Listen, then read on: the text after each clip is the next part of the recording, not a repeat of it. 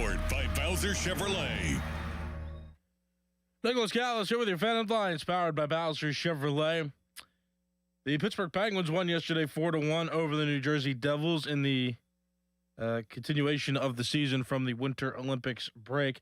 The Penguins, they are going to play the New York Rangers tomorrow at 12:30 in their next game. That'll be a road game for the Pens. They play at home against the Golden Knights on Sunday, away against the Boston Bruins next Tuesday, and then they'll have a stretch where they have 3 straight home games against the Sabres, the Flyers, and the Bruins, all to end the following week. So Thursday, March 5th through Sunday, March the 8th. Pirates won their spring training game yesterday 6-4 over the Minnesota Twins. Their next game is today at 1 o'clock against the Baltimore Orioles. Spring training coverage brought to you by Hampton Beer Outlet, Route 8 in Hampton. Drive a little, save a lot. Fan headlines are powered by Bowser Chevrolet. And for more fan headlines, you can go to 937thefan.com. The Family Morning Show with me, Nicholas Harry Callis. That is next. You're listening to Sports Radio 937 The Fan. Hockey is a passion for fans of the sport, but also for the youth who fall in love with the game. With the ever-increasing cost of participating in hockey, many families face financial challenges. The Assisted Goals Foundation was founded to remove financial barriers and to create lasting growth in the sport for current and future players of all backgrounds and communities. Help the Assisted Goals Foundation make the game of hockey available and accessible to anyone, anywhere, at any time. You too can provide an assist. Donate today at assistedgoals.org. Just hearing the word IRS can make people break out in a cold sweat. No one wants to deal with the IRS, and now you don't have to. The good news is Legal Tax Defense has been successfully negotiating with the IRS for more than 15 years. It doesn't matter how much you owe, whether it's $5,000 or $5 million. You deserve the best in the business on your side, and that is Legal Tax Defense. Even if you're working with someone else and just want a second opinion, there is no cost or obligation to call. They can prevent levies, liens, wage garnishments, even file back tax returns. And the best news about Legal Tax Defense is they won't take your case unless they know they will reduce or eliminate your tax debt. Call Legal Tax Defense right now for a free no-risk consultation. 800-323-8922. 800-323-8922. You have nothing to lose but everything to gain. 800-323-8922. Attention. Have you racked up $10,000 or more in credit card debt?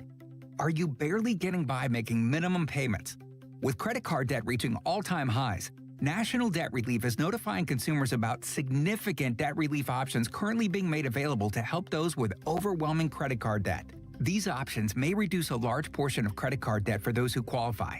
You don't need to declare bankruptcy or take out a consolidation loan, and you may only have to pay back a fraction of what you owe, even if you have bad credit. National Debt Relief has already reduced the credit card debt for more than 550,000 consumers, so don't wait. If you owe $10,000, $20,000, or even $100,000 in credit card debt, you can now take advantage of this financial debt relief as the cost of living continues to skyrocket. To check what debt reduction you may qualify for, call 800-894-7722. That's 800-894-7722. Again, 800-894-7722. Get up with the Fan Early Morning Show, presented by Steel City Medical Center. Put the smile back in your life. Let me tell you a little bit about Pittsburgh sports. The biggest name in Pittsburgh sports media. Ladies and gentlemen, Nicholas Harry Callis. Yay! Oh, Harry. We don't know how he does it. He doesn't know how he does it. But he's up at 5 every morning to get the sports talk day started in Pittsburgh. This is the Fan Early Morning Show with Nicholas Harry Callis on Sports Radio 93.7 The Fan, Pittsburgh's hometown sports station.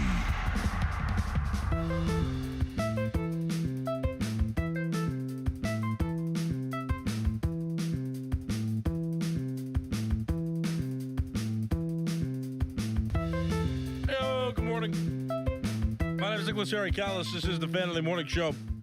Sports Radio 93.7 The Fan. A lot of good vibes. A lot of good vibes this morning. Both the Pirates and Penguins won yesterday. So we love that. It's a little frosty outside, but not snowing. Everything's pretty clear outside. You might have a little dusting of frost on your car, but nothing severe, at least from where I live here out west of Pittsburgh. And where I work, too. My work and my home are pretty close together. So it's a good morning. I feel great. Had to wake up this morning. My family went to Arizona. My brother-in-law's dad and brother live out there, so they went to go see them over the weekend. And I had to wake up a little extra early this morning, feed the dogs, let them out, because I'm the take care of the dog person while they're gone. So that was cool. It's nice to have a little one-on-one with them. Take them outside, feed them, give them treats, spoil them. So I'm feeling good. I'm feeling good this morning. I really am. 412-928-9370. That's 412-928-9370. That's the phone number. We kind of bounce back and forth. Things to talk about as it relates to the Penguins a little bit. I do have some Pirates opinions that I would like to communicate to you, though, this morning. Just from what I've seen in spring training, some topics that have been kind of hot on the conversation table this week and then leading up to today with all the developments of games. Pirates are having a great spring training in terms of winning games. And that's not what it's all about, but it's not a bad sign. It's not a bad sign when these guys look good. It just needs to make sure it translates to the regular season whenever that comes around. And the Pirates are going to have a lot of decisions to make on who's going to make the opening day roster and how the lineup's going to be structured. Specifically, a couple questions to point out. Will Jake Mangum be able to be inserted as somebody who could play regularly without starting? Because right now, as you look at who you would have as the starters, there's no place for Mangum in the outfield. Now, that could change depending on how well a few different players do in the Pirates lineup. Like, if Spencer Horwitz isn't hitting well, I would guarantee you that Ryan O'Hearn comes from wherever he's going to play in the outfield. He'll play first, and Mangum will get his opportunity to play one of the corner outfield positions. I have no idea, honestly, how O'Neal Cruz is going to do defensively out in center field for the Pirates. It scares me to think about it. I saw him overrun a fly ball toward the warning track out in center field in one of their games the other day. And people were giving the opinion. I'm seeing reposts on social media about hey, it's spring training. Don't panic. Nobody panic about this. I mean, he give him time to warm up and develop. Listen, he's been in center field. He at the end of 2024 was his first appearance in center field. And he got the entire 2025 season to play center field. I mean, I don't care. I don't. You could drop fly balls in spring training. I get it. You can not get to the ball quick enough in spring training. You might not want to dive for baseballs in spring training. I get it. I get all that. He overran the fly ball. Overran it. He took a poor route to the ball and ended up overrunning it. That's not one of those things that you typically see where I'm like, oh yeah, that'll be fixed in the regular season. Because in the regular season, when the season started, 2 different games against the Miami Marlins to open the 2025 season, he might have single-handedly cost the Pirates wins in those games by misjudging fly balls, by not handling caroms off the wall properly. That set the Marlins up to score, and the Pirates, they lost that series of the Marlins to open the season to the Miami Marlins. So if you have a concern about O'Neal Cruz's defense, you're not alone. Because I do too. So Mangum, could he play center field? It's possible. Does Brian Reynolds, for some reason, not hit, or is he a defensive liability? And maybe Marcell Ozuna doesn't hit well and gets a couple rest days. Then you put Brian Reynolds at DH and you put Mangum out in one of the corner outfield positions. Again, we don't know what the outfield's going to look like. We don't know what the outfield's going to look like. There's no distinct plan right now. I think they have because they have so many options. I'm just seeing Mangum hit right now. I'm seeing him field. I want them to find him a spot in the lineup somewhere. I think he'd be a better defensive player out there, and he'd be a net benefit for the Pirates than some of the other guys that they're about to throw out there. And honestly, the way I see it right now, I mean, unless Spencer Horwitz surprises me, I think Horwitz is going to be the one that may get the boot here when all things are said and done. Or he might be either the platoon player or he might get replaced if he's not hitting well enough. And I like that the Pirates have a succession plan. I just hope that the outfield defense does not suffer because Mangum's not out there and these other guys are. I don't blame O'Hearn. They're going to have to put him – if they want Spencer Horwitz to play first base, they're going to have to be okay with Ryan O'Hearn in the outfield. And that's not something that I endorse. But considering the circumstances, it's not Ryan O'Hearn's fault that he's got to play the outfield. We'll see how he does. But my expectations on that aren't high because he's not primarily an outfielder. That's one of his secondary positions. That's a place that he could play if needed as just to demonstrate versatility, but he's not your everyday outfielder. So it's going to be interesting to see him as an everyday outfielder, That's tough. I mean, it's a tough puzzle right now the Pirates are trying to put together. And I'm intrigued. But that guy needs to be somewhere. I like him, and I want to start seeing younger guys play. I don't want veterans just to play just because they've had a spot. I mean, the competition needs to be fierce for the Pirates coming into this season. And Mangum provides that fierce competition. Stinson Garcia as well, the password. He's been looking pretty good from what I've seen, and there's a lot to think about with his development and potential.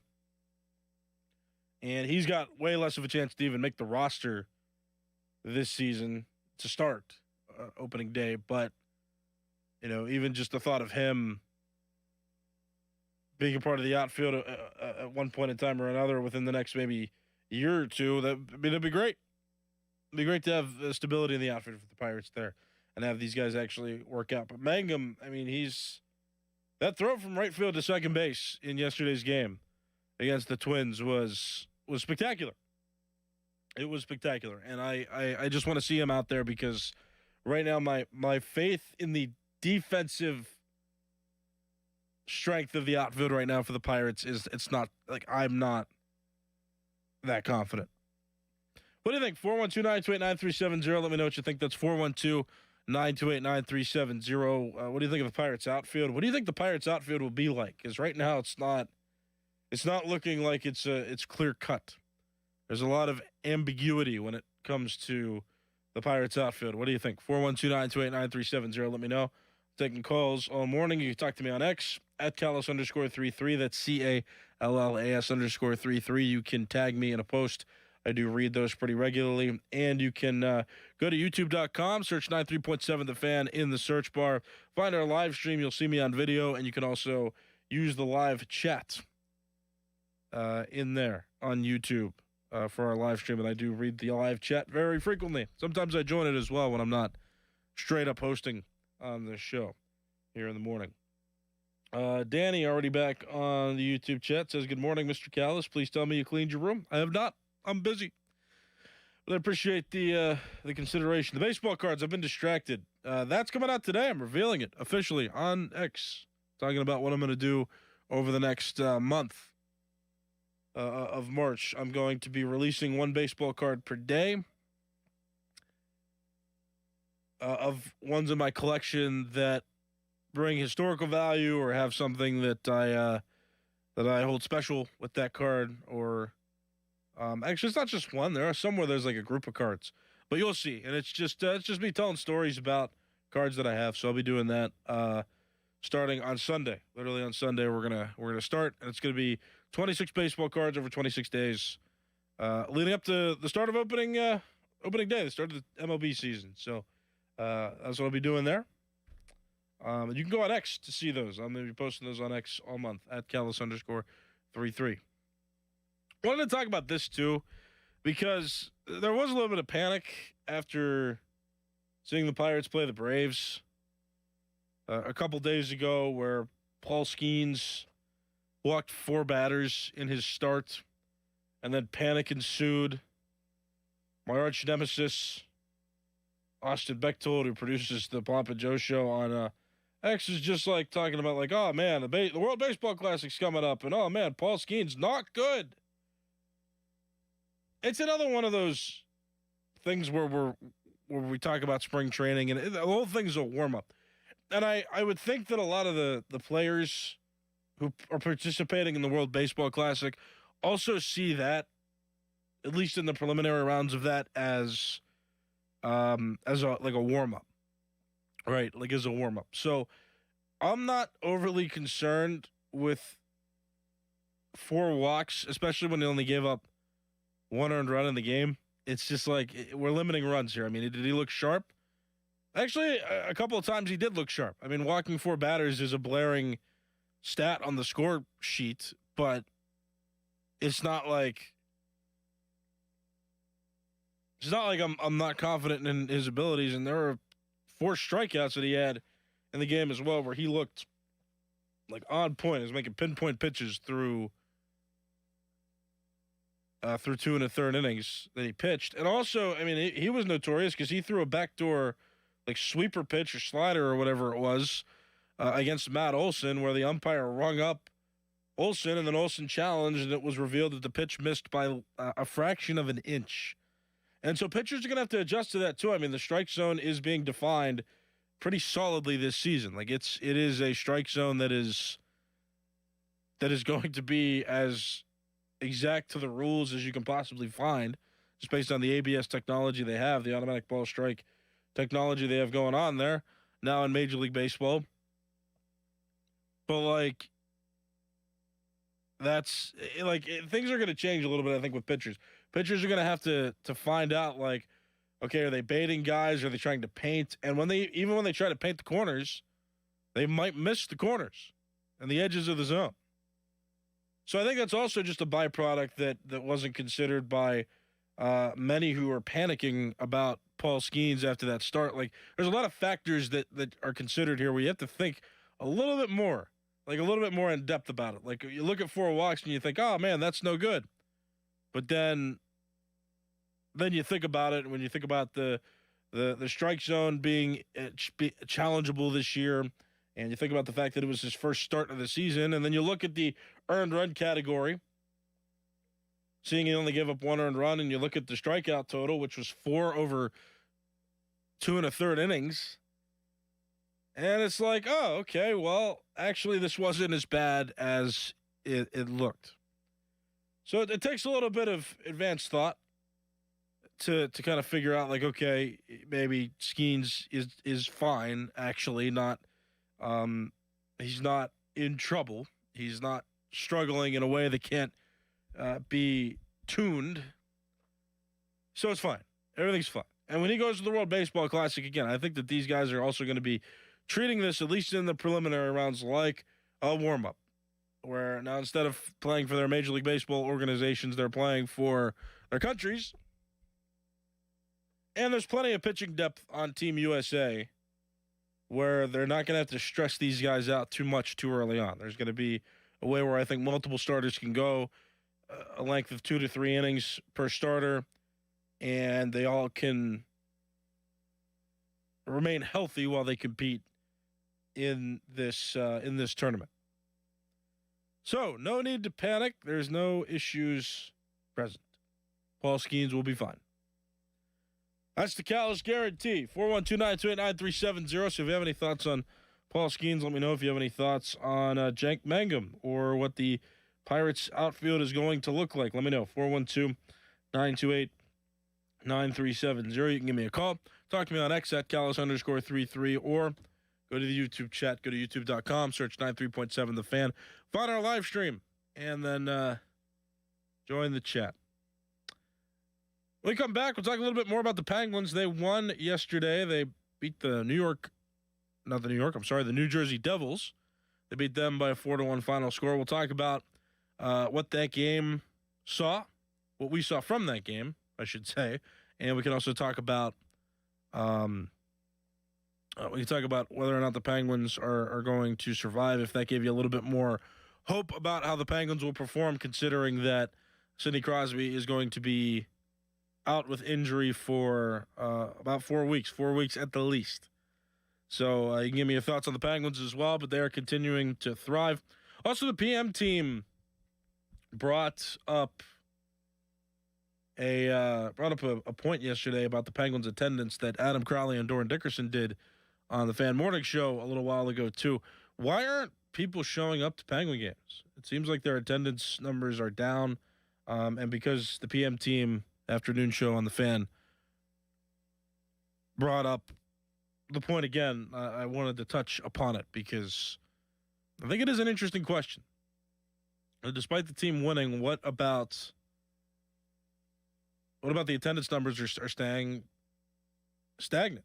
And, why aren't people showing up? So we can talk about it. 412-928-9370. My name is Nicholas Harry Callis. We'll be back after this break. You're listening to Sports Radio 93.7 The Fan. Sports Radio 93.7 The Fan. Tune in every Tuesday morning at 9 as the Pittsburgh kid Neil Walker joins the Fan Morning Show. Tune in or listen on the Odyssey app as Neil gives you the latest on our Pirates. The Neil Walker Show brought to you by Mike Camlin Hyundai, Goodrich & Guys, Pittsburgh's personal injury attorneys, and Bet365 on Sports Radio 93.7 The Fan. Now, from the Spitzer Toyota Traffic Center at SpitzerToyota.com. One big problem as we begin the Friday morning rush, the fire department activity. Multi-alarm structure fire has closed Nicholson Road in both directions between Mount Nebo and McRae Roads. Crews will be directing you around that. Meanwhile, the parkways east, west, north, and Route 28 are all up to speed. And speaking of the Parkway North, the HOV lanes are indeed back open alongside that roadway.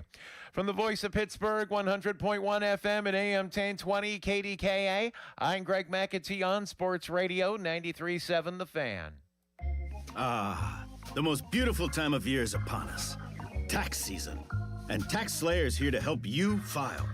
We guarantee 100% accuracy and your maximum refund. Those are some good numbers. And you can trust me, because I'm a talking calculator. Did I mention Tax Slayer even has support from real U.S.-based humans? If you have any questions along the way, beat the rush and start for free today. Tax Slayer. File fearlessly.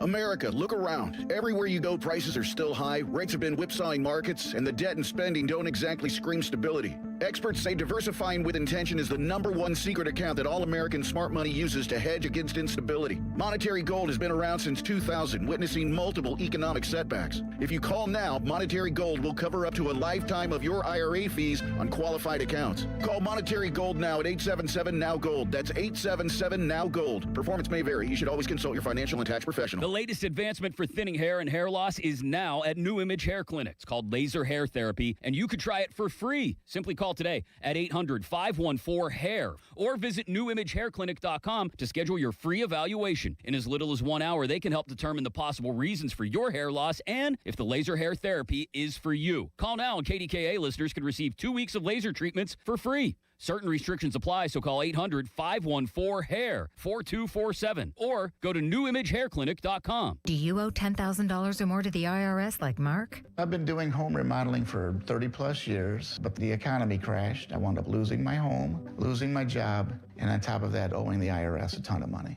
I owed the IRS $114,000. It really, truly was the worst part of my life. Then Mark found tax relief advocates. On news radio, I heard about TRA, and I thought, what's the worst that could happen? So I picked up the phone and I called them. When it was all said and done, TRA settled my $114,000 debt for $100, and I'm telling you, I was ecstatic. Could not believe it. Would recommend TRA to anyone. If you owe 10 or even hundreds of thousands of dollars to the IRS, don't lose hope. Do what Mark did and call TRA for a consultation. But TRA they gave me a second chance, and I'm forever grateful. Visit TRA.com or call 800-491-9914. 800-491-9914. That's 800-491-9914. It's our Jeep Celebration Sales Event at JeepofPittsburgh.com. Bring us your best offer on any new Chrysler, Jeep, Dodge, Ram truck, and we will beat it. No games. It's easy as that. Visit JeepofPittsburgh.com for all the details. We are Pittsburgh's Jeep store. Suddenly it's spring. Discover everything for your home at the 44th Annual Pittsburgh Home and Garden Show, March 6 through 15, Convention Center downtown. Shop the region's most trusted marketplace. See our weekend features. Celebrity appraiser Dr. Lori, March 6 through 8, and HGTV celebrity host Ty Pennington from the hit shows Rock the Block and Battle on the Beach, March 14 and 15. Visit pghhome.com for details. Don't miss the largest home event in America, the Pittsburgh Home and Garden Show, Convention Center downtown. Indeed presents hires you can't afford to get wrong, like nuclear reactor safety expert. I disabled the backup cooling system. It was making such an annoying noise. You heard it, right? It was like, We're on the countdown to core failure. And you're saying we don't want that? This is a job for sponsored jobs. This is what happens when you don't sponsor your job on Indeed. Next time, get matched with quality candidates with Indeed sponsored jobs. Visit Indeed.com/hire now and sponsor your job today. My name is Whitney Allen, and I'm a widow. My husband, Ryan, died. We never thought we'd ever have to use life insurance, but the unexpected happened. With Ethos, signing up was fast and 100% online. You can get a quote in seconds, apply in minutes, and get same-day coverage. No medical exams, and you can get up to $3 million worth of coverage. I'm grateful we were prepared. Get your free quote at ethos.com/radio. That's ethos.com/radio. Planet Fitness has everything you need anytime the motivation hits, so you can give everything you've got. With most clubs open 24 hours, you've got access to our best-in-class equipment to tackle early morning reps, late-night miles, and every workout in between. Join the club today and save $28 or more when you join for just $1 down, $15 a month. Cancel anytime. Deal ends February 27th. You ready? Planet Fitness. We're all strong on this planet. See club for details. This is an important message for anyone struggling with $10,000 or more in credit card debt, medical bills, or personal loans. Due to ongoing inflation, job loss, and the rising cost of living, many Americans are facing overwhelming credit card balances. If you're drowning in credit card debt, you may qualify for powerful debt relief options currently being offered by National Debt Relief that can significantly reduce what you owe. You don't have to declare bankruptcy or take out a debt consolidation loan. You could qualify for this debt relief option and only have to pay back a fraction of what you owe. Act now to see if you qualify. With thousands of 5-star reviews online and an A+ rating with the Better Business Bureau, National Debt Relief has helped over 1 million consumers with their debt that qualified for this relief option. So don't wait. Call the Debt Reduction Hotline now. Dial 800-428-5757. 800-428-5757. That's 800-428-5757. Y108 presents Odyssey, The Night Before, powered by Bowser Chevrolet, starring Jason Aldean. Hey, what's up, Pittsburgh? I'm Jason Aldean. With special guests John Morgan and Shane Prophet. Wednesday, April 22nd, inside the Event Center at Rivers Casino, Pittsburgh.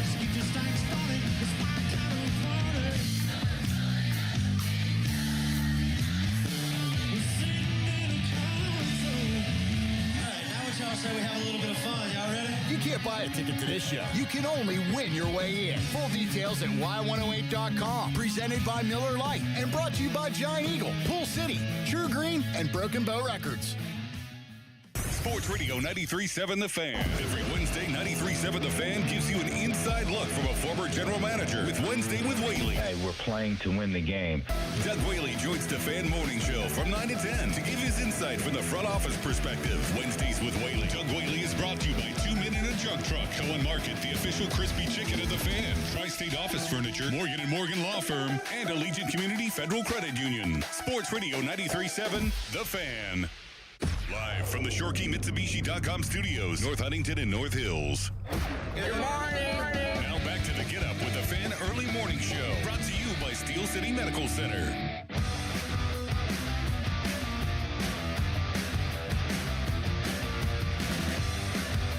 It's me, Sports Radio 93.7 The Fan. It's Pittsburgh's hometown sports talk station. It's Nicholas Harry Callis, Fan of the Morning Show, every weekday morning from 5 to about 5:35, 5:40. Getting you warmed up for the Pittsburgh Sports Day. Talking sports right now, 31 degrees across the greater Pittsburgh area. It looks like there's not really snow in the forecast. The next week is going to heat up. It looks like we're going to see highs in the 60s from Thursday to Saturday next week. Let's go. Clap it up for that. Next week is also the beginning of March, February, only 28 days. So March 1st is on Sunday. Very exciting. Very exciting stuff there.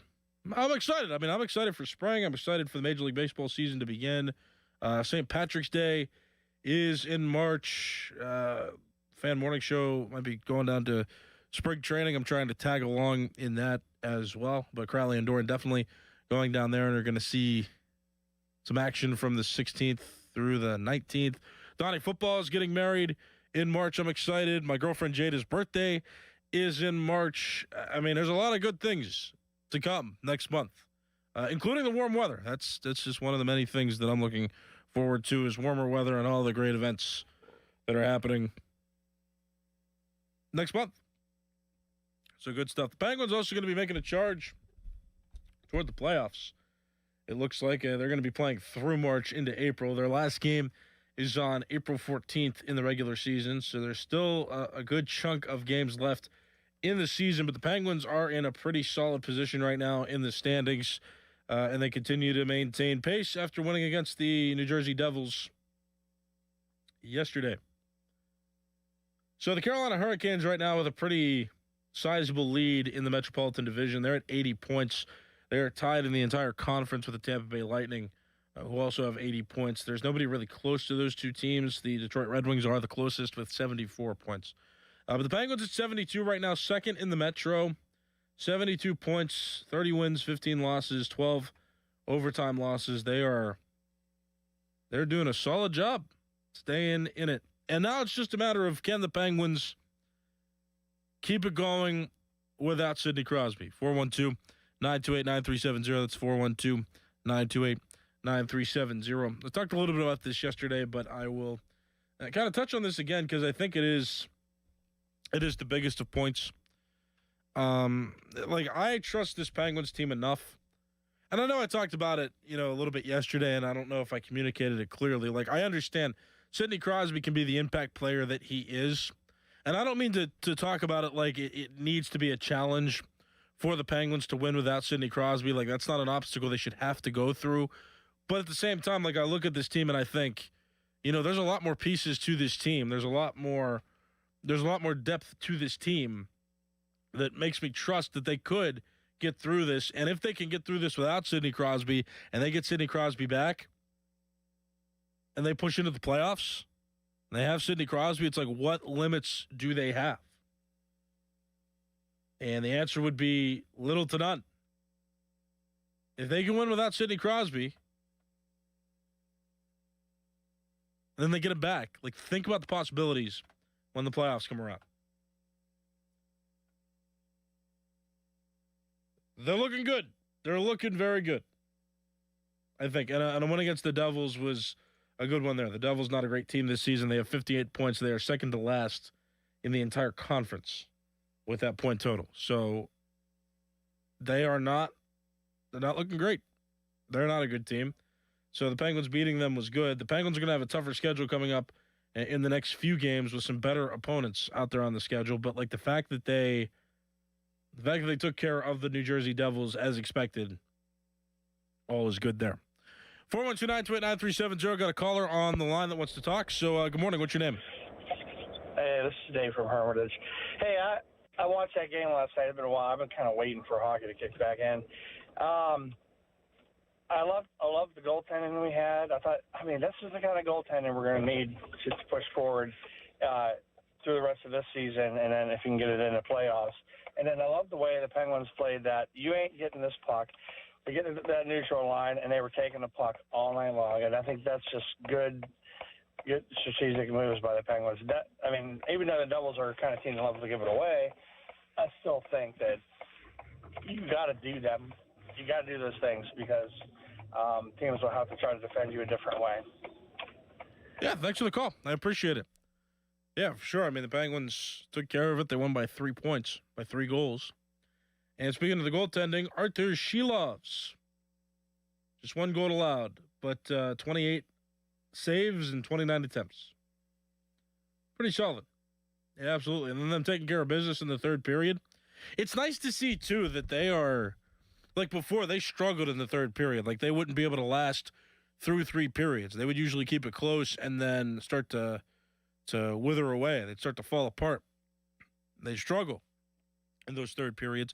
And now this season, like, that's been a pretty big theme, is that they will be able to last through the game and get goals scored in the third period. In this game in particular, they got 3 goals in the third period. So solid job there. And just an observation that I made that I think is prominent is their ability to finish out games and stay strong through the third period.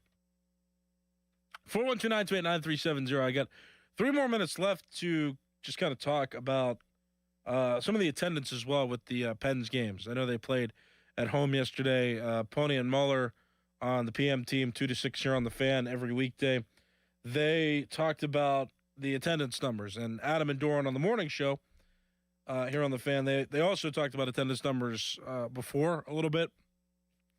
Andrew Filipponi brought it up again on his show yesterday, and I kind of it reignited the conversation in my head because I think it is an interesting question. What is it about attendance too for Penguins games that is still lacking despite their success?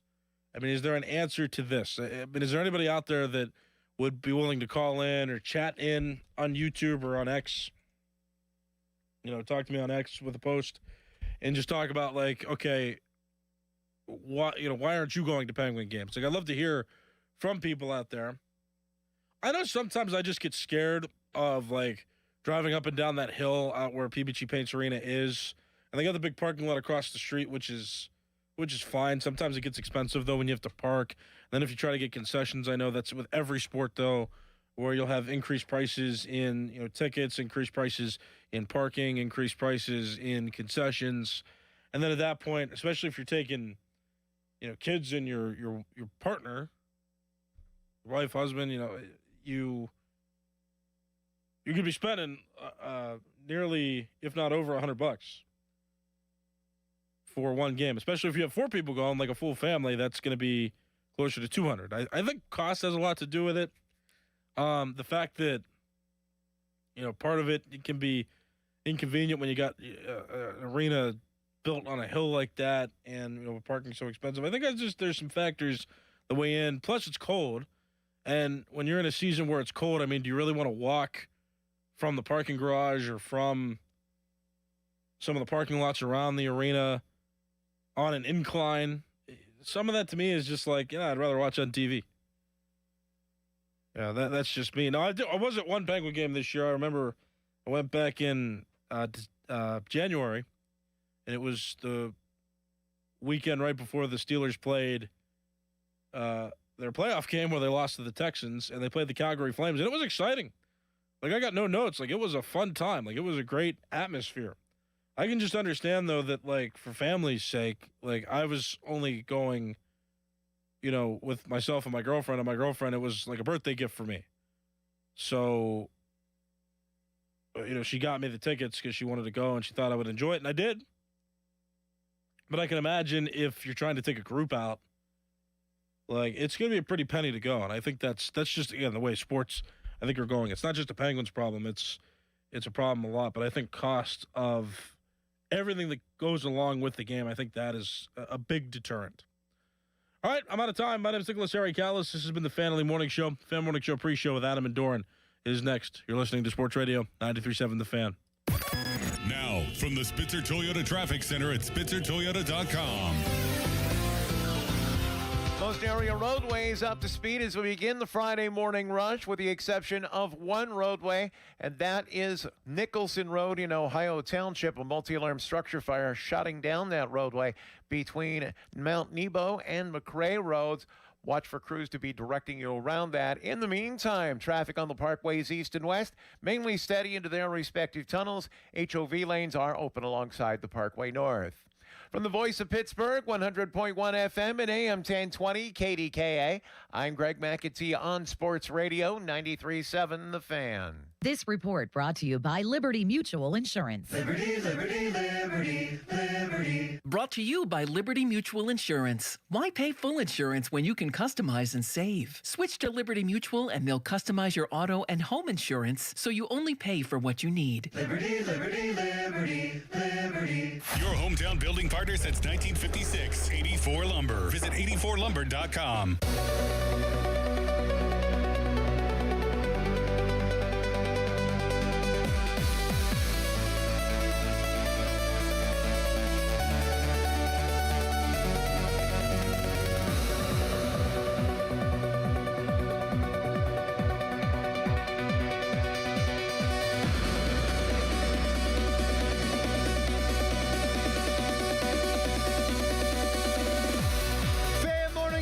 Pre-show brought to you by Awaken 180 Weight Loss. Check them out online. Awaken180weightloss.com. It's Crowley. It's Dickerson. It's Callis. It's a Friday. Penguins winners last night. Jake Mangum chooching dudes from the outfield in Bucko spring training. Connor Griffin's fine. Got hit a couple days ago. He's fine. So that's good. Things are good. Unless your name's Art Rooney II. Then things are bad. They're very bad. Also, if you're me, the microphone on button, I just noticed this. Right above it, there is just a full-ass fingernail. Oh, that is nasty. Just a nasty fingernail Yeah, I heard sitting you right scream. here. I didn't know what was going on over there. That is nasty. Ew! I mean, it's not... I mean, it can't hurt me, but it's gross. But who's the culprit? I would usually think it's Molesey. Molesey's a big nail biter. Right. It's So not. are you. Right. I do it too, but not here. I do it if I forgot to cut my nails, and then I will literally bite them off. I think it has to be Pony because I don't think that Starkey would put his fingers in his mouth. Starkey absolutely would not. I think it's Jack. Oh, yeah, Jack. Because I've never seen Pony. Pony just chews the end of his pen. Right. Like it kidnapped his dog. Right. He abuses the hell out of the pen cap. That's got to be a Jack Hillgrove nail. Yeah. We're going to send it off for DNA testing. Yep. Oh, come on, Jack. It's good DNA, though. Hillgrove DNA. Yeah, pretty good. Harry, how you doing? Oh, you asked this morning. That's really nice. I wanted to change it up. Oh, man, I'm doing great, man. How are you? I'm good. I heard you were taking care of the dogs. Yeah, how'd you hear that? Because I was running incredibly late this morning. And you listened to my show while you were in your car? Oh, my gosh. Yeah. Yeah. Hell is frozen over. I listen to you as much as I can.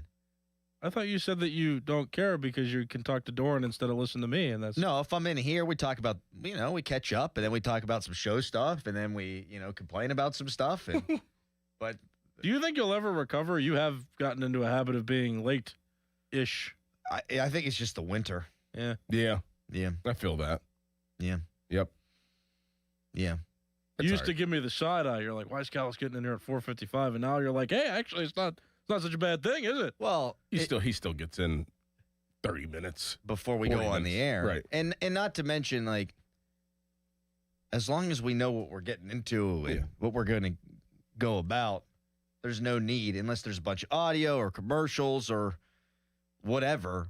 I'm just glad you finally see it my way. This is great. I don't see it your way. If I saw it your way, I would show up at 5:39. Yes. And I'd sprint up the stairs and hope not to fall on my way in. Yes, and not go to the bathroom and hold it. Right. Whenever you pass the bathroom. And then it'd be 5:57 before I actually get in here. Right. And just leave it to you guys while I'm taking a poo. That's not true. I've never been late for this early morning show unless It starts at 5. It starts at 5. Yeah, you've never been on time. You've never started at 5. Not once have you started at 5. I start at 5 in like 30 seconds. No, you do not. I absolutely do. Swear. No, you don't. My you gosh. can't swear. We know you're wrong. No, wait. It's like 5:06. 5:06, yes. Sorry.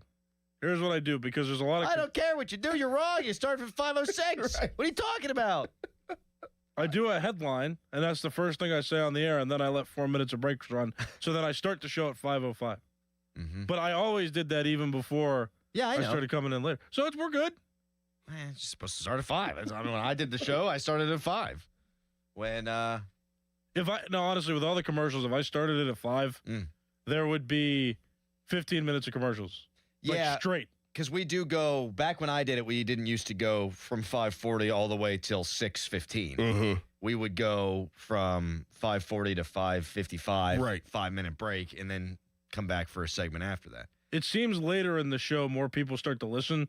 So I'd rather just take the first 5 minutes to be like, all right, here's some commercials, and then they get the meat of what I want to talk about. Have you thought that perhaps as we talk about how the sausage is made live on the air, have you considered that maybe no one's listening early in the show because it's 6 minutes of commercials? Right. No. No, because I wouldn't want to be up. So you walk the dog? No. You fed the dog? Yes. Is it just one dog? No. Oh, there's multiple. Mm-hmm. 2? My sister's dog, Plato, and then my dog, Larry. Plato they don't and like Larry. each other. They're very territorial. They were both... Play-Doh as in the fun child's toy or as in the philosopher? Philosopher. Cool. No. What kind of dog? I don't know what my sister's dog is. He's an interesting story.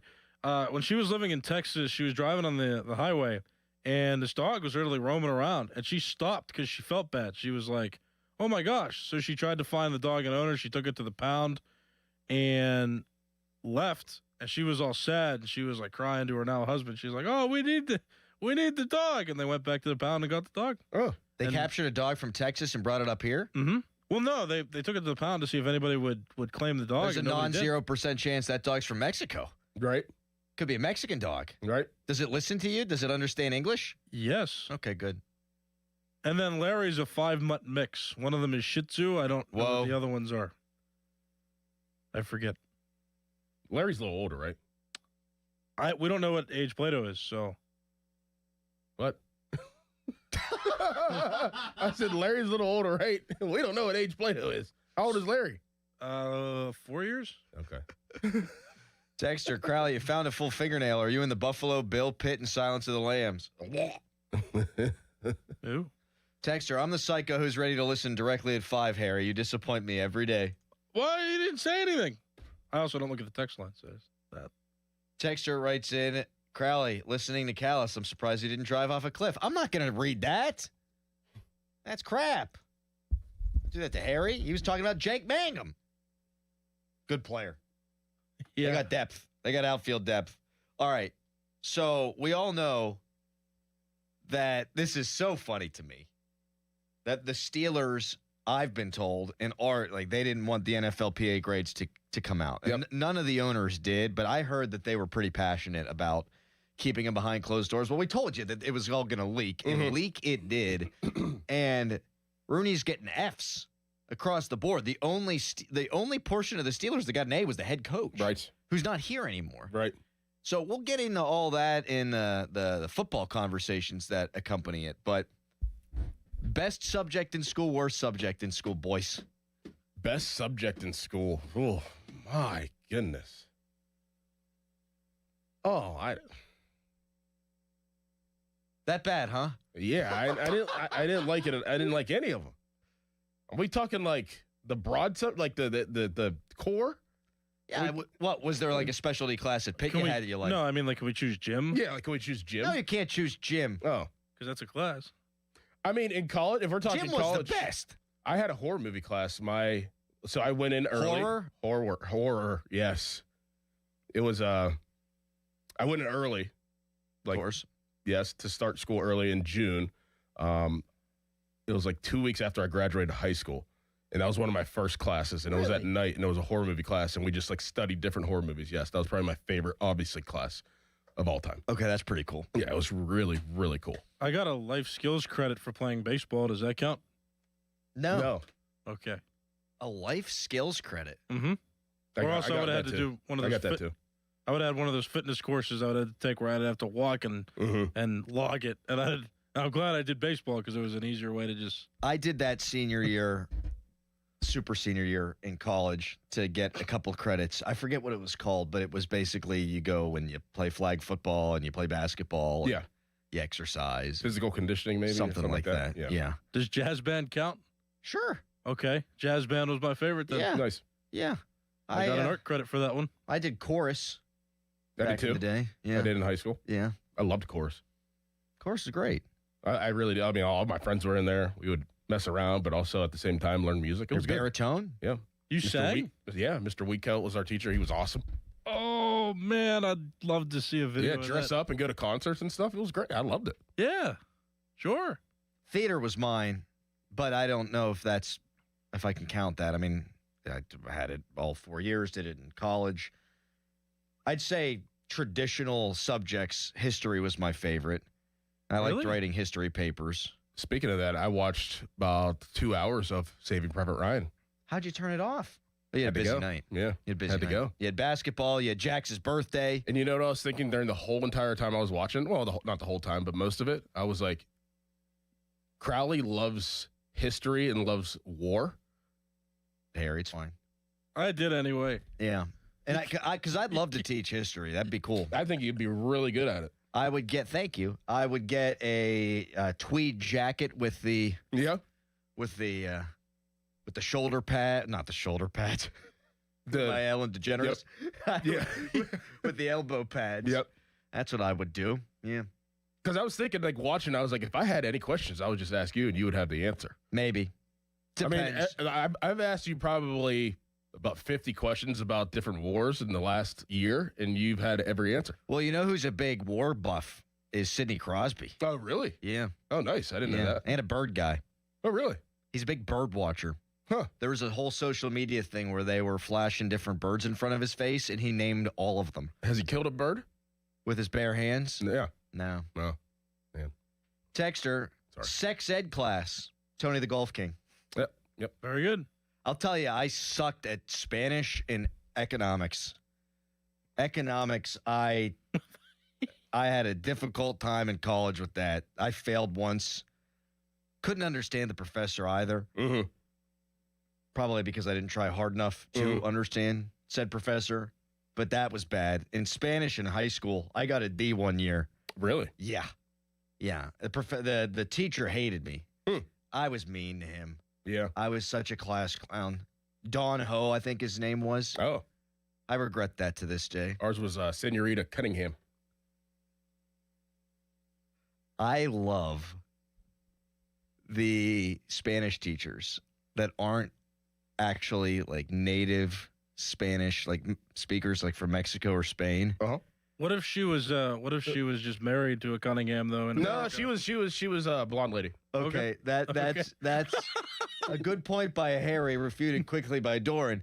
That does crack me up. Yeah. Senorita Cunningham. Yeah, right. Senor Smith. Like, my man, you grew up in Blawnox. Like you can barely speak English. What are you going to teach me? Yeah. I loved high school, though. And who doesn't love college? But I loved high school. Yeah. Texter, Crowley, I teach your wife sex ed while you're at work. She's doing great. You're a terrible person. Get out of here. What is that? Wow. What is that? What is that?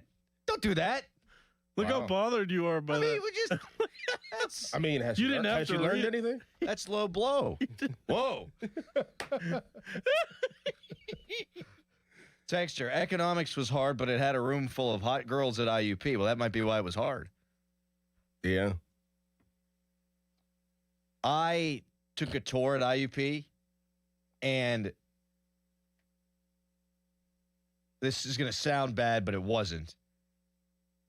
An accidental mass text went out about there being bad things going on campus, and everyone had to shelter in place, and it turned out that the emergency system had just fired off by accident. Oh, wow. So we were all huddled up, all scared.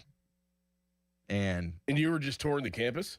Yeah. You were in high school still? Yeah. Oh, man. The tour guides were like, oh, we got to hide. Yeah. We're like, oh. Yeah, this will make you not want to go. Oh, yeah, it was over. It was over. Through no fault of anybody but the tech people, I guess. But, yeah, that was not good. Texter, did you guys watch the movie Lincoln? Daniel Day-Lewis was outstanding as Lincoln. Yeah, but it wasn't as accurate as that vampire movie. What?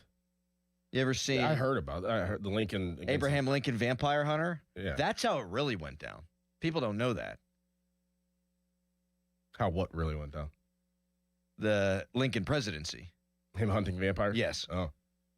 It's a true story. Mm. Texter, I'm 51, have been a math professor for 24 years. I wear backwards hat, hoodies, and Jordans every day. F that tweed jacket nonsense, Greg and Nice. Carnegie. Greg, I got to give you a little advice, bud. I'm sorry to do this. I love you. Thank you for teaching. We need more good teachers in this world.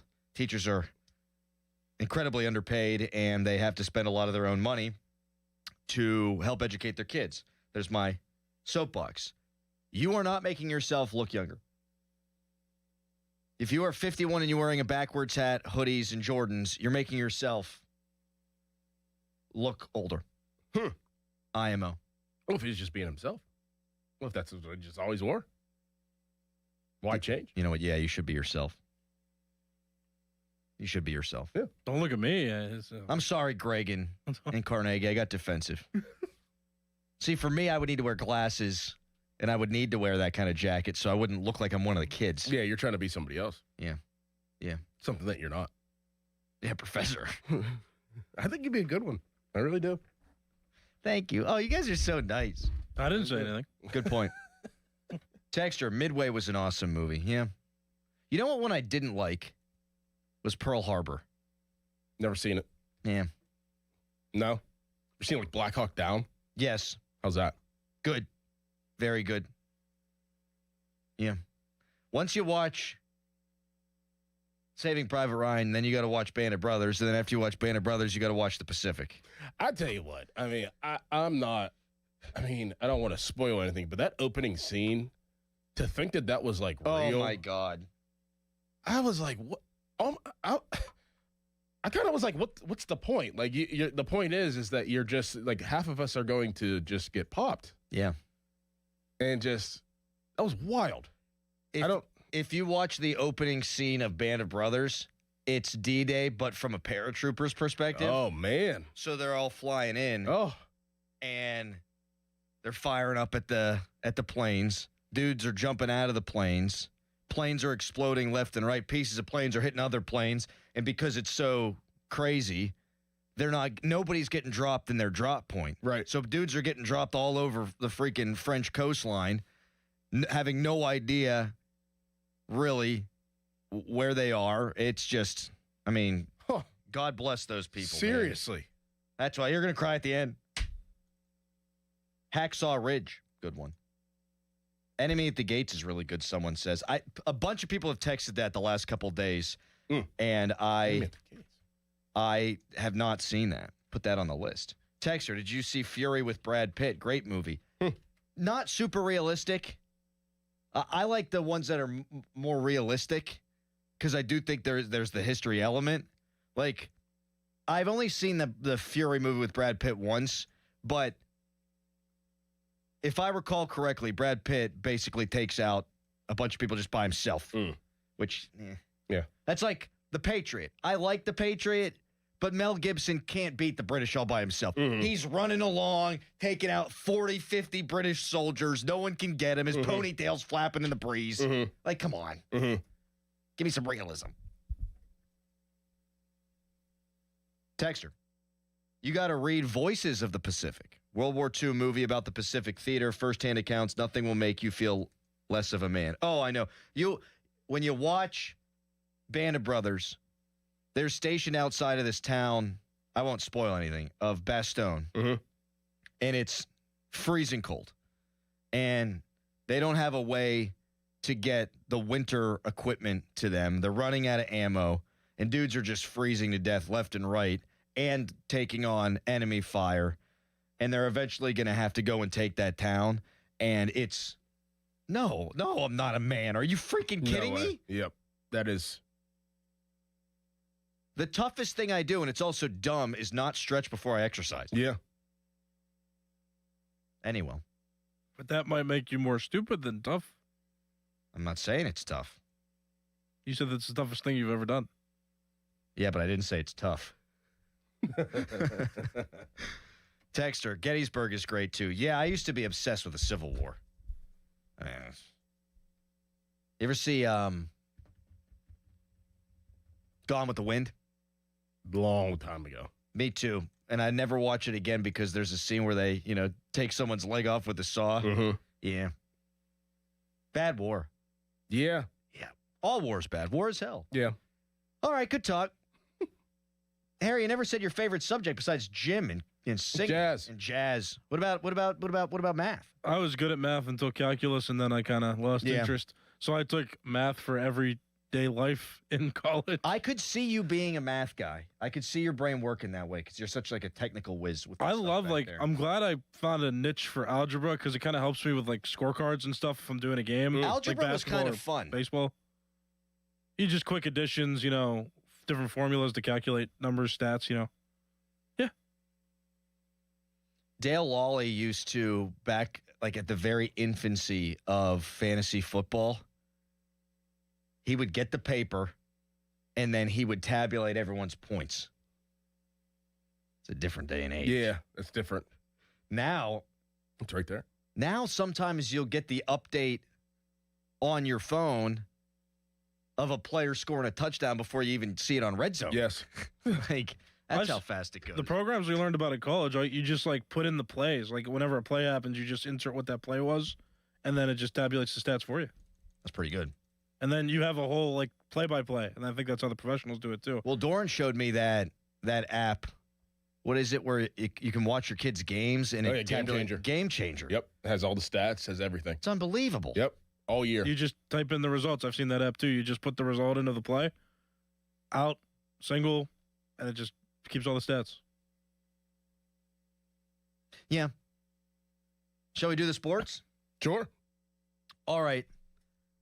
Just how bad were these grades from the NFLPA for Art Rooney II? We'll start right there. Bang. HD1 Pittsburgh, an Odyssey sports station, live from the Jim Shorkey Mitsubishi.com studios, North Huntington and North Hills. Always live and free on the Odyssey app.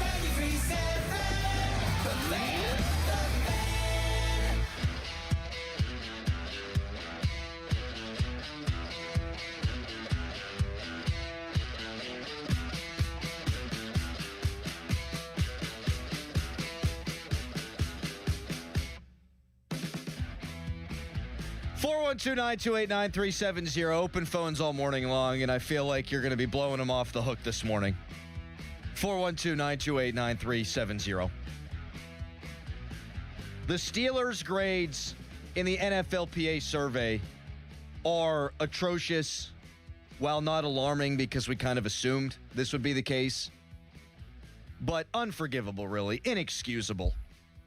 You got billionaire owners. You can't have a grade for treatment of families being an F. Home game field. I didn't know this grade existed. I didn't even get this in Spanish. F minus. F minus? My God. Locker room. F minus. Team travel. F. Team ownership. D minus. And this was all over social media yesterday for good reason. And I always find there's an awful lot of nuance here because Steelers fans want nothing more than for their football team to win games. And my God, at some point, dear Lord, please, a playoff game. But I also think that a majority of fans says, all these professional athletes complaining? I can't relate to that. Mm-hmm. And I think it's difficult for both of those ideas to coexist. If you want your favorite team to win, then you should want the best for your athletes, for your team, for your players, the guys that you cheer on and root for every single Sunday. And so I want to throw it out there because there's been a few people saying this isn't that big of a deal. Okay. I threw a Twitter poll out there last night. The Steelers finished dead last in the NFLPA survey. Art Rooney II got a D minus. What grade would you give Art as the Steelers owner? And 800 some people voted. 4% gave him an A. I think that's the Rooney family tree. 3.3% gave him a B. 20.5% gave him a C. And 72% of Steelers fans think that Art Rooney II is a D owner. I couldn't put F as an option because you only get 4. Mm-hmm. How would you grade Art Rooney II? Man. Well, first of all, there are people that are upset with the millionaire athletes possibly complaining about the facilities. Why not be mad at the billionaire owner? Bingo, bango. I mean, that's kind of where it comes down for me. You have the billionaire owner. Why wouldn't you want to keep up with the Joneses? It's tough to relate to millionaires. It's impossible for friends to relate to billionaires. Right. I'll give him a C. I'll give him a C because I have a lot of respect for franchises, teams, coaches, ownership that is always trying to win. And at the end of the day, it may not look like a winning culture or a winning team the Pittsburgh Steelers haven't in a long time, but they are trying to. They are trying to. They haven't given up. They haven't tanked or even talked about tanking. They never will. So I will give them a C because that's what matters the most. You can go, hey, look, you can have a locker room that's built out of wood, but as long as you're trying to win, I can't go lower than a C. And I do respect that and the method of just the mentality of what Art has kept since he's been in control of ownership. So in control in ownership. So the other stuff, yeah, I could probably ding him and go down to a D, but I think I'm going to stay at a C because he's made it very clear that they're going to try to win every year, and I respect that. I didn't know if we would agree on this, but we do. I would give Art a C- or a C. He'd be in that C range. C is average, though for me, C's get degrees. Mm-hmm. The results aren't what we all want. Right. But the results are still middle of the pack. And every year, if you're middle of the pack, you're probably a little bit better than the middle of the pack, if that makes sense. Yeah. And so I can't go down to the D range. What I will say is you say they want to win every year, and they do, and they proclaim that. And their roster moves would indicate that. Their verbiage would indicate that. But if you're really trying to win, you do need to go the extra mile. And I don't even know if fixing your field or your locker rooms or the toilet situation really is going the extra mile. I just think that should be par for the course for every team. Yeah, same. There should not be a single team in the NFL whose playing surface is graded by their own players as lower than an A. Right. We're talking about player safety. We're talking about quality of play. For the Steelers to get an F- for their turf is ridiculous. And one of the anonymous quotes was talking about how Pitt plays there, how the high school teams play there. Yeah, that's going to affect the field, sure. Except it doesn't in Philadelphia, right, where they got good marks for their field, and Temple plays there. The Miami Dolphins, yes, they play in a much better climate for grass, right? No doubt. But the Miami Hurricanes play there, and they were the number one ranked team, number one ranked organization in all these NFL, out of all these NFL Players Association surveys. So the Pitt thing is just an excuse. Yes. The Pitt thing is laughable to me. It's throwing Pitt and the high school football teams under the bus for what Art Rooney II and the Steelers are unwilling to do. That's inexcusable to me. For your strength and conditioning staff to get the low marks that they got, and they're all gone, and thank goodness for that, unacceptable. The strength coaches got a B-, but it was among the worst grades of any strength coaches in the league. Yeah. Tomlin got an A, and we'll get to that later on, and based on raw score, he was the 9th or 10th coach. So just so everyone understands, B- might not sound that bad for strength coaches. There were not very many strength staffs that were ranked lower than the Pittsburgh Steelers. How do you not think that hiring the best of the best, that building facilities that are up there with the best of the best helps the end result on the field? It does. Everything always starts from the top down. I mean, it's the way of life. It's the way of business. I mean, if it's not the way that it should be up top, then it's not going to be that way as it trickles down. And every single thing needs to be in order to win. And I will always believe that. Like, I will always believe that the equipment manager means just as much as the head coach. I will always believe that the janitor that cleans up the locker room after every practice and who does the laundry means just as much as the owner. Because if they don't do their job, things are in order. That's just that. I don't know if it's just, I don't think it's just me who thinks that way. Absolutely not. But it's in every single facet of life. Everybody has a job to do, and if they're not held to the highest standard, then you're not going to have the highest standard of running a successful business. Top to bottom. I was actually gonna say that too. Like, as we talk about not being able to relate to millionaires or like, you know, the athletes that are making this money, it's still working conditions. And that's Correct. kind of the perspective that I had on it. It's like they're the laborer. If I was expected to make podcasts with a typewriter, right, obviously I would give this facility an F because I can't do my job with certain technology, right? We have access, literally, direct access to more bathroom stalls than the Pittsburgh Steelers locker room does. Yes. Like, come on. Yep. And I think anybody should be able to relate to, relative to your industry, not having the equipment necessary, not having the resources necessary. And it's going to be different.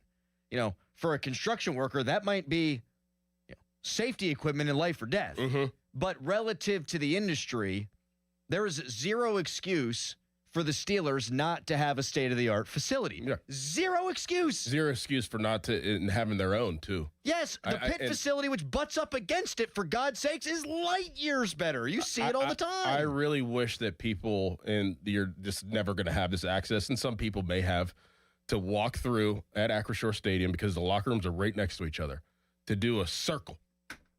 Go start through the Pitt locker room, go all the way around, and then enter the back door of the Steelers locker room, and then you tell me about how you feel about these grades. You'd be like, your mind would explode of the way that it looks. Hasn't enough time passed that we can now tell this story? Who is it, Kyle Juszczyk? Yes. Kyle Juszczyk, we were told, he came, visited the Steelers for a free agent visit. He had played and now continues to play for the San Francisco 49ers, saw the facility, saw a rat. Yep. And said, nah, I ain't signing there. Yep. Bro. If I had my choice, like, I mean, I'm a free agent. I go see the Steelers facilities. Like, this is where they live. Like, that's you spend most of your time there. If I go see the Steelers facility and I go to the Carolina Panthers and see their facility, like, I mean, that plays a factor. I'm a free agent. It absolutely does. We've talked about this a million times. Like, money is going to be obviously a big thing. Mm-hmm. Who you play for is going to be a big thing, but facilities are absolutely a big thing. Well, the guy that got named, Mike Tomlin, who we know has been a free agent attraction, he's not here anymore. And so now what do you have? You have cash and you have your facilities. Well, it's not like the Steelers are the most cap space in the league, and that's a here and now kind of deal instead of like a broad strokes one. But they got the 9th most cap space in the league. They also have the worst facilities in the league. Yeah. Like, if push comes to shove, if all else is equal, if a team is offering the same amount of money as you are, and they come and tour your facility, they're probably going to go with the place with the amenities, right. With a place with a state-of-the-art recovery system. Yeah. And if you don't think this stuff matters, didn't we see the Steelers starting quarterback miss 6 games because the stupid strength and conditioning staff had him pushing a blocking sled? Didn't we just see the highest paid player in Steelers history miss games because of a collapsed lung because the training staff didn't know what they were doing? Like, these things absolutely matter. 412-928-9370. But enough from us. What do you think about the job that Art Rooney II's done? I can't go lower than a C- because they haven't had a losing season since 2003. And while that's not my favorite thing in the world, while that's not the be-all, end-all, I think that does prohibit me from going to the D or F range. But what do you think, Steelers fans? At 412-928-9370. That's 412-928-9370. Your phone calls coming up next, but right now it's a Nicholas Harry Callis fan headline. Now, Fan headlines powered by Bowser Chevrolet. In the continuation of the NHL season, the Penguins were winners yesterday 4-1 over the New Jersey Devils. For more, go to 937thefan.com, and now here's Adam Crowley. Thank you, Harry. I will be at Hampton Beer Outlet today, folks, from 11 o'clock until noon. Come on by, see me. I'm doing an Irish beer testing, and you can get Guinness cases at just $39.99. Crazy price this Friday only. Come on by, see me from 11 o'clock until noon at Hampton Beer Outlet, and all day today, Guinness cases just $39.99, and all your favorite Irish beers fully stocked, piled high. Hampton Beer Outlet, the best prices, the best customer service. Drive a little, save a lot. Route 8 in Hampton. Sports Radio 93.7 The Fan. Today is 55 days until the NFL Draft. Get pumped for the draft. Our NFL Draft Watch is brought to you by Lewis Anthony Jewelers. Have we met yet? Sports Radio 93.7 The Fan. This Odyssey Sports Minute is brought to you by Steel City Hoops. For local high school basketball coverage, visit steelcityhoops.org. This is an Odyssey Sports Minute. Whoever drafts Ohio State linebacker Sonny Styles in April's NFL draft is going to be getting one hell of an athlete. In fact, the best athlete that we've ever seen at linebacker. Styles ran a 4.47 40, matched that with a vertical jump of 43.5 inches. In the relative athletic score, a.k.a. RAS, Styles ranked as the #1 linebacker ever, dating back to 1987. He's a legitimate freak of that day. Get in the zone, AutoZone. Jeff's day is off to a slow start. So he heads to AutoZone, America's #1 battery destination, where Sammy, a local AutoZoner, tests his battery for free. Looks like he just needs a charge. And Sammy does that for free too. In no time at all, Jeff is back on the road, ready to finish the day strong. Free battery testing and charging at every store. No hassles, just help. Get in the zone, AutoZone. Restrictions apply.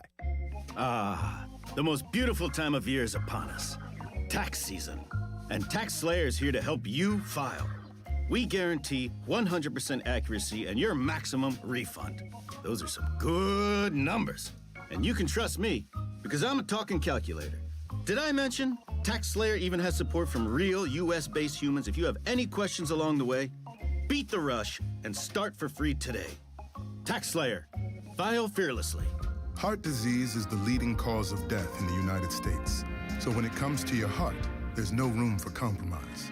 At UPMC Heart and Vascular Institute, innovation, technology, and world-class expertise come together to treat the most complex heart cases, redefining what's possible for patients who need it most. Getting your heart checked can save your life. Schedule your appointment with the region's leader at upmc.com/heart. You've spent decades building your savings and planning for the future.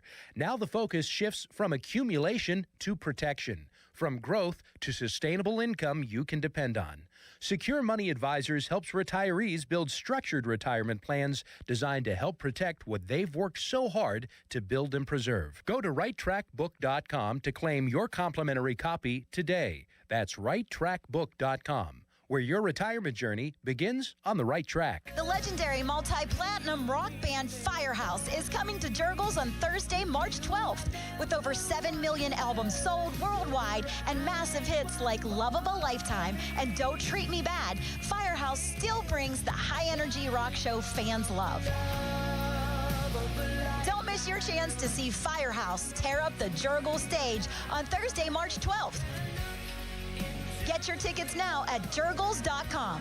Another Drusky Entertainment event. Do you owe back taxes or have unfiled tax returns? The IRS won't quit until they get your money. Here's great news, fresh from those in the know. Major changes have happened at the IRS. If you owe more than $10,000, you may be eligible for a 99% reduction of what you owe. Haven't filed a return for a while? Their happy clients are talking. The IRS was going to levy my bank account, but Guardian was able to prevent that and fix all my IRS issues. business. Thanks again, Guardian Tax. Need relief from crushing tax debt? The IRS now has special programs. Guardian Tax knows all about them. Personal or business, this is the fresh new brick you've been hoping for. We aren't the company you call when you need a hug because you're scared of the IRS. Guardian Tax is the company that wins when you need it most. Guardian Tax Service is really great to work with. They really help me out. I'd recommend them highly. Call now for a free confidential consultation. 800-499-1424. 800-499-1424. 800-499-1424. Clouds and sun today, the high 43. Weather brought to you by Staples. From posters and presentations to labels and loyalty cards, Staples has all the print to boost your brand. Shop now in-store and online. Staples. That was easy. Now, from the Spitzer Toyota Traffic Center at SpitzerToyota.com. In Ohio Township, Nicholson Road remains closed between Mount Nebo and McRae Roads as crews continue to fight that earlier multi-alarm structure fire. Be prepared to detour around that. You might want to consider an alternate. Meanwhile, if you're traveling the parkways east and west, they are mainly steady, a little heavy at the entrance to their respective tunnels. Route 28 up to speed from Harmer to the north side. Same story for the Parkway North where the HOV lanes are open.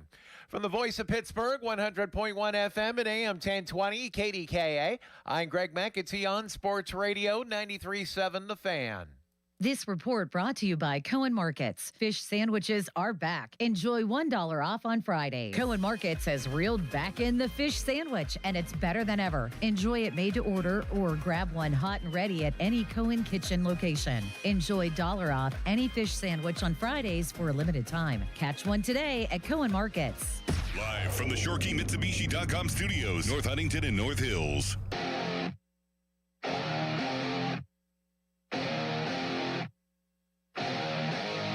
I just can't get over the fact that this NFLPA players survey comes out and the Steelers get 2 F minuses. F minuses for locker room and home game field. Rodgers was not so subtle last year about the playing surface at Acrisure Stadium, and it seemed like his teammates agreed and then followed suit in these anonymous surveys. How do you grade Art Rooney II? Team ownership got a D minus. Dorn and I go in the C range. You said C. Mm-hmm. I went C minus. Ooh, that's edgy, man. I threw a minus on there. Yeah. What say you at 412-928-9370? Anthony in Oakland. Good morning, buddy. Fellas, this is an embarrassment of monumental proportion because it's not like this is a revelation. This team has been criticized on the facilities for years now. And it seems like the owner just is digging in, which, they like to harken back to the old Steeler ways of when they even practiced at South Park before they moved to Latrobe. But you were worth maybe $10 million then. You're a $7 billion corporation. It's time. I mean, what are you doing here? Mr. Rooney, turn it over to a Thomas Tull. Let him handle the facilities in the future, what the Steelers should look like in the future. Because you can't handle it any longer. And this makes no sense. And, and as far as sever the tie with Pitt.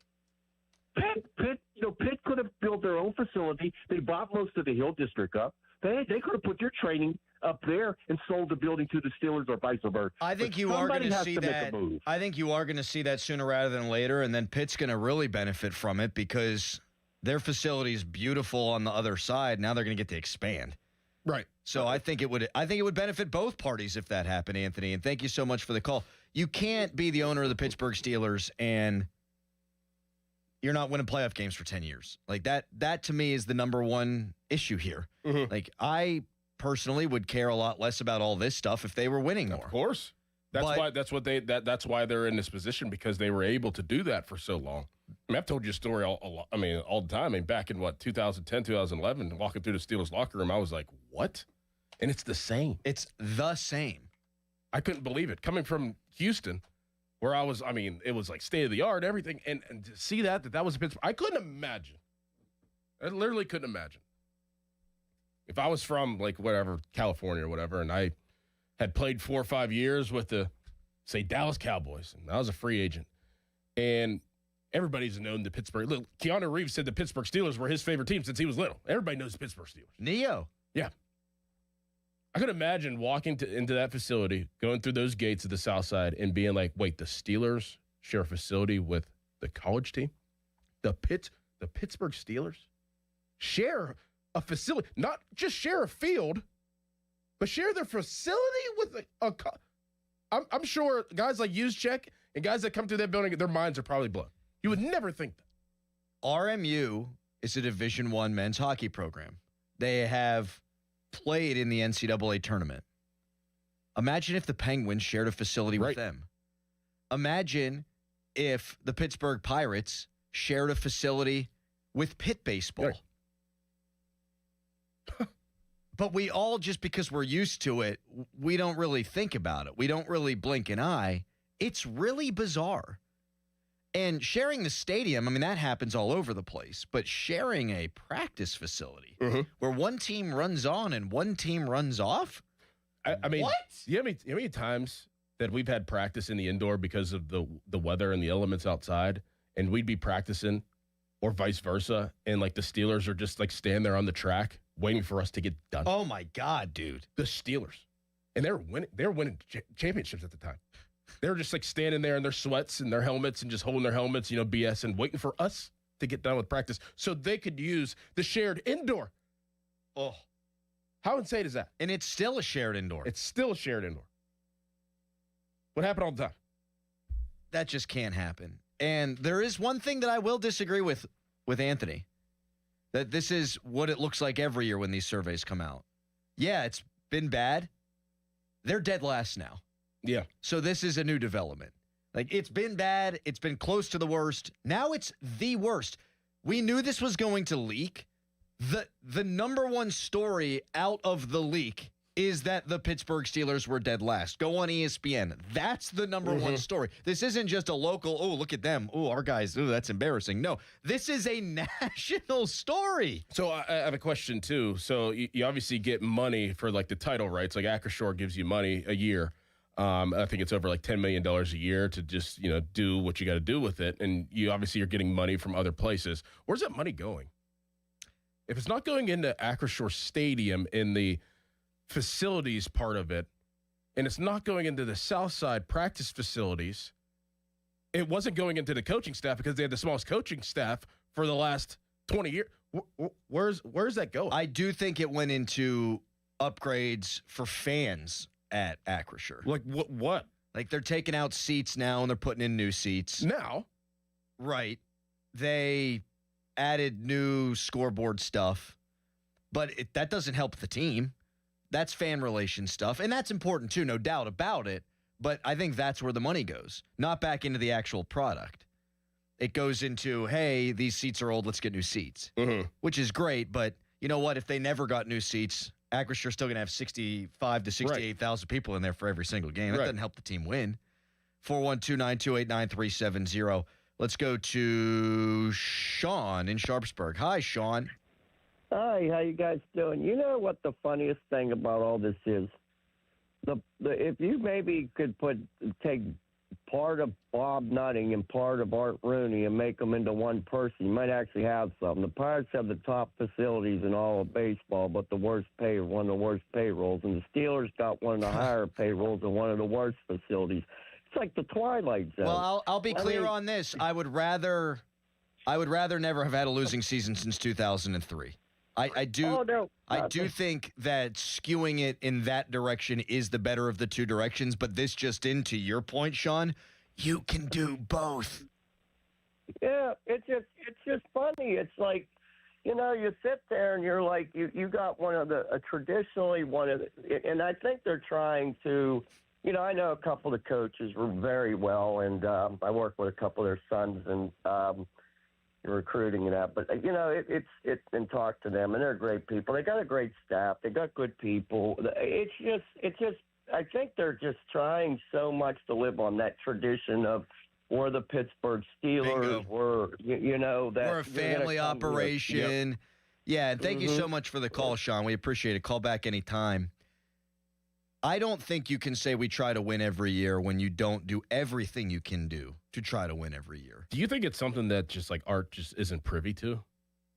No. You think he knows what the Cowboys have done with their facilities, what the Minnesota Vikings, what LA has done with their facilities? Like, do you think, or is he just like, no, I'm just gonna keep walking straight ahead? I think he knew enough to not want it to come out.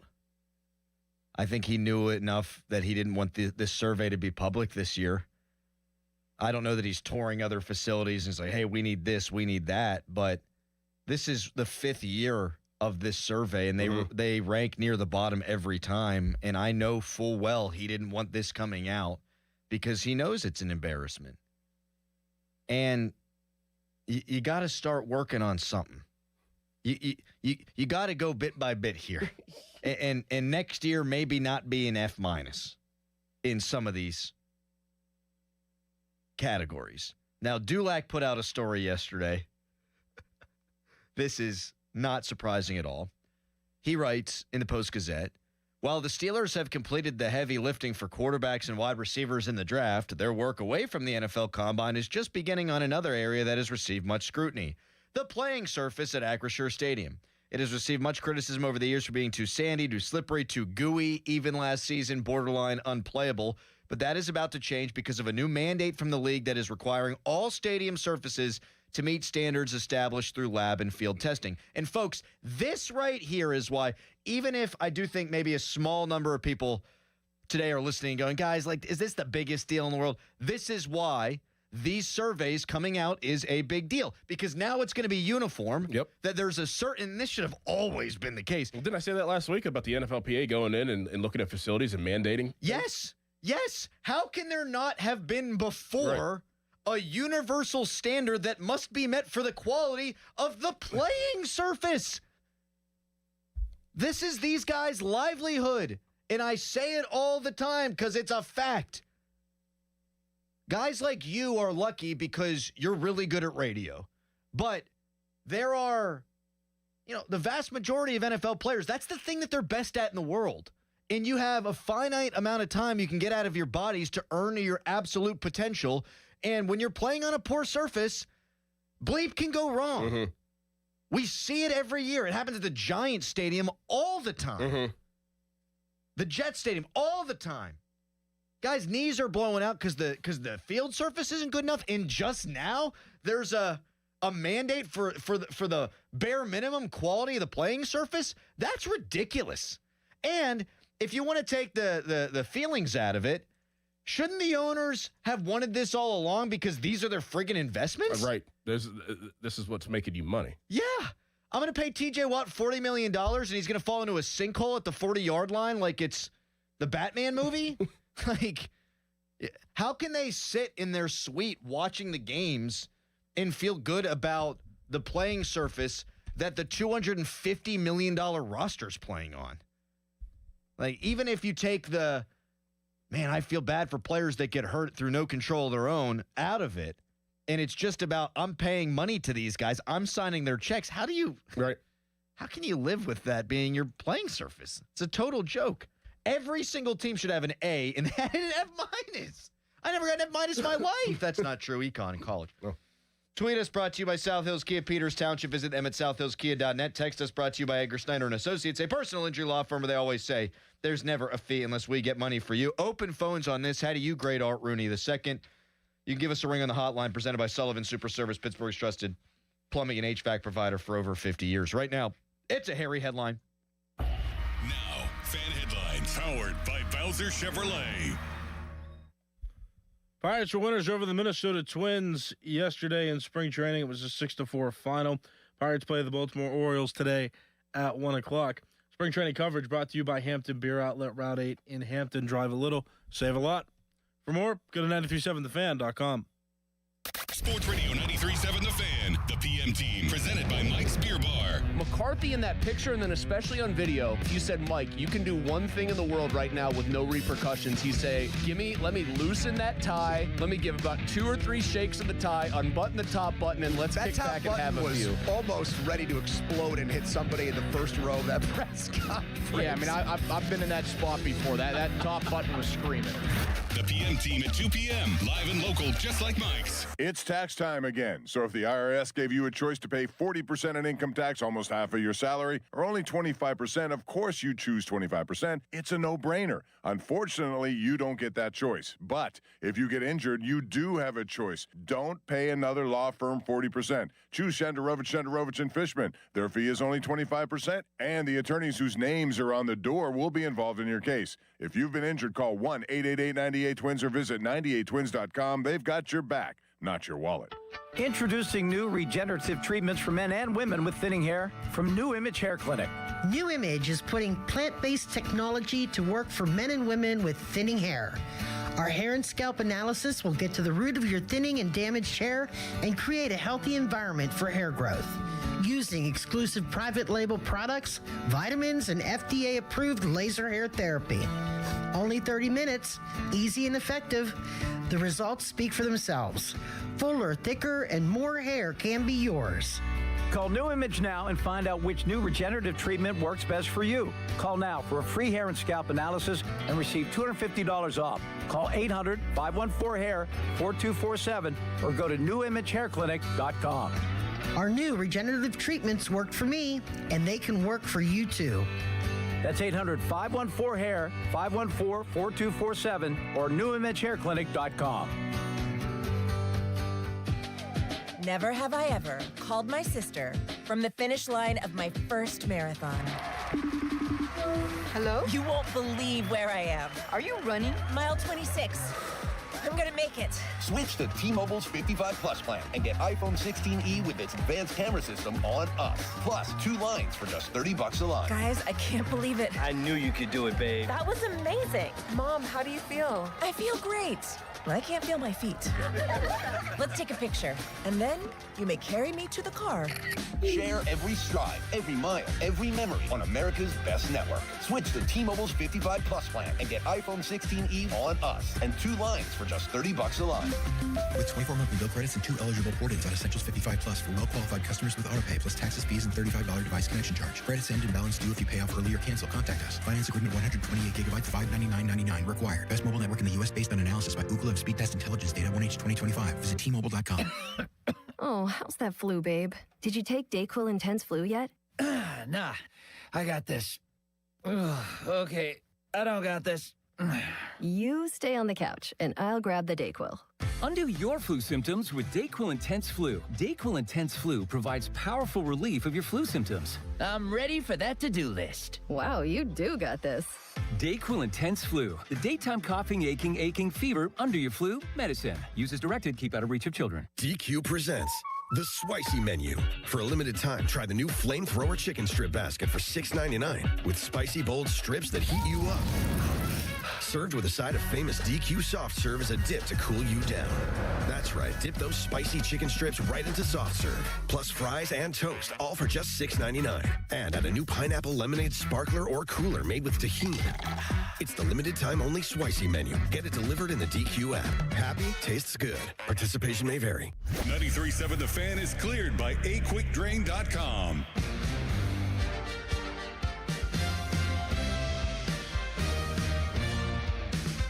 I think that Paul Skeens, being a Pirate, has brought a lot of the national spotlight onto the organization, and his comments at times, thoughtful but scathing comments at times, have brought national spotlight to the Pirates organization, as is now Connor Griffin. And I think there's a direct line between that and them spending $49.5 million in free agency.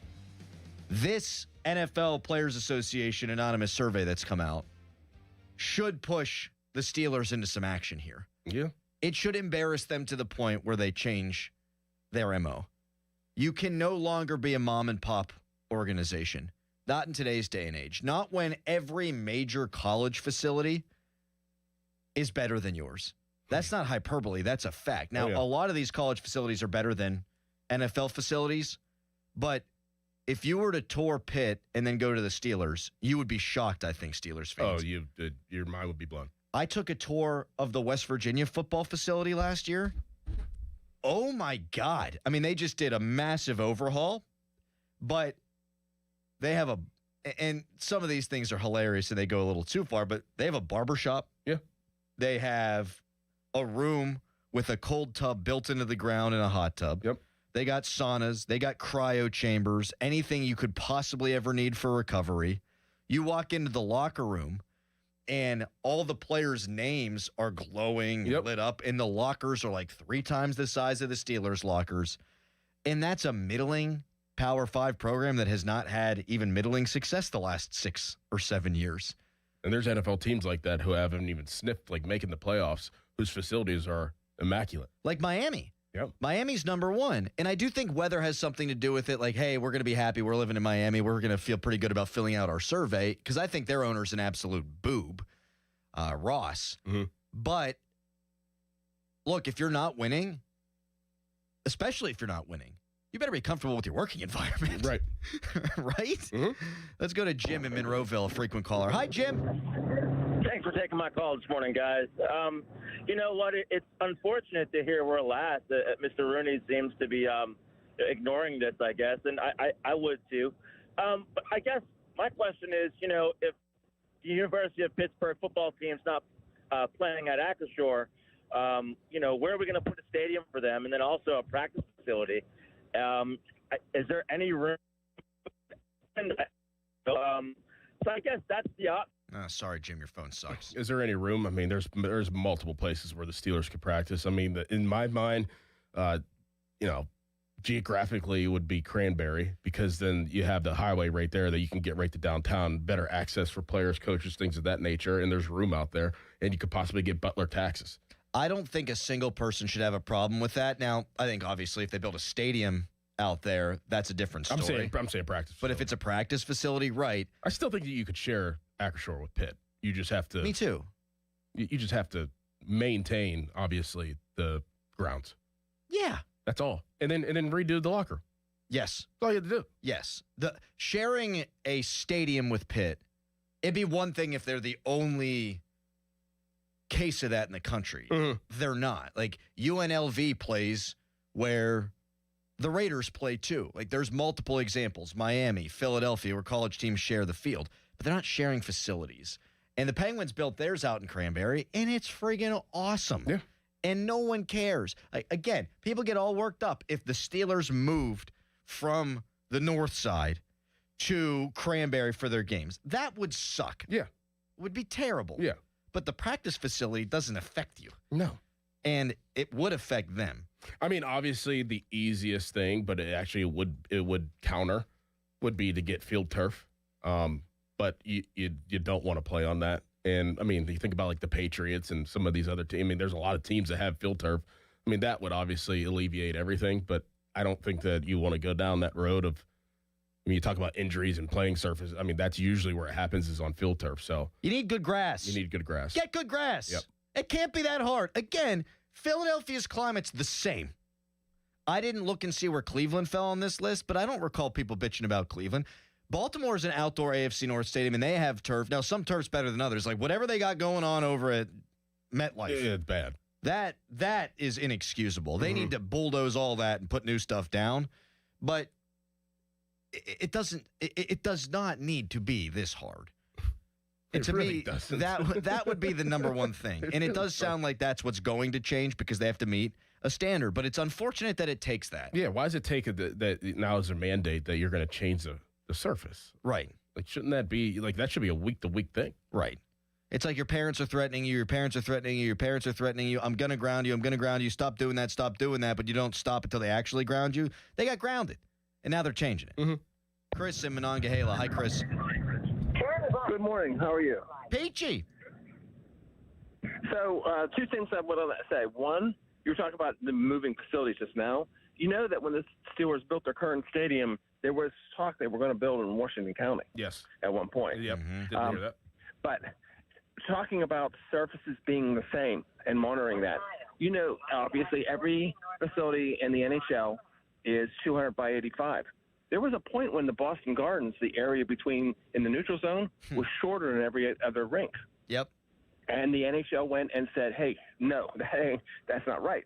It was an advantage to them. They were a very checking team. They built their team around, hey, we're going to make it harder for you in the neutral zone. Did you and know the NHL says no. Did you know that soccer pitches are like that in Europe? Like Yes. there's a certain there's wiggle room there. Like they're not all exactly the same size, which is always wild to me. And that's neither here nor there. Thank you for the call, Chris. 412-928-9370. I hung up on him too quick. That's my bad. I'm sorry, Chris. Got it. Like eventually the league steps in, I guess is his point. And then that's when you act. But for them, there was an advantage. For the Bruins, there was an advantage. There's not an advantage to the Steelers' turf being ass. Not really. No. Like, now, when it was the Bush Push game and USC's playing Notre Dame and they grow the grass like 4 feet high so that Reggie Bush can't cut and stuff. Yeah. Like, I get that. That's gamesmanship. I love that. But we're talking about sandy gooiness? What? For an NFL field? Sandy goo? Damon in Somerset. Thanks for taking my call. Yeah. Excuse me. I always go back to Mike Tomlin and how people complain about the never losing season, but not really going anywhere. I'm 100% there. But at the same time, Art Rooney's the one that extends him 3 years every single time. Yep. Like, I have a hard time believing that that's the GM's decision. It's not. And he would have extended him this time too, Damon. Yeah. Like, I even saw a press conference or whatever, Art Rooney saying, well, if it was up to me, he'd still be here. So, really, all due respect, and this might sound crazy, like, the most respectable thing is really just the last name. And I think Art's a good guy. I've had interactions with him, people that I know that are closer to him. Like, he's a good guy. But we're grading him on being the steward of the Pittsburgh Steelers. And for this franchise that hasn't won a playoff game in 9 years to also be the lowest graded team among all the 32 teams that were surveyed is pathetic. Yep. Once is too many. And now it's been 5 years where they've been among the lowest, and now they are the lowest. It's inexcusable. And any criticism that's thrown in their direction for this, I don't think is an overreaction. So how do you grade Art? 412-928-9370. Fan Morning Show's brought to you by our great friends at Guardian Protection, your hometown home and business security company. We will continue to take calls, texts, and tweets on this. Penguins get a big one last night, and I'm already scoreboard watching. First, though, it's a hairy headline. Now, fan headlines powered by Bowser Chevrolet. Pittsburgh Penguins, they won 4-1 over the New Jersey Devils yesterday in their first game back from the Olympic break. Penguins are still second among teams in the Metropolitan Division. For more, go to 937thefan.com. And now, Doran. If some jagoff at the big box building suppliers is holding up your project, making you look bad for your customer, well, that's your fault because there's is a better alternative, and now you know of Reed Building Supply. My guy Aaron Reed, who I've known for over half my life, has built Reed Building Supply from the ground up and has earned the trust of some of the biggest corporations and builders in the city. Fact is, Reed Building Supply is trusted to help build Pittsburgh and to keep it thriving, and you should trust them too. Visit reedbuildingsupply.com. Radio 93.7 The Fan. You listen to them every day. Now you can watch them too on the Fan Video Stream powered by Bowser. Catch your favorite 93.7 The Fan hosts live on the Fan Video Stream. Just hit up 937thefan.com. Sports Radio 93.7 The Fan. Now, from the Spitzer Toyota Traffic Center at spitzertoyota.com. Disabled vehicle reportedly blocking an outbound lane of the Parkway East a mile past the Forbes Avenue off-ramp. Watch for possible delays in getting by. Meanwhile, on the inbound side, you're still looking pretty much like the normal morning rush. You're in line at Edgewood-Swissvale, heading for the Squirrel Hill Tunnels. Also, Nicholson Road remains closed in Ohio Township. Crews still battling a multi-alarm structure fire in that community between McCrae and Mount Nebo roads. In the meantime, the Parkway West, that is getting in line right around the top of Green Tree Hill down to the Fort Pitt Tunnels.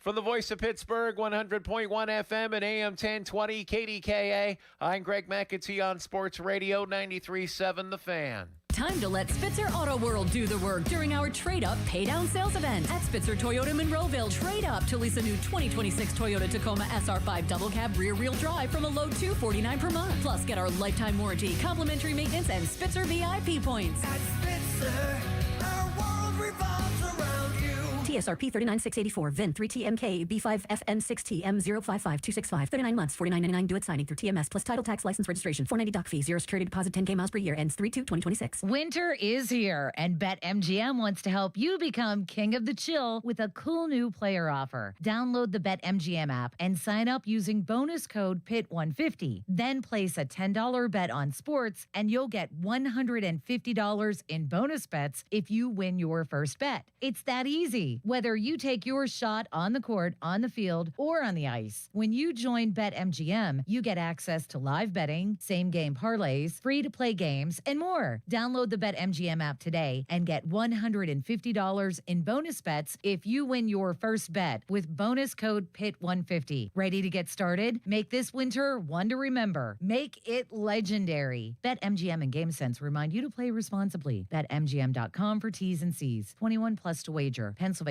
only. New customer offer. Subject to eligibility requirements. Rewards are non-withdrawable bonus bets that expire in 7 days. If you or someone you know has a gambling problem, help is available. Call 1-800-GAMBLER. Homeowners, if your home needs a new roof, call a Platinum Preferred Roofing Contractor. Owens Corning only selects the best 1% of all its dealers, and JP Roofing and Signing has earned that honor. They've accomplished this through hard work and customer satisfaction and offer the best warranty in the business. Homeowners receive $500 off any roof or siding installation. Ask about 100% financing, no payments for 18 months, and free estimates. All that, JP Roofing and Siding. Give them a call at 412-829-7711. That's 829-7711.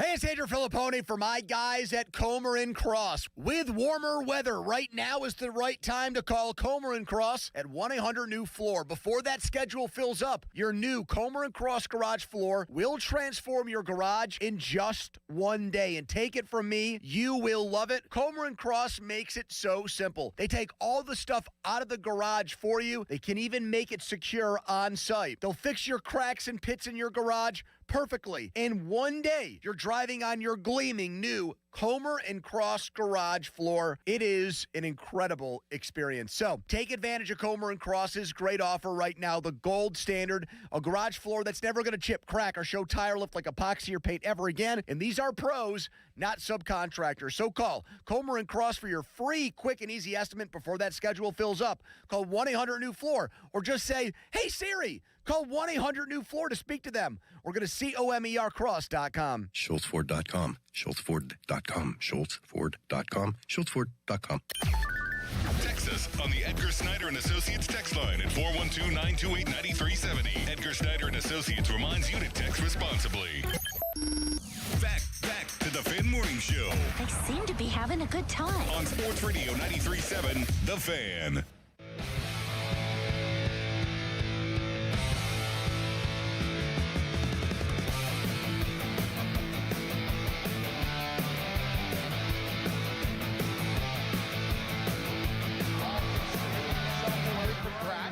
The pass springs in. Chinakhov, here he comes. Chinakhov scores!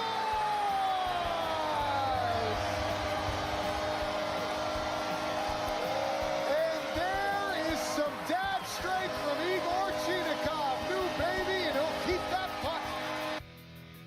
Awesome moment last night. What a feed from Gino Malkin to Igor Chinakhov, whose lovely lady just had a baby. Penguins off to a quick start now after the Olympic break. They win 4-1, and because of the Sidney Crosby injury, I'm now doing something I wouldn't have otherwise done. I'm just keeping a real close eye on them Columbus Blue Jackets because objects in the rearview mirror are closer than they appear. The Blue Jackets and Penguins have played exactly the same amount of games, which is why I'm not as worried about Washington, who trail the Penguins by 5 points but have played 3 more games. Columbus, to me, is the biggest threat. Well, they lost last night. So now you all of a sudden have a 7-point cushion in the Metro. And as goofy as it is to sound, that this will sound like, They needed to win last night. Yeah. That's not a great team. Correct. At home. And they need to win on Sunday against the Rangers. Yes. Against the worst team in the Eastern Conference. Like, these are the games they got to clean up. And we did some math yesterday. Or was it Starkey that did the math? If they get 26 points out of the 26 games that they play, now 25, so they'll need 24 points in the next 25 games, they're almost a shoo-in for the playoffs. Yeah. The last 3 years, the final wild card team has gotten in at like 91 points. If they get 24 more points, they'll be up at 96. Mm-hmm. So that's going 500, getting some loser points now and again. Good start last night, and nice to see Columbus, who was hot as all hell, coming in. Great to see them cool off a little bit. You were hoping that the break could do that. Because I said before, I never thought Columbus was good. I just thought they were hot. Yeah. I could be wrong. Yeah. But 7 points up, 25 games to go. Come on, boys. Yeah, not bad. Come on, Good boys. start. I thought Gino, he had a couple turnovers. He had a high sticking penalty. But I thought he looked like he was shot out of a cannon last night. Speed was there. Playmaking was there. He had 2 assists. He could have had 4 assists. Right. Could have had a goal or 2. I thought he played really well. I thought Girard and Letang struggled early. That's going to happen. Getting on the same page, yeah, but I think that is a potential dynamic pair. And I love this Avery Hayes, man. That dude, he can scoot. Yes, he can. And he's not afraid to get his nose in there. You had Dewar with 2 breakaways and a goal. The 2 breakaways came shorthanded. They struggled the first 2 periods playing their game. Third period, they looked like the hot Penguins that we saw before the break. Just rolling 4 lines, creating offense, not giving New Jersey much at all in the end. I mean, it's such a big win coming off of that long break. I mean, Yes. You're never used to that long break in the NHL, and you don't never know. I mean, every single team and every fan out there of a team is wondering what type of team you're going to get coming out of this break. Yes. And to get a win at home is very significant against a mediocre team. And then now, if you follow it up and go to New York and get that win, it's in New York, right? Yes. Saturday, yes. And get a win against the Rangers, then you're really, really kind of creating a gap for yourself, which is very significant. Yes.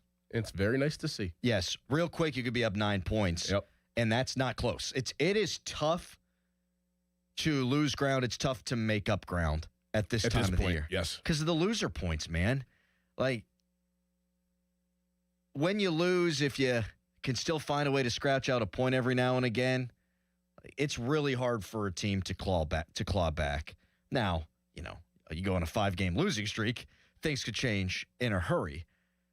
This Chinakhov trade, chef's kiss, because he created a couple of chances last night even before he scored. That Malkin, Novak, Chinakhov line, I didn't know if they'd break it up or not. You had Raquel centering the top line. I actually thought that looked pretty good. But you can't break up the Malkin, Novak, Chinakhov line. Malkin on the wing, that's fine. Those 3, they play great together. Mm-hmm. They play great together.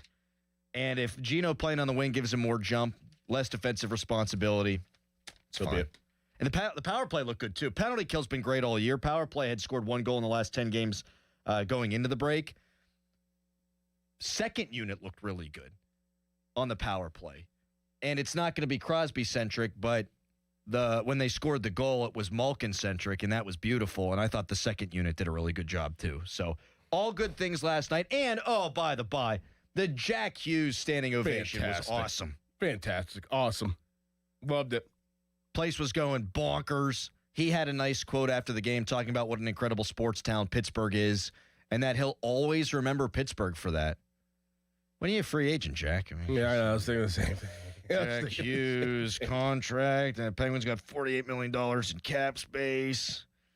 He is signed through 2031. Well, we'll see in 2032, big guy.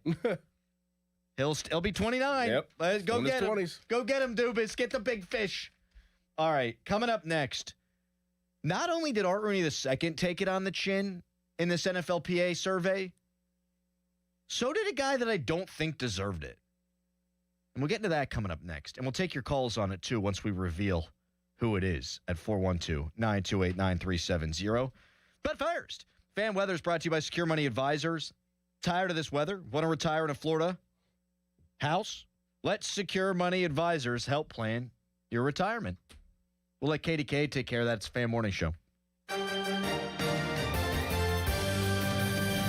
Morning, expect plenty of sunshine today with highs hitting the mid to upper 50s. Morning temperatures are in the 20s with light winds blowing in from the south. I have noon temperatures in the mid 40s. Looking ahead, highs will hit the mid 50s again on Saturday, but will be cooler on Sunday with highs just in the mid 30s. The chance for any precipitation over the weekend's looking low. You may see a brief passing shower on Saturday, maybe a little snow on Sunday. I'm First Alert Meteorologist Ron Smiley in the Kitty Good Weather Center. Your hometown building partner since 1956, 84 Lumber. Visit 84lumber.com. 84 Lumber is partnered with Anderson Windows and Doors to bring a brand new showroom to Mount Lebanon. From homeowners to industry pros, everyone can see, touch, and interact with various series of Anderson windows and a wide variety of doors to make the most informed decision for their build. 84 Lumber experts are on site to demonstrate product features, answer your questions, and even schedule a visit to the job site for measuring and installation. Your budget matters and flexible financing options are available. Call today to schedule a personal consultation at 570-507-8015. Your best President's Day deal is at Crown Mitsubishi in Washington, the most affordable all-wheel drive SUVs on the market, and we've got them. 7-passenger Outlanders take up to $10,000 off or finance at 0% for an incredible 72 months. Outlander Sports take up to $5,000 off or just 2.99% financing for 60 months, all backed by that unbeatable warranty. The Mitsu that fits you is right here in Washington. And why? Because the bow tie means a better buy. Shop President's Day savings at CrownMitsubishiPA.com. See dealer for details on all offers. Hey, want to do dinner with us tonight? I don't know. The kids just left. I think we're just going to stay in tonight. Oh, come on. Don't miss out again. Miss out on what? Catching up with friends. The sounds of winning.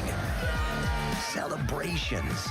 Endless laughs. And memories they'll never forget. Don't just hear about the fun. Time moves fast, so go have it. Rivers Casino. Don't miss the moment. Did you know about 1 in 3 people with plaque psoriasis may also develop psoriatic arthritis, which causes joint pain, stiffness, and swelling? Does this sound like you? Listen to what it sounds like to be a million miles away. Tremfya guselkumab, taken by injection, is a prescription medicine for adults with moderate to severe plaque psoriasis who may benefit from taking injections or pills or phototherapy, and for adults with active psoriatic arthritis. Serious allergic reactions and increased risk of infections and liver problems may occur. Before treatment, your doctor should check you for infections and tuberculosis. Tell your doctor if you have an infection, flu-like symptoms, or if you need a vaccine. Imagine being a million miles away. Explore what's possible. Ask your doctor about Tremfya. Visit Tremfya.com or call 1-800-526-7736. Sports Radio 93.7 The Fan, built by Window Nation. Home of the buy 2, get 2 free offer. Buy 4 windows and get 4 free from Window Nation. WindowNation.com. Now, from the Spitzer Toyota Traffic Center at SpitzerToyota.com. Crews checking reports of a vehicle fire. This is on the ramp from the inbound Parkway east to Rodi Road in the Penn Hills area. Watch for delays around that. We also have a vehicle fire in Clairton on Route 837 North State Street near Colson Avenue. Meanwhile, suburban side of the Parkway east, you're in line at Edgewood Swissvale to the Squirrel Hill Tunnels. Parkway west jams near the top of Green Tree Hill. Route 28, the Parkway north up to speed. From the voice of Pittsburgh, 100.1 FM and AM 1020 KDKA, I'm Greg McAtee on Sports Radio 93.7 The Fan. This report brought to you by Liberty Mutual Insurance. Liberty, liberty, liberty, liberty. Brought to you by Liberty Mutual Insurance. Why pay full insurance when you can customize and save? Switch to Liberty Mutual and they'll customize your auto and home insurance so you only pay for what you need. Liberty, liberty, liberty, liberty. HD1 Pittsburgh, an Odyssey Sports Station. Live from the Jim Shorkey Mitsubishi.com studios, North Huntington and North Hills. Always live and free on the Odyssey app. At Jim Shorkey Mitsubishi in the North Hills and North Huntington. February just got sweeter with irresistible savings all month long. Drive home a new 2025 Mitsubishi Outlander or Outlander PHEV for 0% APR for 72 months. Mitsubishi all-wheel control delivers enhanced traction in any condition. And with 10-year warranty and 2 years of free maintenance, you'll drive with Mitsubishi confidence. Your deal. Your way. What a great day. At Jim Shorkey Mitsubishi. Call 412-453-8035 for offer details.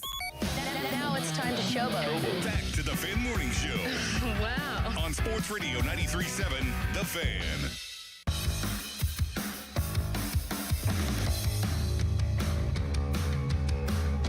Texter writes in at 412-928-9370. I thought we'd get more of this morning, and we haven't, and I'm happy about this. But Texter writes in, how much crap is Bradshaw saying right now? He won 4 Super Bowls in worse conditions. Quit crying and play, LMAO. Couple things. Number one, everyone played on cement back then. Right. Everyone did. And they didn't like it. The stories Tunch and Wolf used to tell me. No, I mean, that was the times, surfaces. though. Everybody played. It was the same as, it was the same here as it was in, dang, Chicago. Exactly. And guys would sometimes have summer jobs, so not quite the same. People would go to training camp for 6 weeks doing 3-a-days. They'd play 6 preseason games, and that was their way of getting in shape. Yeah, they smoked cigarettes at halftime. Yes. So polio was still a disease, too. It still is now, Harry, No. but it was, yes, it is. It was wiped off the planet in 1979, I believe. No, there's still confirmed cases of polio. Look it up. I don't know about this. Look it up. I think you're thinking of measles. I'm not thinking of measles, though. That's bad right now. Measles is back in a big I don't way. know about polio. I mean, polio's still out there, pal. I haven't heard anybody have polio. Of course you haven't heard anybody have polio, but it's still out there. Polio is not yet globally eradicated, though cases have dropped by over 99% since 1988. So it's pretty. 99, right. I mean, it's pretty much eradicated. It's really. gone. It's Whoa, he was talking in absolutes. I'm here telling you there's still polio. He's like, it's been eradicated. The first line says not eradicated. Not eradicated. 99%. Can you imagine back in the day getting a polio and having to sit in that iron lung for your entire life? No. The machine keeps you alive? okay. The point is, Just laying there? No. My God. the point is related to football. There's been a lot of developments in No doubt. in humankind since No doubt. the 1970s. No doubt. I used to have to do long division by hand, and we're talking about that being 25 years ago. Mm-hmm. Now I have a computer in my pocket. Yes, things have absolutely changed, and you're right, Harry. I mean, that's why that comment from the texter doesn't mean anything. But here's the other thing. Bradshaw ain't the guy to reference when it comes to not complaining. Bradshaw can hold a grudge like no one maybe in sports friggin' history. He didn't go to Chuck Noll's funeral. He didn't, I don't believe, go to Dan Rooney's funeral. I might be wrong on that one. He definitely didn't go to Chuck Noll's funeral because he held a grudge. Like, that's childlike. Grow up. So use someone else next time. 412-928-9370 is the number to call. Art Rooney II gets a D-. The Steelers field gets an F-. The Steelers locker room gets an F-. The 4th lowest graded general manager was Omar Khan, who got a C+. And I think I have an explanation here. Yeah, I would like to hear it because I don't. Because I think we're going to see Omar do a better job now that Tomlin's gone. Because I think the drafts under Weidl have been good. And I think Omar is sort of a swashbuckling deal maker. And I think now he can do it based on his own devices with a new head coach. And Weidl's probably going to have some more say. I think the Steelers are actually in good hands with Omar. I would not give him a C+. But here's why I think he got it. Because the Cam Hayward thing, because of letting the TJ Watt thing drag out. I think it's just the contract stuff. I really do. I mean, if that's the case, that's kind of ridiculous because that's just that's business, man. That's kind of ridiculous because you know what? At the end of the day, they're paid and they're here. You know, whether it's dragged out or not, like, I mean, they paid TJ Watt. Correct. They paid Cam, or they gave Cam some incentives, so they got the job done. He got the job done, so I don't know how you can get thank for that. I'm not saying that you're wrong or anything. You're just bringing up a theory. I'm just theorizing. I can't think of a theory why he would be the 4th worst. That's what he is, right? 4th worst. I can't think of it. I can't think of I would not give him an A because I think that would be unfair given how I grade Art Rooney II, given how I have talked about Tomlin the last few years. When you don't win a playoff game in 9 years, that's the entire organization's fault. Now, his tenure obviously didn't span the 9 years, but I think he's done a pretty good job. I'd probably give him a B-. Yeah. I give him a B-. Yeah. These are players voting up? Yeah. The wide receiver position has been absolutely flubbed. But they paid a guy $30+ million. I traded for. I'm just trying to put it all together here. Like maybe guys are looking around going, boy, we'd have been a better football team if we had another wide receiver or two. I know if you talk to Steelers fans, and we've spent a lot of time on this, obviously, biggest gripe complaint with Omar is that he's really screwed up that position. But would players think of it like that? It's got to be the contract stuff. It's got to be Cam Hayward felt disrespected and talked about being disrespected, that TJ Watt felt disrespected, that Boswell maybe. That Boswell feels disrespected because he wanted a contract last year. That's got to be it. Yeah. Now, I do think, and I've heard good things about Omar, the guy. I've not really ever interacted with him, but I've heard he's a good dude. Yeah. I've also heard he's very robotic, and his press conferences would back that up. But he talks to players in a way that Kevin Colbert didn't. Like Kevin Colbert, my God. Personable, yeah. Oh, Kevin Colbert was the best guy, man. Mm-hmm. Is the best guy. Still with us. Yeah. Like a much more, like would ride around on a bike at training camp. And yeah, but like as a player, as a former player, I don't need my GM to be this kind of like life of the party. I do feel like in you don't really even talk to him that much during the season. What are you talking to Omar for during the season? Right. Or in the offseason. They don't do contracts during the year. No. And then if you're in the offseason and your contract's not up, like you don't even have any interaction. So I don't know. What was the grade? What was the actual grade? C+. Okay. Well, so I wonder how close every other GM is to C+. Like, is it like a situation like of the opposite of the strength coaches? Like they got a B-, but it still was one of the worst. You know what I'm saying? Like, and were the other GMs I had close the to list. that? Like, here we go. So 1 D+, 2 Cs, Omar Khan a C+, 4 Bs, 6 B+, bunch of A-, bunch of A's. Okay. C+. Very odd. Why do you think that is, Steelers fans? 412-928-9370. We're hypothesizing. We're taking some educated guesses here. Why do you think Omar Khan was the 4th lowest graded GM by their players in the NFL? 412-928-9370. Texter writes in, Omar can't be properly evaluated on personnel because Tomlin was in charge of personnel. I think that's partially true. Yeah, absolutely. I am taking, again, an educated guess when I say I think Omar's going to do well outside of Tomlin. But one thing's for certain, the franchise is mostly in that man's hands right now. Yeah. Especially given that it's Mike McCarthy's first year, and even if at some point he's going to get a bigger piece of the power pie, he doesn't have the power pie now. Mm-hmm. And with all due respect to Mike, it might be the only piece of pie he ain't eating. Why did I do that? Why? I didn't have to. I didn't have to do that. I didn't have to do that to Mike. Why? Nice guy. I don't know. I mean, I'm sorry. What? I mean, did you see the suit?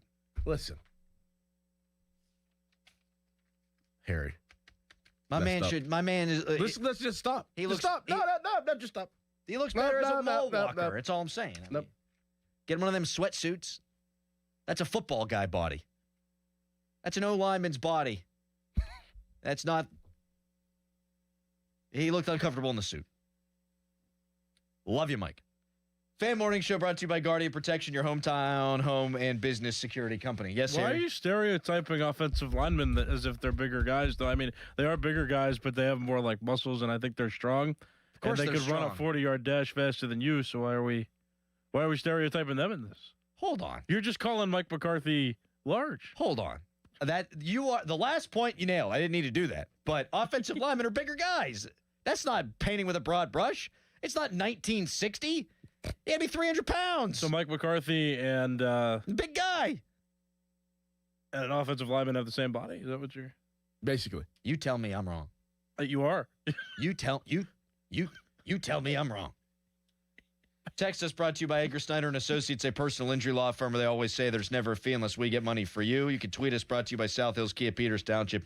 Visit them at southhillskia.net. Why do you think that Omar Khan got a C+? Why is he the fourth lowest rated GM in the NFL according to his own players?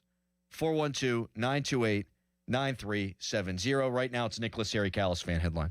Now, fan headlines powered by Bowser Chevrolet. Penguins, they won 4-1 yesterday over the New Jersey Devils in their first game back from the Olympic break. The Penguins still second among teams in the Metropolitan Division.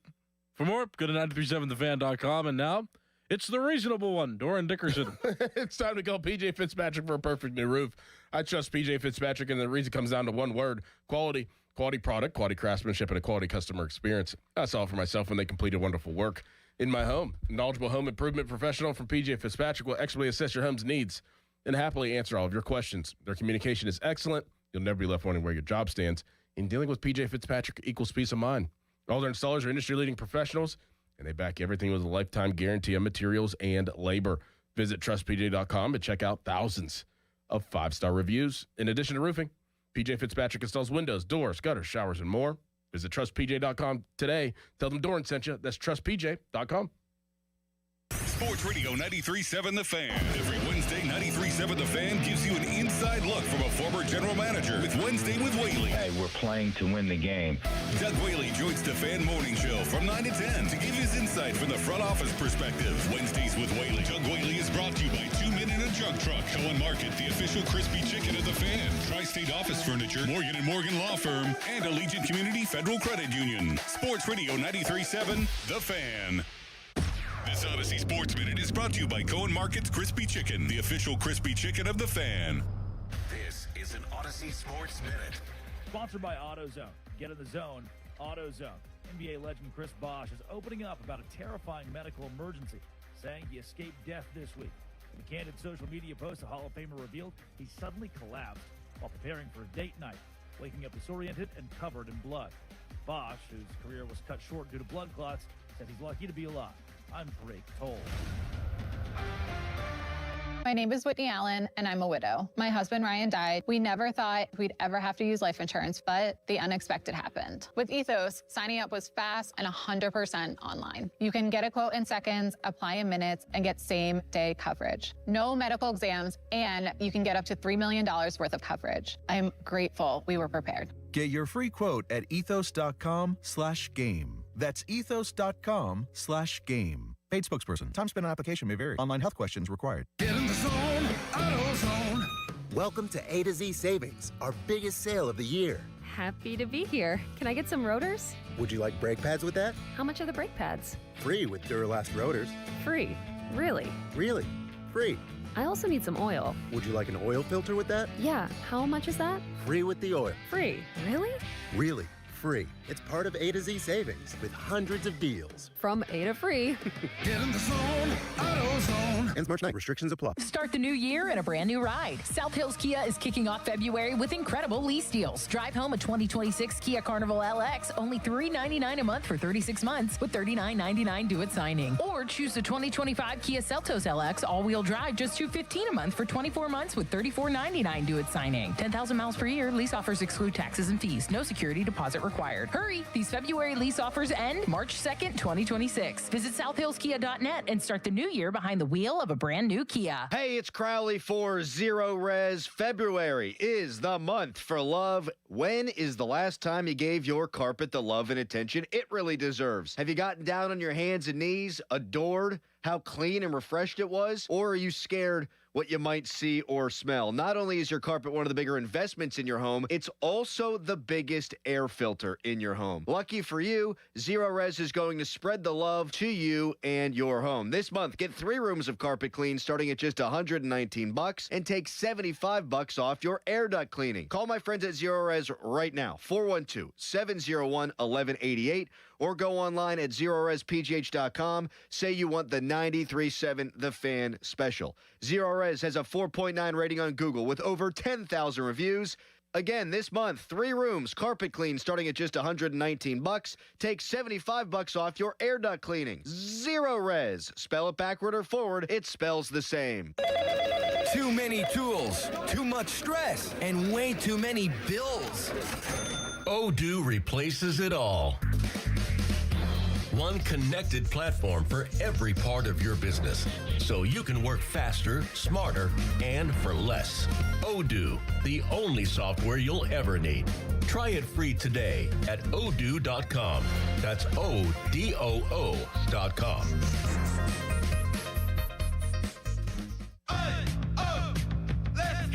You're still grooving, still connecting, still loving, still turning up, still thriving. You still got it, but your immune system, it weakens as you age. That's where vaccines come in. They help train and strengthen your immune response to fight off respiratory illnesses like flu, pneumococcal pneumonia, RSV, or COVID-19. Ask your doctor or pharmacist which vaccines you need. Book in minutes at vaxassist.com. Sponsored by Pfizer. At Uline, they know going the extra mile takes hard work. For companies pushing to go further, Uline will go the distance with you. 24/7, they answer the phone to get you the shipping and industrial supplies you need. Business can move fast. Unexpected large orders, adverse weather, new safety guidelines, and changing economic trends. Uline works hard keeping 41,000 items ready to ship, minimizing detours on your way to the extra mile. Visit uline.com. It all comes down to this, folks. Yep, the entire season is on the line. But my throat has officially thrown in the towel. Sounds like you need Vicks VapoCool drops. They're max strength and vaporize sore throat pain. Whoa! These VapoCool drops hit fast. Speaking of fast, did you just see that play? Yeah, he vaporized that ball. That pun should have come with a penalty. Vaporize sore throat pain with Vicks VapoCool drops. Use as directed. Now, from the Spitzer Toyota Traffic Center at SpitzerToyota.com. Not a normal start to the Friday morning rush. This report brought to you by your local super lawyers at LGKG. Hurt, LGKG. Accident, LGKG. LGKG.com, your home team. We do have an accident in Clairton being cleared. This is on Route 837 North State Street near the intersection with New England Hollow and Coal Valley Roads. Also, the earlier multi-alarm structure fire in Ohio Township still has Nicholson Road closed between Mount Nebo and McRae Roads. Parkway West, you are in line right around Parkway Center to the Fort Pitt Tunnels. Parkway East heavy at Edgewood Twistvale. Route 28 and the Parkway North remain up to speed. From the voice of Pittsburgh, 100.1 FM and AM 1020 KDKA, I'm Greg McAtee on Sports Radio 93.7 The Fan. Car accident? LGKG. Work accident? LGKG. Dog bite? LGKG. Med mal? LGKG. Born and raised in Western PA. That's us, LGKG. We try cases, and insurance companies know it. A 90-year reputation. LGKG.com, where your case becomes our cause. Live from the ShorkeyMitsubishi.com studios, North Huntington and North Hills. All right, here we go. Texter writes in, I played O-line in high school, college, CFL, and the AFL. I had 17% body fat at 295 pounds, ran a 5.05 40-yard dash, and benched 225 for 33 reps. Hey, Crowley, what's your best 40 and bench PR with 225 as a 150-pound twerp? I mean, with all those measurables, why didn't he make it to the NFL? Wow! I mean, think about it. That sounded pretty good. 295, 17% body fat, 5 flat 40. I said good for you, pal. I wasn't even being sarcastic. That's all impressive. Now, I ran a 4.5 40, and I did 35 reps of 225. I mean, I can't validate if this guy's telling the truth or not. He can't validate if I am. You did see me bench the other day, and I think 225 would break my trachea. I think that... You think I could do 225? I think you might be able to. Let's go! Not yet. Oh. Give it like until... Okay, here. By time the draft comes around, we'll have you maxing out at 225. Really? Uh-huh. Harry, let's go. We'll film it. Do you agree? Yeah. What's your max? Mine was 250 in high school. Yeah. I did 1 rep at 250, and I think I could probably. I think you could do that now. You can do that now. Yeah. Yep. Yeah. I think the guy's point though on the text line was that Mike McCarthy is not in the shape of an offensive lineman. So we're saying that you tried to kick save Oh, like Mike McCarthy's great. He looks like an offensive lineman, but his suit looked tight. I think you were just trying to save your own kind of comments there. That's all. Offensive linemen are bigger dudes. Texter, stay in your lane. You never played football. Oh. I like that one. Go talk to Father Will at St. Bernard's. You tell me I never played football. You threw the ball to the other team whenever they clapped their hands, didn't you? I did. I threw 5 interceptions in a playoff game. Including, you're right, one where the linebacker dropped back and went, and I just reactionary. I hit him right between the numbers. Right between the numbers. That was an all-timer. That is. When me and the boys get together, we talk about that. Yeah. I can just picture it. That's why it's so funny. We played well other than that. I single-handedly lost the game. Single-handedly. Do you think we could arrange where you and I do an Oklahoma drill once? No. Why don't you just ask if we could arrange for me to die? You'd kill him. Yes. He has a better chance of running into a moving car and I surviving agree with than that. hitting you. Because the moving car doesn't have anything against me. Right. Harry does. Harry has years of pent-up frustration. Yeah, this guy thinks I'm insulting him. I'm not. I mean, I'm not. I feel like that's pretty 17% body fat at 295. I think you were insulting Mike McCarthy. That's the whole reason. I just said he obviously looks like he likes pie. If he resembles a position on the football field, it would be offensive. That's all I'm saying. It's not offensive. Yes, and there's not a single offensive lineman that has ever played that's in worse shape than me. That's not. I'm just saying. McCarthy's a big guy. Played offensive line, right? A big guy. So you're saying he could play now if he was? No. Let's see what the point. You said it again. Pie. The pie comment. You're just saying. Oh, good pie. What's your favorite pie? Key lime? No. Boysenberry. Boysenberry. You ever had a boysenberry pie? No. Peach? My mother-in-law makes a peach pie with cayenne in it. It just a smidge. Just it gives a little bit. Just a little bit of kick. Huh. It's unique. Very good. Huh. Jason in Michigan next up on the show probably wants to talk about Omar Khan. But if you've got a favorite pie, we'd love to hear that, Jason. Gentlemen, I love lemon meringue pie. It's my favorite. Good shout. May get some of that this weekend. You never know. Hey, want to talk about the draft. Sorry, I don't want to talk about the draft. I want to talk about these report cards. Do you know when they were filled out? They were filled out in late November, early December. Okay, because my theory still stands. I assume they were filled out after Tomlin resigned, but I think there's probably an element to where this is a referendum on every other part of the Steelers organization, and those guys are looking at their code. And so that's why everybody else is getting low grade. They're not going to for something. Are the Steelers ruining his phone line right now? Maybe. They don't want him. Although I think he's kind of providing a defense. Sorry, Jason. If you get into a better service area, you can call back at 412-928-9370. Mike McCarthy was a tight end. Wow. Don't. Just saying. Two-time all-conference. Don't. You want me to be fair about all this? There are some people that are. Oh, the Steelers are impacting your microphone now, too. Oh, crap. I was just going to say, Harry, stop. There are some people that are suit people and some people that aren't. Like, I only ever wear suits to funerals or weddings. Yeah, if you're getting introduced as the next Steelers head coach, you'd wear a suit. You have to wear a suit. Yeah. That's probably the only time he's worn a suit. And will. Ever again. Yes. Yes, that's all I'm saying. Well, he's probably got to go to events and stuff, so. I'd be a polo guy if I were him. I'd go the Bob Huggins route. Like, honestly, though, like, if you are established, like Mike McCarthy, like, would anybody frown if we watched the press conference and he came up there with a quarter zip on? No. I wouldn't care. No, I want my football guys to look like football guys. And, like, he does, when he comes out for his training camp press conferences, he's going to have, like, sweatpants on and a Steelers-issued shirt, and he's going to be wearing a hat, and he's going to have a whistle around his neck, and no one's going to look more like a head coach than our guy, Mike McCarthy. Yeah, like, why does he need to wear a suit? He doesn't need to wear I mean, he's been a head coach and Super Bowl champion. Like, you don't need to wear a suit ever again. Do you think it's necessary to button the top button on a dress shirt? Are you wearing a tie? Yes. Yes. Then yes. If you're not, he could have done that. He didn't need to have a tie. No. He didn't need tie. to go top button and tie. No tie.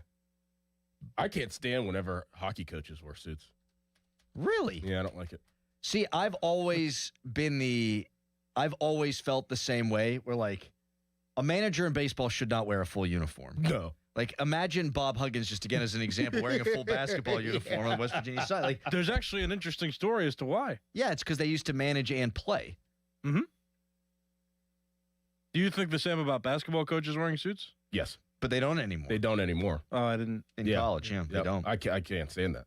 You don't need to wear a suit. I've gone the other way now because I used to think none of you guys need to wear a suit. Now I want them to wear suits. Why? Give me a little professionalism. That could not be further from my actual opinion. It's sports, for God's sake. Seriously. Like, you should dress like you're a basketball coach. You could dress like a gym teacher. Exactly. It's no big deal. Bob Friend is calling us, despite the fact that he passed away in 2013. Hello, Bob. Yes, well, this is the son of Bob Friend. Oh, wow. Well, I'm sorry that I just did that then, You just Bob. talked to Pat Bostic this past weekend. That's a little cold, guys. A little cold. Yeah, my bad, Bob. I'm really sorry about that. I didn't realize Yeah, that no, you were no, that- actually related, because I'm probably bringing up horrific memories. I'm a terrible person. No, it's not horrific. You know what, guys? My dad died at the age of 88. He had an unbelievable life. He still had all his faculties, had a heart attack, and died in his bed. You know what? I had him for 55 years. It's all good. I love that perspective. What's up, Bob? What's on your mind? I appreciate you calling. Wow. Well, I got a couple things. Number one, I am a little bit concerned about the health of Mike McCarthy. Okay, I mean everybody's built differently, this, that, and the other, but it's a stressful job. He needs to get on GLP-1s or whatever he wants to do. He's got to drop some pounds. That's not healthy. Number two, I'm an LSU Tiger. I played college golf at LSU on scholarship. Wow. And I have been very fortunate that every year I go back down to Baton Rouge for a game, and I have been through the facilities from top to bottom. And this past year I went through the Steelers locker room. It looked like a high school locker room. I was a little bit, obviously you're not, sitting here, it's, the Steelers and everything else. It's like, this is it. And, it's, we are the Pittsburgh Steelers. And I get the deal with the turf. The turf has been bad since day one. I don't know if the Rooneys, I think I've heard that they have a sod farm and they bring the sod in from their farm, but they're getting bad sod. And, it is hard to believe that this has not been addressed. And here we are, 25 years later. It is now it's being addressed by the league that they have to have minimum standards. I mean, it's ridiculous. Mm-hmm. But I think that, having gone through the LSU facilities and being an LSU Tiger and seeing what they have down there and the amount of investment that they've made, it is kind of hard to believe that the Pittsburgh Steelers are sharing facilities with the University of Pittsburgh and that the facilities are so average at the very, very – it's giving average a bad name to call them average. It's not impressive. Couldn't agree more with everything you said, man. And thank you for the call and appreciate you listening. Thanks. Absolutely, guys. Thanks. Take care. Oh, man. You gave him a guest send-off there. Look at you. Yeah, I did, because did you hear what I did at the beginning? Wow. Can you believe I did that? You went from commenting on Mike McCarthy's size to you said it was a horrific experience. I mean, your dad dies. It's horrific. And then he started to talk about McCarthy's size. Yeah, he said he needs to get on the GLP-1, the fat jab. What have you done? I feel like I'm losing. I feel like I'm losing control of the radio show today. Man, and it's early. Man. See, like, because Pat Bostic yesterday just said that he called up. So whenever you said the name, I was like, that's probably his son again calling up to talk to us, and then you just kept going. He passed away in 2013. Well, because Bob Friend's calling from beyond the grave. Well, what then am I doing? Oh my goodness! And you said it must be horrific. Then he's like, no, and then he goes on to describe how his dad passed. That's terrible. Terrible. That's so bad. Absolutely terrible. All right. Chris Carter of the Post-Gazette and the Locked On Steelers podcast is live at the NFL Combine. We'll talk to him coming up next. First, it's a hairy headline. Now, fan headlines powered by Bowser Chevrolet. You can't make it up, can you? This is real. The Pirates won 6-4 yesterday over the Minnesota Twins. Pirates' next game is today at 1 o'clock against the Baltimore Orioles. Spring training coverage brought to you by Hampton Beer Outlet, Route 8 in Hampton. Drive a little, save a lot. For more, go to 937thefan.com. And now this disgrace. Thank you, Harry.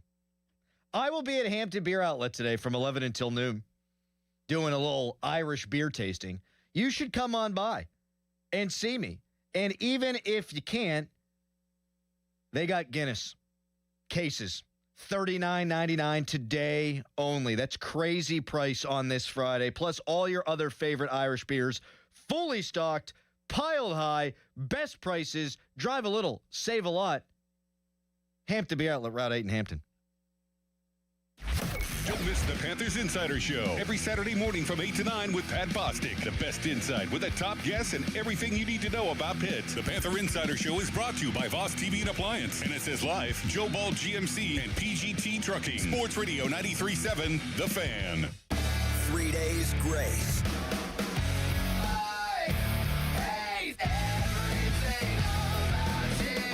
Alienation Tour.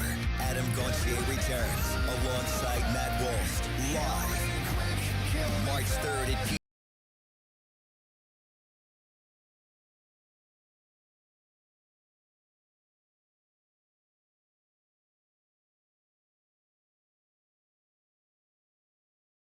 The President's Day sales event at jeepofpittsburgh.com. Bring us your best offer on any new Chrysler, Jeep, Dodge, Ram truck, and we will beat it. No games. It's easy as that. Visit jeepofpittsburgh.com for all the details. We are Pittsburgh's Jeep store. We all hear the radio ads about the IRS. They tell you to be afraid, to be scared, and they try to frighten you into calling. I'm not here to do that. Tax Relief Advocates is different. TRA is here to tell you that if you owe money to the IRS, whether it's $5,000, $50,000, or $500,000, we have a solution. It doesn't matter if you're sitting in your car, at work, or with your kids. No matter where you are, call now. 800-575-6986. Don't lose hope. TRA can eliminate or reduce what you owe to the IRS. Generous programs are now available that can give you a fresh start. Our passion is taxes and helping individuals fix their IRS problems. We have over 1,000 5-star reviews on Google and an A+ with the Better Business Bureau. You don't need to be afraid of the IRS any longer. End your tax nightmare today by visiting us online at TRA.com or call 800-575-6986. That's 800-575-6986. Tax Relief Advocates. Real solutions for real people. You don't marry the person you could live with. You marry the person you can't live without. This famous quote speaks wonders. Hi, this is Joe Urbanowitz of Urbanowitz Jewelers. For over 40 years, the Urbanowitz family has been helping couples get engaged. We have a huge inventory of designer lines and all the classics. Buying an engagement ring online, sight unseen, can be risky. At Urbanowitz Jewelers, you can see it, touch it, and trust who you are buying it from. Let us help you find the perfect engagement ring for the one you can't live without. Urbanowitz Jewelers, Peters Township. Hey, it's Andrew Filipponi for McVay. Do you have a drain in your home that is slow to drain? Is it making strange gurgling noises or has a bad odor? These symptoms could mean there's a blockage in your main sewer line. Don't wait for a complete backup and causing more repairs and costly damage. Call the trusted team of experts at McVay Plumbing, Heating, Cooling, and Electric and get your home flowing smoothly again. If you need your sewer line repaired, McVay offers free second opinions on any main line repair or installation. Call McVay or visit callmcvay.com. Some restrictions may apply. Check engine or ABS light on? Take the guesswork out of your warning lights with O'Reilly Veriscan. It's free. Ask for O'Reilly Veriscan.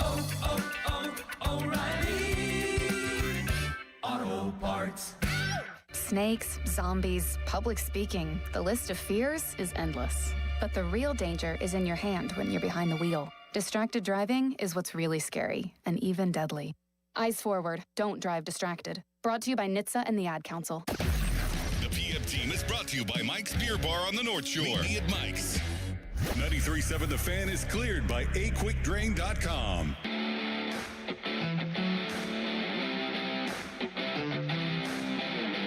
Fan Hotline is brought to you by Sullivan Super Service, Pittsburgh's trusted plumbing and HVAC provider for over 50 years. And now joining us live on that hotline from the NFL Combine, it's the great Chris Carter of the Pittsburgh Post-Gazette and the Locked On Steelers podcast. Good morning to you, Chris. How you doing today, bud?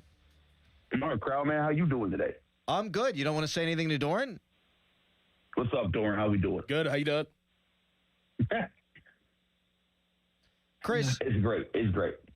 That sounded really convincing. Chris, what's with the great Omar Khan got in this NFLPA survey? We'll get into the combine stuff because that's where you are, and that's really what we want to get to. But I can't believe he's the 4th lowest graded GM in the NFL. Help us make heads or tails of that.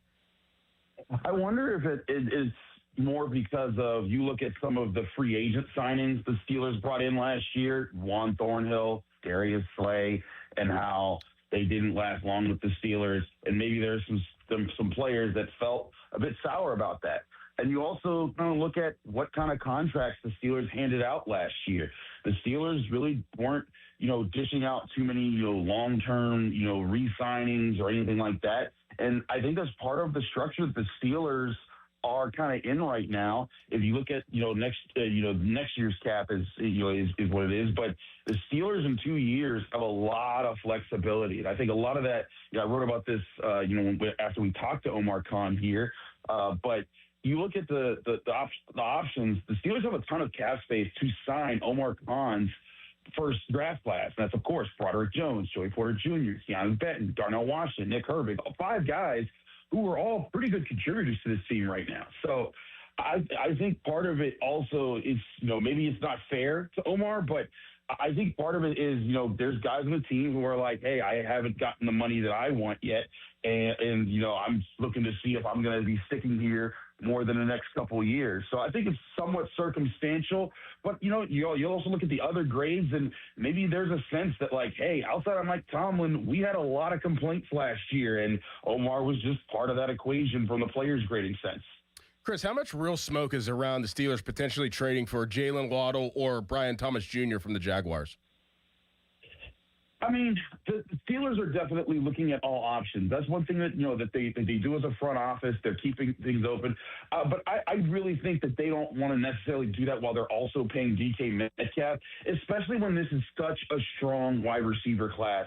When I listed my top 100 the other week, I listed there were 16 wide receivers in it, and that was tied with edge rushers for like the most here. And when we talked to Daniel Jeremiah, NFL Network, NFL draft expert guy, he was talking about how deep this wide receiver class is, not just day one guys, but tons of day two guys, guys that are combat catchers, route runners, guys that combine those skills very well.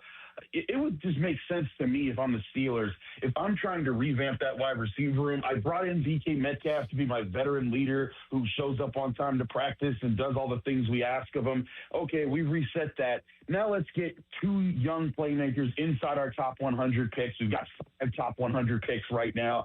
Let's go revamp those things and get maybe a route runner and a combat catcher. And then we'll have 2 guys that we're not paying a whole lot of money the next few years. And then in 4 or 5 years' time, then we can see who of them we want to pay and who else we rebuild. And maybe we've hit on our franchise quarterback. I just think if you're trading for Jalen Waddle, you're trading to bring in a veteran who's going to cost a lot more money, where you could be spending more of that money to keep guys that you've already been developing in the rebuild that they've been underway. Chris Carter joining us here on the Fan Morning Show. He's live at the NFL Combine in Indianapolis. You said you had to scooch this up today because there's big stuff popping at 8 o'clock. What is it that you are anticipating at 8 o'clock, Chris? What are you getting yourself into? Well, like how the city of Pittsburgh plans everything to happen on the same weekend all the time, the NFL Combine does the same thing. At 8 o'clock, we have Fernando Mendoza. We have Ty Simpson. We got Carnell Tate. We got Jordan Tyson. Of the top 10 picks in my mind, well, maybe not Ty Simpson, but the 2 top quarterbacks and 2 of the top 3 receivers are all speaking at 8 a.m. So I want to be on my game. I'm expecting the biggest crowd of the Combine around Mendoza. I'm not going to be looking to talk to him much because there's no way the Steelers are trading up for him. But Ty Simpson is the next best quarterback in this draft class. I want to get a chance to talk to him, get a sense of how he feels about the Steelers visit. I've been told by sources that the Steelers have talked with him, and they were impressed with how he interviewed. But also, I want to see, hey, Darnell Tate, Jordan Tyson, where have they been? Why isn't Jordan Tyson running? Is it the injury? Where is he there? So there's going to be a lot there. But this is quarterback and wide receiver day. And arguably, these are the two positions the Steelers need to address the most. I don't know if they will address quarterback early in this draft class, but it would make sense to at least talk to the guy who's probably the only option that they have a chance to get in the first round if they really wanted to go there. But there's also Mekhi Lemon coming shortly after that. And then there's just Ted Hurst, who I really like. Jacoby Lane will be coming up. There's and Malachi Fields, who I saw at the Senior Bowl and was really impressed with. This is going to be a really big day. I was talking to my buddies, Alan Saunders, Nick Faribault, Mike DeFabo, Brooke Fryer, all of us, Chris Halleck. We're all out here. We've been grinding all week trying to talk to everyone we can and talk to the prospects. But this was the day that I've been like, this is the big one, guys. We got quarterbacks, receivers. We got to go all out. So I'm literally just like, I was like, let's bump this up. Let's get this done, because I want to be locked in at 8 a.m., making sure I'm getting as much as we can while we're out here. Chris, your thoughts on former Pitt linebacker Kyle Lewis's performance yesterday? I thought he proved that he was the explosive, fast player that he was. I also think, even beyond just yesterday, Kyle has acquitted himself so well in this draft process so far. He did great at the Senior Bowl. He was linebacker of the week for the national team. I got to talk to him there. I got to talk to him here. And when I talked to Daniel Jeremiah, I specifically asked, hey, is Kyle Lewis a linebacker? Because there's people like ESPN's Field Yates who feel like he's a safety. And he's like, no, that guy's a linebacker. That guy's gonna go on day 2 of the draft, and he does a lot of the things that you need to do to stop the run, to play the physical part of the game, but also has the speed to cover. And he said that's so important in today's game. I thought it was very intriguing. Louis Riddick compared him to Derek Brooks. Now, it's a very high bar for Kyle Lewis to reach, but the potential is there.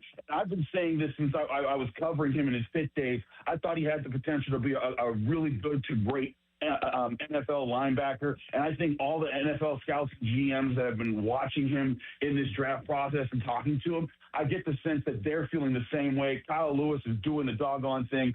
He's going to be picked in the second or third round of this draft class, and I think he's going to have a chance to be a very good linebacker. Chris, have you had a chance to get over to the Slippery Noodle?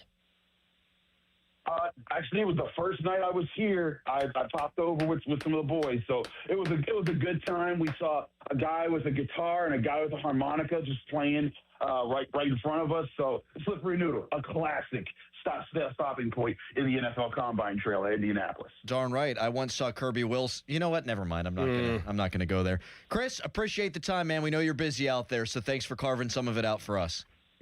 Thanks for having me, boys. Thanks, Chris. You're the man. Goodbye. It's a cluster bleep at the Combine. Yeah.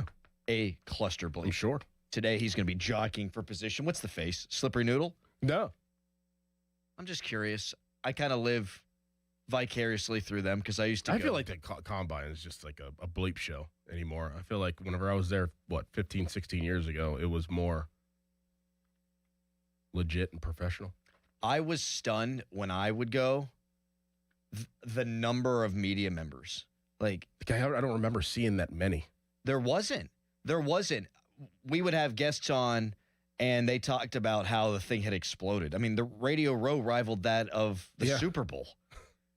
It's wild because everyone wants their ear on the ground, and they want to hear the whispers, and it winds up having less and less to do with the actual players on the field. Mm-hmm.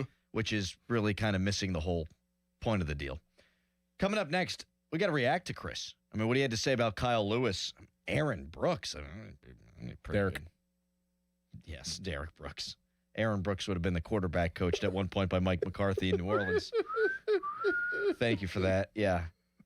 The Steelers talked to Ty Simpson. We knew that, but he did drop a little detail that we'll get into coming up next. But first, it's a Nicholas Harry Callis fan headline. Now, fan headlines powered by Bowser Chevrolet. Penguins won 4-1 yesterday over the New Jersey Devils in their return to play from the Winter Olympics break. Penguins still in second place among teams in the Metropolitan Division.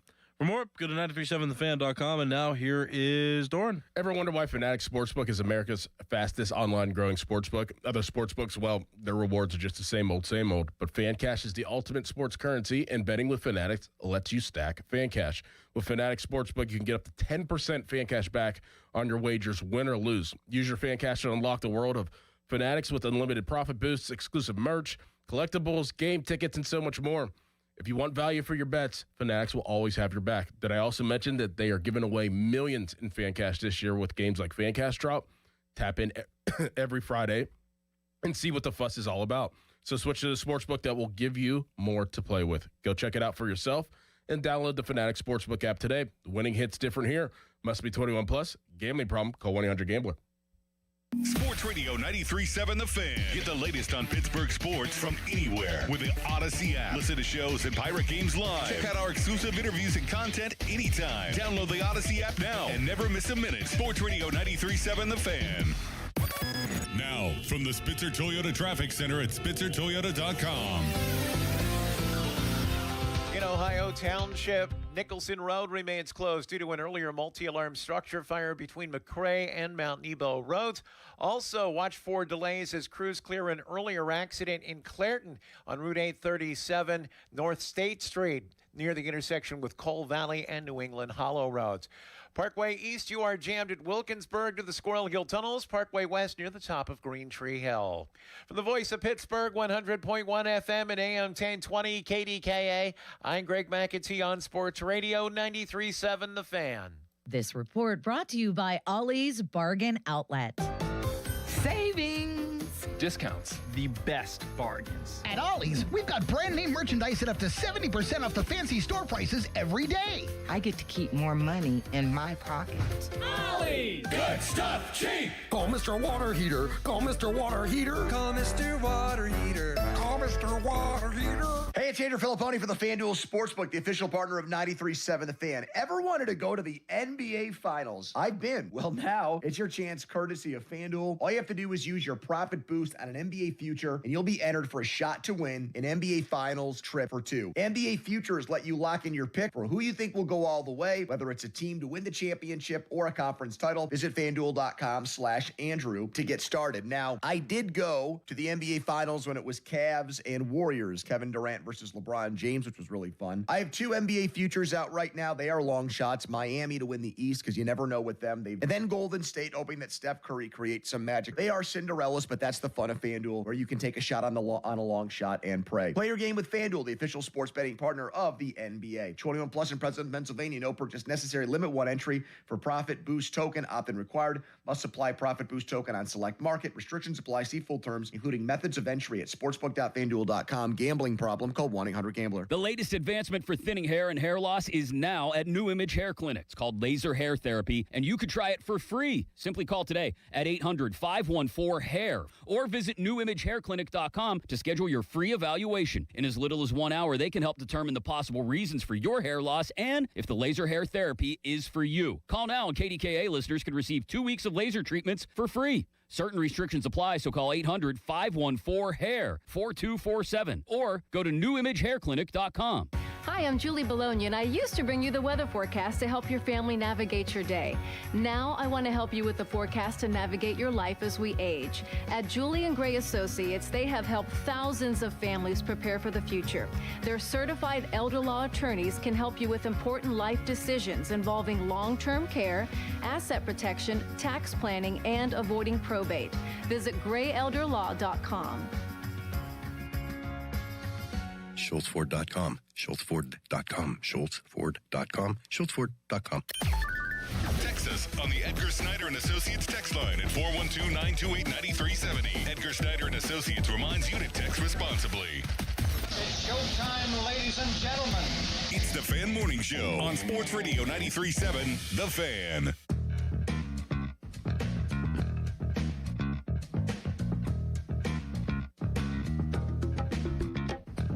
Fan weather brought to you by Secure Money Advisors. Tired of this weather? Want to retire in a Florida beach house? Let Secure Money Advisors help plan your retirement. Though the weather the next couple of days is going to be pretty nice around here. That's right. Today, high of 53. Tomorrow, high of 56. I did see on my weather app The end of next week, we might bump 70. I did see that as well. Yeah, baby! That's nice. Woo! How about Carter saying the Steelers were impressed by Ty Simpson in their interview? He didn't say he was the second best quarterback. That's what Callis asked me. Did he? He did. He did say that. He did. I thought I heard that. I wanted to clarify, though, before I started making posts and content of that nature. In Carter's mind, and he's a big tape guy, he says Ty Simpson's second best quarterback. Now, what does that really mean? I mean, how many drafts would Ty Simpson be the second best quarterback in? I mean, I do think you have to view it through that lens. Like, is he good or is he just better than the other guys? Mm-hmm. And I stand by this, and I think you do too, that after the workout tomorrow, Drew Aller might be viewed as the second best quarterback in this draft. Now, don't come at me with the pitchforks and torches. That's just an educated guess based on the guy's clear qualities. Mm-hmm. Attributes, yeah. Thank you. Couldn't think of a word there. It's because I rushed back from the bathroom to barely make it on time. Yeah. How long was the music playing before I started talking? Yeah, 3 minutes. What? No, it wasn't that long. Okay. I did a little research, found the 3 general managers that had worse grades than Omar Khan. Do you want to guess the teams, or do you want me to just tell you? Let me guess. The 3 worst. The Browns. Bango. 1 for 1, Harry. He's 1 for 1. Did you say bango? I'm sorry. Yeah, bingo bango. The Vikings. No. Oh, he got fired. Oh, that's a good guess, though. Vegas? No. Wow. Dallas. Oh, no. How do they handle that, by the way? Like, is it just the same grade? It's the same grade for Jerry Jones. For Jerry and... Or, well, as an owner, we like him. As a GM, he sucks. Uh-oh, the Jets?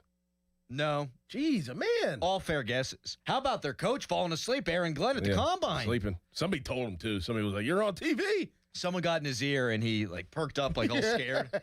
Like, he got woken up from, like, a terrible dream or something. And then Kaboli quote tweeted it and said, speaking from experience, Aaron Glenn wasn't sleeping. Right. Can I give you the other 2? Yes. Duke Tobin of the Bengals and Joe Schoen of the Giants. Okay. Now, Duke Tobin probably getting raked over the coals by his own players because of what happened with Trey Hendrickson and the just total screwing of that situation. And the fact that their quarterback gets hurt every year because the offensive line blows. And what happened with their rookie edge rusher. Yeah, Shamar Stewart. Yeah, where they were messing around with him in a way that is just not cool. And they made those receivers suffer too. Like relative suffering, of course, but like not just paying them, making them have to wait it out. So that's not surprising. And the Bengals are just cheap from the top on down. So that's not surprising. Andrew Berry, not surprising, because I think you can make a reasonable argument that the Browns this year traded their 2 best quarterbacks. Joe Flacco gets traded. Kenny Pickett gets traded. 2 guys that had won games in the NFL at varying levels. Joe Flacco in division, too. In division. And now you're losing every one of your offensive linemen this offseason. Not to mention, by the by, Deshaun Watson getting paid a whole lot of money to not play football for them. So that's not surprising. And then Joe Schoen, I think that guy's just an unmitigated disaster. Yeah. He's just laughably bad. So those 3 aren't surprising. What's surprising is the next GM is Omar Khan. Omar Khan getting lumped in with the Duke Tobins, Andrew Berrys, and Joe Schoens of the world. I mean, like Brandon Beane? Brandon Beane should absolutely be lower on the list. Let me see where he came in. Apologies. I think it's crazy that Omar Khan will be lower than him. Yes. Doesn't make sense. The only reason he isn't lower is because they've got a quarterback that can carry that team. But that's not build around that guy. Yeah, right. I mean, I think he should almost be viewed on the same level as Duke Tobin of the Bengals. Who'd you ask about? Bean. Yeah. Bean. He got an A-. Come on. Get the hell out of here. He got an A-. Oh. Now I'm like diving headfirst into this. Who had the best grade? Bunch of guys. We'll get into them coming up next. There's a surprising B on here. Howie Roseman. Oh, wow. I'll be for this year. Yeah, but like that guy's the straw that stirs that entire drink over there. We'll give you the top guys. I think Omar Khan is getting unfairly graded by his players here. And a texter writes in, it's probably because there's always going to be somewhat of a salty relationship because of the nature of that relationship. But that doesn't explain this. Because if it did, every GM would be in the C+ range, not just 4 guys. We'll get into this. Why do you think Omar Khan was graded as the 4th worst GM in the NFL by his players? 412-928-9370. Right now, no. What time is it? Oh, it's Fan Morning Show. Your hometown building partner since 1956. 84 Lumber. Visit 84lumber.com. Think Verizon is expensive? Think again. Anyone can bring their AT&T or T-Mobile bill to a Verizon store today, and we'll give you a better deal. So bring us your bill. Walk in, run in, pogo stick in, teleport if you can. Ride on the back of a rollerblading yak or fly in on the wings of a majestic falcon. Any way you can, bring your AT&T or T-Mobile bill to a Verizon store today, and we'll give you a better deal on the best network. Based on Root Metrics Best Overall Mobile Network Performance, U.S. second half 2025. All rights reserved. Must provide a very recent postpaid consumer mobile bill in the name of the person redeeming the deal. Additional terms, conditions, and restrictions apply. Wesley Financial Group is not a law firm. I'm Chuck McDowell, founder of Wesley Financial Group. Did you buy a timeshare because they told you it was a great investment? That's a lie. Most timeshares can be bought online for $1. To find out what your timeshare is worth and to cancel it, call us today and we'll send you our timeshare exit kit free with all your options for cancellation. Call Wesley for your free exit info guide. 800-611-3113. That's 800-611-3113. Are you ready for a new career? This Saturday, February 28th, Intervala is hosting an open interview day from 9 to noon at their Mount Pleasant facility. Walk in, meet the team, and see our clean, modern manufacturing in action. At Intervala, you build mission-critical electronics for medical, defense, and data centers, work that truly matters. We're hiring for over 30 positions. Experience is a plus, but not required. We offer paid training, competitive pay, full benefits, and growth opportunities. Bring your resume and photo ID this Saturday. Learn more at intervala.com/interview. Intervala. Build work that matters. Sports Radio 93.7 The Fan, built by Window Nation. Home of the buy two, get two free offer. Now, from the Spitzer Toyota Traffic Center at SpitzerToyota.com.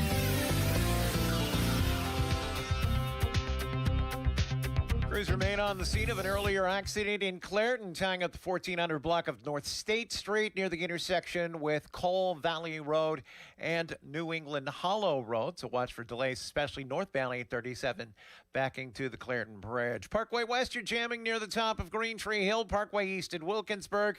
Route 28 and the Parkway North remain up to speed. For the voice of Pittsburgh, 100.1 FM and AM 1020, KDKA, I'm Greg McAtee on Sports Radio 93.7 The Fan. HD1 Pittsburgh, an Odyssey Sports Station. Live from the Jim Shorkey Mitsubishi.com studios, North Huntington and North Hills.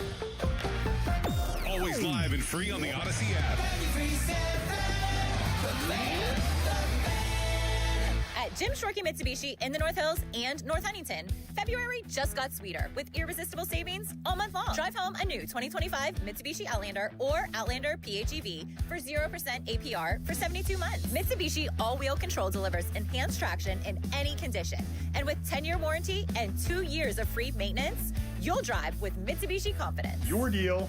Your way. What a great day. At Jim Shorkey Mitsubishi. Call 412-453-8035 for offer details. At Jim Shorkey Mitsubishi in the North Hills and North Huntington, February just got sweeter with irresistible savings all month long. Drive home a new 2025 Mitsubishi Outlander or Outlander PHEV for 0% APR for 72 months. Mitsubishi all-wheel control delivers enhanced traction in any condition. And with 10-year warranty and 2 years of free maintenance, you'll drive with Mitsubishi confidence. Your deal. Your way. What a great day. At Jim Shorkey Mitsubishi. Call 412-453-8035 for offer details. Best thing on the radio! It's the Fan Morning Show on Sports Radio 93.7 The Fan.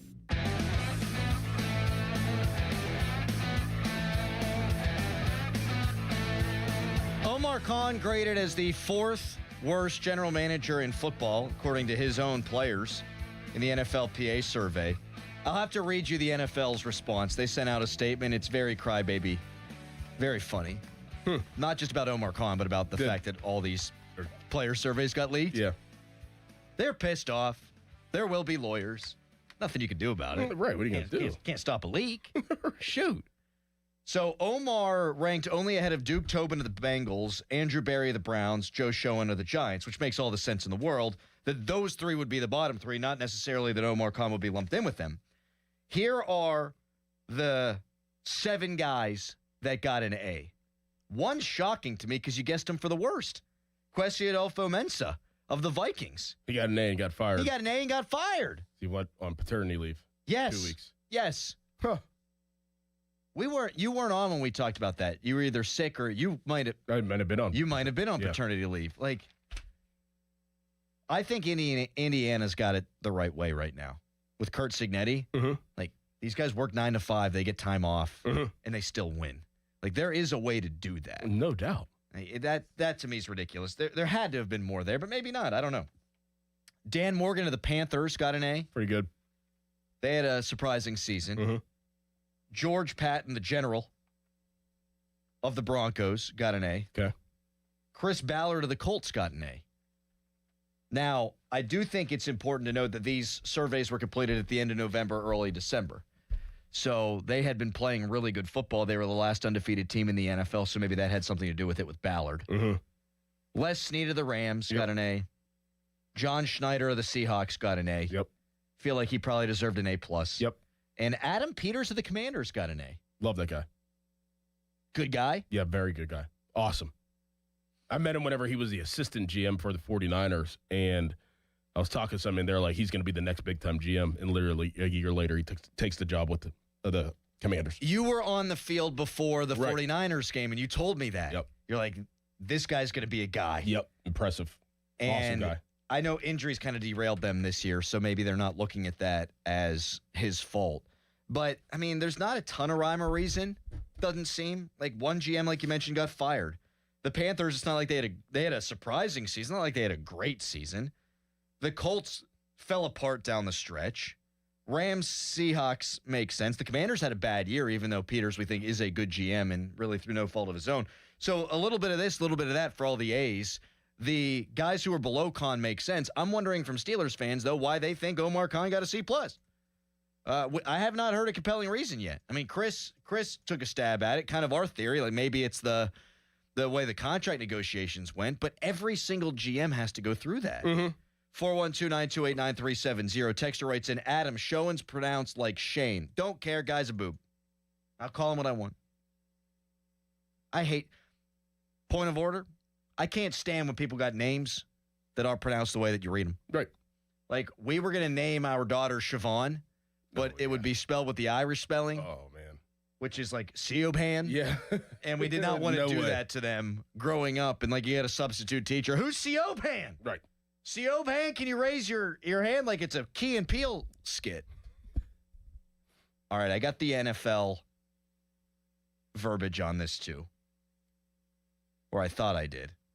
I have it somewhere. I'll get to it. You can give us a ring at 412-928-9370 if you have a theory why Omar Khan is the 4th lowest graded GM in the NFL. Because I actually think that he's done a pretty good job. So do I. And I think there have been obvious and clear constraints on the guy. The biggest one is that his friggin' head coach had a big say. And another one we're finding out, is that the facilities and the field and the locker rooms, it all sucks. And so if you're a GM, that's kind of a difficult ball of wax, isn't it? Oh, yeah, you can't really sell the full bill of goods. Right. Like, I can rework contracts, I can get cap space, I can pay you. However, you got to come, and we got to work here, where the lockers are still made of wood and the field will suck you into the center of the earth.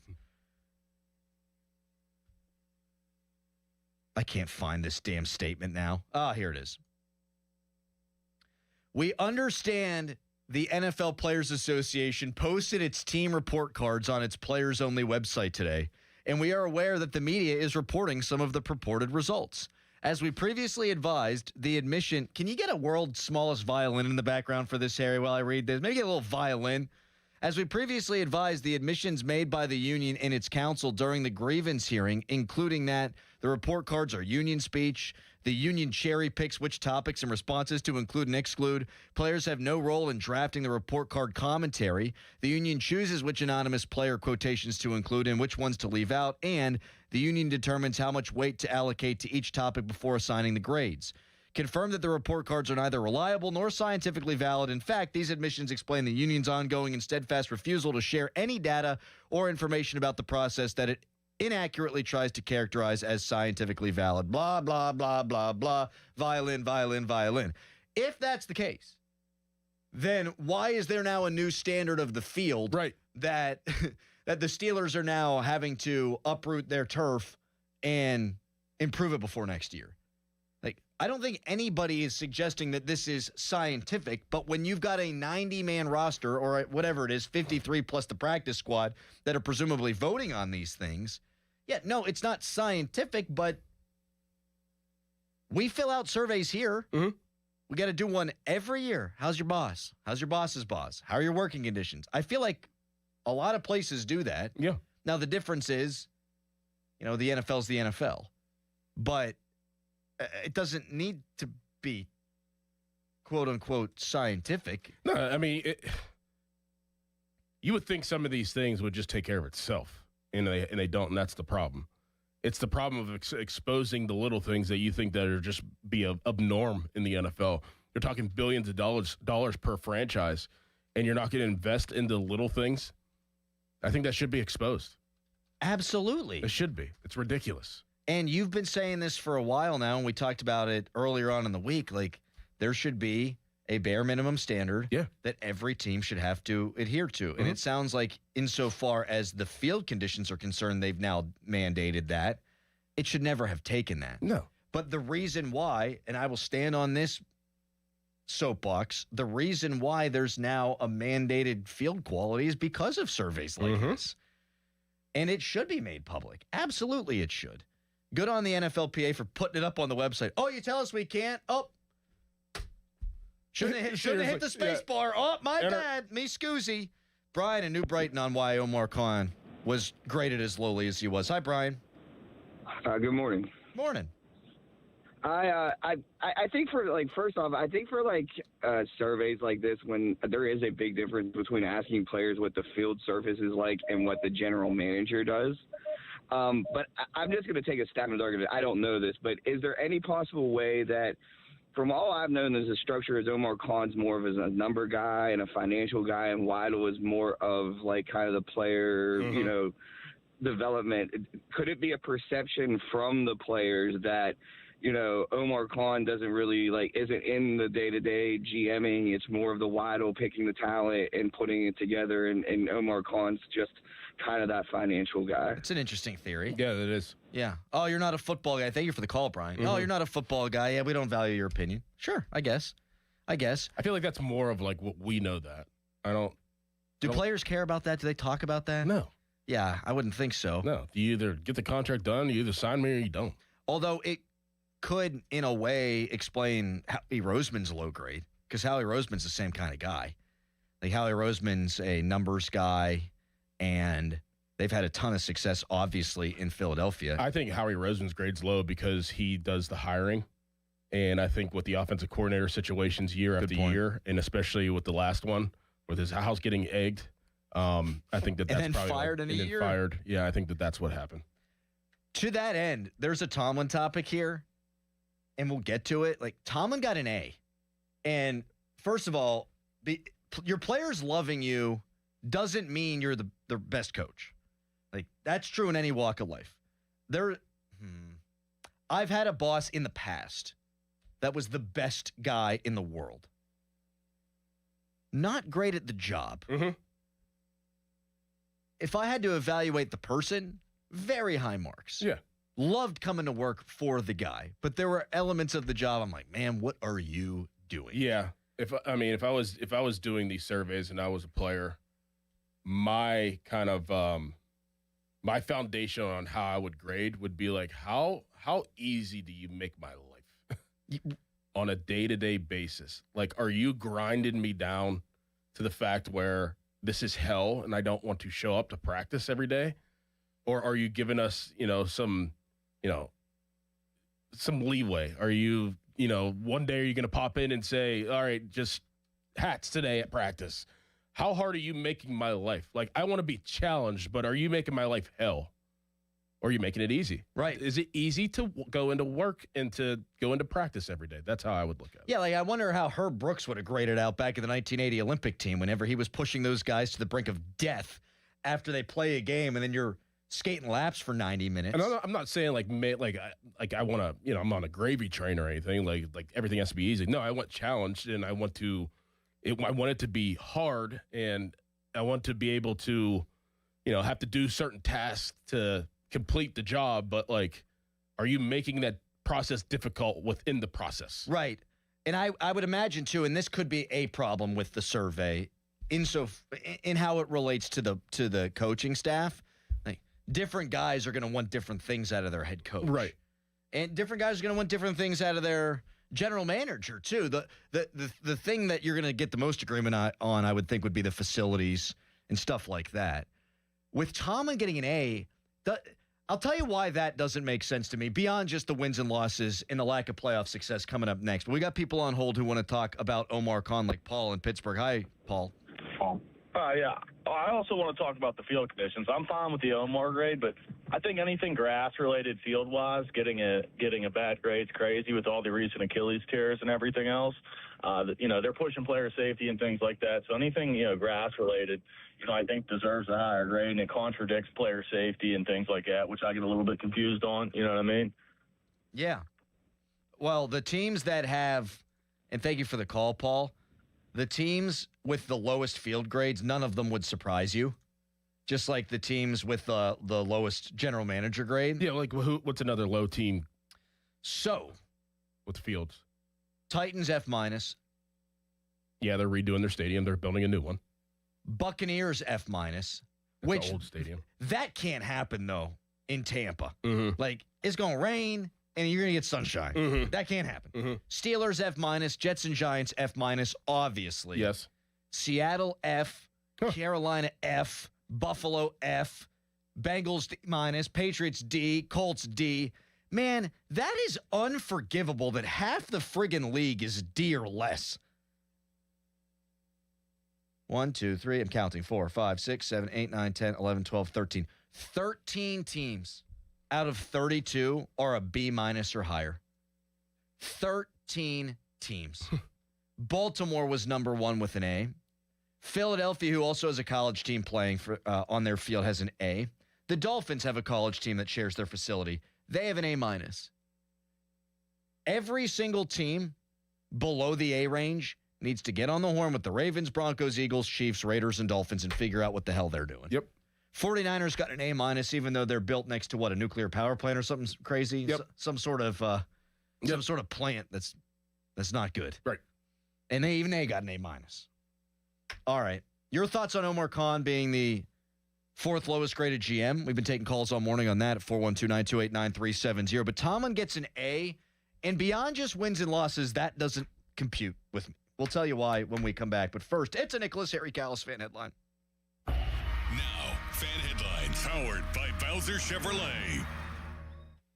Pirates winners yesterday 6-4 over the Minnesota Twins in spring training. Pirates have another game against the Orioles coming up today at 1 o'clock. Spring training coverage brought to you by Hampton Beer Outlet, Route 8 in Hampton. Drive a little, save a lot.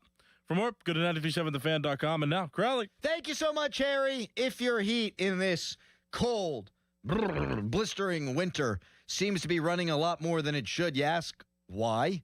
Is it my insulation? Is it my furnace? What is going on here? Well, you might be surprised to learn it's because the insulation in your windows has failed. And when that happens, your heat leaks out, the cold gets in, and guess what? Your energy bills, like mine did, go through the roof. You want your energy bills to come down?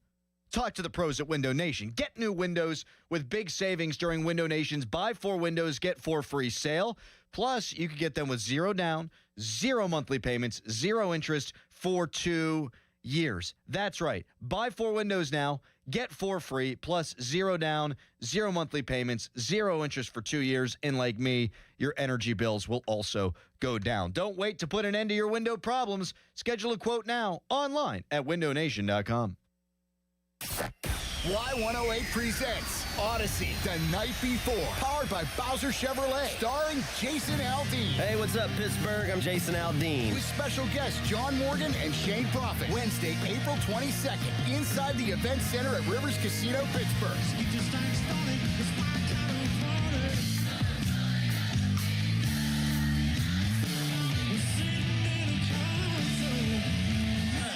Say we have a little bit of fun. Y'all ready? You can't buy a ticket to this show. You can only win your way in. Full details at y108.com. Presented by Miller Lite and brought to you by your local AAA travel office, Panhandle Restoration, and Broken Bow Records. This Odyssey Sports Minute is brought to you by Cohen Market's Crispy Chicken, the official crispy chicken of the Fan. This is an Odyssey Sports Minute. The White House is under fire today after an official TikTok video used AI to dub hockey star Brady Tkachuk in gold medal celebration, featuring a synthetic version of the Ottawa Senators captain, disparaging Canadians, which would be a problem, and while Freebird played in the background. It is fake. The White House went way too far on this one. I'm Drake Toll.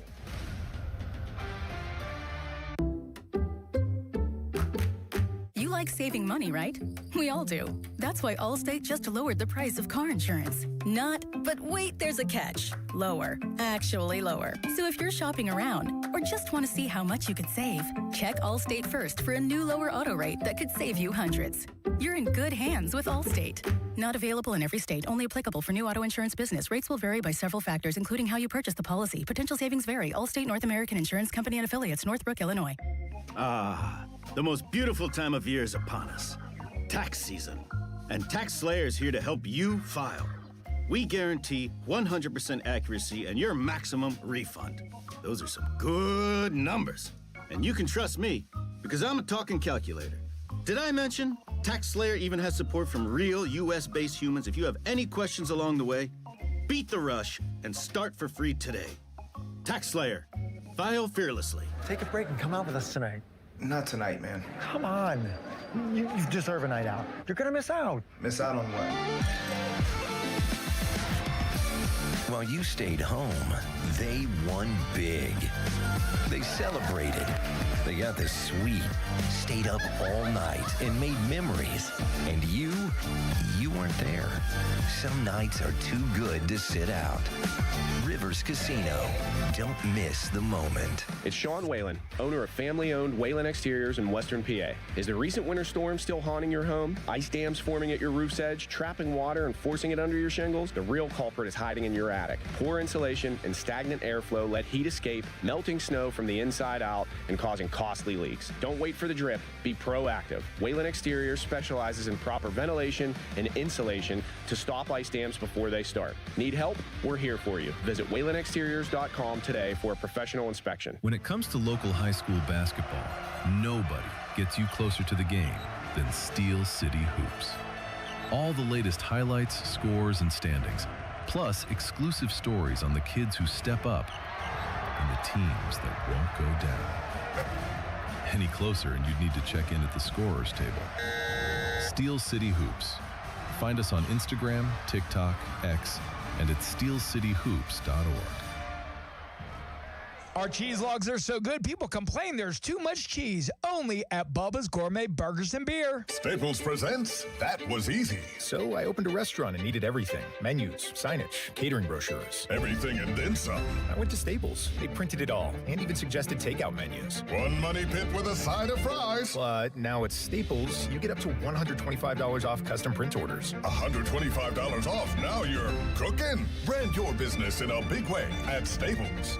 That was easy. Shop Staples in-store, online, or in the app by 4/4 to unlock. Exclusions apply. Visit staples.com/print for details. It all comes down to this, folks. Yep, the entire season is on the line. But my throat has officially thrown in the towel. Sounds like you need Vicks VapoCool drops. They're max strength and vaporize sore throat pain.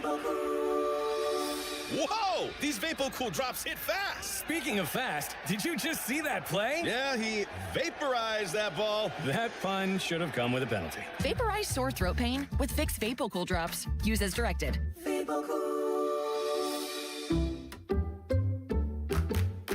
Did you hear? Allstate car insurance now costs even less. So when you bundle with home, you can save even more. Check Allstate first to bundle and save with a new lower auto rate. You're in good hands with Allstate. Not available in every state. Only applicable for new auto insurance business. Rates will vary by several factors, including how you purchase the policy. Potential savings may vary. Allstate North American Insurance Company and Affiliates, Northbrook, Illinois. That sound? Yeah, that's not a good sign. Hey, it's Drew Brees. And when your car starts making noises like that, a big repair bill might be coming right at you. But with CarShield, you don't have to fear unexpected breakdowns. CarShield helps protect you from expensive auto repairs.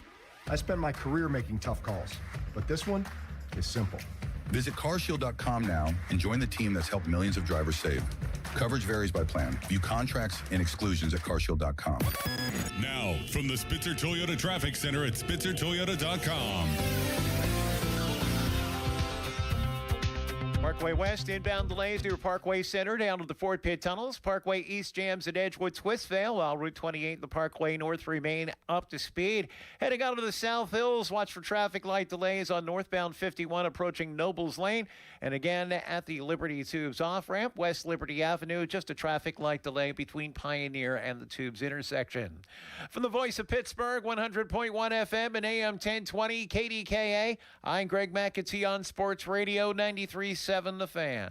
Gherkin Roofing, call the pickle. Gherkin Roofing, call the pickle. Gherkin Roofing, call the pickle. Gherkin Roofing and Contracting, a family-owned and local-based company, is your number one choice for roofing in Pittsburgh. They do roofing, siding, and gutters with exceptional customer service for all your needs. Gherkin Roofing and Contracting. Call the pickle today. Live from the ShoreKeyMitsubishi.com studios, North Huntington and North Hills.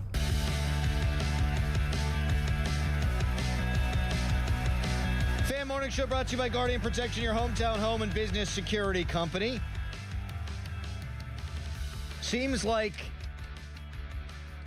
according to John Heyman, the beginning of the negotiations has begun, kind of,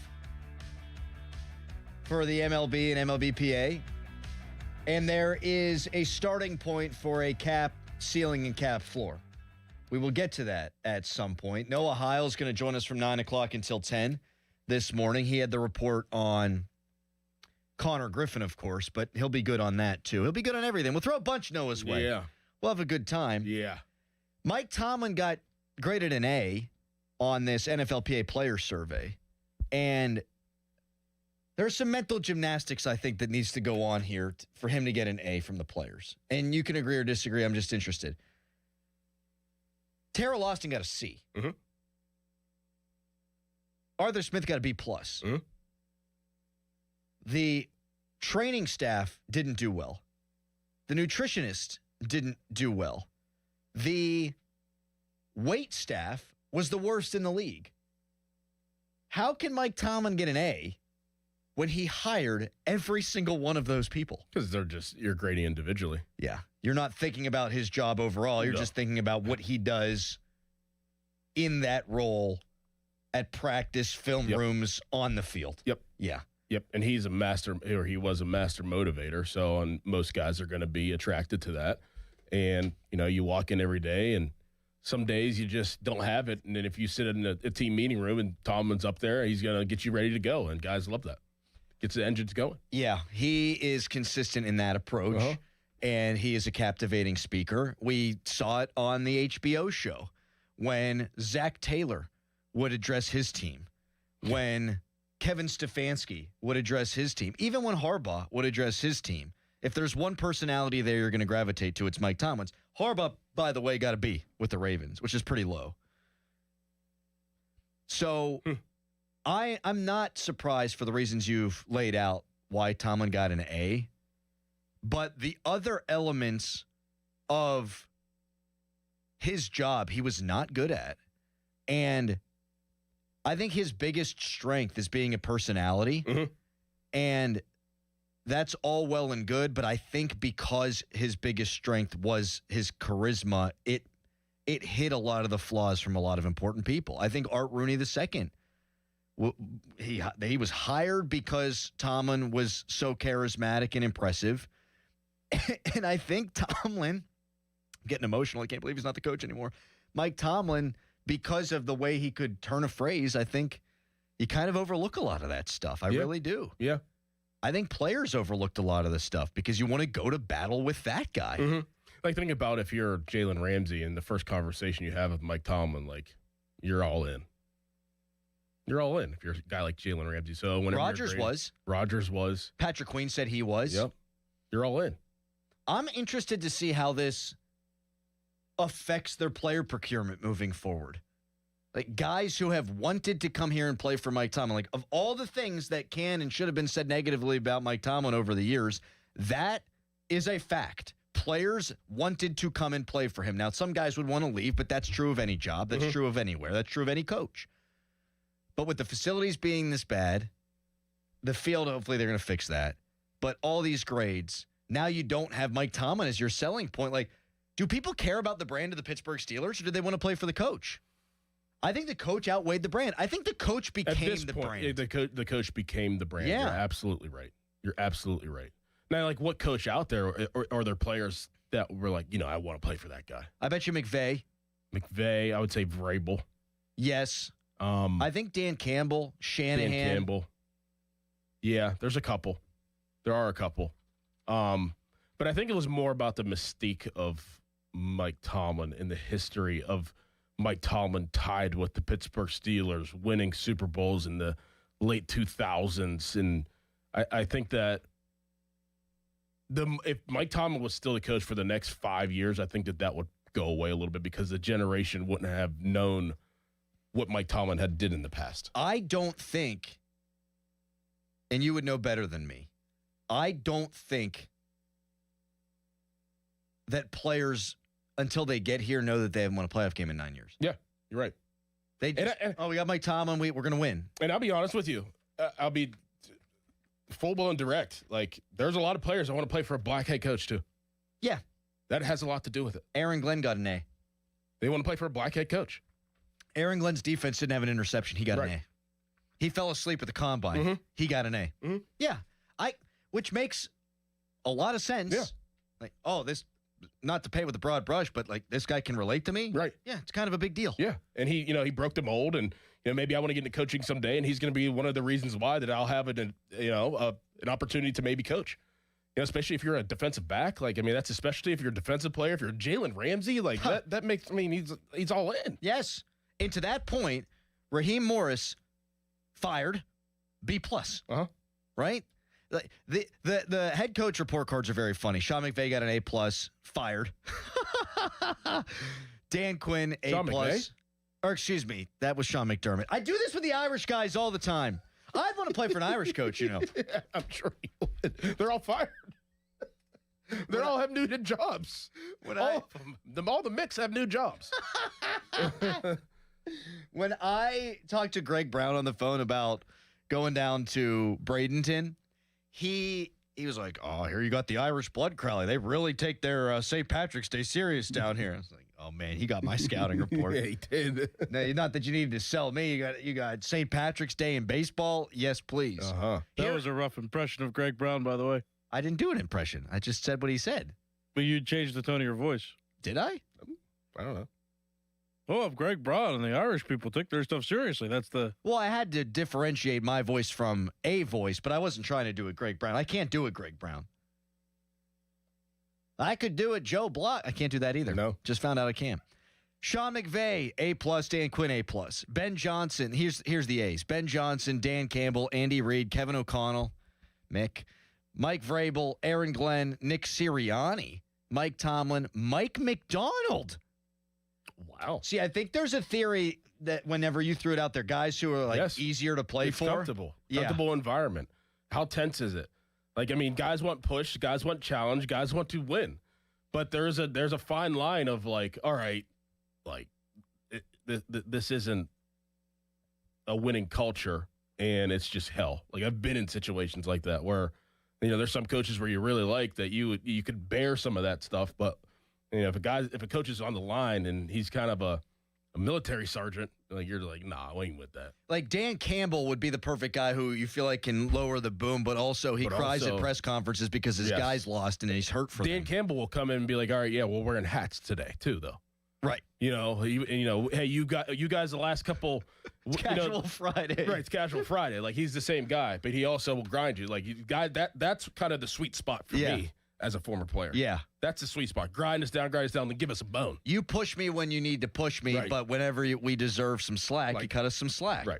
And I don't think Tomlin really was a lower the boom guy all that much. I don't. And I think initially he came in being that hard-ass guy whenever he had them hitting in training camp, and it was surprising to everybody, but he really dialed it back over the years. Like, I will never forget one of my former Pitt teammates. You guys can connect the dots. He was playing for San Francisco, but he was playing for Singletary, and he said it was the worst experience of his life. Yeah. Like, he said every single person on the team hated him. Did he moon everybody? Wasn't that a thing? I think so. Texter, isn't Doran part Irish too? I'm recalling last year's St. Patrick's Day. Yeah. Yeah. Dickerson's an Irish name. Sure. Callis is Irish. It's Greek. Are you kidding me? We've been over this. You told me you were Irish too, though. I am, but Callis is my dad's last name, which comes from the Greek side of my family, and it's short for Kalisunikis. Well, what is it? Kalisunikis. I mean, let me tell you. I would have had an easier time guessing with the full-on pronunciation of your surname. My mom's last name... Zach Galifianakis, not Irish. My mom's maiden name Papadelis, not an Irish guy. This one's the obvious one. My mom's maiden name O'Toole. There you go. Not a Greek. Happy we figured that all out. Tweet us, brought to you by South Hills Kia Peters Township. Visit them at southhillskia.net. Text us, brought to you by Edgar Snyder and Associates, a personal injury law firm where they always say there's never a fee unless we get money for you. A projected, at least starting point on the negotiations about a salary cap and salary floor have come out in Major League Baseball, and I'll let the cat out of the bag quickly here. This ain't going to be where it lands. First, it's a Harry Kalasopoulos headline. Now, fan headlines powered by Bowser Chevrolet. Pirates won their game yesterday 6-4 against the Minnesota Twins in spring training, and they've got another game coming up today at 1 o'clock against the Baltimore Orioles. Spring training coverage is brought to you by Hampton Beer Outlet, Route 8 in Hampton. Drive a little, save a lot. For more, go to 927thefan.com. And now, Adam Crowley. Thank you, Harry. Nobody ever wants to buy a new roof, but sometimes you just have to. And when you have to, you call the pickle. Gherkin Roofing. They answer the phone 24/7. There's no high-pressure home sales pitches. No BS. No crap. Just quality, honest work at a fair price. And they got 3 flexible pricing packages to fit any budget that's right for you. The Pickle is a Diamond-certified contractor with Atlas Shingles and offers a 50-year non-prorated warranty. Gherkin Roofing and Contracting, your local contractor for your next roofing, siding, or gutter project. Call thepickle.com. Radio 93.7 The Fan, the PM team, presented by Mike's Beer Bar. You like that song Love and Marriage from Married with Children? Yeah, it's a good song. Love and they go together like a horse and carriage. Can you finish it? This I tell you, brother, you can't have one without the other. Yeah! Let's go. You can't have one without the other. Your dad loved that show, didn't he? It's like his all-time favorite. I think sitcom. loved implies that he no Al longer Bundy's loves it. his all-time favorite character.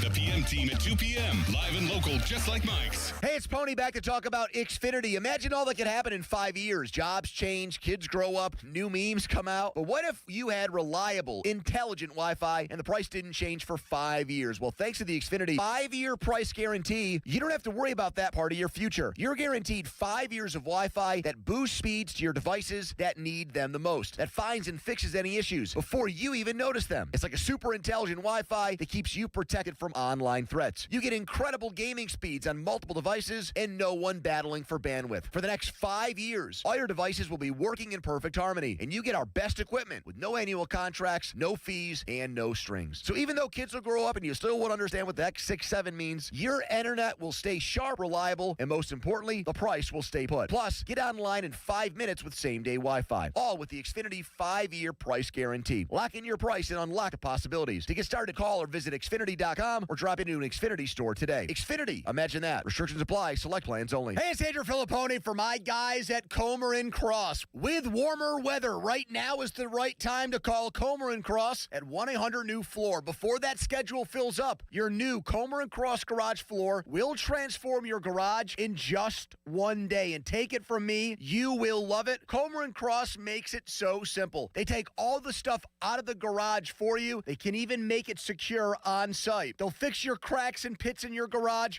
perfectly. In one day, you're driving on your gleaming new Comer & Cross garage floor. It is an incredible experience. So take advantage of Comer & Cross's great offer right now, the gold standard, a garage floor that's never going to chip, crack, or show tire lift like epoxy or paint ever again. And these are pros, not subcontractors. So call Comer & Cross for your free, quick, and easy estimate before that schedule fills up. Call 1-800-NEW-FLOOR or just say, hey, Siri, call 1-800-NEW-FLOOR to speak to them or go to COMERcross.com. Hey, it might be hard to believe, but you know what's going to be here soon? Spring. Oh, yes, spring. So get on into Schultz Ford. All those great locations. Schultz Ford Wexford, Schultz Ford Harmer, Schultz Ford South and West Mifflin, Schultz Ford down in Wheeling, and get ready for spring.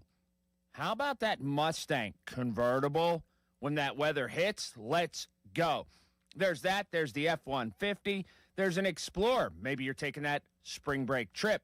That is fantastic to head down south with the family. If you got a little bit of a bigger family, the Expedition works as well. Long story short, the weather's going to get a lot better. Get yourself geared up for spring and, dare I say, some summer fun. The people who work at Schultz cannot be beaten. They are fantastic. They will work with you. They'll hook you up. And also, all the inventory is there and it's ready to go. So all those great locations and always, and I mean always online at SchultzFord.com. Don't miss the Pittsburgh Gun Show this weekend at the Monroeville Convention Center. Get your guns, ammo, and supplies while you still can. Huge selection, great prices, free parking, tons of ammo, guns, knives, accessories, and more. Shop, compare, and get your best deals at the Pittsburgh Gun Show. Monroeville Convention Center this weekend. Saturday 9 to 5, Sunday 9 to 4. More info and coupons at ShowmastersGunShows.com. That's ShowmastersGunShows.com. Homeowners, if your home needs a new roof, call a Platinum Preferred Roofing Contractor. Owens Corning only selects the best 1% of all its dealers, and JP Roofing and Signing has earned that honor. They've accomplished this through hard work and customer satisfaction and offer the best warranty in the business.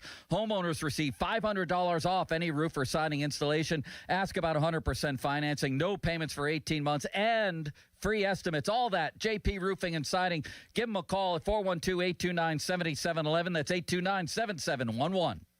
Got junk? Two men and a junk truck.com. 93.7 The Fan is cleared by aquickdrain.com.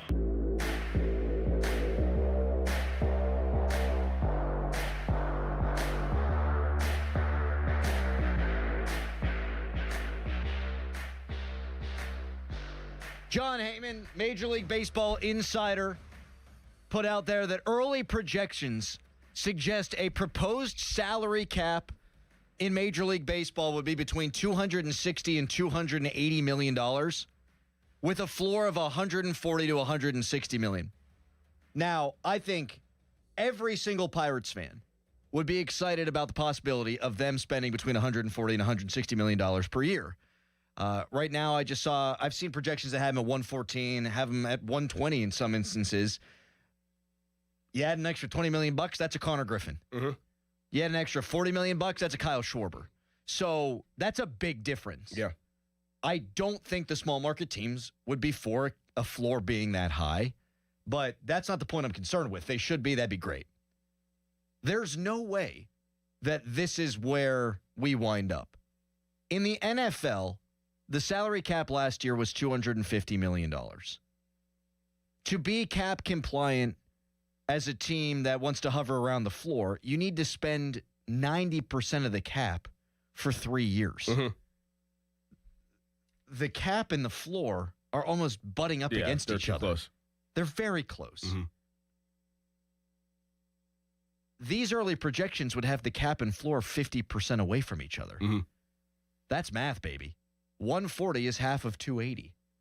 We are still going to have massive competitive balance issues. Now, the Dodgers, it would put an end to their nonsense. The Dodgers payroll last year was an estimated 96 million. Estimated final payroll of 396 million. This year, cheap bastards, it's 395 million. So it would stop that crap. But the difference in a roster build between 280 million and 180 million, like you are making it easier for the top end teams to compete with one another. You're making it easier for the Dodgers, for the Yankees, the Red Sox, the Mets to all compete with the Dodgers. You've done that. Right. But you really haven't helped out the tiny guy. You have, but not that much. Well, you're kind of forcing their hand, though. Mm-hmm. You're saying with the floor and how close it is? Like, I think the floor and the cap need to be closer together is what I'm saying. Like it is in the NFL, which is a model that, works. Mm-hmm. Right? I'm not going to go lower than 200 and some million, though. No, they're not. They're not going to go higher for the floor. No, they're not. That's already pretty significant, I think.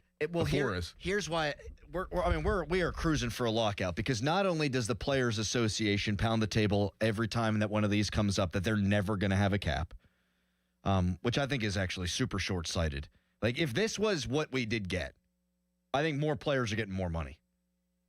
Like, the Dodgers can't spend, but but they could still spend a lot, right? And now all the also-rans are spending a ton of money that they wouldn't have otherwise spent. Like, so I think a cap and a floor actually helps the players, but they don't see it that way. They never have, and this is a union that has always prided itself on that.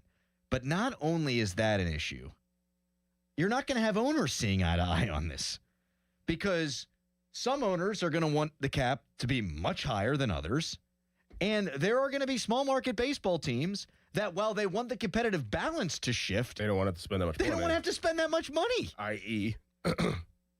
Right. So you've got not just two factions, but you've got three, and probably four, because not every player's Bryce Damn Harper. It's going to be a mess. Why not just have a floor?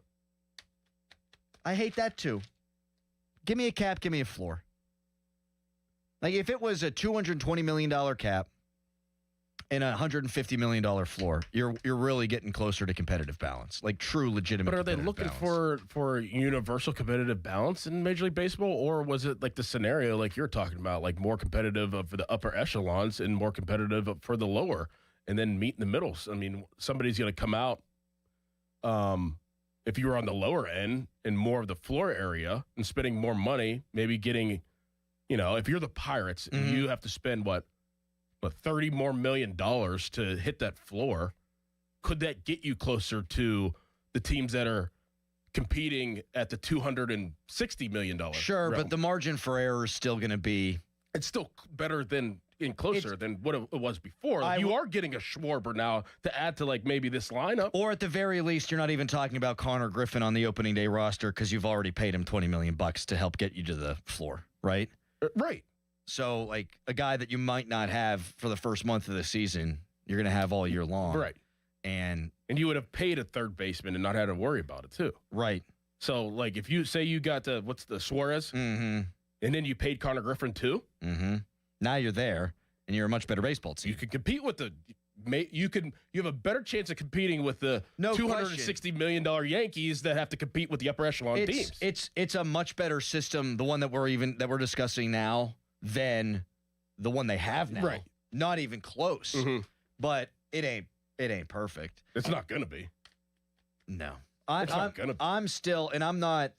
I can't bog myself down with all this right now. Because I know I am so not looking forward to our show when this is all really coming to a head. and having to look through all the legalese and all that nonsense. It's going to be insane. It's going to be a pain in the ass. Or we You're going to have to hire a lawyer. Or you just make it really just black and white. You can do that and just be like, look, the Pirates now have to spend more money. Yeah, that's great. I mean, I think I think the Pirates are somewhat of the root of the issue here. Oh, they are. Right? And I don't think it's an accident I've talked about Skeens and the national spotlight on him, but I do think a reason that they've spent as much money this offseason is because they're going to get used as a pawn here. No, actually, we do spend. Look at us. Right. You can say, but no, we spend. Noah Heil's going to join us to share some insight on this. In fact, he's sitting in there now with his Mount Union hat on next to Nicholas Harry Callis. We'll bring him in coming up next, but we're not paying him overtime. Can't guarantee that we would do that. Now we're going to have a bargaining agreement. Fan Hotlines presented by Sullivan Super Service, Pittsburgh's trusted plumbing and HVAC provider for over 50 years. I wonder what the origin of Hiles is, the surname Hiles. Ask him. I'm going to. Because the surname Crowley primarily originates from Ireland, derived from the Gaelic O'Crowla, which translates to descendant of hard hero or hardy warrior. I made it German. You want to hear the spelling on this? This is where my last name comes from. Hardy hero or hardy warrior? Oh, that's what you want to focus on. I am a hardy hero. A man warrior. Yeah, because Adam is just man, first man. First man warrior. Oh, wow. Real talk. Given my build, do you think I could... Real talk. Do you think me, the way I'm constructed right now, do you think I would have had a shot against the first man? I bet you I would have. If I took a hot tub time machine back in time, I think I'd kick the original Adam's ass. What? I don't think so. Why is that even a question? Where did that question come from? First man. Warrior. Here's how you spell the Gaelic origination of my name. O''Cruadhlaoich.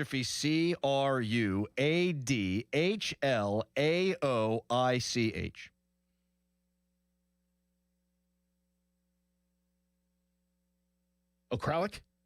What is it? O'Crowley. That's how you'd say it, but that's how it's spelled. This is the most interesting thing I've ever heard. Thank you. This is more interesting than my baseball cards. No doubt about that. Noah Hiles joins us next. It's Fan Morning Show. Now, Fan Headlines, powered by Bowser Chevrolet. Pirates, they won yesterday 6-4 over the Minnesota Twins in spring training. They've got another game coming up today at 1 o'clock against the Baltimore Orioles. Spring training coverage brought to you by Hampton Beer Outlet, Route 8 in Hampton. Drive a little, save a lot.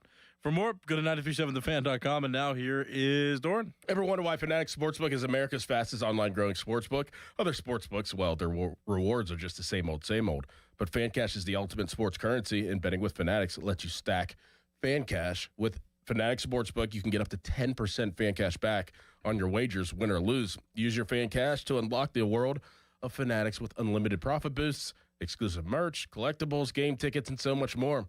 If you want more value for your bets, Fanatics will always have your back. Did I also mention that they're giving away millions in fan cash this year with games like Fan Cash Drop? Tap in every Friday and see what the fuss is all about. So switch to the sportsbook that will give you more to play with. Go check it out for yourself and download the Fanatics Sportsbook app today. Winning hits different here. Must be 21 plus. Gambling problem. Call 1-800-GAMBLER. Sports Radio 93.7 The Fan. Today is 55 days until the NFL Draft. Get pumped for the draft. Our NFL Draft Watch is brought to you by Lewis Anthony Jewelers. Have we met yet? Sports Radio 93.7 The Fan. Now, from the Spitzer Toyota Traffic Center at SpitzerToyota.com. Things easy down quite a bit on the roadway, especially the Parkway West. You're in line jammed just below Parkway Center to the Fort Pitt Tunnels. Outbound steady toward Pittsburgh International Airport. Parkway East lining up at Edgewood Swissvale. Outbound pretty well steady as you head out toward Monroeville from the Squirrel Hill Tunnels. Meanwhile, Route 28 is steady from Harmer to the north side. Same story for the Parkway North. A little bit heavy, though, getting onto the crosstown from Bigelow Boulevard over toward the Boulevard of the Allies. From the voice of Pittsburgh, 100.1 FM and AM 1020 KDKA, I'm Greg McAtee on Sports Radio 93.7 The Fan. Buy 4 windows and get 4 free from Window Nation. WindowNation.com. Right now, buy 4 windows and get 4 free from Window Nation. Plus, you could get no payments or interest for 2 years. Act now and you'll get an extra 10% off for Valentine's Day. Don't miss out. This offer ends soon. So schedule your quote right now at WindowNation.com. Why does it matter to members that Aetna was named a Best Medicare Advantage company by U.S. News & World Report? Because they chose a plan that gives them real support, real people, and real care. We show up with care management that ensures doctors work together on complicated conditions. We show up with the latest in online tools to make healthcare easier to use anytime. We don't show up for awards. We show up for you. And showing up for you is how healthier happens together. Your best President's Day deal is at Crown Mitsubishi in Washington, the most affordable all-wheel drive SUVs on the market, and we've got them. 7-passenger Outlanders take up to 10 grand off or finance at 0% for an incredible 72 months. Outlander Sports take up to 5 grand off or just 2.99% financing for 60 months. All backed by that unbeatable warranty. The Mitsu that fits you is right here in Washington. And why? Because a bow tie means a better buy. Shop President's Day savings at CrownMitsubishiPA.com. See dealer for details on all offers. I'm back to doing what I love and more, thanks to the Good Feet store. Don't let bad feet stop you from being active and getting healthy. Trade in your bad feet for good feet at the Good Feet store. We all hear the radio ads about the IRS. They tell you to be afraid, to be scared, and they try to frighten you into calling. I'm not here to do that. Tax Relief Advocates is different. TRA is here to tell you that if you owe money to the IRS, whether it's $5,000, $50,000, or $500,000, we have a solution. It doesn't matter if you're sitting in your car, at work, or with your kids. No matter where you are, call now. 800-575-9834. Don't lose hope. TRA can eliminate or reduce what you owe to the IRS. Generous programs are now available that can give you a fresh start. Our passion is taxes and helping individuals fix their IRS problems. We have over 1,000 5-star reviews on Google and an A+ with the Better Business Bureau. You don't need to be afraid of the IRS any longer. End your tax nightmare today by visiting us online at TRA.com or call 800-575-9834. That's 800-575-9834. Tax Relief Advocates. Real solutions for real people. SchultzFord.com. SchultzFord.com. SchultzFord.com. SchultzFord.com. Text us on the Edgar Snyder and Associates text line at 412-928-9370. Edgar Snyder and Associates reminds you to text responsibly. End of commercial. Yep, it's on. Back to the Fan Morning Show. Sports Radio 93.7, The Fan. The wildly popular, delightful Noah Hiles from the Pittsburgh Post-Gazette joins us in studio here on the Fan Morning Show. How you doing, Noah? I'm well, Adam. How are you? Oh, I'm peachy. Peachy, huh? How you doing? I'm great. It's Friday. Yeah. I get to go see my horror buddies down the street. Horror? Yes, horror. Okay. Horror characters. They're coming to a con here. And, is that today? Yep. You're going today? Oh, yeah. I thought you got a haircut today. Yeah, I'm going later. Haircut, then a horror convention. Yes. Can I go to the horror convention with you? Absolutely. Really? Because I would totally ruin it for you. Why? You can't ruin it. I'm almost felt like 40 years old. You cannot ruin my day. I do kind of feel like I was annoying you at the gym. I haven't brought this up. Was I annoying you at the gym? No, I didn't even barely talk to you. Right, but I kept coming to talk to you. No. I'm locked in, man. Like, I mean, I'm like a robot. Like, yeah. I'll answer and be like, yeah, but my mind is... Whew. So it didn't bother you? No. I like our chats at the gym, Harry. You just pace weirdly. Like what bothers me is you'll like walk around. You'll do a set, and then you'll walk around the whole room, and then you'll do another set, and then you'll walk around the whole room. I like to keep it moving. Good. It makes it seem like you're wandering aimlessly. No, that's good. Get your mind, We get to failure, then we take a little walk, about a minute, 90 seconds. Yeah. Get back down. Don't stay still. Like, I don't want to stay still. Yeah, keep moving. Yeah. Did you say a little failure? I go to failure. Or get close to failure. Oh, like you do reps until you can't do reps anymore. Exhaustion sets. Yeah. Yes. Get the pump going. Yeah. Because failure sounds like you just couldn't do it at all. No. Exhaustion's a good word. No, very good. No, Doran says I'm about to be able to bench 225 by the combine. Draft. One rep, maybe. By the draft. The combine's now. That's what I meant to say. Yeah, I was going to say, can you do it right now? Yeah. I can get you benching one rep, 225 by end of April, yes. You a bench guy? You a gym guy? I have a total shoulder replacement. Oh, we've talked about that. It hurts like hell to do His push-ups. shoulder fell out like 11 times. How? Football. Like once it starts and it just keeps getting loosened out. And then like tackling Jesse James? No, it was blocking a kid in practice is how it started. I was taking him to the ground and I tried to stay on top, and when my arm it popped out of the back. And you never got surgery? I got the surgery after like the 12th or 13th one. Oh. Yeah. And by then, like there was bone deterioration, everything was torn to There's a pieces. Blue Chew for that. Yeah, it was pretty bad. Yeah. No, not. Well, I don't want to say it. Yeah.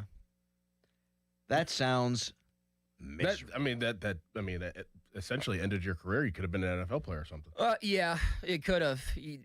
I hadn't considered that. I mean, it ended my career as just like living life differently. Like, Can you like, sleep on that shoulder? Does it hurts when like I lay on it too. Like when it starts to rain, I feel stuff because I've got like 4 screws in it. And the thing is, like, if I was actually a serious athlete, I could have like addressed my rehab in one way where, you know, like you go to rebuild that muscle. But I was a freshman in college and I was like not playing sports anymore. So I was like, I just need to get this to a place where you can live a normal life. Yeah. They wanted to put a rod next to my spine, but because I don't care that I turned to Quasimodo, I decided to opt against that surgery back when I was 12. That's a good call. Yeah. 3 of my 4 major. Now I should have. Right. As a 12-year-old, what's this entail? Oh, we're just gonna cut you up and put a rod in there. Nah. You should have got braces on your legs like Forrest Gump. They'll straighten you right out. I actually have a back brace at home that I wear. That's a cheap piece of crap. Hasn't done squat for me. I almost swore twice that that's how mad I am. You have only wore it once. Just like the glasses that you came in here the one day. You're like, I need glasses. I gotta wear them every day. Blah, blah, blah, blah, blah. Never worn them since. I need glasses. I can't see. Both of those things are true. It's like the line from The Departed. I tell my wife this all the time, and this is how you would describe me. I will deal with something being wrong my entire life without fixing it. Like, I will just jury rig it so that it suits my needs. I'm the same way. Yeah. Harry, meanwhile, was telling me at the gym that his elbow is so bad, it's so close to bone that if he were like a legitimate pitcher now, he would need Tommy John. Let me see if I can do it. No, you can't hear that? No. Well, okay. Well, you can't hear it. No, that's fine. Yeah, I didn't think you could. I was just going to try. Yeah, my 2 elbows crack, and my one knee's starting to give. It feels like sometimes when I do squats. Harry, you couldn't even complete the sentence without taking the world's longest breath there, man. I was trying to crack my elbow so you could hear it, but it's not doing the crack it usually does. Here, wait. Do it again. Wow. You can hear that. Oh, man. My elbows crack. That was brutal. Everything cracks. All right. Coming up next, the latest on Connor Griffin and the Pittsburgh Pirates. Plus, I do want Noah's probably more educated opinion on this salary cap, salary floor mumbo jumbo we got from John Heyman regarding Major League Baseball. That's all on the way. First, fan weather brought to you by Secure Money Advisors. It's cold, a little warmer today, but if you're tired of this weather and want to retire in Florida, let Secure Money Advisors help plan your retirement. Today, high of 53. Tomorrow, high of 56. It's Fan Morning Show. Here's Sports Radio 93.7, The Fans, Fan About Town. 2 Men and a Junk Truck is Pittsburgh's top choice for haul-away services. From single, bulky items to whole house cleanouts. Let their trained men do the heavy lifting and give you the space you deserve. Book same day or next day at 2menandajuncktruck.com. New to Rivers Casino? Join now and earn up to $1,000 free slot play. Stop by Rush Rewards on your next visit to start earning today. Gambling problem? Call 1-800-GAMBLER. Obsessed with pizza? So are they at Slice on Broadway. The 2025 winner of World's Best Cheese Pizza Slice is right here in the Berg with 6 Pittsburgh locations. Always serving delicious New York-style pizza, hoagies, and salads. Order yours today. Visit sliceonbroadway.com. New York style, yins are made. For more information, visit 937thefan.com.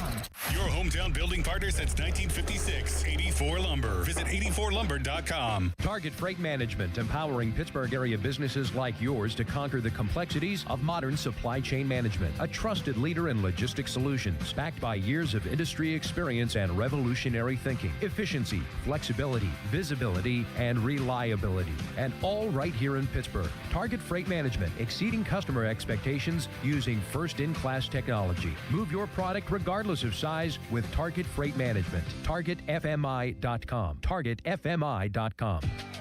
Never have I ever called my sister from the finish line of my first marathon. Hello? You won't believe where I am. Are you running? Mile 26.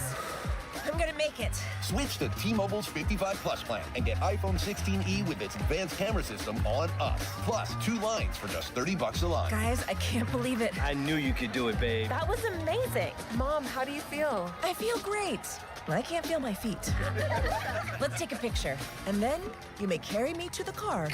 Share every stride, every mile, every memory on America's best network. Switch to T-Mobile's 55 Plus plan and get iPhone 16e on us and 2 lines for just $30 a line.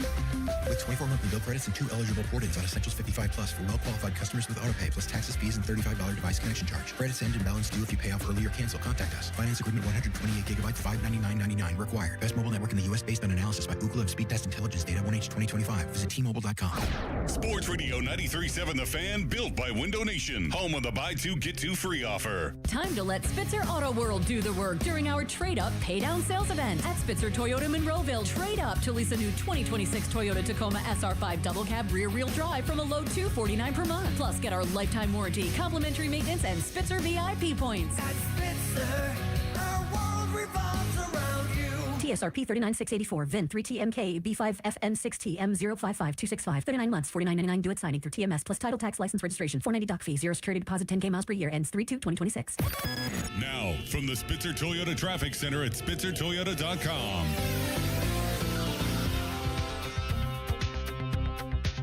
Big problems in Robinson Township. Crews on the scene of an overturned tanker truck, which is blocking the ramp from I-79 to the Steubenville Pike Route 60 intersection, and traffic is being diverted around at that ramp, completely closed off. You may want to consider getting off at the Parkway West if you're traveling I-79 and we're heading in that direction.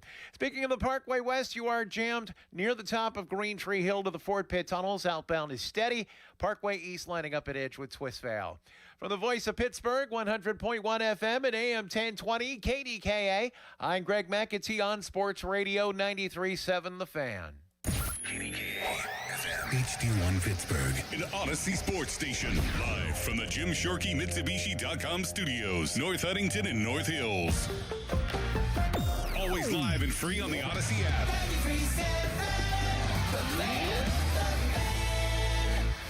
Good radio, you guys. Love the banter. This is the Fan Morning Show with Doran Dickerson and Adam Crowley on Sports Radio 93.7 The Fan.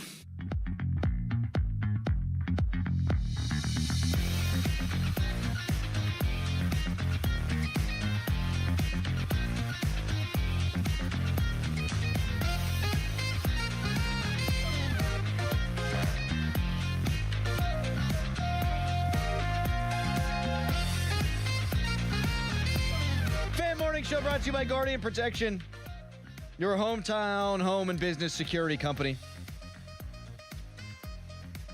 Omar Khan gets a C+ on the NFL PA grades. Art Rooney II gets a D-. Noah Hiles is here. You're always an A+ guy in our book, Noah. Wow, thanks, guys. What was your best subject in school?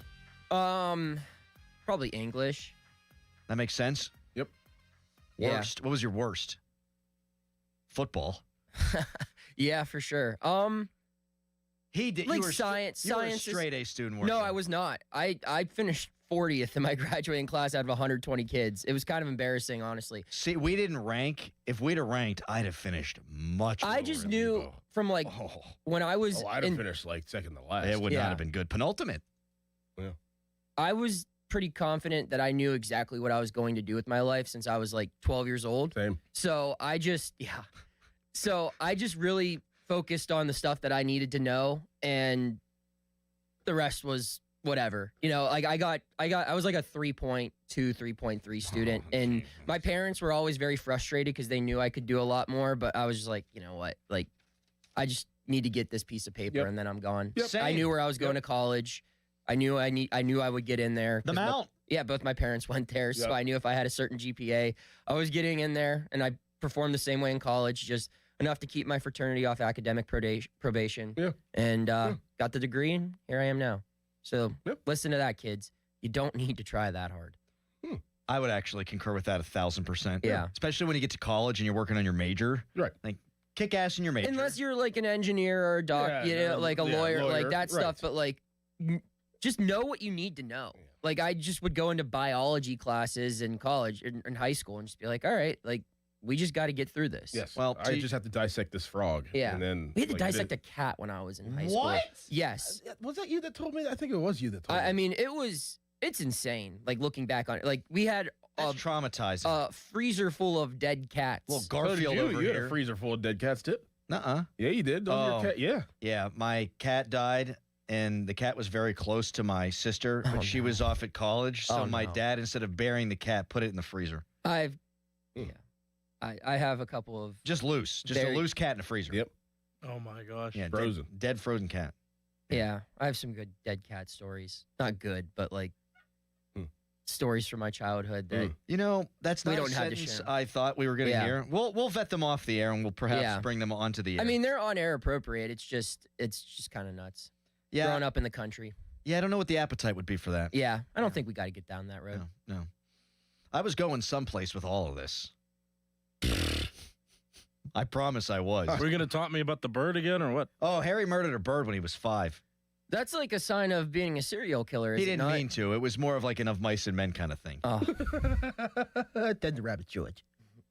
come on. Text us, brought to you by Edgar Snyder & Associates, a personal injury law firm where they always say there's never a fee unless we get money for you. In the defense of Harry, and I mean this. Who's the George in that story? Nope, Is it nope, City Limits? Nope. But yes. Is it Tawny Football? In Harry's defense, bird skeletons are very light, so they can fly.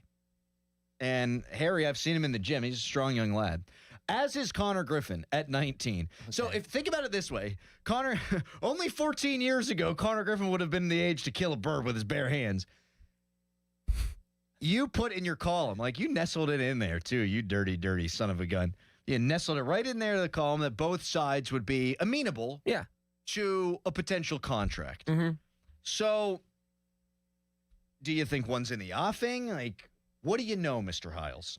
Not much more than that, honestly. I mean, if I had a ton of more details on that subject, it wouldn't have been placed at that spot. The whole column would have been about that. Yeah. Right? From the conversations I've had, I don't think there's been a ton of official talk between these two sides. I just know that this is a priority for the Pirates. It's something that I think they really want to make happen, and I think it's something they believe they can make happen. Now, I don't know the timeline on that. I don't know how far they're willing to go, but from the conversations I've had just on this subject and just generally when I'm talking around the baseball community, I never really got the sense that like a Skeens extension was possible. Yeah. I don't get that vibe here at all. It seems like something that the Pirates believe is like, worth their time sitting down and really, not that they would say that a Skeens extension isn't worth their time, but this is something that they think that they can reach a number that would make sense for Connor, and they're interested in trying to put something together for that. Well, if they're interested in doing that, does that mean that they're interested in him starting the year up? I think so. I mean, I've been banging that drum for a while now. I think I told you guys that in, I don't know, like January, that I anticipate him being the opening day shortstop. Mm-hmm. See, that's a great question. That's a great angle. I don't think those two things are connected. They kind of have to be, though. Well, not necessarily it getting done before he's up, but if you're good enough to pay, you're good enough to play. Exactly. Correct. Well, that's I think that's part of it. Yeah, I don't think it's something where he's not going to make the team unless an extension's done. Maybe that's leverage, like Connor's camp could hold it, and that's not something I've been told or anything. But the way I look at it is that's something they would probably like to get done before 2027. Like they would not like him to be pre-arb heading into what could potentially be a lockout season. Right. And I think that makes a lot of sense. So it could be something like Roman Anthony got extended 56 games in. Mm-hmm. Yeah, 56 games in. It's just an interesting scenario because you have this kid competing to make the opening day team, and you look at extensions for people in this situation. Normally they have at least a couple of years of minor league experience banked when you're signing that type of extension. He doesn't. He has one season, and he's only played a handful of games in Double-A. So it's it's something where I don't feel like either side is truly rushing right now, but I do think that, both parties would be open to sitting down and having an actual conversation about this. For what it's worth, and these are two totally different situations, Brian Reynolds, there was all that talk. And And he didn't sign till April 25th. Right. So because I remember our Ben Cherington interview. Yeah, he's like, guys, I told you I'm not going to talk about that. I had to. Then you asked him again. I went, one more, baby. Let's go. Is there a deadline? Guys, I'm telling you. Then we rode the elevator up with him on opening day. Yep. That was wonderful. Anyway, the skiing situation is totally different, too. Yeah. Like, that's the thing. Like, people are going to hear, well, why won't you try to pay Skeens? Because he's going to make a bajillion dollars. And He's a different point in his career. Yeah, in his position, you don't know if you're going to have the opportunity to reach free agency multiple times. And if you extend him, that's a guy who needs to reach free agency before he hits 30. And he debuted at 22. So how much more of an extension can you get past that rookie deal? And again, it's just a different type of player, different type of situation. I just think that he was out of their price range the moment he took the mound. What do you think they're looking at with Connor Griffin? Do you think that the stats matter in spring training?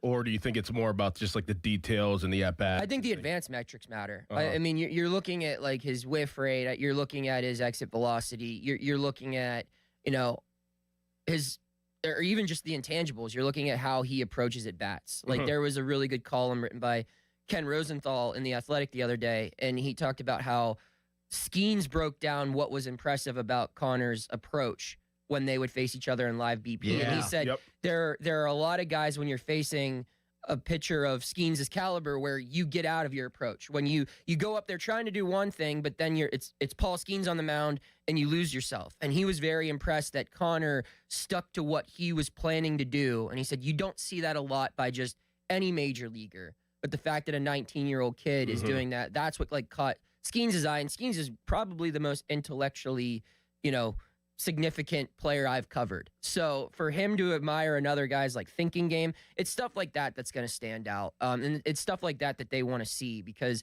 the physical tools are there. But what about the fielding? He was a Gold Glover in the minor leagues last year. And he's a better infield glove than anyone on the 40-man roster not named Jared Triolo. And that's not to say, they have other good fielders, but his glove is a very high-rated tool. Yeah. So that's where even if the bat doesn't necessarily play this year, if he needs a year to really if he's just even a league average hitter, his defense is still going to make him a 3-WAR player because of that position. God. I keep making guttural noises anytime we discuss Griffin because, my God. He's hitting 8th today for the Pirates. Their lineup came out 5 minutes ago. Mitch Keller on the bump for the first time. And Harry's new man crushed Jake Mangum, and for good reason. He's playing in left field today and batting leadoff. That quote from Skeens was impressive for two reasons.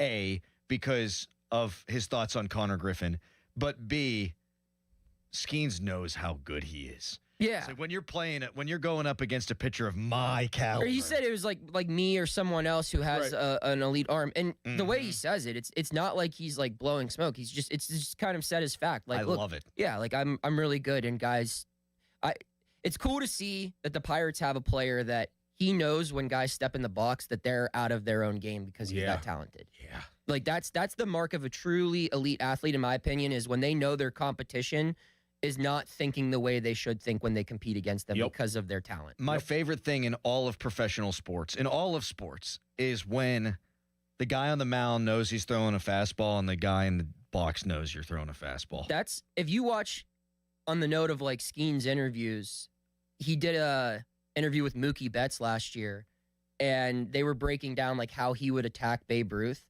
and he just basically said because he would say what do you throw on first pitch? What are you doing? Okay, he's fouls that off. What are you doing? And Paul's approach pretty much anytime he faces an elite hitter is just, I'm going to throw fastballs at you, and I dare you to hit them. That's what happened with Shohei the first time. Yeah, and sometimes he makes guys climb the ladder. Sometimes he goes inside, outside. And because he knows, the hitter's thinking, what are you trying to tunnel here? What are you trying to set up? And he's just hit my best pitch, and then we'll talk about the secondary stuff.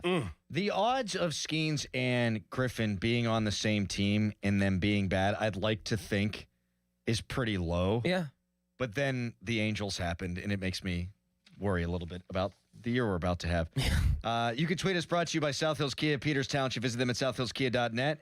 It is 9:15. Make the smart call. Buell Insurance, 724-443-5610. Want to get Noah's opinion on the potential salary cap ceiling and floor, at least the starting point in the negotiations that was put out there by John Heyman. We'll do that coming up next. But right now, it's a Nicholas Harry Callis fan headline. Now, fan headlines powered by Bowser Chevrolet. Penguins 4-1 winners yesterday over the New Jersey Devils. The Penguins still second place among teams in the Metropolitan Division, and they have a game coming up tomorrow afternoon against the New York Rangers. For more, go to 937thefan.com. And now here's Crowley. Oh, thank you, Harry. Want to see me? Do you like beer? Well, you definitely like beer. I'll be at Hampton Beer Outlet today from 11 until noon doing a little Irish beer tasting with my guy, the owner, the proprietor, Bill Shaner. And all day today, Guinness cases, $39.99. It's a great deal, great special. Cases of Guinness, $39.99. Come on by, see me from 11 o'clock until noon. But if not, get there today. Guinness cases, $39.99. Drive a little, save a lot. Hampton Beer Outlet, Route 8 in Hampton.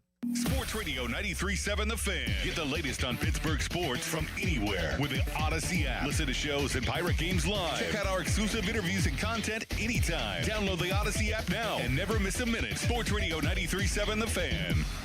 This Odyssey Sports Minute is brought to you by McVeigh Plumbing, Heating, Cooling, and Electric. Frozen pipes, call McVeigh. This is an Odyssey Sports Minute. Sponsored by TaxSlayer. Start filing for free today at TaxSlayer.com. The NFLPA report cards are in. Best organization in the league, obviously, the Miami Dolphins. The worst, the Pittsburgh Steelers. Failing for a locker room that players say has only 5 bathroom stalls.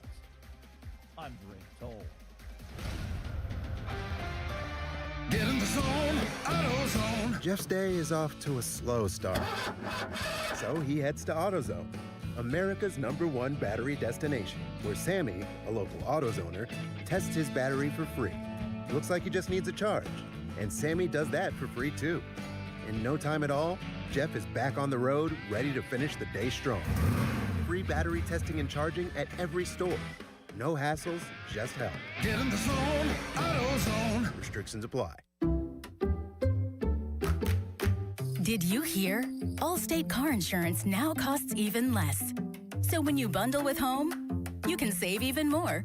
Check Allstate first to bundle and save with a new lower auto rate. You're in good hands with Allstate.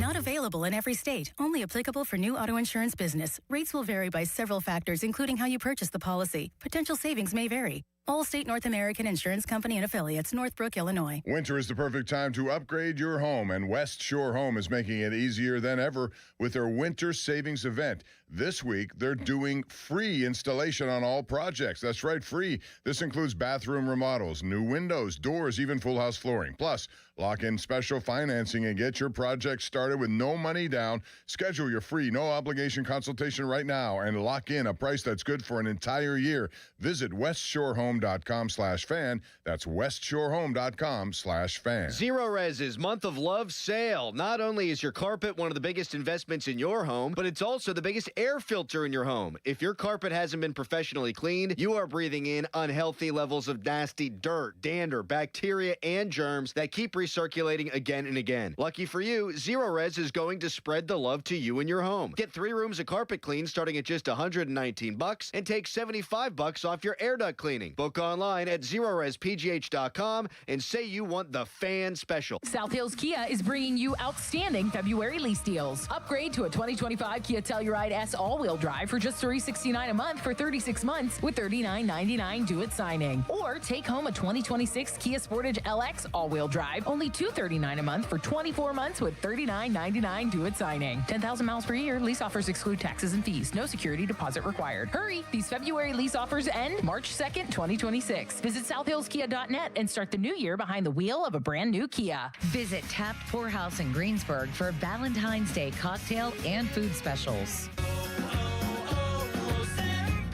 Hi, I'm Chef Franklin Becker. You know the jingle. Now discover the facts about Ozempic, a GLP-1. There's only one FDA-approved Ozempic made by Novo Nordisk. Learn about the real thing. Talk to your healthcare professional today. Call 1-833-OZEMPIC or visit Ozempic.com to view the medication guide and to learn more about Ozempic. Semaglutide injection 0.5, 1, and 2 milligrams.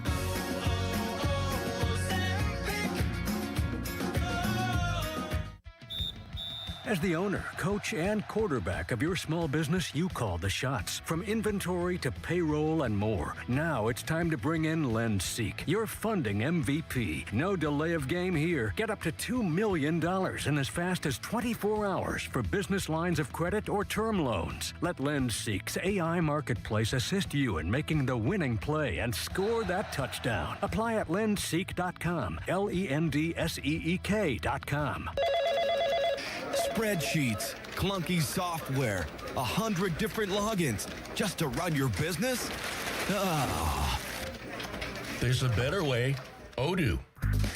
One simple, connected platform that handles sales, inventory, accounting, and more. So you can focus on growing, not juggling. Make the switch today at odoo.com. That's ODOO.com. It's impossible to have a bad day when you started with Chick-fil-A. Hi, I'm Miles. And this is Grant. And the little thing we love about the Chick-fil-A chicken biscuit is how the fluffy, crispy goodness wakes us up in the morning. The chicken is crispy, the biscuit is soft, it's iconic. Throw some jelly on it, you can throw some honey on it. It helps me kick off the day. The hash browns are great. And I really like the shape of them too. Little circles of crispy goodness. Yeah, those early morning chicken biscuits are just great, man. Mornings are a little bit brighter with the Chick-fil-A chicken biscuit and Simply Orange Juice. Available on the Chick-fil-A app. Real guests paid for their testimonials. Now, from the Spitzer Toyota Traffic Center at SpitzerToyota.com.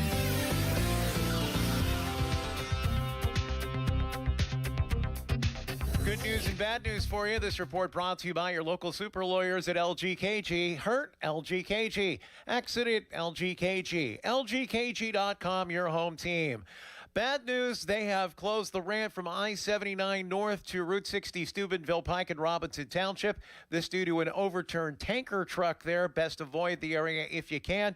And the good news, they have reopened Nicholson Road in Ohio Township. Crews have cleared from that earlier multi-alarm structure fire between Mount Nebo and McRae Roads. From the voice of Pittsburgh, 100.1 FM at AM 1020 KDKA, I'm Greg McAtee on Sports Radio 93.7 The Fan. Want a big law firm with no continuity? That's not LGKG. Don't care about having access to a named partner? That's not LGKG. Prefer working with those who have no clue of what makes Western PA people tick? That's not LGKG. Don't care about courtroom reputation? Then don't call LGKG. We're not for you. Live from the ShoreKeyMitsubishi.com studios, North Huntington and North Hills.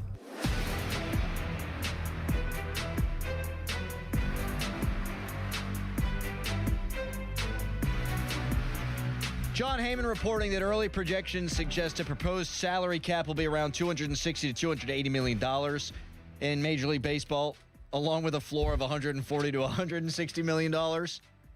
Again, John Heyman reporting. I have found. Does he still work for Odyssey? John Heyman? Yeah. I mean, he works for the New York Post. Okay, he had been an Odyssey baseball insider in addition to that. He is no longer, so I feel I can say this. My man licks the boots of the owners as much as any, in my opinion, writer in all of Major League Baseball. You don't have to say anything. I'm not saying anything. You don't about have to John say Heyman. anything. Yeah. I'm saying that. I think there's too big of a gap there. Yeah, I agree. But I mean, like that's what we all need to be prepared for is like there is going to be no plan that really makes a lot of sense or looks great on paper. Now, to the people who really want the cap, like anything that is a cap system is going to seem attractive. But like logically, this has gone on so long without a cap where it's gotten out of control. So any system in which they do implement a cap is going to look ridiculous, especially in the beginning. Mm-hmm. Like a salary cap system with a $100 million gap in the floor and the ceiling doesn't sound like a great system. Now, obviously, the retort would be, oh, over time, you shrink that. But how do you do that for so many of these teams? Like, and I also have skepticism on the money that's spent by the bottom teams to get up. Like, in theory, you're loading up on, like you guys mentioned before I was on, that's why you signed the Suarez contract. That's why you go out and get a Kyle Schwarber. But like you see in the NBA, what teams do to get over that floor. They're taking on a John Wall contract, and he's on their team for 2 years and doesn't play a single game. You're telling me MLB owners aren't going to do that same thing? They're not just going to meet that bare minimum requirement? Because this is a system where they're going to make more money. Absolutely. And it always is. And if you've been doing the bare minimum to make money now, if you're an MLB owner, if a new system's in place where you can make more money from doing the bare minimum, why wouldn't you do that? So, in theory, I've always said, regardless of what system's in place, the organizations that prioritize winning are going to win. So, a cap system, I think, it would benefit a team like the Padres, who have spent a lot of money, probably more than they should have spent. But this lowers their top-tier competition that they haven't been able to beat in the playoffs, and it kind of evens the playing field. But if for organizations that really haven't been trying that hard, how much is this going to... Now, it could inspire them to say, you know what, we didn't have a chance at all before, now we do. And if you spend that money properly, then you can compete regardless. So it's probably a better alternative, but this is far from perfect for a multitude of reasons. Yeah, I mean, it just forces them to spend money. Like, yeah. I mean, so like... Doesn't mean you're going to spend it well. Right. But, I mean, if you have to do it, you might as well... I don't know. Like, and when every other team is also... When half the league is operating with that, yeah, well, we have to. Is that making it more competitive? In theory, yes, but there's always teams that don't. I mean, we see it in hockey all the time, to your point, like take on a contract of a guy just that to get isn't officially retired, but he's not hadn't played in 2 years, just to get over the floor. It's going to be better than what they have. We'll have to wait and see where it goes. What percentage, because I don't know this, I haven't looked into this enough yet. I'll admit that on the front end. Do you know what percentage of owners have to approve it? Is it unanimous or? I don't want to give an answer there because I'm not 100% sure. But yeah, I don't know. I mean, I think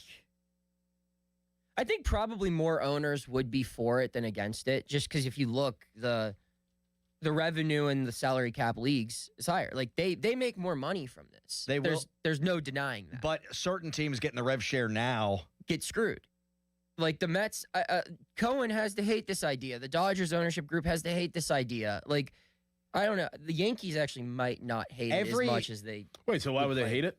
Because they're like, you know what? We're the only ones trying, and we have to give some of our money to you guys, and we have to reduce our payroll because you guys can't try. Like, and then you've got the bottom teams that are the beneficiary of the they've already been share. giving. Yeah, why would they want to change it? Because they're making money and they don't have to put the product back into the baseball team. It's like, so we have to reduce our efforts so you can have a better chance of winning, and also like you get more of our money because of this. So I think not all owners are going to be aligned. No. And not all players should be aligned. I don't think any player's in favor of this. I really don't. I know, and I don't understand that. I do. Really? Yeah, because when you're a professional athlete, you don't think in a realistic term. You think of your ceiling. And you want to have the opportunity. You don't want to have one thing standing in your way from preventing you from making the most money you possible. Could possibly make. And baseball, that's been the selling point for as long as the sport's been around. Is more players would benefit from one, though. Oh, I agree. But like, again, no one's thinking about their career being like, I could be a league minimum guy for 5 years and then out of the league. I need to maximize that. I just need an opportunity, then I'm going to become an all-star. Good point. And then I'm going to get paid. Mm-hmm. That's just not how athletes are wired to think realistic or worst case scenario. They're thinking, I play the game to be great.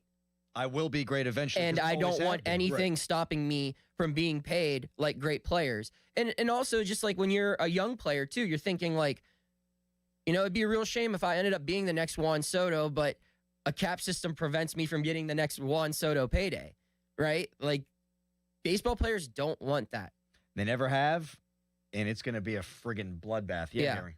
Yeah, no, I was just going to say, like, my perspective on it would be, like, the opposite way, like, because I'm for the salary cap. I don't think Juan Soto was worth the $765 million he was. Of course not, but that's not relevant. You're worth whatever they pay you, Harry. Yeah, exactly. Yep. No, but that's what I'm saying. Like, I think the salary cap's good for that because you won't get these insane bidding wars or these insane contract payouts. You'll have a more balanced, I actually disagree with your evaluation on that. I think Juan Soto, when you look at the revenue that he creates for the New York Mets, what he creates for Major League Baseball, he's on a whole bunch of posters and covers of things.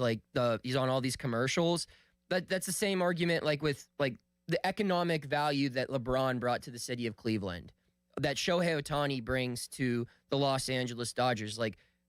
When you're a top 5 athlete in your sport, you're invaluable because you're selling tickets not only in your home ballpark, but people show up to PNC Park to see Aaron Judge, Shohei Ohtani, Mike Trout back when he was in his prime. That's why they got rid of interleague play and they just made it a league-wide schedule, because people show up on the road and that makes money for everyone. You think it's a worthwhile investment then if the Pirates would have given him a contract like that? Yeah. It sells tickets, and you win more games. Those are the two things you want to win and make money, right? The Mets didn't do well this season, though. People very showed up still, though. They didn't, but that deal wasn't a 1-year deal, was it? No. It was 13. Yeah, it's the same. I think about, just as an example, it's the one that I use all the time. I remember when TJ Oshie signed his 8-year deal, and there was some massive pushback from a lot of National Hockey League writers saying, why would you give that guy 8 years and blah, blah, blah million? The next year they won the cup. Guess what's after that? Gravy. Yeah. Gravy. Yeah. You win it 1 year and you're good. Yeah. And the Mets have been spending for years, though, and they haven't done well. And it's not just a one-off thing. They were in the NLCS 2 years ago. I'm also trying to figure out exactly what side you're on here, Harry. I want the salary cap. You don't want people... Harry wants everyone to play for minimum wage. No, but why do the other major sports leagues have it? There's a reason because for this. they got ahead of the curve. This should have happened in 1994. Yeah, hockey benefited greatly from it. Yeah. Tremendously. It's the best thing for any potential sports. NFL. But we were talking more strictly anyhow before you jumped in, Harry, about the players' side of things anyway. I don't think players look around at Juan Soto and go, boy, they shouldn't have paid him that. They go, Thank God they paid him that. Yeah. Now I'm going to get... If I have 1 year, a Juan Soto year, that increases my... Maybe not to the length of a Juan Soto, but I'm not talking about the perspective from the players, though. I understand that the players are doing business, and that's fine. They can make their money. I'm saying for the nature of the sport, I want the salary cap. Yeah. I understand the players' perspective, and I understand why the Players Association is pushing. I understand all of that. And that's the divide here, is that fans are only focused on the competition, where players, this is their livelihood. Starkey does raise a good point. He just texted me that big market owners would want a cap too because of franchise valuations. Maybe. It depends on what their priorities are. If you're a team like the Dodgers, who is just spent to try to win, the Dodgers know they're valuable, and obviously they want their franchise value to go up, but anything that limits the Dodgers' ability to just do whatever they can to win is probably going to piss them off. And I think Steve Cohen would probably have the same thing. There are some owners who are in this because they're like, you know what, I'll make money, but I want to win. I want to have a winning team. And there are other owners who just view this strictly as a financial asset. And those people would love a cap. The people who are in this to win and make money probably wouldn't, because that's how they've been running their business from the beginning. And it's the opposite of a car, which is the value diminishes when you drive it off the lot. It's going to go up. It goes up regardless. Yeah. So I don't think owners see eye to eye. I think the factions are deeper even than just small market, big market. It's what we're talking about there too. Good chat. 412-928-9370 is the number if you want to weigh in on this, because why wouldn't we add more voices to an economic conversation whenever I failed economics in college? 412-928-9370. That's the hotline presented by Sullivan Super Service, Pittsburgh's trusted plumbing and HVAC provider for over 50 years. Right now, it's a Harry headline. Now, fan headlines powered by Bowser Chevrolet. Penguins won 4-1 yesterday over the New Jersey Devils, and they stay in solid position in the Metropolitan Division. They are second among teams in the Metro. After that win, the Penguins play again tomorrow afternoon against the New York Rangers. My bad. For more, go to 937thefan.com. Brad Evans here to help you beat the Bulls against Westwood One Sport. ILL. Champaign will be the epicenter of the college hoops world Friday night as Illinois takes on Michigan.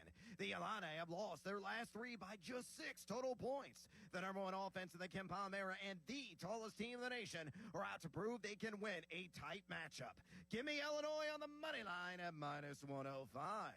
Bet smarter, beat the books. Download the BetMGM app today. I'm Boomer Esiason. My mom died from cancer. She was only 37 years old. She didn't have life insurance, and that was devastating for my family. That's why having life insurance is so important to me. Ethos makes it fast and easy. Get a quote in seconds, apply in minutes, and get same-day coverage. You can get up to $3 million in coverage with no medical exam. Get your free quote at ethos.com/play. That's ethos.com/play. Paid spokesperson. Time spent on application may vary. Online health questions required. When the paycheck stops, the planning starts. Retirement isn't about a number, it's about income that lasts through every stage of life. Secure Money Advisors focuses on building retirement strategies around income, tax efficiency, healthcare planning, and legacy protection, all working together in one coordinated plan. Claim a complimentary copy of your book today at righttrackbook.com. That's righttrackbook.com, where your retirement journey begins on the right track. South Hills Kia is bringing you outstanding February lease deals. Upgrade to a 2025 Kia Telluride S all-wheel drive for just $369 a month for 36 months with $39.99 due at signing. Or take home a 2026 Kia Sportage LX all-wheel drive, only $239 a month for 24 months with $39.99 due at signing. 10,000 miles per year. Lease offers exclude taxes and fees. No security deposit required. Hurry! These February lease offers end March 2nd, 2026. Visit southhillskia.net and start the new year behind the wheel of a brand new Kia. Coach Wooten's Basketball Camp, the world's #1 teaching basketball camp since 1961. Your child will learn the game, play the game, have fun, and get an experience of a lifetime at Coach Wooten's camp. Let your kid be a kid.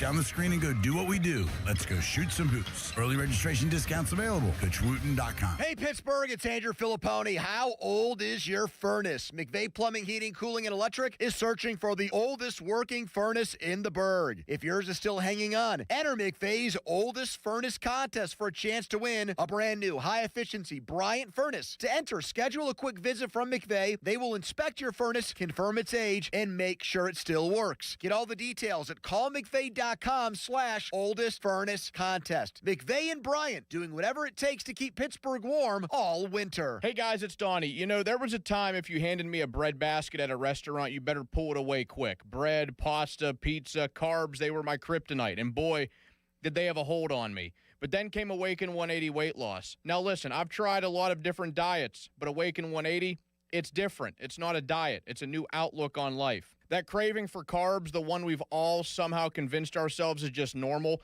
it's gone. We get used to certain foods being pushed our way. We don't know any different. Now listen, I still eat pizza. I'll eat bread. I'll eat carbs, but I don't need them. And that's the difference. So now, 7 out of 10 times, the waiter drops that bread basket, I'll just smile. I know that I can handle myself. Awaken 180 has been a game change, a life change, and it will be for you too. Give them a call, 844-346-1800, or online at awaken180weightloss.com. It will change your life, enhance your life. Trust me. Introducing new regenerative treatments for men and women with thinning hair from New Image Hair Clinic. New Image is putting plant-based technology to work for men and women with thinning hair. Our hair and scalp analysis will get to the root of your thinning and damaged hair and create a healthy environment for hair growth. Using exclusive private label products, vitamins, and FDA-approved laser hair therapy. Only 30 minutes, easy and effective. The results speak for themselves. Fuller, thicker, and more hair can be yours. Call New Image now and find out which new regenerative treatment works best for you. Call now for a free hair and scalp analysis and receive $250 off. Call 800-514-HAIR 4247 or go to newimagehairclinic.com. Our new regenerative treatments work for me, and they can work for you too. That's 800-514-HAIR 514-4247 or newimagehairclinic.com. Book us. TwoMenAndAJunkTruck.com. Hey, what's up, flies? This is David Spade. Dana Carvey. Look, I know we never actually left, but I'll just say it. We are back with another season of Fly on the Wall. Every episode, including ones with guests, will now be on video. Every Thursday, you'll hear us and see us chatting with big-name celebrities. And every Monday, you're stuck with just me and Dana. We react to news, what's trending, viral clips. Follow and listen to Fly on the Wall everywhere you get your podcasts.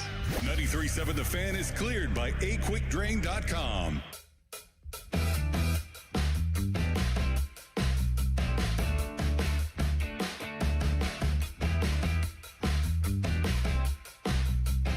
Yeah, we probably haven't spent enough time talking about the Bob Friend Jr. call from earlier. I have it clipped if you want to hear it. Yeah, I think Noah should hear it real quick.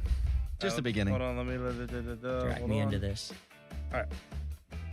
Yeah, I want to be Bob Friend is calling us, despite the fact that he passed away in 2013. Hello, Bob.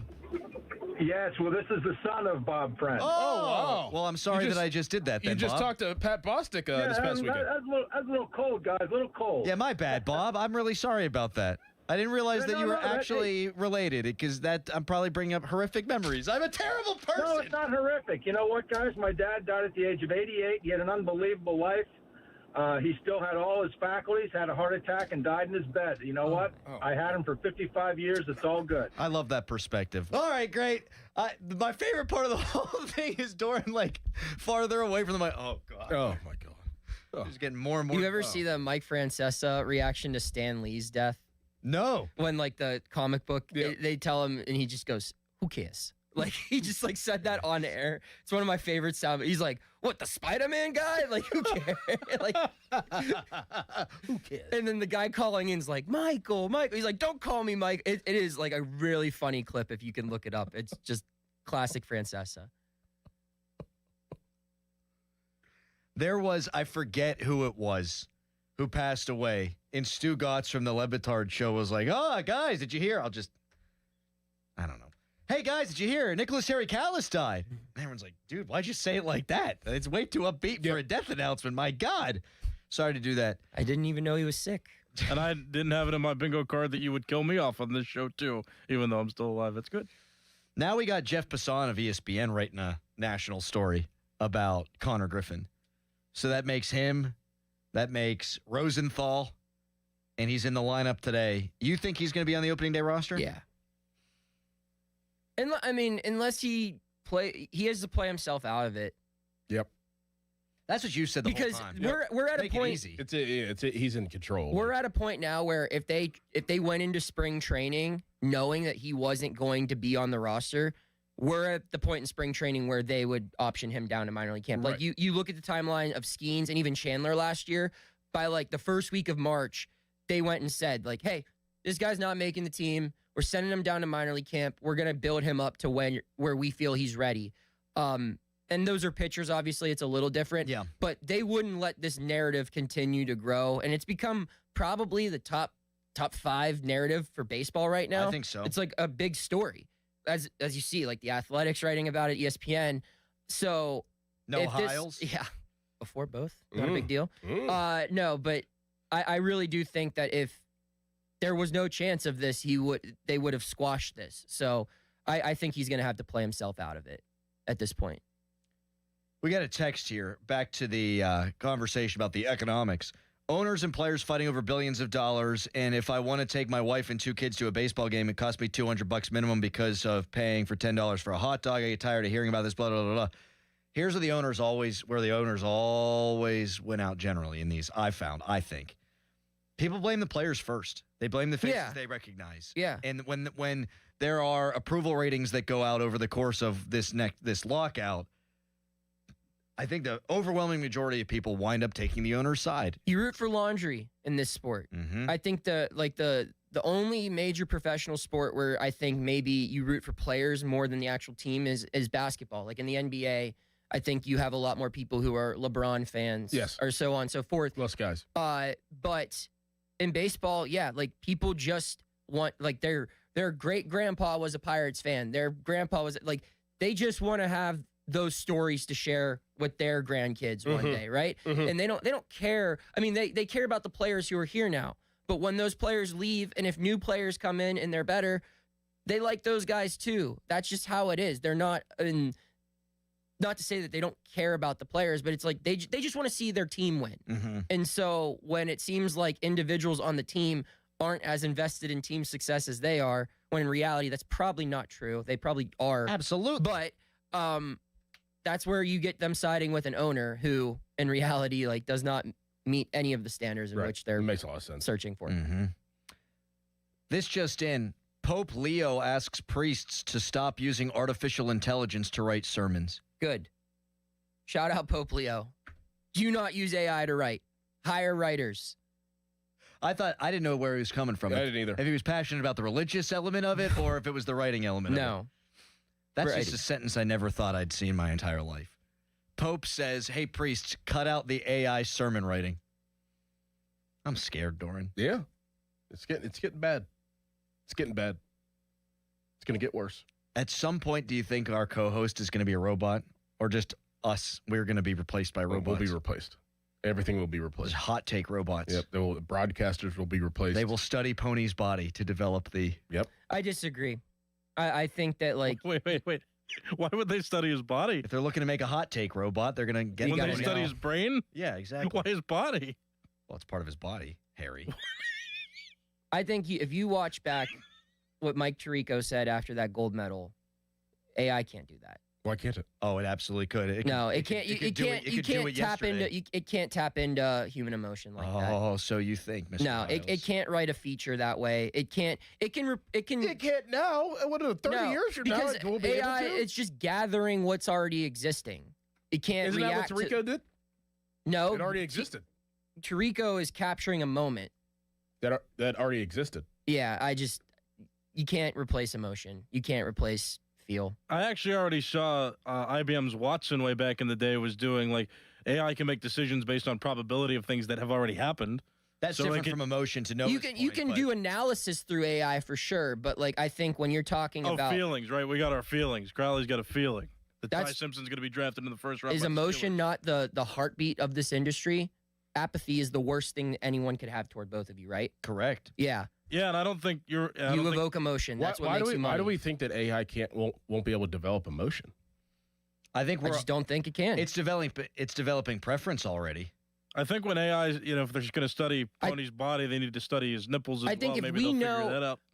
we as humans, what separates us from animals is the necessity to connect with another human being. And when we have opinions being delivered to us from something that is not us, that is not human, it will not hit home. An AI tweet will not hit the same as a Pony tweet because we know it's fake and it's not genuine. Where Pony's it's coming from the hip, and maybe you could say Pony's performative. I don't think it is on Twitter. I actually think he's saying everything possible with his chest, but that's where people react to that stuff because it's like, I'm a human. I know how humans think. How could you think this way? But if it's an AI thing, they're just like, this is designed to get this reaction. It won't come off with the legitimacy that evokes emotion and builds a connection. And that's what this whole thing is. You think it already has. I see some AI girls on here all the time. I think they're real. Well, that's what I was going to say. That's an emotion. You think it's blatantly obvious that you can tell the difference between AI or regular humans. I'm saying if it's hosting a radio show, you will absolutely know. We could be silently replaced. They could just can us, send us out the door, and then implement the AI creatures, and we won't know the difference. I do think what you may be, and this might be just a difference in philosophy, Noah. What you may be underselling here is the lack of IQ of your average human being. True. To be able to discern between the I'm saying if it's a live show, you can't tell if it's a live show. Not now, but in 30 years, to Doran's point, we don't know how it's going to develop. But if it's all if it replaces us all, we will know that all of it's fake. That's not true. We could get fired. Then we'll all just have to kill ourselves, I guess. I don't know. If we don't have any work to do, Harry. Come on. I think we also will be outnumbered by AI. So I think that we'll be the minority. Yeah. So how soon before the artificial intelligence AI cannot do what I do? I'll just say it. AI cannot do what I do. Yet. Never. It will never be able to write stories the way I write stories. How can you say that? AI can never write a story the way I write a story. You're like the person that said, you cannot say that. What? Tweet us brought to you by South Hills Kia, Peters Township. Visit them at southhillskia.net. It is long past time to be done with this segment. Make a smart call. Buell Insurance 724-443-5610. Now a Harry headline. Now, fan headlines powered by Bowser Chevrolet. I can't believe you said that. The Pirates won yesterday 6-4 against the Minnesota Twins in spring training. They have a game against the Orioles today at 1 o'clock. For more, go to 937thefan.com. Spring training coverage brought to you by Hampton Beer Outlet, Route 8 in Hampton. Drive a little, save a lot. Sports Radio 93.7 The Fan. Tune in every Tuesday morning at 9 as the Pittsburgh kid Neil Walker joins the Fan Morning Show. Tune in or listen on the Odyssey app as Neil gives you the latest on our Pirates. The Neil Walker Show brought to you by Mike Hamlin Hyundai, Goodrich & Guys, Pittsburgh's personal injury attorneys, and Bet365 on Sports Radio 93.7 The Fan. Now, from the Spitzer Toyota Traffic Center at SpitzerToyota.com. Robinson Township crews remain on the scene of the earlier overturned tanker truck blocking the ramp from I-79 to Route 60 Steubenville Pike. Watch for delays around that. Best avoid the area if you can. In Avalon, utility crews block a southbound lane of Route 65 Ohio River Boulevard for work between Cleveland and Harrison Avenues. Parkway West, your delays approaching the runaway truck sand pile to the Fort Pitt tunnels. Parkway East jams at Edgewood Swissvale, outbound past the Squirrel Hill Homestead exit. From the voice of Pittsburgh, 100.1 FM and AM 1020 KDKA, I'm Greg McEntee on Sports Radio 93.7 The Fan. MrWaterHeater.com. MrWaterHeater.com. Call Mr. Water Heater. Call Mr. Water Heater. The Pittsburgh Gun Show this weekend at the Monroeville Convention Center. Tons of ammo, guns, knives, accessories, and more. Get your guns and supplies while you still can. Saturday 9 to 5, Sunday 9 to 4. Info at showmastersgunshows.com. Are you ready for a new career? This Saturday, February 28th, Intervala is hosting an open interview day from 9 to noon at their Mount Pleasant facility. Walk in, meet the team, and see our clean, modern manufacturing in action. At Intervala, you build mission-critical electronics for medical, defense, and data centers, work that truly matters. We're hiring for over 30 positions. Experience is a plus, but not required. We offer paid training, competitive pay, full benefits, and growth opportunities. Bring your resume and photo ID this Saturday. Learn more at Intervala.com/interview. Intervala. Build work that matters. BetMGM Casino is ready for winter. It might be cold outside, but the games are heating up. New customers can enjoy a 100% deposit match up to $1,000 plus $25 on the house using bonus code HOMETOWN at sign up. Play your favorite games at BetMGM Casino, like blackjack and roulette, with a live dealer.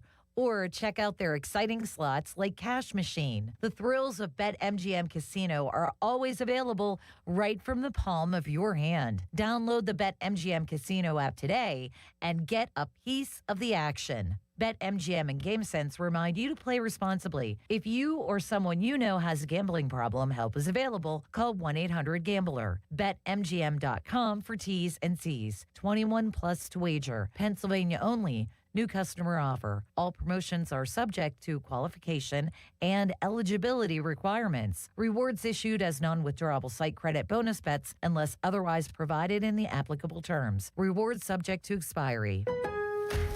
Want consistent color for every job? Milo's Pro Rewards members get a 20% paint discount on future purchases after paint annual qualifying spend reaches $3,000. Plus, order eligible in-stock paint and paint supplies by 2 p.m. for free same-day delivery by 8 p.m. Improving is easy at Lowe's. Excludes spray paint and mist tints. More exclusions, terms, and conditions apply. Subject to change. Details at Lowe's.com/terms. Same-day delivery valid in select zip codes. Subject to driver availability. Details at Lowe's.com/same-day delivery. SchultzFord.com. SchultzFord.com. SchultzFord.com. SchultzFord.com. Text us on the Edgar Snyder and Associates text line at 412-928-9370. Edgar Snyder and Associates reminds you to text responsibly. Back to the Fan Morning Show. They seem to be having a good time. On Sports Radio 93.7, The Fan. Well, thinking I never should have read that Pope tweet. Oh, no. We're good. We're good. One more segment here, brief one, with no Ohio's fan weather brought to you by Secure Money Advisors. Tired of this weather? Want to retire in Florida? Let Secure Money Advisors help plan your retirement. Today, high of 53. Tomorrow, high of 56. Why do you think Gomar Khan got a C+? He's a little above average, like his team. Yeah, but he was the fourth lowest graded GM. That seems a little rich. I think those grades reflect how influential Tomlin was. That everyone in that building thought everything good was done by Mike Tomlin. And that could be argued from the owner on down. Yeah, like I think the players truly believe that like all the good here is because of Mike Tomlin, and everything else is either you're average at your job or really bad at it. And yeah, so that's where the credit went. Mm-hmm. That makes sense. I never want to talk about AI again. I'll talk about Allen Iverson. That's my AI. Oh, greatest crossover of all time. Yes. A grinder. My favorite ever basketball player. Really? Was Javon Carter. But Javon Carter. Go Mountaineers. Bill Laimbeer. Yeah. Jerry West should have been. Yeah. Yeah. Deshaun Butler, Final Four. Yeah, that's when he got like kissed by Bob Huggins on the floor when he got hurt. Yeah. Yeah. Yeah, you can't take away that humanity. That was AI can't do that. I want to see AI kissing his player on the ground when he tears his ACL. Yeah. Need an AI designated driver for that coach. Okay. It's so true that don't get me started. Yeah. Hey, Bob. Never mind. He thought he was in Columbus. What are you gonna do? Taylor Swift was in town. What's the worst city? Like, you probably could, like, if you talk to people who live in like Paradise or something, like, what the worst two cities you could pick for that story? Boy, I thought I was in Columbus, but I wound up in Pittsburgh. Man, your life sucks. Yep. Yep. Darn. All right, Noah, thank you. Thank you guys. Thank you, Noah. Dora, this is a wonderful week. Yes, it was. 1 week closer to spring training. Yep. We'll talk to Yins on Monday at 5:40. Drew Aller's going to throw tomorrow, and he's going to impress. And I'm guessing we're going to be talking about it. Caboli will be in from 9 o'clock until 10. Harry, decent show. We'll talk to Yins on Monday. Starkey next. Goodbye. Oh, but first, I have to tell you about Bet Parks. It's time to play. Join me now on the Bet Parks online casino and sportsbook app, where there's always another way to win. Pens, hockey, and other things like college basketball that you could bet on. Soccer, if you want it, they got it. New casino users also, you can score up to $1,000 casino bonus back in their first 24 hours. Plus, get 250 bonus spins on Good Heavens or Lil Demon Mega Collectum over the course of 10 consecutive days. Yes, 250 bonus spins. Make your downtime fun time. Plus, bet on all your favorite sports. You must be 21 in PA, New Jersey, Maryland, or Michigan. New users only. T's and C's apply. See betparks.com for details. Casino bonus must be wagered. Gambling problem? Call 1-800-GAMBLER. Your hometown building partner since 1956, 84 Lumber. Visit 84lumber.com. Suddenly it's spring. Discover everything for your home at the 44th Annual Pittsburgh Home and Garden Show, March 6 through 15, Convention Center downtown. Shop the region's most trusted marketplace. See our weekend features. Celebrity appraiser Dr. Lori, March 6 through 8, and HGTV celebrity host Ty Pennington from the hit shows Rock the Block and Battle on the Beach, March 14 and 15. Visit pghhome.com for details. Don't miss the largest home event in America, the Pittsburgh Home and Garden Show, Convention Center, downtown. Must finance HMF low APR tier 1 through 2, plus tax, acquisition fee, title plates, and dealer dock fee. Must finance HMF dealer's choice for rebate. Not all buyers will qualify. In stock units only. Offers end 3/2/26. Get to Mike Camlin Hyundai today for huge President's Day savings all month long. Take advantage of 0% financing for up to 60 months on the new 2026 Hyundai Tucson and Santa Fe, or receive up to $2,750 in rebates. MikeCamlinHyundai.com. All Mike Camlin Hyundais are backed by owner assurance, America's best warranty, 10 years, 100,000 miles, and the Mike Camlin Advantage, oil changes for life. Never have I ever called my sister from the finish line of my first marathon. Hello? You won't believe where I am. Are you running? Mile 26. I'm gonna make it. Switch to T-Mobile's 55 Plus plan and get iPhone 16e with its advanced camera system on us. Plus, 2 lines for just $30 a line. Guys, I can't believe it. I knew you could do it, babe. That was amazing. Mom, how do you feel? I feel great. I can't feel my feet. Let's take a picture. And then you may carry me to the car. Share every stride, every mile, every memory on America's best network. Switch to T-Mobile's 55 Plus plan and get iPhone 16e on us and 2 lines for just $30 a line.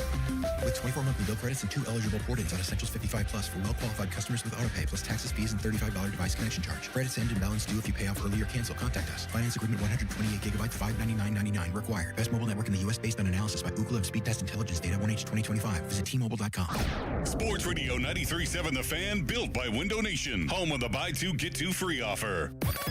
Now, from the Spitzer Toyota Traffic Center at SpitzerToyota.com.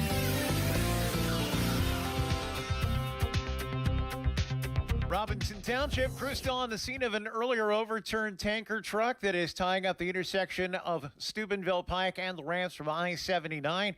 Watch for delays heading through that area. Avoid it if you can. Parkway West, you're jammed inbound at Parkway Center down to the Fort Pitt Tunnels. Parkway East lining up at Edgewood Swissvale. It looks like we have an accident reported near the entrance to the Squirrel Hill Tunnels. Meanwhile, traffic on Route 28 is up to speed. So's the Parkway North. HOV lanes now closed till the afternoon rush. From the voice of Pittsburgh, 100.1 FM and AM 1020 KDKA, I'm Greg McEntee on Sports Radio 93.7 The Fan. KDKA FM HD1 Pittsburgh, an Odyssey Sports Station, live from the Jim Shorkey Mitsubishi.com studios, North Huntington and North Hills. Always live and free on the Odyssey app. At Jim Shorkey Mitsubishi in the North Hills and North Huntington, February just got sweeter with irresistible savings all month long. Drive home a new 2025 Mitsubishi Outlander or Outlander PHEV for 0% APR for 72 months. Mitsubishi all-wheel control delivers enhanced traction in any condition. And with 10-year warranty and 2 years of free maintenance, you'll drive with Mitsubishi confidence. Your deal. Your way. What a great day. At Jim Shorkey Mitsubishi.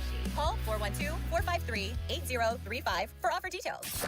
Y108 presents Odyssey the Night Before, powered by Bowser Chevrolet, starring Jason Aldean. Hey, what's up, Pittsburgh? I'm Jason Aldean. With special guests John Morgan and Shane Prophet. Wednesday, April 22nd, inside the Event Center at Rivers Casino, Pittsburgh.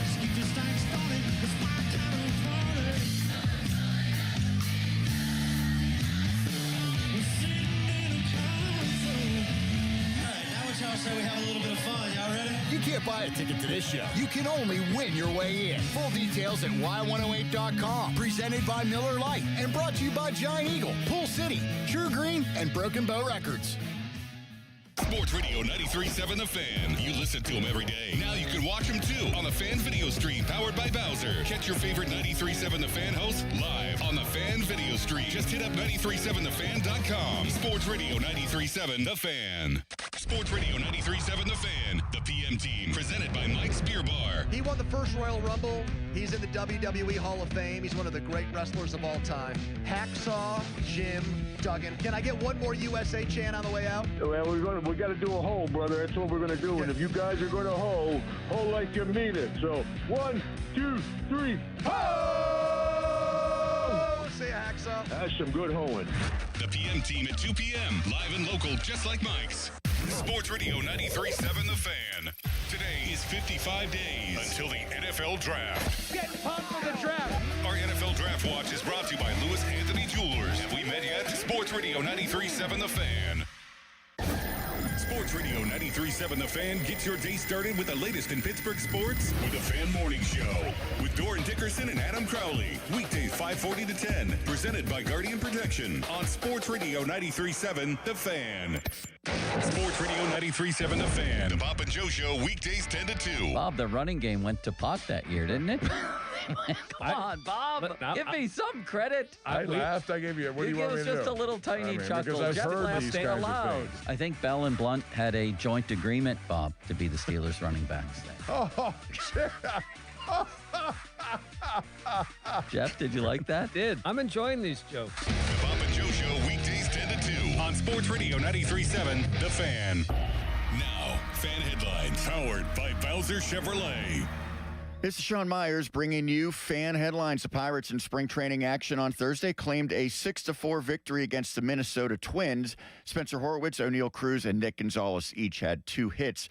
For the Buccos, Pittsburgh against the Baltimore Orioles today, 1:05 first pitch. Mitch Keller toes the rubber for the Pirates. Former Bucco Shane Baz opposes for the Orioles. And the Penguins notched a 4-1 victory against the New Jersey Devils on Thursday. 3 goals in the third for the Pens. Evgeny Malkin had a couple of assists. Connor Clifton with the game-winning goal. Fan headlines powered by Bowser Chevrolet. For more, you can visit 937thefan.com. Sports. Back to Bob Fabiani and Joe Starkey. The Bob and Joe Show. Hey, I'll take it. On Sports Radio 93.7 The Fan.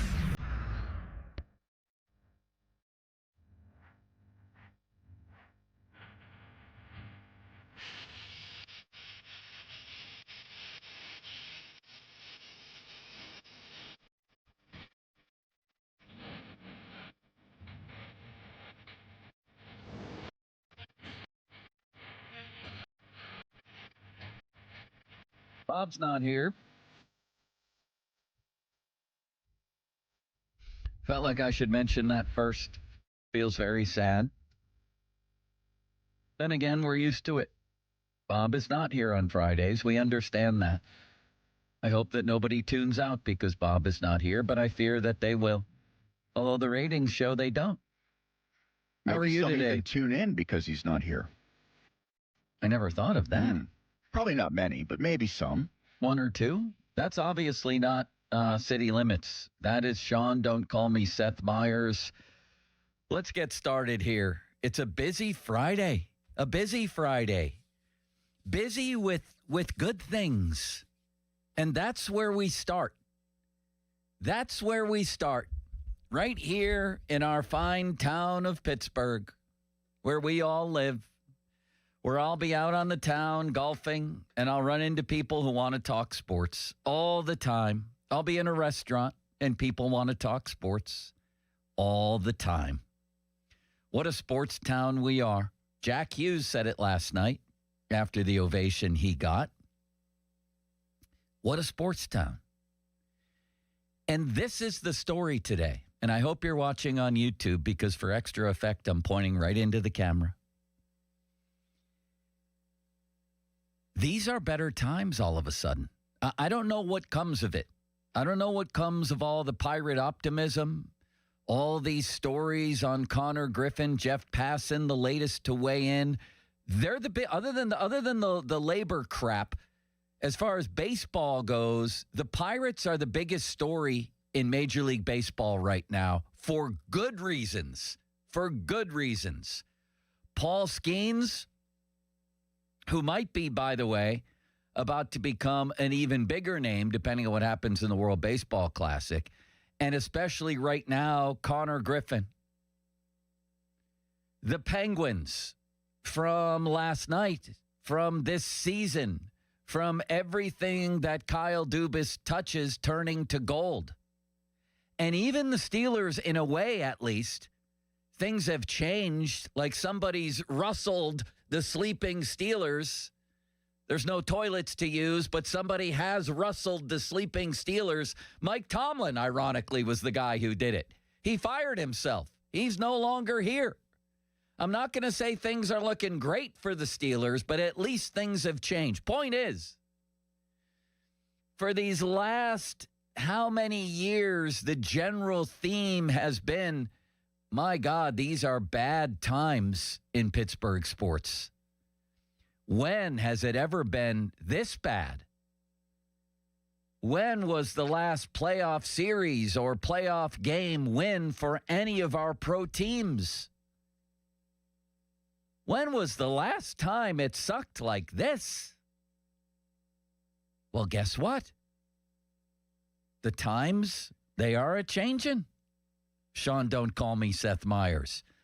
Or maybe they are. At least there's hope. The most precious commodity in all of sports. We suddenly have it. It's undeniable with the Pirates. Like I said, I don't know how this turns out. They could screw up a lemonade stand. I don't know how it's going to turn out. But right now, as we sit here today, they're the biggest story in baseball for all good reasons. Two good reasons, mostly. Skeens and Griffin. People are pumped to see this team, to see this guy. Just had Noah Hiles on from the Post-Gazette. He thinks Connor Griffin's going to start with the big club. I'm not sure I believe that. But as he said, we're getting real close to the point where if he's still here, that becomes a much better bet. He said that Skeens was sent down the first week of March. We'll see. We'll see in about a week and a half what's happening here. The Pirates are suddenly a feel-good story. The Penguins are undeniably a feel-good story. That place, I wasn't there, but watching on television, you could tell the place was jumping when they turned it up about 10 notches at the beginning of the third period. They're good. The Penguins are good. That's sort of the story with them. We're deep enough into the season where there's really nothing fluky about this. And we're on the 26 watch I'm going to put up a little piece of paper here. Starting yesterday, they had 26 games left, and they needed 26 points, in my estimation, to make the playoffs. They just got 2 more. It's down to 24 with 25 games left. If you're following that math, I'm not even sure I am. They need 24 more points. They have 25 games left. Even the better news was what Pomp said yesterday that, and I can't remember if this was Josh Yohe, I think it was, who reported that the minimum 4-week estimate was retroactive to the injury. So really, it's 3 weeks. And who knows with him, maybe sooner. Do I dare say that these are good times, fun times, maybe most importantly for now, just to keep it real and keep it reined in at least a little, these are hopeful times for us, for Pittsburgh sports. It's suddenly hopeful. Here comes the sun. It's been a long, well, how does that go? A long, lonely winter, cold winter? I don't remember what the lyrics are. Can you find the lyrics to Here Comes the Sun? It's been a long, I don't know what it is. I thought that sounded pretty good. Lonely, cold, something. Listen, man, it's been years where things have not been good here. Truly. Things have not been good. You don't have to look far to see a headline. Are these the darkest times in Pittsburgh sports in a long, long time? When was the last time it was this bad? That's changed or is changing. How do you feel about this? At 412-928-9370. They had a good topic yesterday on the PM show. Again, they have a lot of good topics. And this one was Andrew talking about how the Penguins, in terms of percent capacity, how much of the building is filled, are second last in the NHL. When will people start catching on? I think very soon. And I think in some ways, again, I haven't been over there, but the energy that's popping off that screen, there's something special happening with the people who are in the building. And I think more people will get into that building. Although, as an aside, I agree with Donnie Hockey that the simple explanation for that is expense. It's one of the reasons I don't go down there anymore. I couldn't even get a parking spot when I was writing columns about the team, for God's sakes, let alone now. The parking is laughably ridiculous in terms of price. Then to get into the building and then you want to get, a beer and a burger. My God, I come home, my 401k is drained. What are we doing here? It couldn't be more obvious to me. You combined, whatever it is, 3 years of no playoffs with a lot of money put out for a night of hockey. And it's, to me, let's not make it complicated type thing. But winning cures all, and it's starting to become way more believable. And that was just a fun third period. And the way that they found a new gear in that third period was something. And you can feel it. You can sense it and see it. It may all go to crap without Sid, but I don't think so. I really don't. I think they're a playoff team. I think they're a good team. I think Kyle Dubas has done an amazing job, and I wasn't a fan at first. I mean, he had a terrible first year, right? Just brutal. The level of mistake that he was making was beyond alarming, but he's erasing all of those, most notably in the form of Tristan Jarry. He's practically turned Tristan Jarry into a brand new roster plus picks, for God's sakes. What is Edmonton doing? What have they done? Everything this guy touches turns to gold in the meantime. And I don't see any reason why that's going to slow down. And then can you imagine the excitement around here if Connor Griffin comes north for the opener and beyond? And if the Pirates start to win? It feels, and I want to know if you agree with me, because you're the ones out there that we see that I see that I'll see again today if I go hit golf balls or if I walk into a Sheetz. I love Sheetz. Do you? I'm a big John? fan, yes. Yeah. Anywhere. People want to talk sports, and they want it to be good. And it hasn't been good for a long time when you really think about it. There's always pockets of enjoyment and cool stuff that happens, right? I mean, when you have Sidney Crosby and you have the Steelers at the ends of seasons still in it, I will say that much for them. There's cool times, but you know they're not a real contender. The Penguins have been horrible for a while. The Pirates have been horrible for a long time. It feels different to me. It must to you. 412-928-9370. 928-9370. Again, the greatest commodity in all of sports is hope. And even the Steelers have a bit of that. Of course they do. They've got the draft coming up right here in Pittsburgh. They've got a new regime, even if you think it's Tomlin 2.0, as I do, actually. But at least it's not Tomlin. At least it's not, we know what we're going to get this year. Maybe it'll be 4-13, and we can revel in that, and they can get their quarterback.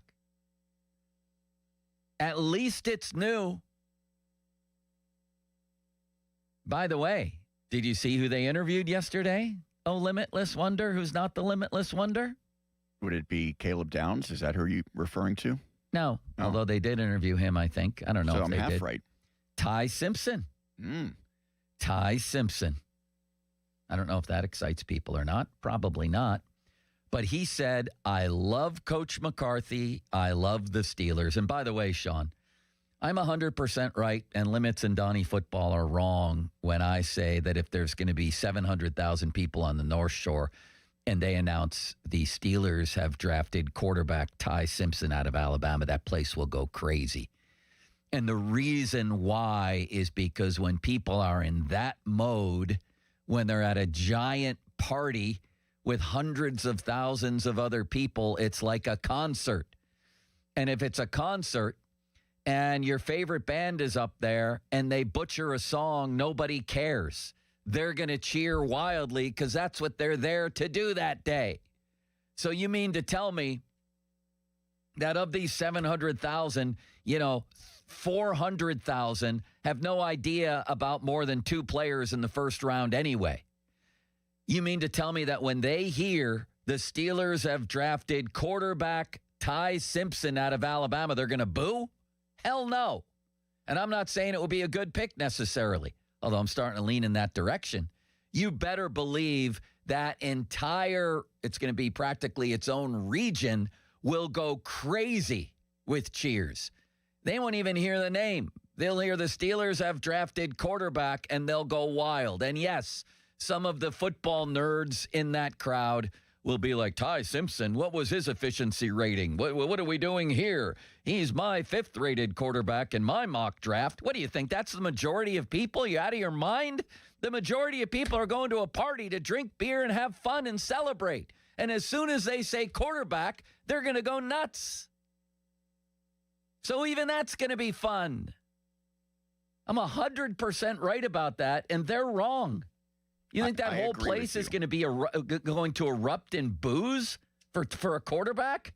Hell no. You agree with me? I agree with you. I do think that there's a lot of smart football fans who would not be happy, but the overall consensus is going to be a massive ovation. Honestly, I mean, didn't we live through this with Kenny Pickett? There was a lot of people that probably had questions as to whether or not he would truly be an elite NFL starting Sure, quarterback. I mean, you had the caveat of him being the Pitt guy and the Pitt hero at that point. Yeah. When he was selected. And we see all the time, people, whether it's the NFL, the NBA, people go and they're just there to be excited about their team because, to your point, they don't even know the names being drafted a lot of the time. Of course they don't. Now, those guys think they do. They think everybody who shows up on the North Shore, knows who... Jiminy Cricket, the left guard from Toledo, boy, did he have a good combine. They're not all Nick Farabaugh that are there in attendance. Right. No, and Nick Farabaugh is wonderful at what he does, by the way. But nobody knows Jiminy Cricket's cone time by heart. They're drunk. They're happy. They're at a giant party, and the Steelers just drafted a quarterback. Give me another beer and let's go crazy. Come on. You know that's the case. Negativity sells. People say we're too negative in talk radio. This is positive. This is actually what I'm seeing. We going to get calls? You going to talk about this or no? I guarantee you the first call I get is going to be negative, by the way. 412-928-9370. 928-9370. I hope you're watching on YouTube. The numbers there are literally record-setting at the moment, and you're making that happen, even when Bob isn't here. And he looks great over there. If you go on YouTube, you can see the Bob cutout. Sitting in his chair. You can almost hear him talking or singing into that microphone right over there. Listen on the Odyssey app. To get to YouTube, cleverly enough, you go to YouTube, or you can go through our website at 937thefan.com, and that will lead you right over there. We have a lot to talk about. We have hope. We have fun. We have good things happening right now in the present. The future doesn't exist yet, Sean. And the past is but a memory. I don't know about the past. We can reinterpret it all we want. It ain't here anymore. The only time we're alive is in this second. The only time we're breathing and alive and in the moment is in the moment. It's the present. That's why they call it a gift. In the present. And I think it's inarguable that in the present, with at least two of our sports teams, hope is back. Hope is back. Can you argue that out there? I don't think you can. Not even the most negative person could argue that. Ron Cook could spring back into his chair, and he wouldn't disagree. Well, he might disagree with that, actually. Bob Smizik wouldn't disagree with that, for God's sakes, even with the Pirates. It's inarguable that hope is back in Pittsburgh sports. No guarantee of anything. Even with the Steelers, I would argue that, at least a little bit. The first step toward anything changing was the biggest thing changing, moving on from Mike Tomlin. Art didn't have the guts to do it. He doesn't even have enough toilets at the facility. So Mike fired himself. He did everybody a favor, and he fired himself. How about the fact there's only 5 toilets over there? Did you see the NFL Players Association's grades, Sean? Not very generous towards the home team, huh? Unbelievable. I mean, when I don't know if it's I didn't even see. Is it the practice facility or the stadium? This is several years in a row that the Steelers have graded amongst the worst in the entire league. Well, right? But this is the worst. This is not a report card that Art's going to put up on the old fridge. I think they got an F- in some respects. Is the toilet situation at the Southside practice facility or down at the stadium? I don't even know. But at the least, you've got 53 people plus staff. When they come back from Latrobe, they have like 70 people before final cuts of camp, and you have 5 toilets? That place must have more blowouts than the 07 Patriots. What are we doing here? 5 toilets. Art, I'll buy you a toilet. I'll spring for one, a nice Pittsburgh toilet, without even a stall. We'll just plop it down right in the middle of the locker room, pun intended, and you'll have a Pittsburgh toilet. I'll give you one. Can you believe that, Sean? You know, I had a Pittsburgh potty when I bought my house, took it out. It was not practical. Was afraid to use it. Are those things classic or what? It looked like it had not been touched since the 1960s. No, there's nothing like it. You walk into somebody's basement, and right in the middle of the room is a bare toilet. I had to clear out room for my ping pong table, so the toilet got the old heave-ho. How much does a toilet stall cost? Come on, Art. What are we doing here? By the way, as another aside on that, I don't really think it matters as far as like competitively. All you need to know is that those Players Association grades, which we all knew were going to leak, pun intended, the Dolphins have the best grades. So how much does it really matter on the field? And the Steelers have the worst grades, and you might have heard they have a 19-year or 22-year or something year non-losing streak. Have you heard about that? So it's really not about that. It's about them portraying themselves as one big family where we really take care of the players in a different kind of way than anybody else. We're a big family. Well, you know what, Art? Families need toilets.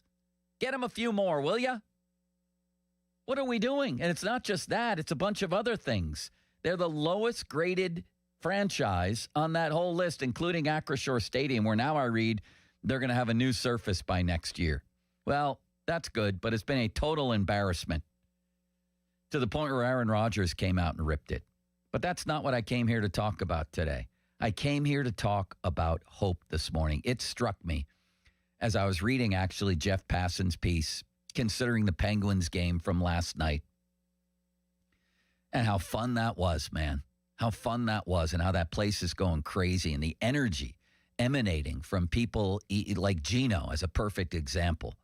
All these years later, all this guy does is love hockey and want to win, and he still helps them win.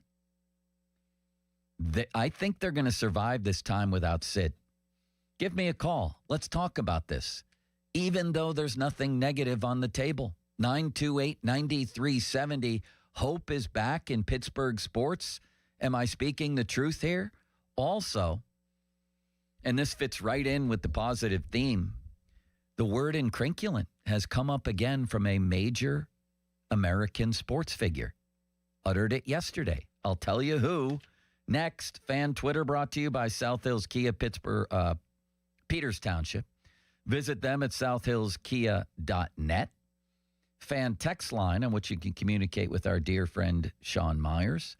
Brought to you by Edgar Snyder and Associates, a personal injury law firm, where they always say there's never a fee unless we get money for you. And the fan hotline presented by Sullivan Super Service, Pittsburgh's trusted plumbing and HVAC provider for over 50 years. Now, fan headlines powered by Bowser Chevrolet. This is Sean Myers bringing you fan headlines. The Penguins prevailed 4-1 last night against the New Jersey Devils. Pittsburgh scoring 3 times in the third period to break the tie. Gino had a couple of assists. Connor Clifton netted the game winner.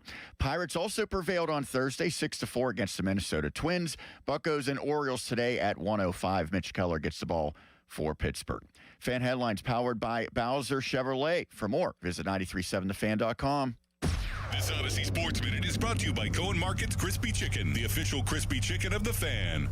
America, look around. Everywhere you go, prices are still high. Rates have been whipsawing markets, and the debt and spending don't exactly scream stability. If your retirement is mostly stocks and bonds, you may be taking a risk, more risk than you think. And when you're near retirement, a sharp drawdown at the wrong time can do real damage. Experts say diversifying with intention is the #1 secret account that all Americans' smart money uses to hedge against instability. Its precious metals, silver, and gold is having a spectacular bull run. Would it not make sense to get in before the rocket takes off? Monetary Gold have been around since 2000, witnessing multiple economic setbacks. They have the experience to help tailor your portfolio to your needs. If you call now, they will cover up to a lifetime of your IRA fees on qualified accounts. Call Monetary Gold now at 877-NOW-GOLD. That's 877-NOW-GOLD.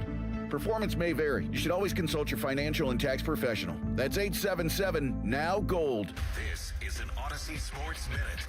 The #1 team that needs to sign Tyreek Hill now that he's a free agent is the Buffalo Bills. Buffalo has to get Josh Allen some help on the outside and certainly some speed on the outside. And while there's questions about Tyreek at 32 coming off a torn ACL, he is definitely a worthy gamble for a Buffalo team that's all in on getting to the Super Bowl and absolutely needs speed. Buffalo should be the team to sign Tyreek Hill. I'm Nick Custis.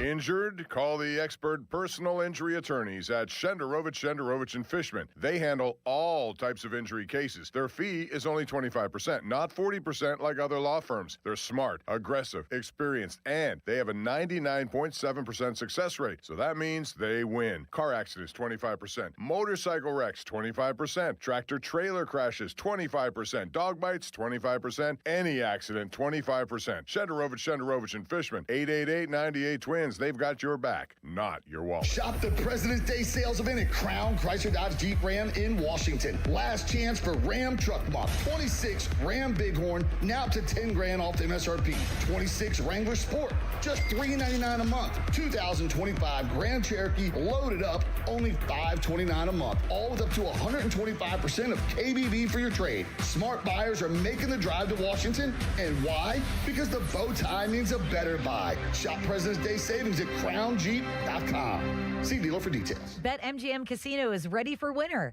It might be cold outside, but the games are heating up. New customers can enjoy a 100% deposit match up to $1,000 plus $25 on the house using bonus code HOMETOWN at sign up. Play your favorite games at BetMGM Casino, like blackjack and roulette, with a live dealer.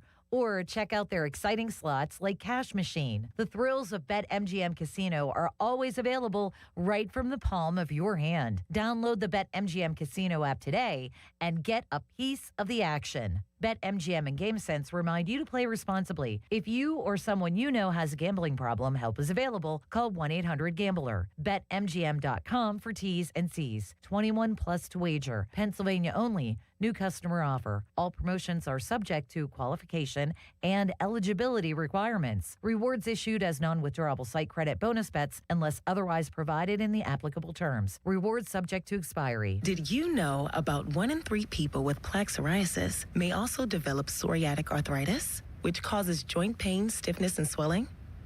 Does this sound like you?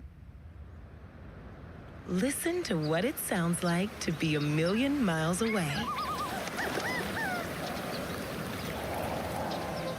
Tremfya guselkumab, taken by injection, is a prescription medicine for adults with moderate to severe plaque psoriasis who may benefit from taking injections or pills or phototherapy, and for adults with active psoriatic arthritis. Serious allergic reactions and increased risk of infections and liver problems may occur. Before treatment, your doctor should check you for infections and tuberculosis. Tell your doctor if you have an infection, flu-like symptoms, or if you need a vaccine. Imagine being a million miles away. Explore what's possible. Ask your doctor about Tremfya. Visit Tremfya.com or call 1-800-526-7736. Honey, I found the perfect place for my parents and us. Where? St. Barnabas. For us, the Woodlands Carriage Home Community. And for my parents, condominium-style living at the Village. My folks will love the Village. There's an indoor mall with shops, restaurants, and more. And we can relax, knowing they're safe and secure. That's what I plan to do when we move to St. Barnabas. Relax. Call 724-444-5568 or visit stbarnabascommunities.com. Your heat seems to be running a lot more than it should. Why? You might be surprised to learn it's because the insulation in your windows has failed. When that happens, your heat leaks out and the cold gets in. Talk to the pros at Window Nation and get new windows with big savings during Window Nation's Buy 4 Windows, Get 4 free sale. Plus, you could get them with 0 down, 0 monthly payment, 0 interest for 2 years. Act now and you'll get an extra 10% off. Don't wait to put an end to your window problems. Schedule a quote now at windownation.com. There are jewelry stores, and then there are jewelers. Hi, this is Joe Urbanowitz, the jeweler. If you have been looking for a trusted full-service jeweler who can repair, refurbish, design, create, and appraise, give us a try. Or if you need some advice or a second opinion on a family heirloom, we are here to help. At Urbanowitz Jewelers, our professional staff of trained experts have been helping Pittsburghers with their jewelry needs for well over 40 years.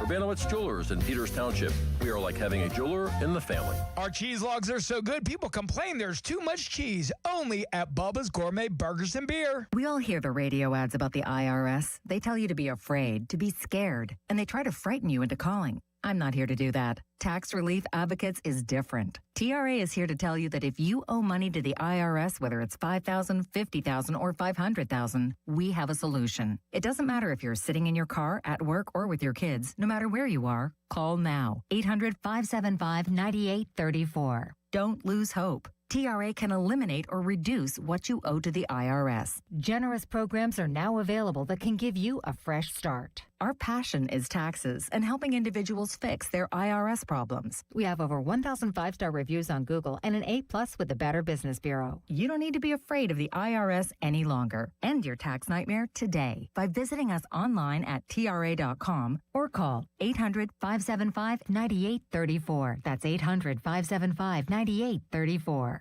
Tax Relief Advocates. Real solutions for real people. Your hometown building partner since 1956. 84 Lumber. Visit 84lumber.com. Sports Radio 93.7 The Fan. Now back to the Pomp and Joe Show. Presented by JP Roofing and Siding. Live from the ShoreKeyMitsubishi.com studios. North Huntington and North Hills. 93.7 The Fan is cleared by AQuickDrain.com. Negativity sells, but positivity reigns right now in Pittsburgh. It really does. After years in the desert, we've stumbled upon an oasis here.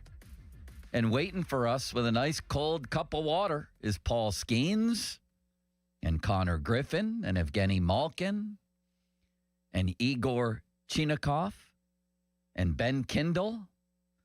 And who knows who on the Steelers. I'm not going overboard with them, but again, if I would have told you, 8 months ago, Tomlin won't be here, at least you would have said, well, they got a chance to change then. At least change will be in the air. Tomlin did their job for them. He did Art's job for him. Art wanted to run it back, if you can believe that, to see if they could go 10-8 and get blown out again. At least it's different. But the other two, our other two pro sports teams at the moment, major pro sports teams, undeniably awash in hope at the moment. And with the Penguins, it's hope plus results. They're winning. They're fun. They're undeniably good. 412-928-9370. Are you feeling this? Am I crazy? I think I'm just making a simple and obvious observation here. And it's pretty significant. Let's hit the phone lines. Sean, don't call me Seth Meyers. That sounds like a plan. We will go out to Slippery Rock to talk to Nathan. What's up, Nathan? Hi, Joe. How we doing, guys? Appreciate you taking my call. Do they have any openings at Slippery Rock Country Club, Golf Club? Do you belong there, and can you invite me to play? So, I just graduated from Slippery Rock. I've played there twice. It was both drop-in both times. It's a very, very nice course. I really do enjoy playing there. I recommend you going up that way and giving it a try, Joe. It is a really nice, peaceful area up in Slippery Rock, Pennsylvania. You can just drop in even if you're not a member? Yeah, to my knowledge, I'm pretty sure the kid I was with when I played wasn't a member there either, and we played there. So, yeah, to my knowledge, yeah. Holy ostrich milk. I'm going to try that one as soon as the weather gets nice. In fact, maybe Granted, I am a terrible, terrible golfer, but so am I. A nice time. Who cares? What do you got?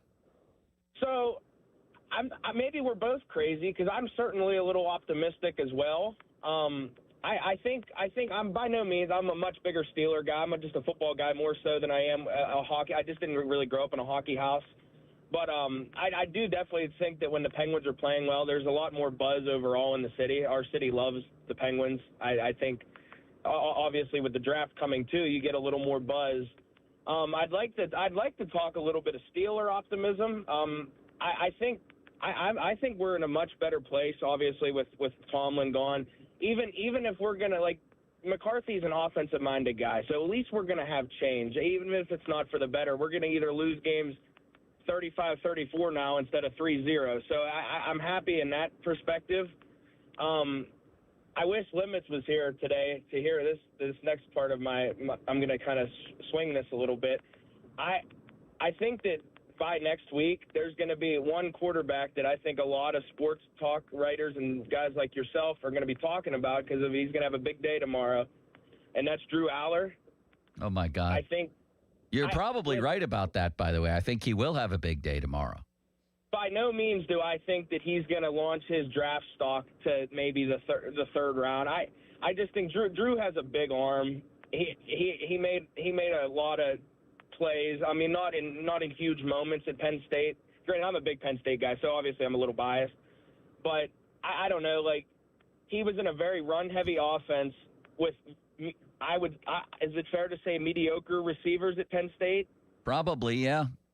So I don't know. If you put him in a position where, with an offensive-minded guy, granted we don't have the receiver talent that I wish we had. If we go and get a guy like Brian Thomas, like Tony says, and you have him sit with maybe in a room with Will Howard. No, I hear you. I hear you. I'm in such a mood that I'm even optimistic on Drew Aller, for God's sakes.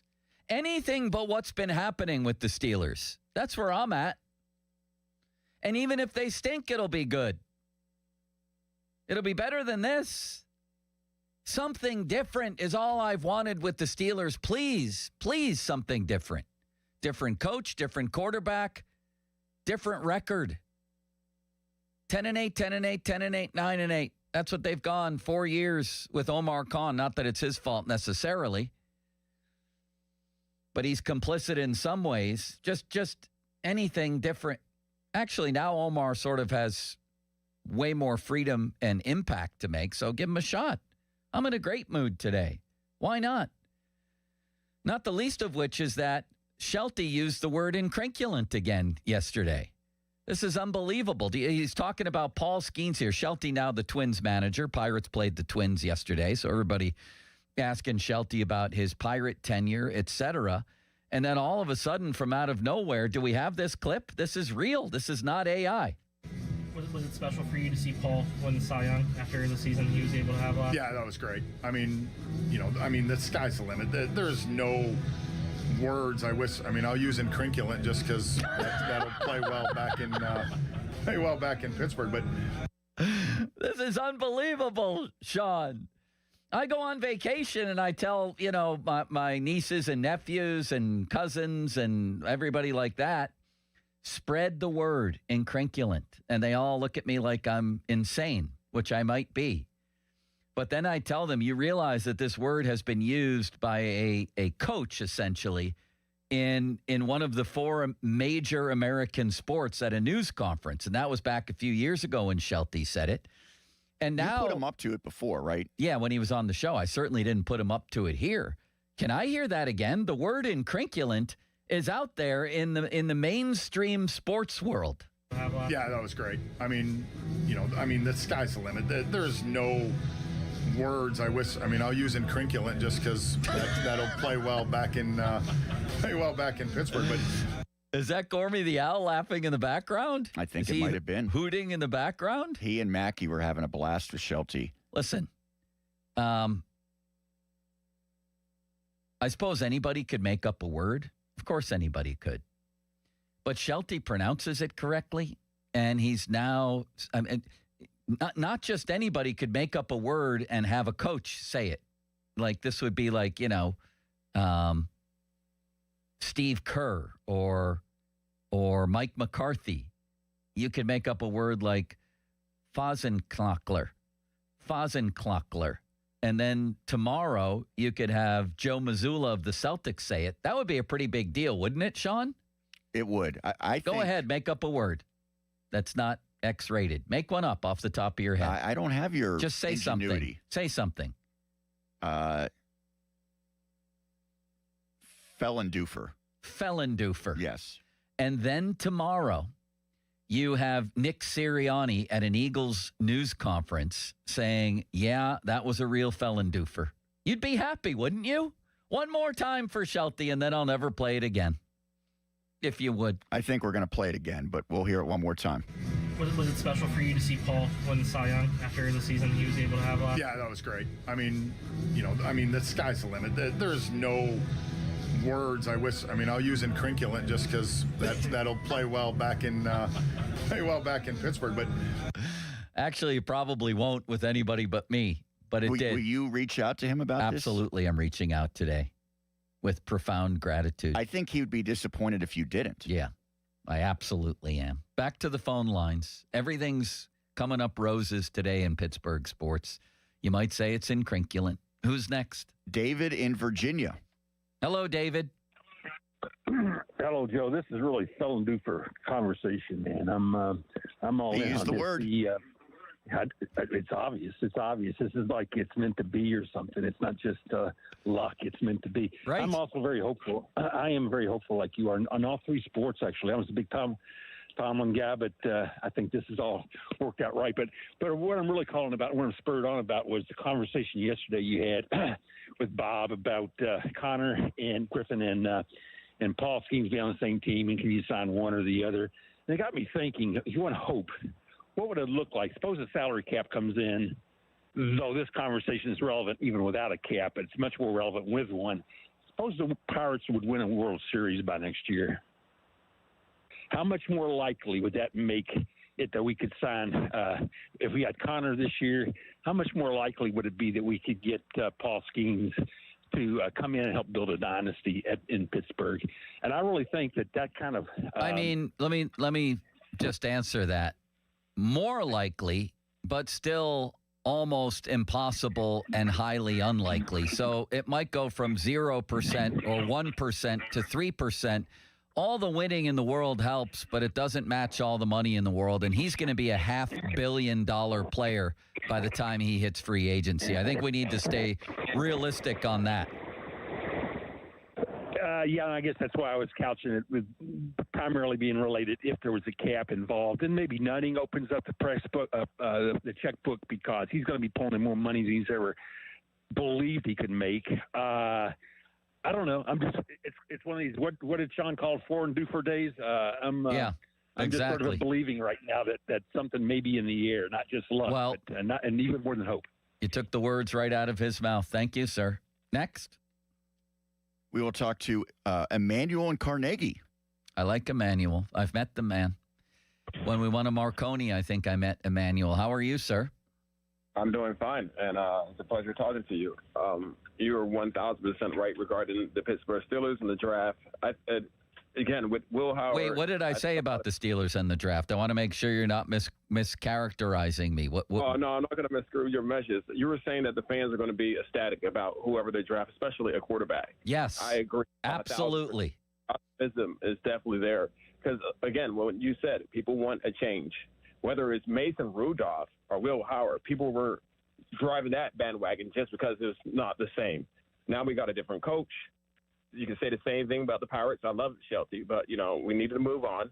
You can say the same thing about the Penguins. I love Mike Sullivan, but we needed to move on. There's a lot of hope and optimism around the city, especially with the two teams, I think the Pirates and Penguins. They're just a little bit ahead of the Steelers right now because we don't have that franchise quarterback. But you're definitely right. Like I told Bob and y'all last time, I'm going to the home opener. I'm really excited about it. We haven't won a playoff game or a series in 8 years. And I think this is the year it's going to change between two of the three teams. They haven't won a playoff series, Emmanuel, since 1979, for God's sakes. The savvy young newshound was 13 years old. How old were you in 79, Sean? 0? I was negative, yes. Minus 10 or something?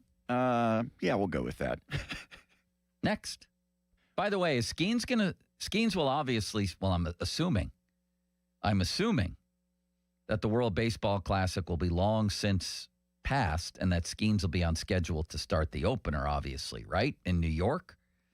And that will be that will be on March 26th. The home opener will be April 3rd. So you'll have 1, 2, 3, 4, 5. Give him an extra day's rest, I say. Skip his immediate turn in the rotation in Cincinnati in that second road trip right after New York and start him in the home opener too. Do you agree with me on that? Of course you do. Of course I do. So you start him on March 26th. Then you go through 5 turns of the rotation, which is good for him too. He gets a little break. And then you come back with him Friday, April 3rd at 4:12 p.m. against the Orioles. And what a wonderful opener that is, because the last 2 times the Pirates have won the World Series, that was the opponent. I love this. You agree? Oh, yeah. It's destined. They're winning a World Series because of that. I'm not I don't saying see any that. other scenario. I'm saying you like the idea of Skeens skipping a day, having an extra day, and getting both the opener and the home opener. Yes. Me too. Next. We will go to Kathy. Hi, Kathy. Hey, guys. How you doing? I've never been better, and I value your inquiry. I wonder when Griffin will be here, Kathy, and I'm thinking Monday, April 13th. If he's not here immediately, and Noah Hiles said he would be today, or he thinks he will be, Monday, April 13th for the Nationals coming into town. I like that. That gives them almost 3 weeks in AAA. But anyway, I'm sorry I interrupted you. How are you? No, you're totally fine. I just came to tell you guys I appreciate you, and I live with a man who lives, breathes, and eats sports. So my station on my car has been you guys and I just don't change it now. I love it. I come into the car, and I get excited to hear you talk, and I'm learning through you, and I was waiting for this positivity to come out because I think we were maybe 2 or 3 games with the Pens, and I looked at my man, and I said, they're going to do it this year. I said, they're doing good. I And love he goes, that. I don't know. He's negative about it. And then it was maybe a week ago, he goes, you might have been right.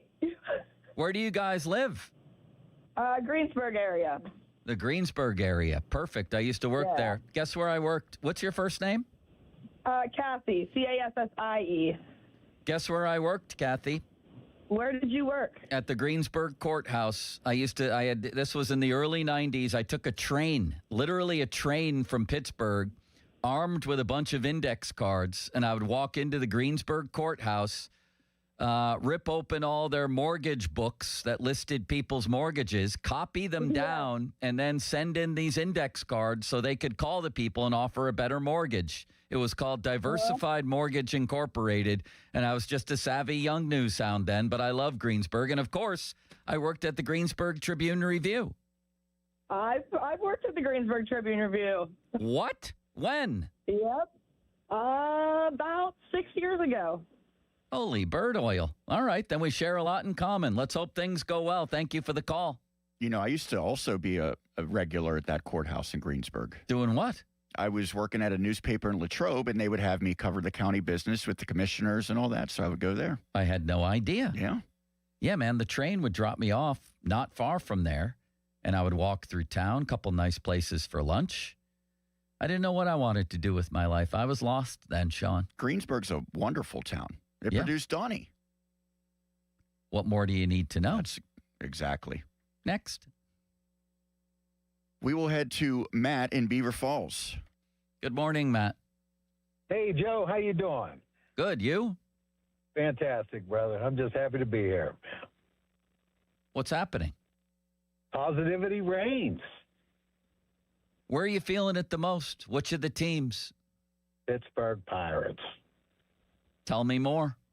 I'm just excited about them. I'm excited about them every year, especially this time of year. Now, the excitement does kind of slow down once we get to June, but that's not going to happen this year. There's too much positive things happening with the team. I like the team. They've got depth. The big name this year is going to be O. Henry. He's ready to bust out. Henry Davis? He's due. Yes, Man, Henry Davis. You really are feeling positive. Give me a win total. Right, I am, brother. My eyes opened this morning. My feet hit the floor. All I can think about is the Pirates. I like that. Good Lord, give me another day, Joe. I probably got it better than I deserve. I like that a lot. That's a good attitude. Give me a win total. How many wins for this team? 95. Whoa, wow. I'm telling you. Clip this call. Team, they've got depth. They've got third base is a problem, they think. I disagree. You like Tree? I like Tree, and I like King kind of working her out there and moving around a little bit. Who? I think they got a lot of depth this year. I think the pitching is going to be the key, but I think all of them have underachieved, and they're due. These guys, if they just achieve, they're going to win 90 games. If they overachieve, the sky's the limit. Appreciate the call. I'm not sure I can go that far, even in a morning of positivity. 95. This rebirth of a morning. I ain't going 95. Then again, remember when Clint Hurdle dropped 95 on people in 13?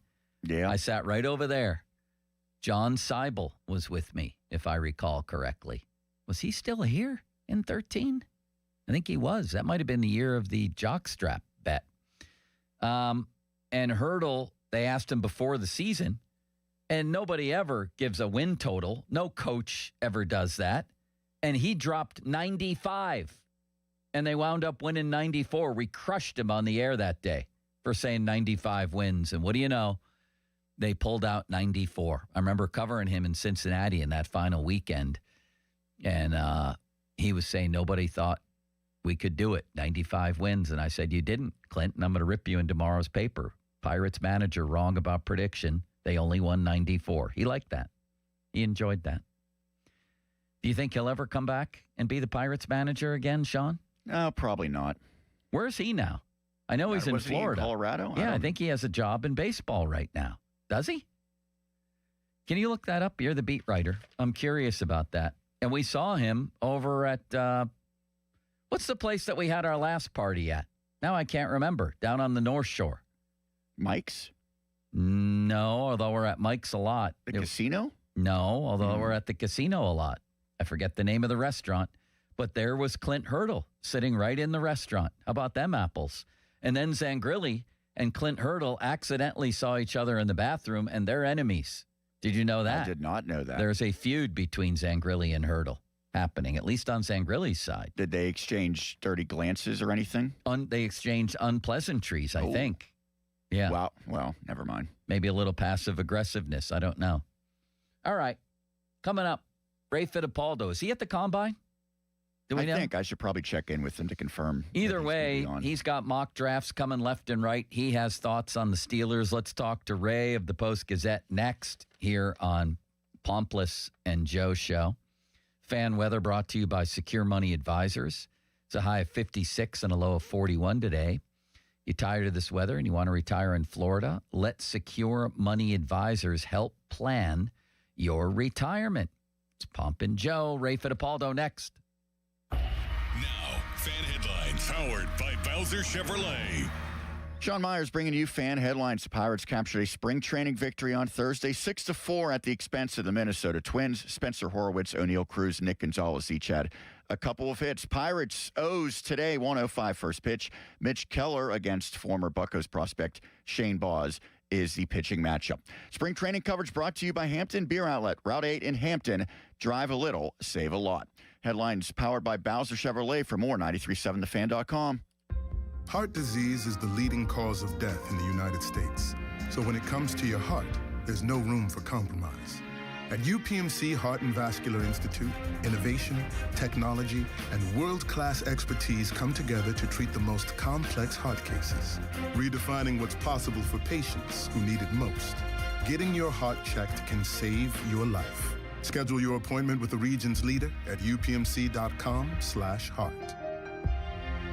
Cohen Markets has reeled back in the fish sandwich, and it's better than ever. Enjoy it made to order or grab one hot and ready at any Cohen Kitchen location. Enjoy $1 off any fish sandwich on Fridays for a limited time. Catch one today at Cohen Markets. Your bathroom's crown jewel? A custom frameless shower. BoulevardGlassandMetal.com. The Pittsburgh Gun Show this weekend at the Monroeville Convention Center. Tons of ammo, guns, knives, accessories, and more. Get your guns and supplies while you still can. Saturday 9 to 5, Sunday 9 to 4. Info at showmastersgunshows.com. Want to know how much more your home is currently worth in the Pittsburgh area? My friend Gina Giampetro of RE/MAX Select Realty has a free and easy way for you to get your answer. To get started, just go to her website, GinaWillSellYourHome.com.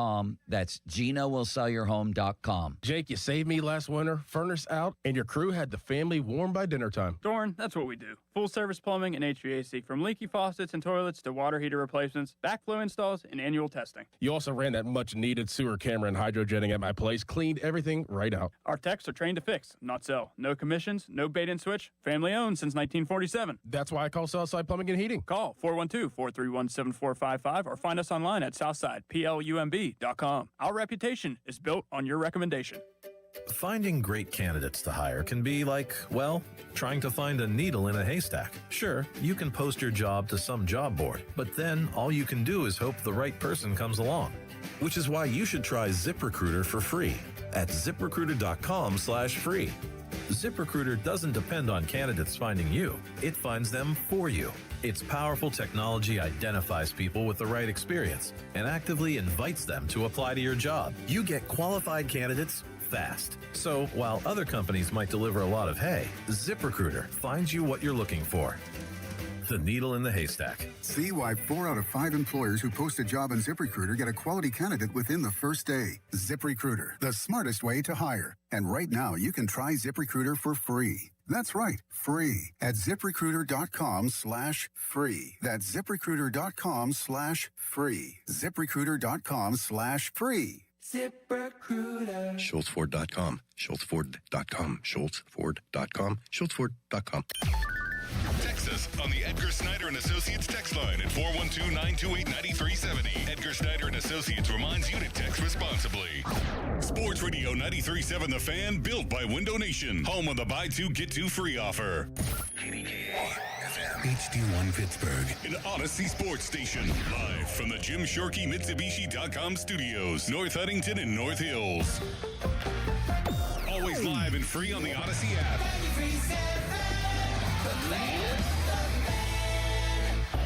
Now, Fan Headlines, powered by Bowser Chevrolet. This is Sean Myers with your Fan Headlines. The Penguins notched a 4-1 victory Thursday against the New Jersey Devils. Pittsburgh scoring 3 times in the final period. Gino had a couple of assists. The game-winning goal went to Connor Clifton. Fan Headlines powered by Bowser Chevrolet. For more, you can visit 937thefan.com. Good talk radio. Great. All right. Thank you.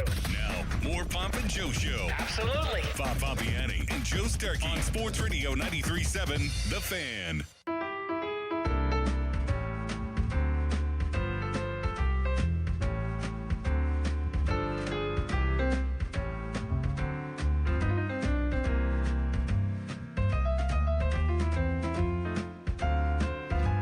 You know what that sound means? It's time for Everybody Loves Raymond.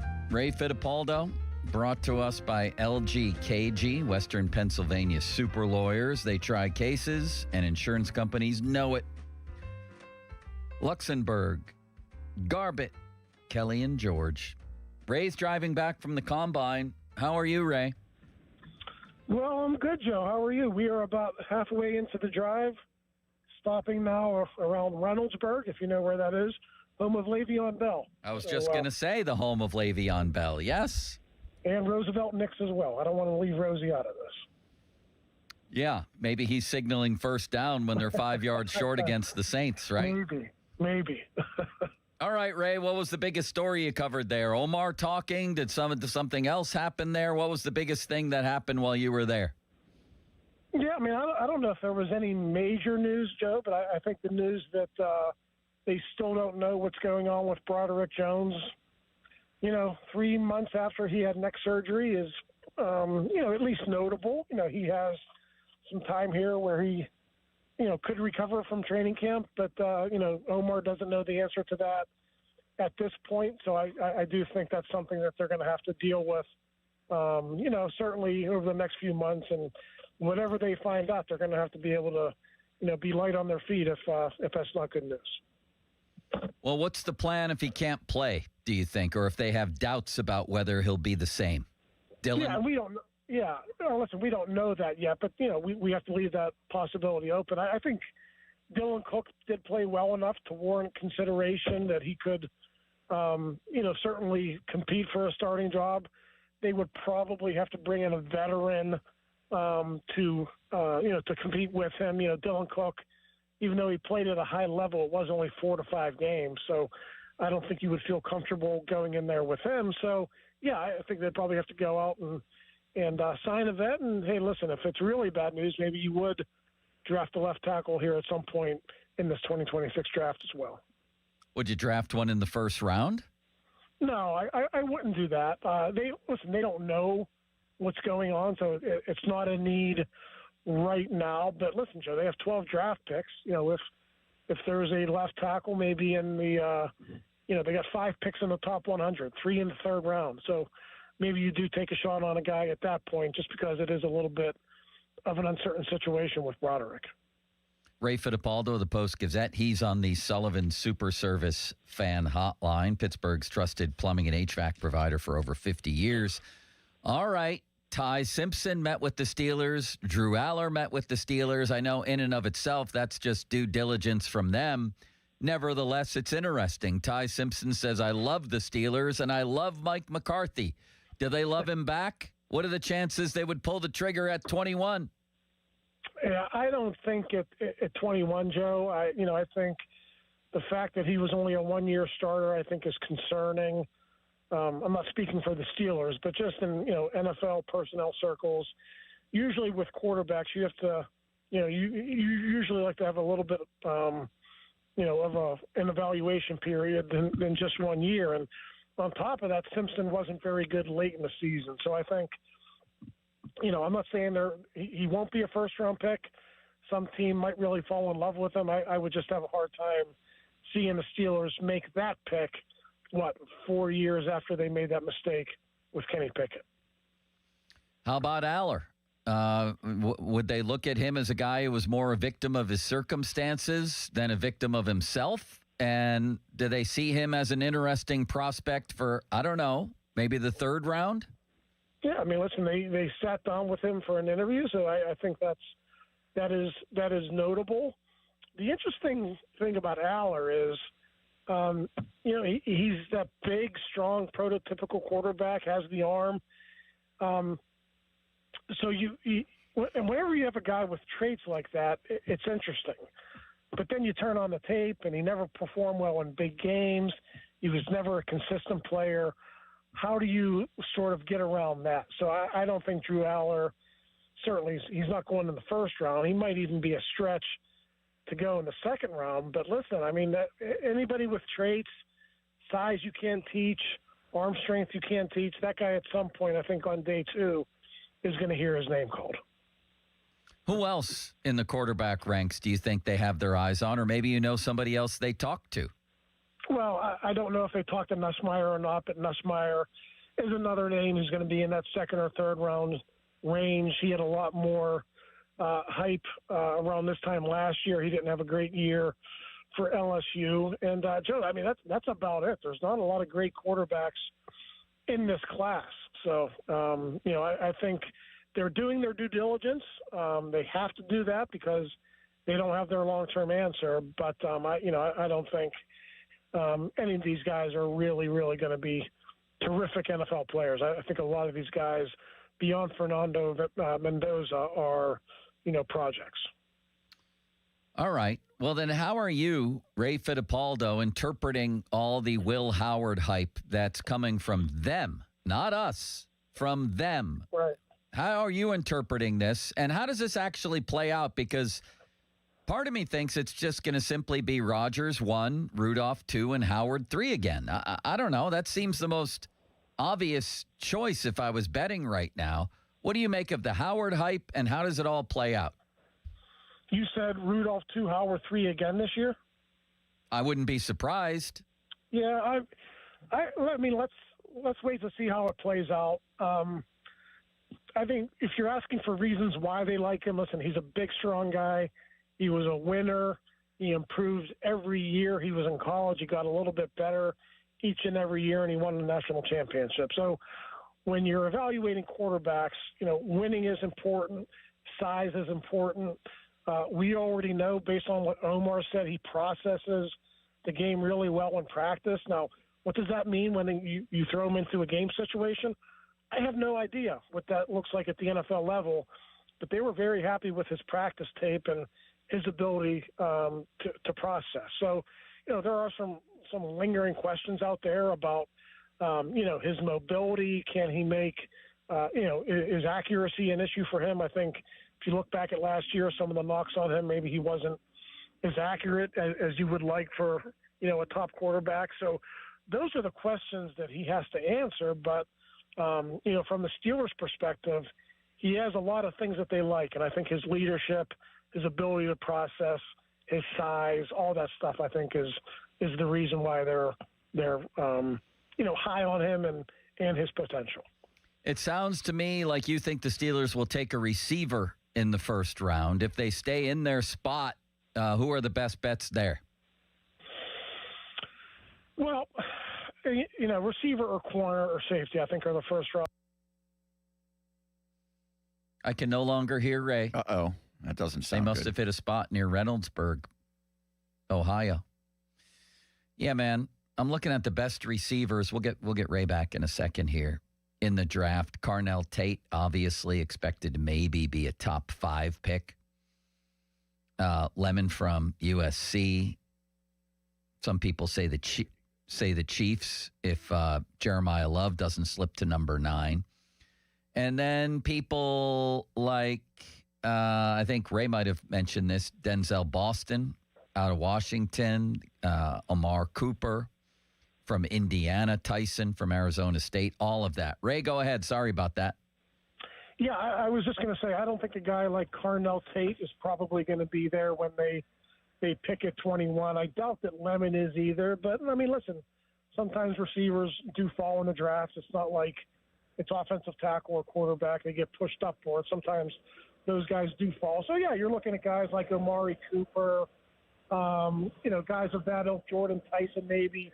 might be available at number 21. Certainly Denzel Boston has been in that range all along. So those are the types of guys you would be looking at. And it's not just first round. There's receivers to be had second, third, even fourth round as well.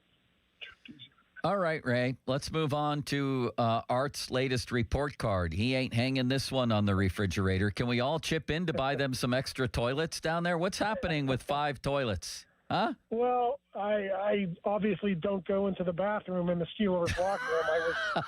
Cavalli does, and that's why they need extra ones. Yeah, that's probably true. What was it, 5 bathroom stalls? I don't know. The funny thing that I find, the NFL and Woody Johnson, they go to court to make sure that these things don't become public.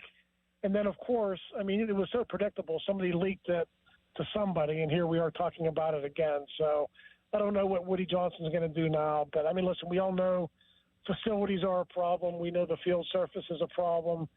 They're trying to fix all of that, but it's hard to fix it when you're stuck in that Southside building for another, 3 to 4 years before that lease is up. So they're aware. They know they have to make some upgrades, but I don't think any of this is going to be really solved until they move into that new practice facility.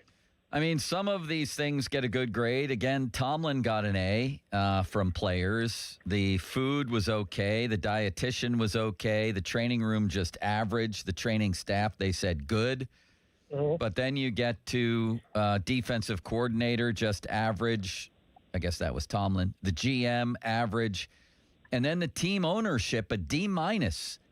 I think it's gotten an F in the past. Why don't these guys, I'm not going to say don't like him, but why don't they think that Art is up to par? I would assume it would have to do with the facilities. I think the Steelers, travel well. I don't think the way they travel is an issue. But it's interesting, you look at the teams that were at the top of the report card, like the Dolphins. They haven't won anything since the early 70s. The Vikings were up there. They had never won a Super Bowl. I don't know what any of this means, I guess, is what I'm saying. Like, do you really think the lack of facilities is going to hinder the Steelers from attracting good free agents? Like, I don't really think that's a big deal. So I don't want to say any of this stuff is overblown because I think the players have their opinions, and I think their opinions are important. But in the grand scheme of things of putting together a winning team, I'm not so sure how this report card affects everything, if you know what I'm saying. Exactly, and I said it earlier on the show in terms of competitiveness, and maybe that is all that matters to people. It probably should be. All you need to know is that the Dolphins are first. So, yeah, I agree with you there. However, the Steelers love to portray themselves as the mom and pop shop, the family values place, where we care more about our players than anybody else. Man, it sure doesn't look that way. I just think it's a terrible look, even if it doesn't affect wins and losses. Yeah, I was thinking about this, Joe. Maybe it was quaint 25 years ago when Dan Rooney, made the move from Three Rivers to the South Side, that they were going to share it with Pitt. But obviously no one else does that. That's not the way you want to run an NFL franchise, sharing a facility with a college team. So I don't think that's going to continue when they do get their new facility. So I think it's just obvious things like that maybe things become outdated or ideas become outdated. When you look at the NFL, it is an arms race.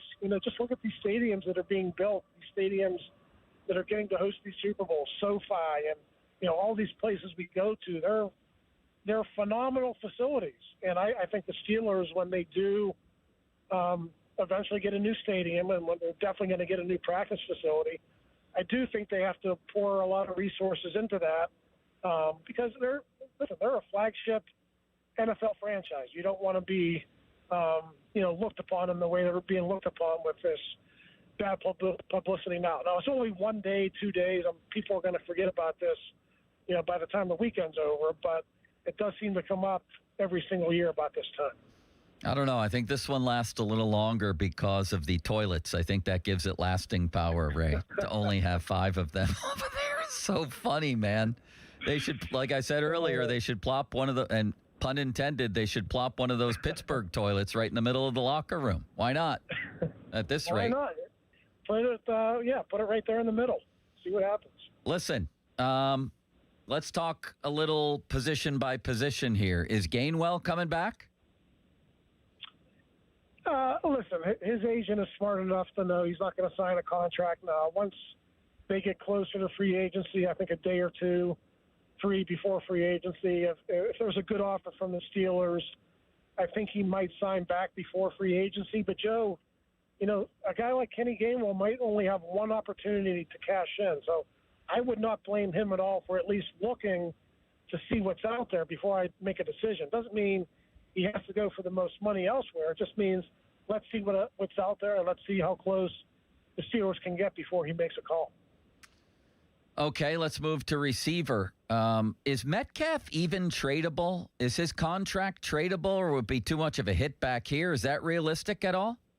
I think it's a moot point. I don't think they're looking to trade him. They just traded for him last year. I know there was that speculative piece, I think, on one of the national websites about that. But, no, they just acquired DK Metcalf last year. He's their best receiver. I think they're going to try to make it work with him and hopefully upgrade around him. I think that's the biggest issue, Joe, is you can't have Calvin Austin, who's a good player, but you can't have him as your number 2. You got to get more pieces around him, better talent. And I think this offseason is all about that, whether it's through the draft or free agency. You have to upgrade the receiver position around DK Metcalf. A few more minutes with Ray Fittipaldo of the Post-Gazette. What grade would you give Metcalf from last year? Did you think he fulfilled his contract? No, I think all things taken into consideration, and you have to ding him for the suspension, I think, pretty much a C type of a year for him.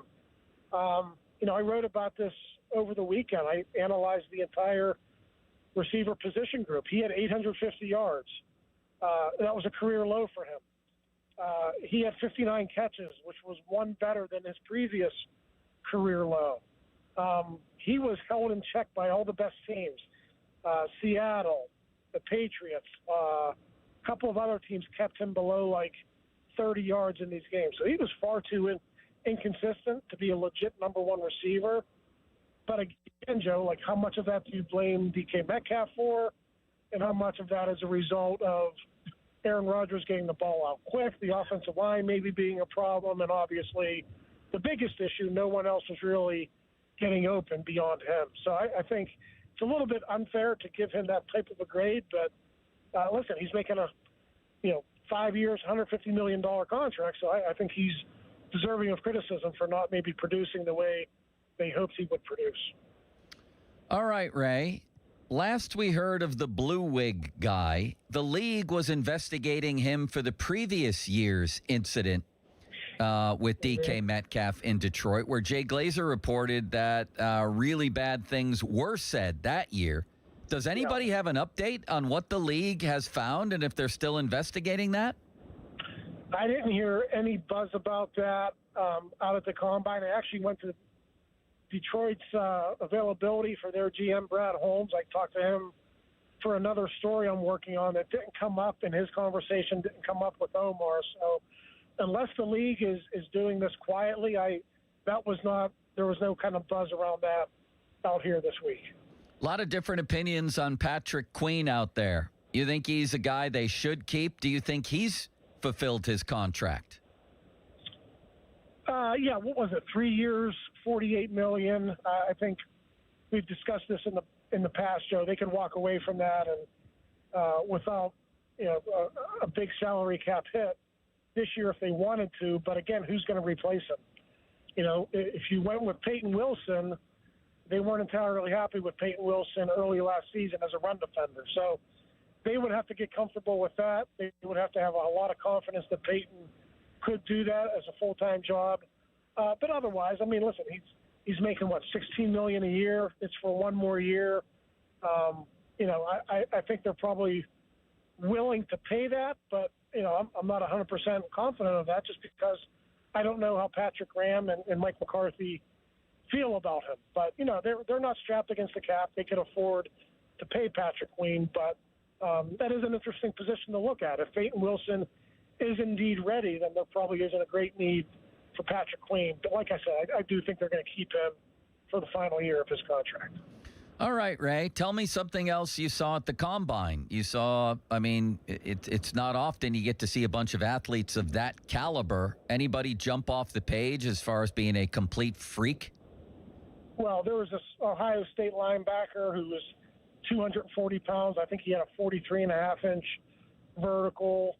All these safeties who are working out, I'm not sure when the safeties are working out, but this Dylan Thieneman, this McNeil Warren from Toledo, Caleb Downs, they're all supposed to test really, really well. So there's one freak from the first day, and I think yesterday was the first day of the athletic testing. It was, I think his name was Sonny Styles from Ohio State, but he'll be long gone by the time the Steelers pick. I think he's likely a top 10 pick. Thank you, Ray.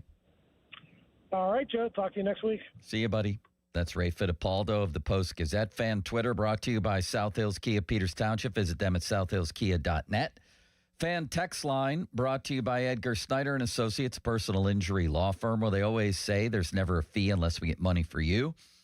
And it's 11:21. Make the smart call. Buell Insurance, 724-443-5610.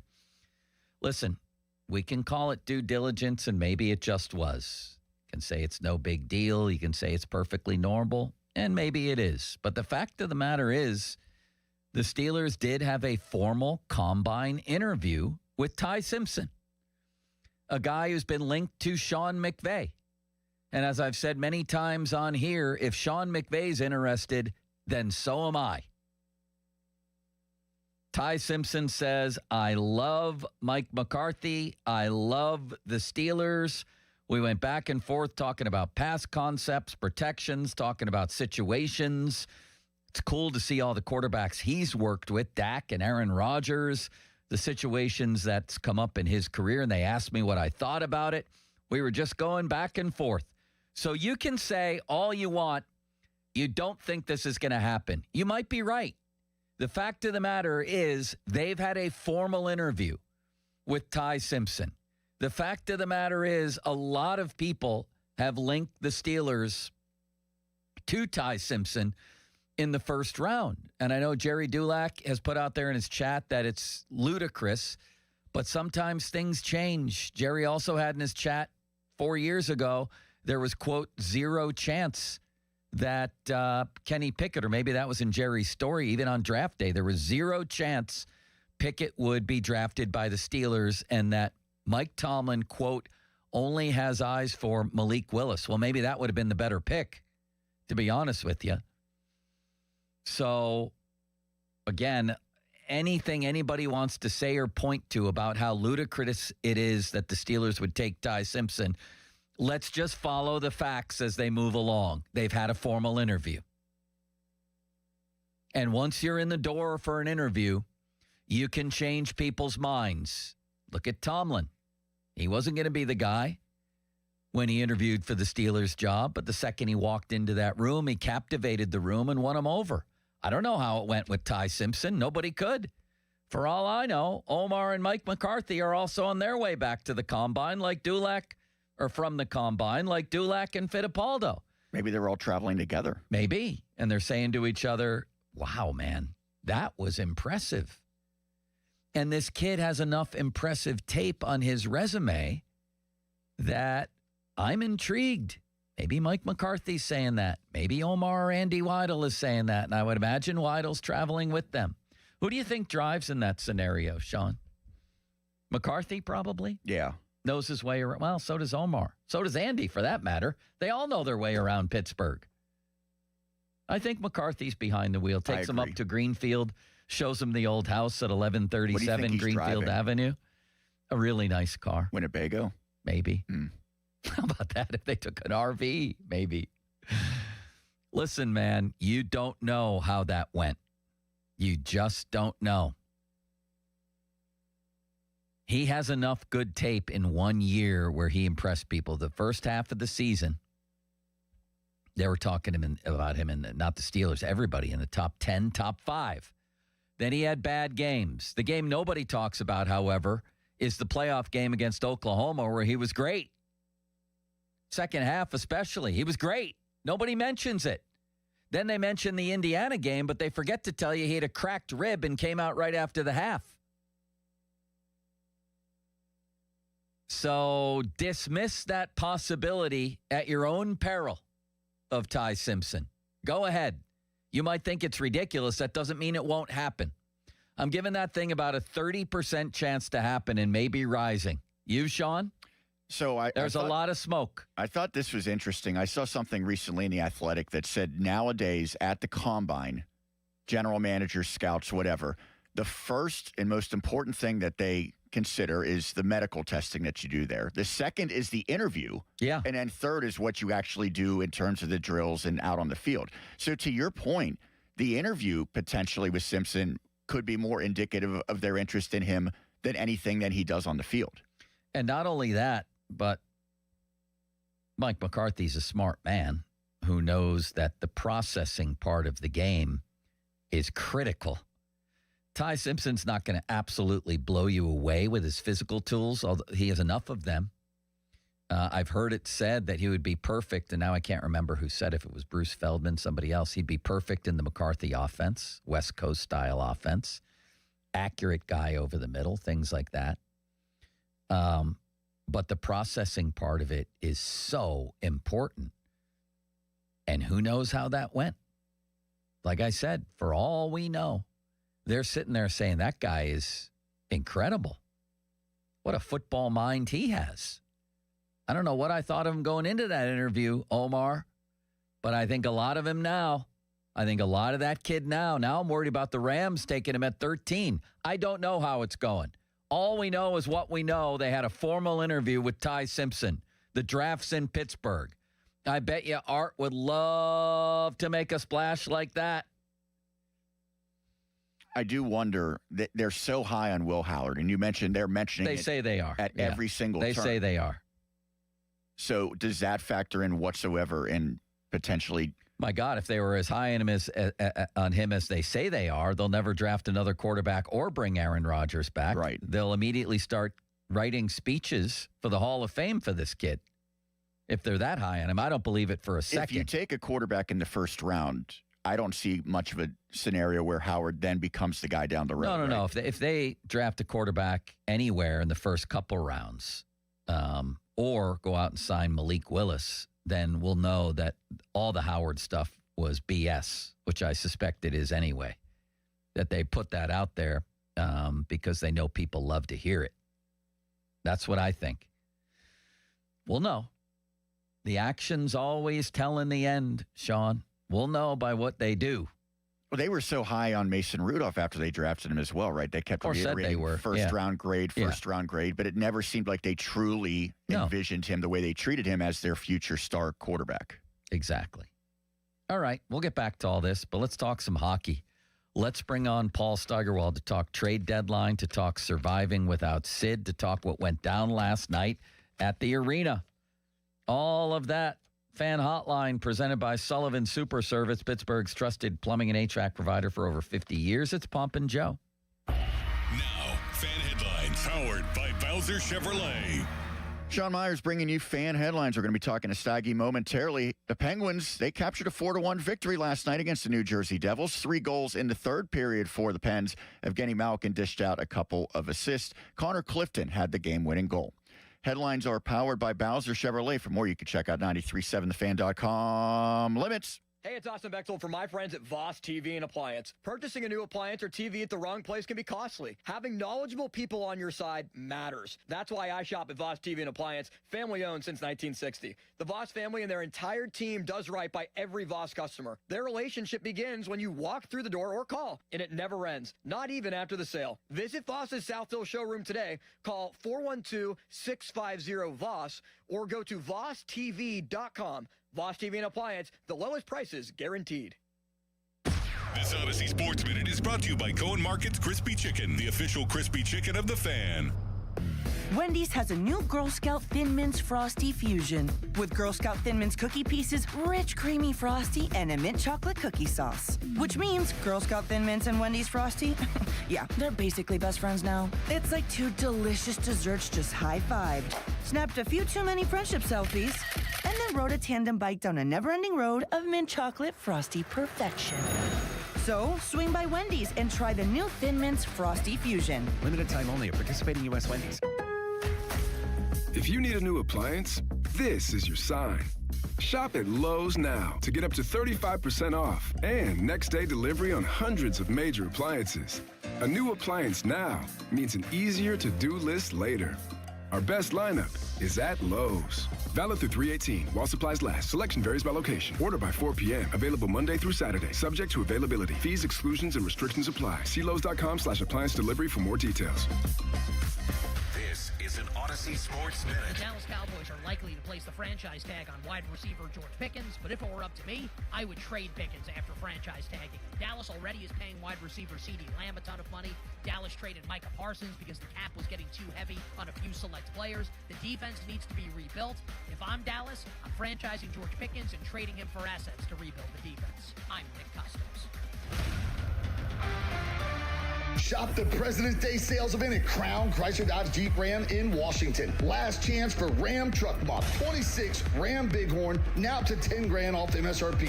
26 Wrangler Sport, just $399 a month. 2025 Grand Cherokee loaded up, only $529 a month. All with up to 125% of KBV for your trade. Smart buyers are making the drive to Washington. And why? Because the bow tie means a better buy. Shop President's Day savings at crownjeep.com. See dealer for details. Hey, Pittsburgh, the pick is in and the destination is downtown. This April 23rd through the 26th, don't just watch the future of pro football unfold, be in the center of it. Affordable hotel rooms from AAA Travel at the Hotel Monaco for the ultimate 3-night draft weekend. $1,529 per person, double occupancy, and you're in the center of the huddle and history. Visit your local AAA Travel office or call 1-800-354-8761 to book your draft package with AAA Travel today. Have you noticed that every service company these days is owned by some giant corporation with zero personality and no personal touch? Yeah, no thanks. Gerken Roofing is still family-owned, truly local, and when you call, a human answers. One with a pulse and probably a Pittsburgh accent. They do roofing, siding, gutters, and win awards year after year for their customer service. So if you want a contractor that picks up the phone, shows up, and treats you like a neighbor, because they are one, call The Pickle. Gerken Roofing, always local and friendly, 724-515-5551. 3 days grace.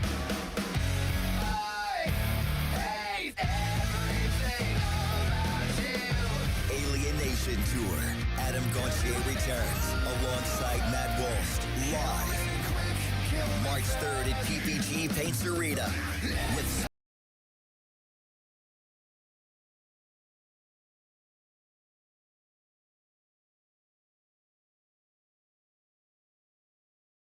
My name is Whitney Allen, and I'm a widow. My husband, Ryan, died. We never thought we'd ever have to use life insurance, but the unexpected happened. With Ethos, signing up was fast and 100% online. You can get a quote in seconds, apply in minutes, and get same-day coverage. No medical exams, and you can get up to $3 million worth of coverage. I'm grateful we were prepared. Get your free quote at ethos.com/radio. That's ethos.com/radio. Paid spokesperson. Time spent on application may vary. Online health questions required. No! It's just a golf lesson, champ. Loosen up. I can't. See that Hyundai Santa Fe? Yeah. I only paid to now Finish up on your own. I gotta run. Deal's so right, it almost feels wrong. The Hyundai Getaway Sales Event. Get 0% APR for 60 months, plus 0 payments for 90 days on the Hyundai Tucson, Tucson Hybrid, Santa Fe, or Santa Fe Hybrid. Now, during the Hyundai Getaway Sales Event. Hurry, offers end March 2nd. Call 562-314-4603 for details. Broken water heater? Call Mr. Water Heater. Call Mr. Water Heater. Call Mr. Water Heater. 84 Lumber is your one-stop destination for top quality materials and personalized service. Whether you're a seasoned contractor or a first-time do-it-yourselfer, 84 Lumber is open to the public and ready to help you with your project from estimate to build. Their 14 Pittsburgh area locations are open on Saturdays for your convenience. Don't wait. Visit your local 84 Lumber to stock up on supplies this weekend. And let's get building together. Let's go! You've still got it, but your immune system weakens as you age, making it harder to fight flu, pneumococcal pneumonia, RSV, and COVID-19. Ask your doctor or pharmacist which vaccines you need. Sponsored by Pfizer. We asked parents to share their journey of adopting teens. They changed who I am because I can't see life without them in it. Visit adoptuskids.org to learn more. Brought to you by Adopt US Kids, the U.S. Department of Health and Human Services, and the Ad Council. Your hometown building partner since 1956, 84 Lumber. Visit 84lumber.com. Sunny this afternoon, the high 56. Weather brought to you by Duke's Mayo. Welcome to Duke's Mayo Country, where the mayo is so smooth and creamy, it makes every bite better. Duke's Mayo. Look for the yellow lid. Sports Radio 93.7 The Fan. Now back to the Pomp and Joe Show, presented by JP Roofing and Siding. Live from the ShoreKeyMitsubishi.com studios, North Huntington and North Hills. 93.7 The Fan is cleared by AQuickDrain.com.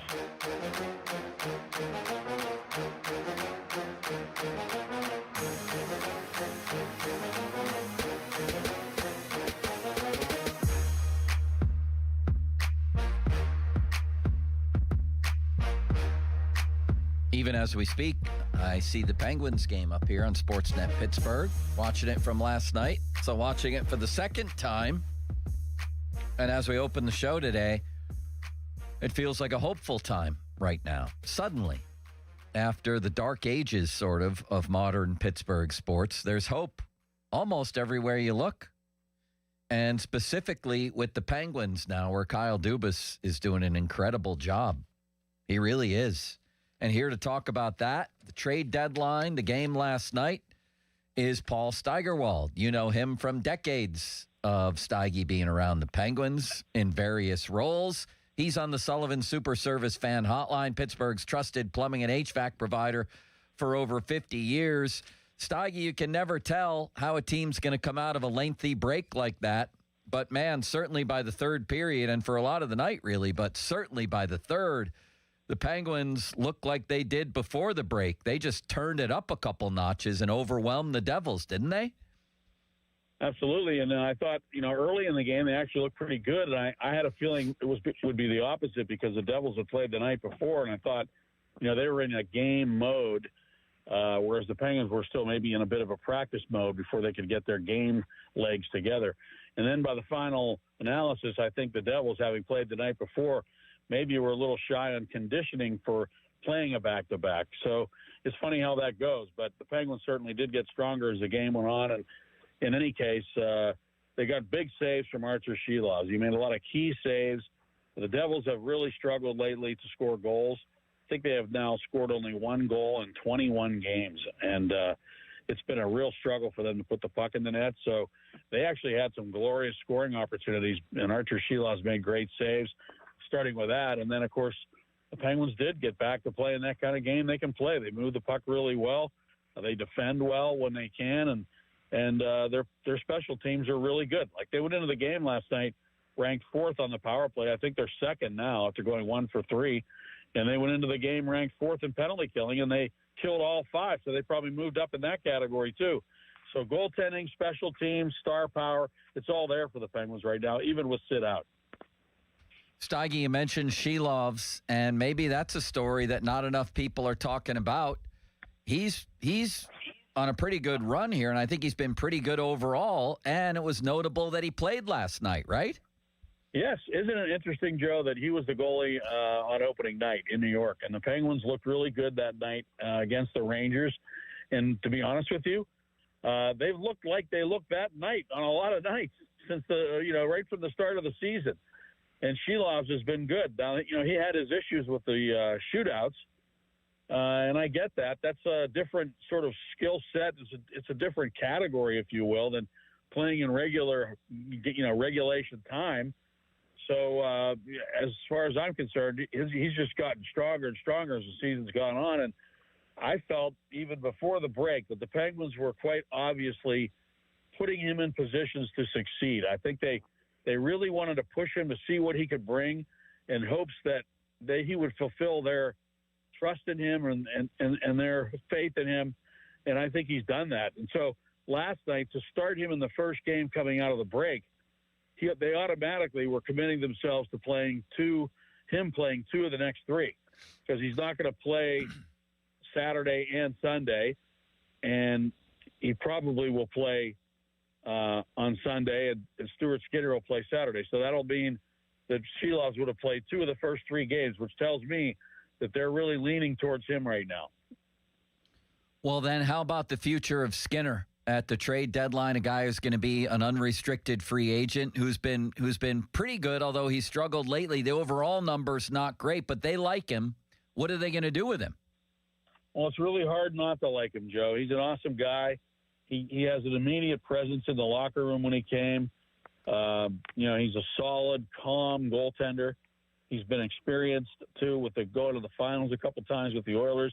I know he had his ups and downs, but in a lot of ways, that's a positive, his ability to, bounce back from bad performances. He's not as athletic as Shilovs, side to side, but he's got some real qualities to him that are nice. But on the other hand, because he does have those qualities, I wouldn't be surprised if Kyle Dubas gets some phone calls on him before the trade deadline. And then, depending on what Kyle has offered, he might have to make a decision there, because he's got depth in goal. And I know everybody wants to see Marchand, but Blomqvist has played well down there too, and they could conceivably bring him up as the backup and let Marchand continue to play, and then maybe spot him every now and then here the rest of the way. Also, when you make a deal like that where you trade a goalie, sometimes you go looking for another veteran goalie just for depth purposes, which they might try to do if they were to move Skinner. I'm not saying they're going to do it, but I do think the possibility exists, but only if Kyle Dubas gets some offer that blows him away. Fan weather brought to you by Secure Money Advisors. High of 56 and a low of 41. 41, good old Jamie Mueller of the Buffalo Bills. Probably nobody knows who he is. 56, Lamar Woodley. How about that? Tired of this weather and want to retire in Florida like Ron did? Let Secure Money Advisors help plan your retirement. All right, Steige, tell me if I'm on the right track here. I've got a chart, a 26 chart here. And this started last night. The Penguins had 26 games left going into that game with 70 points, and I think a point a game gets them into the playoffs. So they needed 26 points in 26 games. They already got 2. So now they only need 24 and 25 games, and of course this is all about surviving without Sid too. Does that sound like a good number? 96 points, a point a game from here on out will do the trick? Well, in other years, 96 would be a pretty good number. I don't know if it's going to come in lower or higher this year based on the competition, because the Atlantic Division is very strong. And those two teams in the wild card position could very well end up being Atlantic Division teams, which means the Penguins are going to be in a dogfight for a playoff spot if they don't get into the top 3 in the Metropolitan Division. And the Penguins' record in the Metropolitan Division, and I don't have it in front of me, I hope I can remember it, but I think it's 11-1-3, something like that. It's tremendous. It's the best record I can remember them having in the division in a long time. And so if they can continue to beat teams in their division and keep that record going, that'll help. And you maybe give them a better chance of finishing in that top 3. So it's not just the point total. To me, it's where they finish, because that wild card situation could become very competitive. I don't think it's ever happened where one of the 2 wild card teams finishes with more points than any of the teams in the top 3. But this might be one year where it could happen. And I just hope the Penguins can just keep doing what they're doing. They're kind of having a really good one game at a time focus right now. I really believe they think they're good enough, and nothing's going to shake their belief in themselves. Nothing. And the loss of Sid certainly hasn't. If anything, it's kind of a rallying point for them to kind of prove they could win without him and, try to win it for him, that kind of thing. So I have a lot of confidence in the fact that they're going to rack up at least that many points the rest of the year.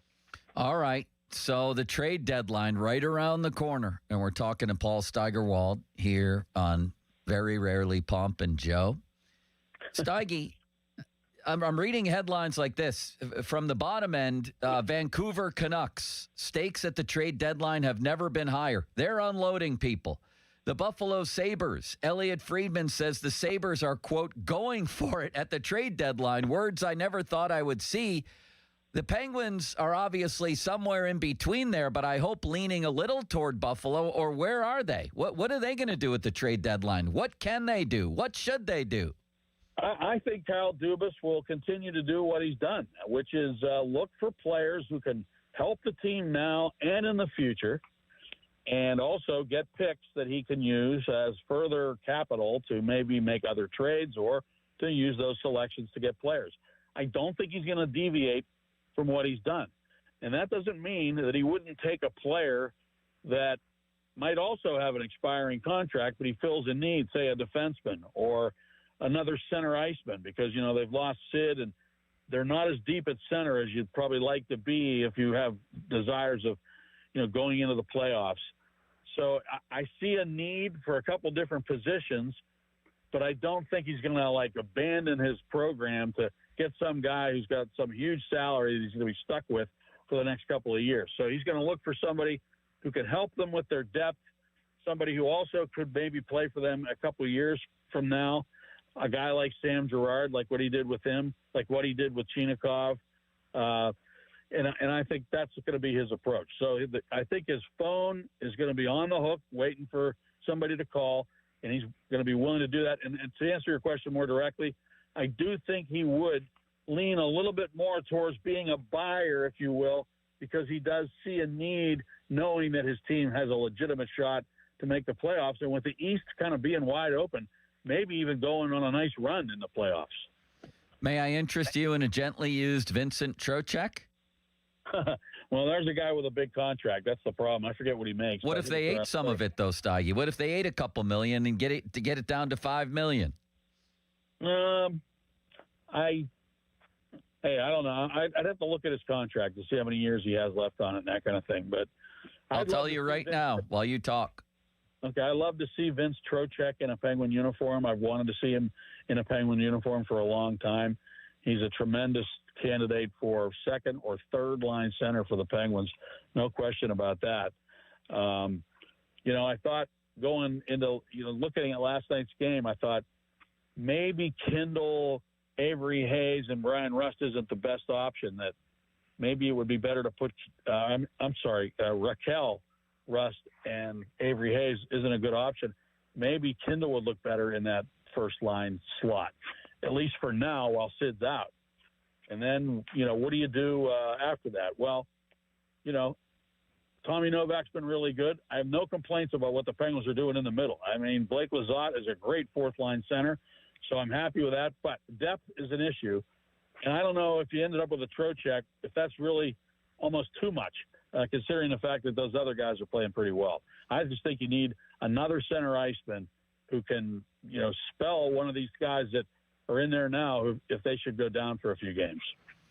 Well, his contract, he's got 3 cap hits of $5.625 million left. 26, 27, 27, 28, 28, 29. Then he becomes a UFA. So nothing outrageous, Steige. You still might be able to get them to eat a little bit of that, but I bet you'd have to give up a first-round pick. I think so, and I think the Rangers like him a lot. And that's the other thing. Like, the Rangers can't just abandon ship at this point. You know, they'd love to. I'm sure they'd like to shake that JT Miller contract because that's a big one. But Trocheck, he's a different bird. I mean, he's a really important guy for them. What they really need to do is get a centerman who can play ahead of Trocheck so that they can maximize the value they get from him, because they're not that strong in the middle. And they need a center iceman who can really kind of take them to another level. And, boy, they're hard to find. You know, they got Lafreniere in the draft. They got Capo Caco in the draft, and they struck out, I think, on both of those players going all the way to the bottom to get them. And so that can happen, too. Everybody wants you to, tank, you know, finish in the top 5, and then you make a couple of picks that don't pan out. That can be disastrous. Yeah, that's for sure. Paul Steigerwald on the Sullivan Super Service fan hotline. I'm trying to think what else the Penguins could go out and get. Where else could they shore up their team, and who else is out there? I guess maybe one of the questions, too, is will Kyle Dubas keep his other pending unrestricted guys? Noel Acciari comes to mind, people like that. How do you think that plays out? Well, I think, again, it has to do with, what he gets in return, and I don't think you could expect a whole lot in return for a Noel Acciari. He might be better off just keeping him. Anthony Mantha, I kind of look at Anthony Mantha as like a long-term rental this year. If you were making a deal to get a guy like Anthony Mantha at the trade deadline, you'd be renting him, right? So now just look at it as like he's renting him for the rest of this year, and he might end up signing him to an extension. I can see that happening. So he already kind of has his guys. He made a couple of key deals before the season to get these guys, and he made that Tommy Novak deal last year. So he's already kind of acquired players who are, in the case of Mantha, he's on an expiring contract. I don't see him moving him. So, and Ryan Shea is another one who's really developed into a nice player. Kyle signed him on July 1st in his first summer. Nobody really talks about that, but that was a great signing for the Penguins. He's developed into a really solid defenseman. He's a plus 22 after last night, and he's also on an expiring contract. So I think it's more likely that Kyle Dubas will sign Connor Dewar, Ryan Shea, maybe even Anthony Mantha to an extension, and you got Malkin too. So I think he'll probably sign him and say, hey, I got a pretty nice team right now. I just need to add a couple nice pieces. I got some good kids coming along, and so why not go with that as opposed to this whole concept of tanking while Sid is still wanting to play at a high level? Steige, do you think Gino signs for one more year, and is that a good idea? One or two, I think. Did you see him last night? Yeah. It was unbelievable last night. And, he looks good on the wing. I wasn't sure if he'd adjust to that real well, but he's done a really good job. And Tommy Novak has done a real nice job in the middle. And Chinakhov, he's on a pace. He's on like a 38-goal pace lately. He's got 9 goals in 19 games, and he hasn't gone more than 2 games without scoring a goal. And over the course of a year, that's a 40-goal pace.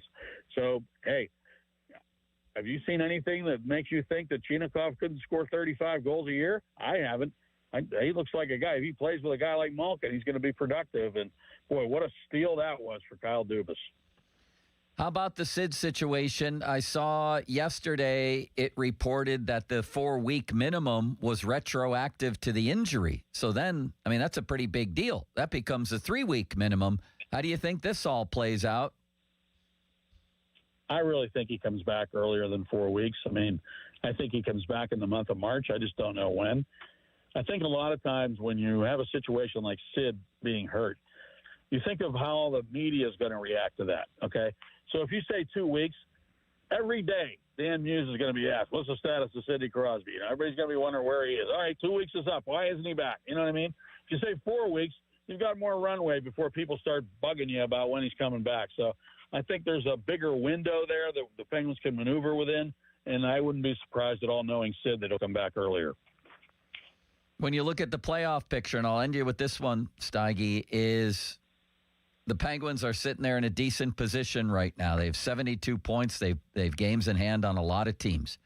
The teams on the outskirts right now, who are the biggest threats? Because it's still very precarious. The Penguins are only, 4 points up or maybe 5 on the Capitals, and that's the 9th place team. So the Capitals, Blue Jackets, Senators, Panthers, Flyers, Leafs.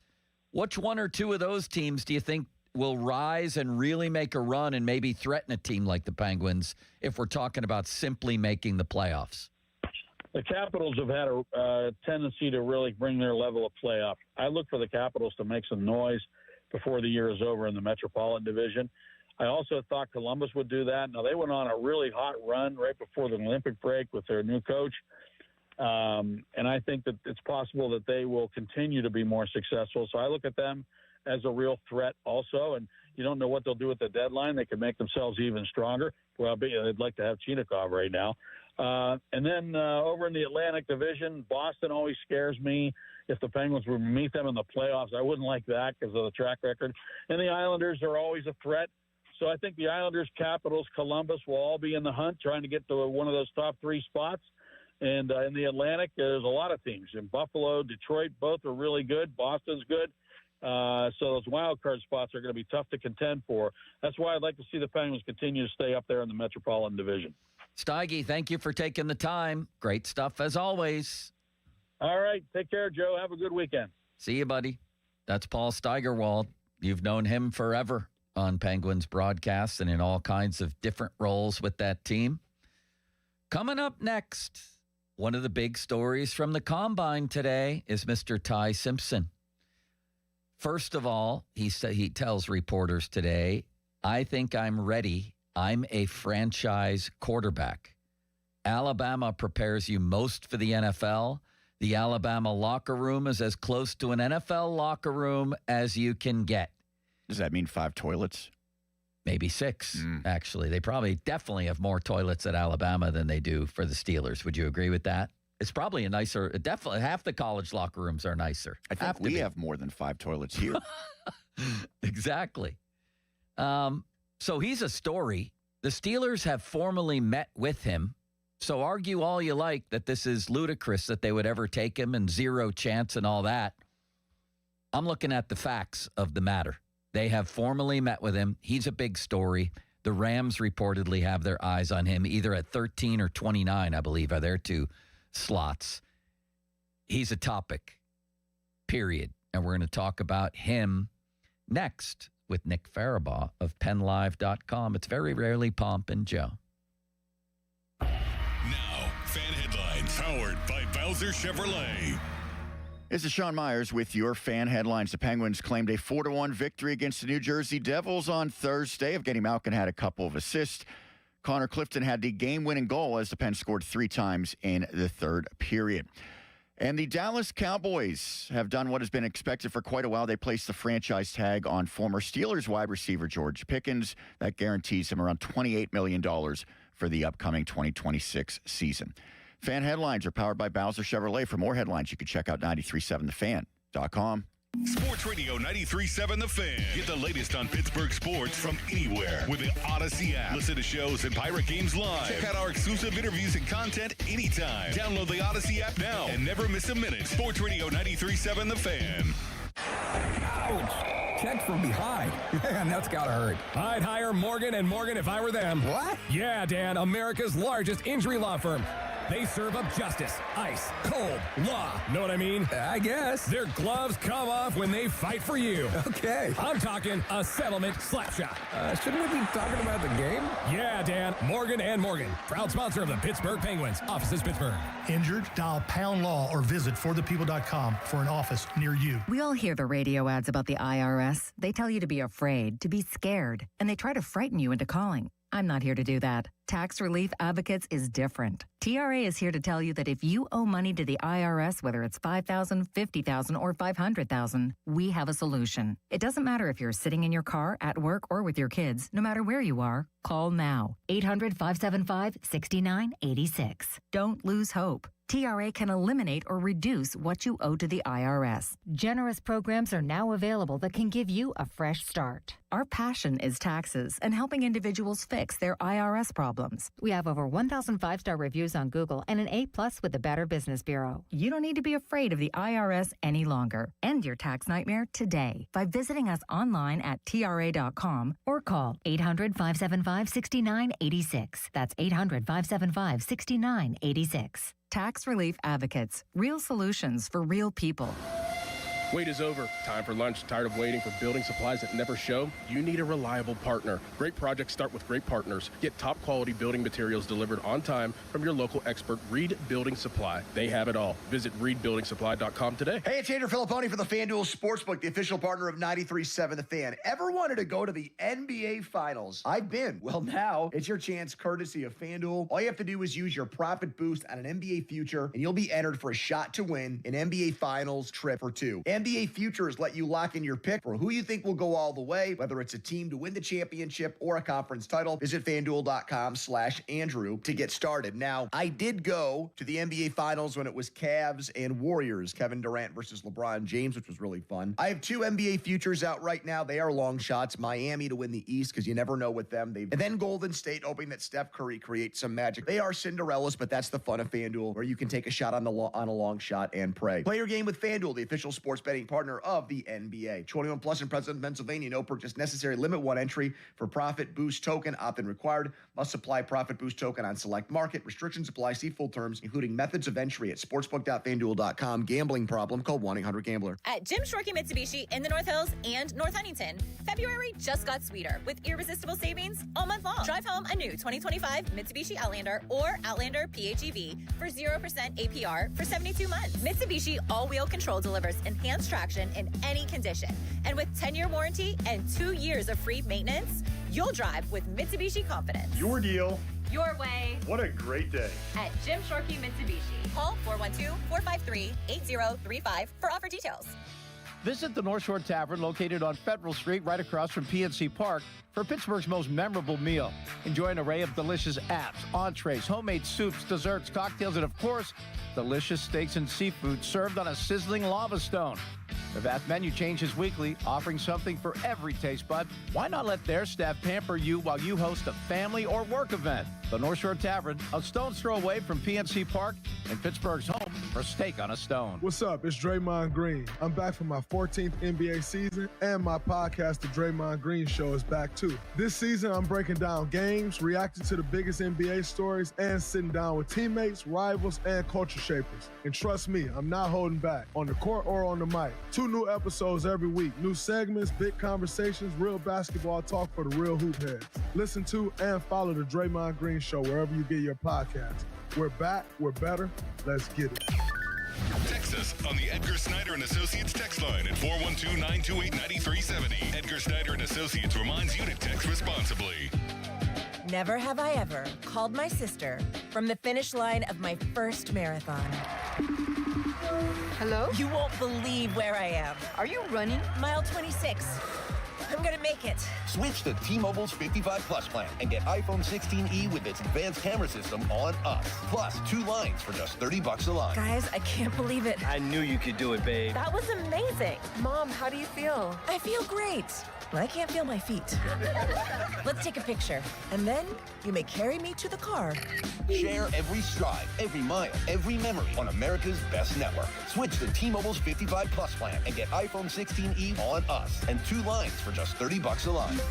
With 24 monthly bill credits and 2 eligible port-ins on Essentials 55 Plus for well-qualified customers with autopay plus taxes, fees, and $35 device connection charge. Credits end and balance due if you pay off early or cancel. Contact us. Finance agreement 128 gigabytes, $599.99 required. Best mobile network in the U.S. based on analysis by Ookla of Speed Test Intelligence data 1H 2025. Visit T-Mobile.com. SchultzFord.com. SchultzFord.com. SchultzFord.com. SchultzFord.com.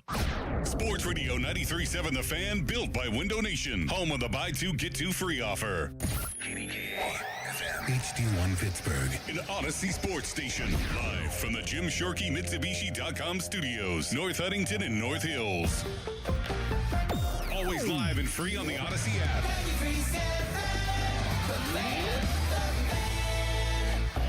Now, fan headlines powered by Bowser Chevrolet. This is Sean Myers with your fan headlines. The Pirates won 6-4 in spring training action yesterday against the Minnesota Twins. Spencer Horwitz, O'Neill Cruz, Nick Gonzalez each had 2 hits. Pirates back at it today against the Orioles, 1:05 first pitch. Mitch Keller is opposed by former Bucco prospect Shane Baz.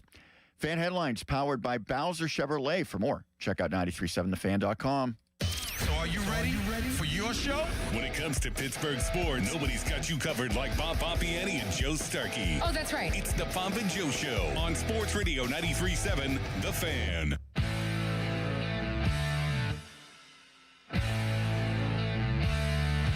Nick Farabaugh is still at the Combine. He's going to close the place. He's going to be there for last call. The final vertical leap. One last one as the lights go out. Nick Farabaugh will be there. He's on the Sullivan Super Service Fan Hotline. Pittsburgh's trusted plumbing and HVAC provider for over 50 years. Breaking news as we speak. Cowboys have placed the franchise tag on George Pickens. That could lead to a long-term deal. That could just stay in place at $28 million. And maybe that even turns into a disaster, but he had a hell of a year. What do you make of this story, Nick? Yeah, he did have one heck of a year. There's no doubt about that. Talent was never the issue. It was always about, can you get the guy to lock in? And, be mature. And I think there are still issues with that. You know about the Vegas casino incident. You certainly know that he was late to meetings and everything like that from what I've heard. A lot of the stuff he did in Pittsburgh, he's still doing in Dallas. I think Jerry Jones is a little bit more willing to tolerate it. And when you play like he did and he was happy there, it's a little bit easier to tolerate. I mean, let's be real here. The Steelers did not maximize him in their scheme. They certainly didn't maximize him with quarterback play. They did not have a Dak Prescott around. They did not have a CeeDee Lamb around to complement him. So he was in a beautiful, kind of perfect environment for him to just explode. I will say this, Joe, and this was kind of something that I continued to find interesting this week as I talked to people. The Steelers never got an offer higher than a third-round pick for him. The Cowboys or anyone else. In fact, many teams wouldn't be willing to trade more than a 6th or a 7th-round pick. I thought that was fairly interesting hearing that. So, you know, around the league, there was a kind of perception about George Pickens last year that maybe he couldn't lock in and maybe he couldn't be a guy that explodes because he would get in his own way. And the Cowboys took that chance. And listen, they reaped the benefits of that. He had the best year of his career, and he was one of the best wide receivers in all of football. So good on their gamble. And then we move on to Ty Simpson, who is making news today. He told everybody he's ready to show NFL talent evaluators that he's a franchise quarterback. Says the Alabama locker room is as close to an NFL locker room as you can get, which I guess, as Sean said here, they must have more than 5 toilets in that locker room. Yes, Nick? Yeah, they probably do. In the meantime, That's a pretty good comment. The Steelers... That's a pretty good comment. The Steelers have formally met with Ty Simpson. So say what we want. He's gotten into the room with them. He's had an interview. Where is this headed, do you think? So I heard Ty Simpson's interview was also particularly impressive, which I think speaks to the Steelers liking him. But I don't think they love him. And what I mean by that is I don't think he's going to be a pick at 21. I don't think that's where this is heading. I think this is heading to if he falls, we would like to take a shot on him. So 2nd, 3rd round. He's not getting to the 3rd, but if he falls in the 2nd, would you maybe move up for him? Would you maybe even move up into the back half of the 1st? I mean, there's, questions to that. But I've gotten this vibe that they like him, but they're just not enthralled enough to take him at 21. There are some prospects I know that they love that I think are firmly in play at 21. But I just don't think Ty Simpson is. And there's a few limitations there. The durability I've talked about, that's come up multiple times. The tape at the end of the season, I mean, he just fell off, man, in significant fashion from the mental processing standpoint, from winning inside the pocket, from managing the pocket. There was a lot that really was a red flag. But I do think the Steelers were impressed by his work on the board. I think that they thought he was very smart when given situational calls within that meeting. I think he did a very nice job. And I think they're interested in him at their own value. But I don't think that value is the 21st overall pick from what I'm hearing. Very interesting. Very interesting to me that he had a good interview. And I hear what you're saying. I don't want to make too much of it.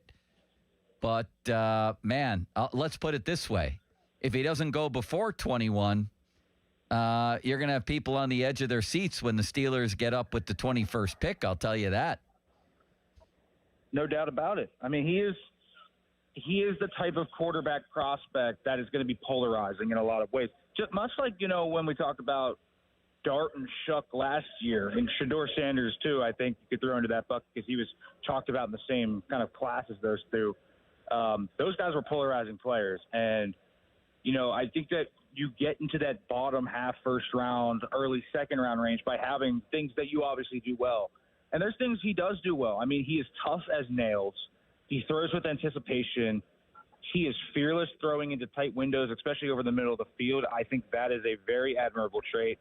And I think mostly speaking, he's accurate. I don't think the tools are great, but there is a base to work with Ty Simpson.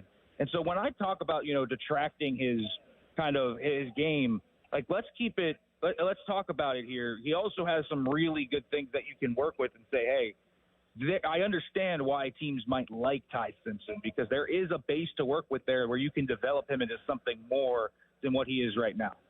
Here's the other thing about Ty Simpson. Now, did he have gastritis at the end of the season? Is that what the league is saying? Listen to this. Yeah. We know he had a fractured rib in the game against Indiana after coming off a great game against Oklahoma. Why don't people mention that? He also had lower back elbow issues, and he dropped 20 pounds because of gastritis, for God's sakes. So he's now on a new regimen. He's healthy, and he's decided he's going to throw on Saturday. You going to watch that? Yeah, I will. I'll see how it looks. Listen, I that's the one thing. The back one was a concerning one to some teams, I think, because it definitely hurt his ability to rotate into throws and get mustard on them and everything. The mechanics just fell off as a result of it. Then he got gastritis. Then he cracked a rib in I believe, the Indiana game, late in the year. Like, he was consistently banged up. I think he had a lower leg injury, too, from what I've heard. Like, this guy got absolutely pummeled. And I guess one part of it is how much of that was bad luck. 2, he's tough. That's clear as day. 3, can he hold up in a full NFL season? So there's, like, positives where you can say, oh, he wasn't affected by it. You're not always going to get gastritis. But there's this other part where, is this guy going to be able to hold up through NFL punishment? So I think there's some positives that teams are taking from it, but I also think there's like, oh, is he going to be able to hold up from a durability perspective? And this is kind of the peril of having only one season. You only have a small sample size, so you're kind of guessing. Yeah, I'm more intrigued than ever. I can tell you that. Not necessarily with him, but just with this whole idea that seemed completely unrealistic, that is seeming more realistic by the day. Not that I'm saying that it's going to happen. I just, the whole scenario to me is becoming very, very interesting. What else have you seen there, Nick? What's the big story around the combine? I mean, in terms of Steelers news, man, they absolutely have focused on perimeter players. That has been the focus. Sure, are there some trench guys they've looked at? Yeah. They've had a few interviews with defensive tackles and offensive guards. But it's mostly been wide receivers and corners. I think if you do – so they get 45 formal interviews, and I'm not, one to just go into the formal interviews and say everything matters. It's one interview. But it's a finite resource, and that means there's some meticulous meaning behind these. They have met with, I believe I've counted so far, 13 wide receivers. So 13 of their 45 formal visits have been with wide receivers. And then I believe another 9 or 10 corners. So, I mean, you're talking, 23, 24 of those formals used up, and then a few more safeties. So when we're talking about wide receiver, corner, and safety, those 3 positions have been a focus. This is going to be a perimeter draft, I think, for the Steelers. They've been so trench-focused recently that I think we're going to start to see them finally invest around that and go wide receiver, corner. I think the wide receiver interest is heavier than ever. And I'll tell you what, one guy that's sticking out above the crowd from what I'm hearing in terms of who the Steelers like is Texas A&M's Casey Concepcion, but they're not alone in that. I think everyone's kind of thinking right now Concepcion's a lock to be there 21, and if the Steelers would take him, they'd be kind of the first team that would take him on the board. I think he has a shot to go higher than that. He's going to blow up this combine tomorrow. I really think that's what I've heard. A lot of people expect him to have a huge combine. And so Casey Concepcion's killed the interview process. His form with the Steelers was really impressive. I think they really like his route running ability. Now, here's the thing. People are going to hate this in Pittsburgh if they do select Casey Concepcion. He has a case of the dropsies. He had 7 drops this past year, and his hands are a little suspect in that regard. But he runs routes. He gets open. He wins after the catch. Sound like a certain receiver the Steelers traded 2 years ago, right? Yeah. And that's kind of the comparison a little bit. Deontay Johnson. It's not too dissimilar from a Deontay Johnson. Zay Flowers is another name I've heard mentioned. He doesn't run backwards, does he, this guy? He doesn't. He doesn't. He's very talented after the catch. Okay. He's very slippery. Just wanted to check. Yeah, no, he doesn't run backwards. But Casey Concepcion is a guy and a name the Pittsburgh Steelers fans should get familiar with because he will be connected to the Steelers a lot, and it would not surprise me whatsoever if he is the pick of 21st overall. Wow. All right. This is good stuff. Nick Farabaugh of PennLive.com. Fan Twitter brought to you by South Hills Kia Peters Township. Visit them at southhillskia.net. And the fan text line brought to you by Edgar Snyder and Associates, a personal injury law firm where they always say there's never a fee unless we get money for you. All right, Nick. Let's talk about offensive line, let's talk about the tackle position. The Broderick Jones news earlier this week that he might not be ready for camp. How significantly does that put tackle back into the conversation going into this draft? So, I mean, it definitely does. And not just because Broderick is, maybe not going to be there, but because they just have a lack of available bodies at the tackle position. Calvin Anderson, it was the swing tackle to start the year, and I think people maybe forget that he had suffered a season-ending knee injury. I've heard that wasn't major, like he didn't tear his ACL or anything. So they'll have a swing tackle. He was on a 2-year deal, so that he'll be in the second year of his deal. So they don't need a desperate depth move, but it absolutely throws it up on the soundboard, I think, because I don't think you're going to give the starting job to Dylan Cook unimpeded. He's going to have to earn it, even though I think a lot of people are really encouraged by what he did, and in the organization, I think they are too. They like what he did. But the idea is they're going to compete. Broderick Jones and Dylan Cook are going to compete.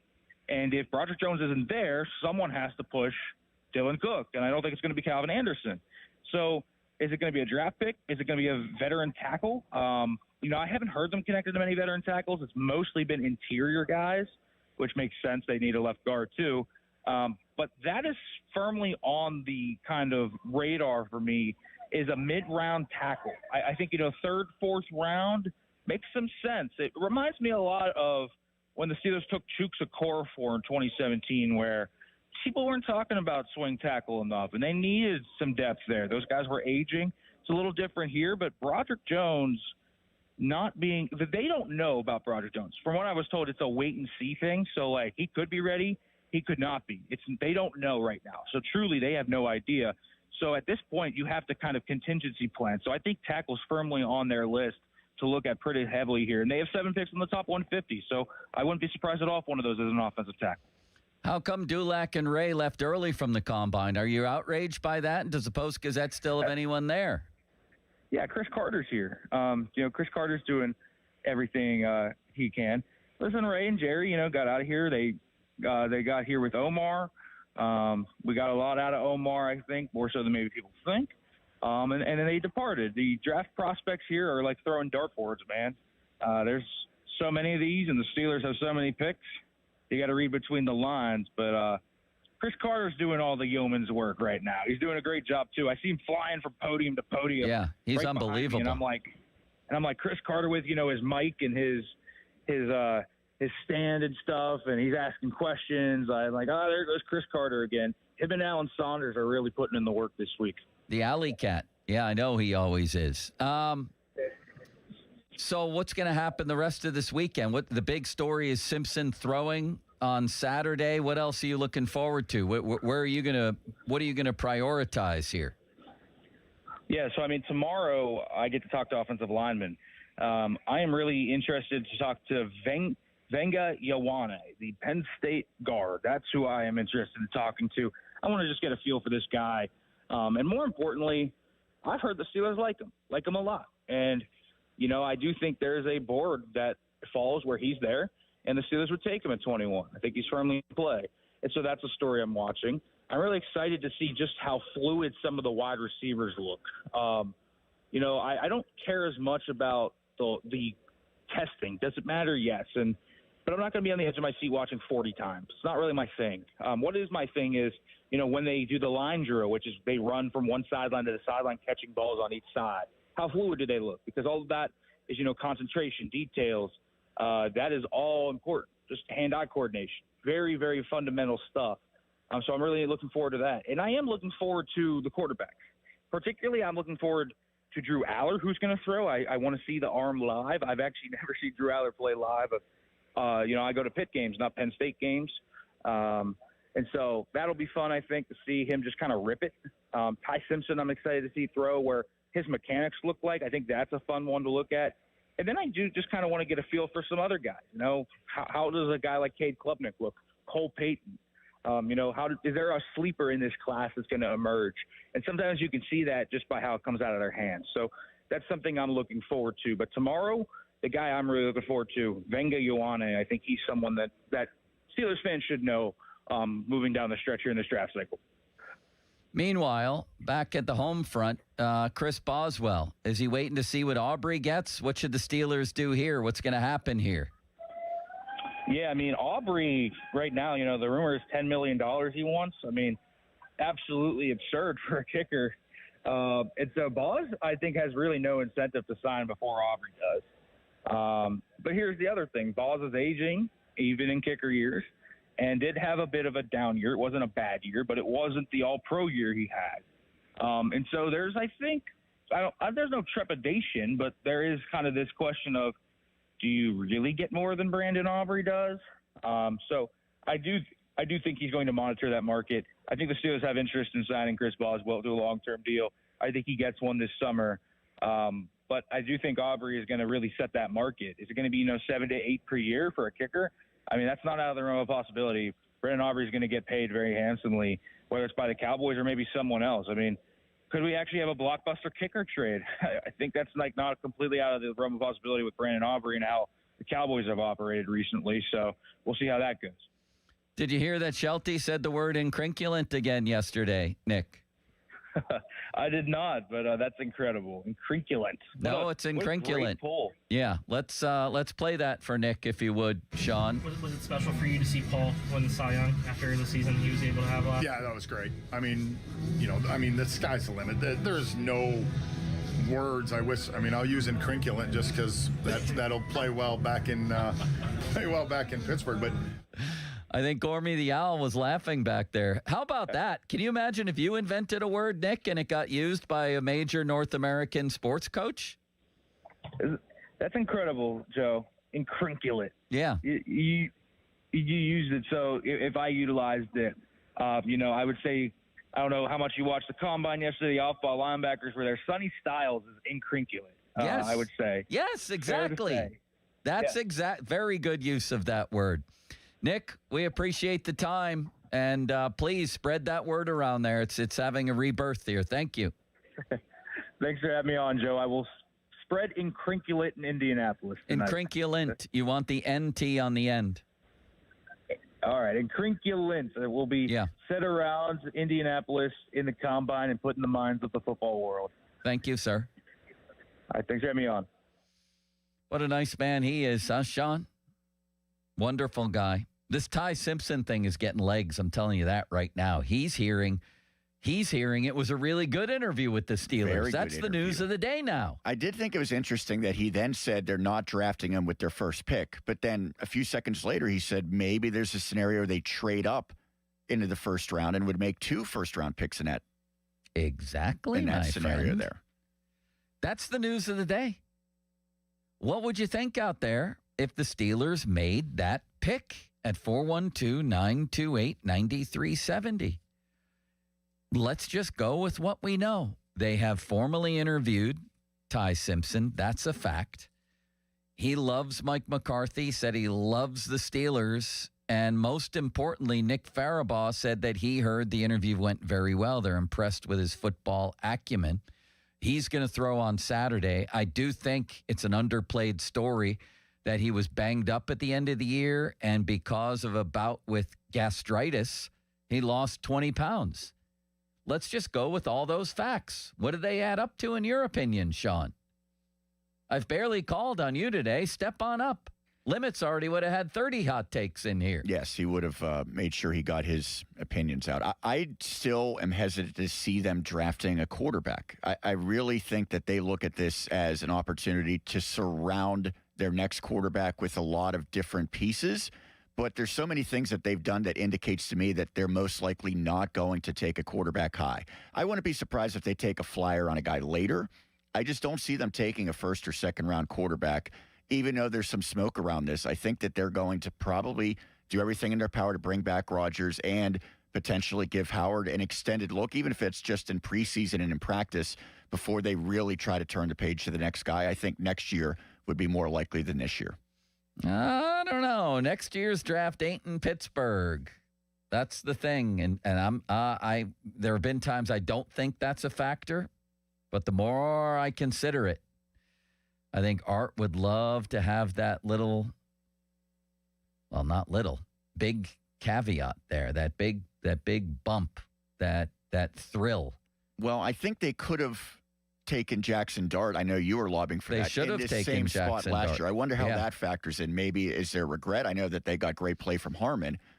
But to your point, I really hope that the fact that it's in Pittsburgh does not make them select someone that they would not take otherwise. I understand that's the reality that it could be like that, but that's not a great way to approach it if you're making a pick just to I do agree with curry that. favor with the home fans. All right. Where's Max Crosby headed? What has happened with George Pickens in Dallas? We'll get to all of that on the Limitless Express. Only today, the conductor is Sean Don't Call Me Seth Meyers. We'll do that next, and then we go to Gormy the Owl in Bradenton. It's a stocked show today. Very rarely Pomp and Joe. Now, fan headlines powered by Bowser Chevrolet. Sean Myers bringing you fan headlines. Indeed, George Pickens has been franchise tagged by the Dallas Cowboys. The former Steelers receiver will play under the tag for the upcoming 2026 season. Pirates in action. They'll be getting underway in about 45 minutes as they will lock horns against the Baltimore Orioles. 1:05 first pitch. Mitch Keller against Shane Baz is the pitching matchup. Spring training coverage is brought to you by Hampton Beer Outlet. Route 8 in Hampton. Drive a little and save a lot. Headlines powered by Bowser Chevrolet. For more, you can check out 937thefan.com. Limits. Hey, it's Austin Bechtold. Voss TV and Appliance is pure Pittsburgh in every way. Family owned since 1960. Real people like Megan and Tracy who answer the phones or personally walk you through the showroom. Reliable delivery and installation by the Voss team. No third-party shenanigans. Voss provides advice that fits your lifestyle with a huge selection of quality brands, and my family has trusted them for over 30 years. Visit Voss's Southdale showroom today. Call 412-650-VOSS or go to VossTV.com. Voss TV and Appliance, the lowest prices guaranteed. Sports Radio 93.7 The Fan. Our draft coverage never rests. It's draft day. Powered by Bowser Chevrolet. The Fan is your one-stop shop for everything you need to know leading up to the big day. Presented by Target Freight Management and brought to you by your local AAA travel office. And Groundworks, formerly Baker's Waterproofing. Shenderovich, and Fishman. Why pay 40% when you can pay 25%? Call 888-98-TWINS. Is your everyday congestion preventing you from enjoying life's big moments? Try Vicks Sinex Saline today and get yourself back in the action. Vicks Sinex Saline instantly clears everyday congestion with a gentle, ultra-fine mist. Sinex Saline's drug-free, no-mess formula instantly moisturizes and soothes dry, irritated nasal passages for quick and effective relief. Get back to enjoying life's biggest moments to the fullest without having to worry about everyday congestion holding you back. Just Sinex. Breathe. Use as directed. Wendy's has a new Girl Scout Thin Mints Frosty Fusion with Girl Scout Thin Mints cookie pieces, rich creamy frosty, and a mint chocolate cookie sauce. Which means Girl Scout Thin Mints and Wendy's Frosty, yeah, they're basically best friends now. It's like two delicious desserts just high-fived, snapped a few too many friendship selfies, and then rode a tandem bike down a never-ending road of mint chocolate frosty perfection. So, swing by Wendy's and try the new Thin Mints Frosty Fusion. Limited time only at participating U.S. Wendy's. This is an Odyssey Sports Minute. It pains me to say this, but the quarterback that gives the Cleveland Browns the best chance to win in 2026, assuming health, is Deshaun Watson. New Browns head coach Todd Monken didn't close the door on Watson potentially starting this year for the team, and Watson not a great fit in former Browns head coach Kevin Stefanski's scheme, a much better fit in Monken's scheme. Watson gives the Browns the best chance to win. I'm Nick Costos.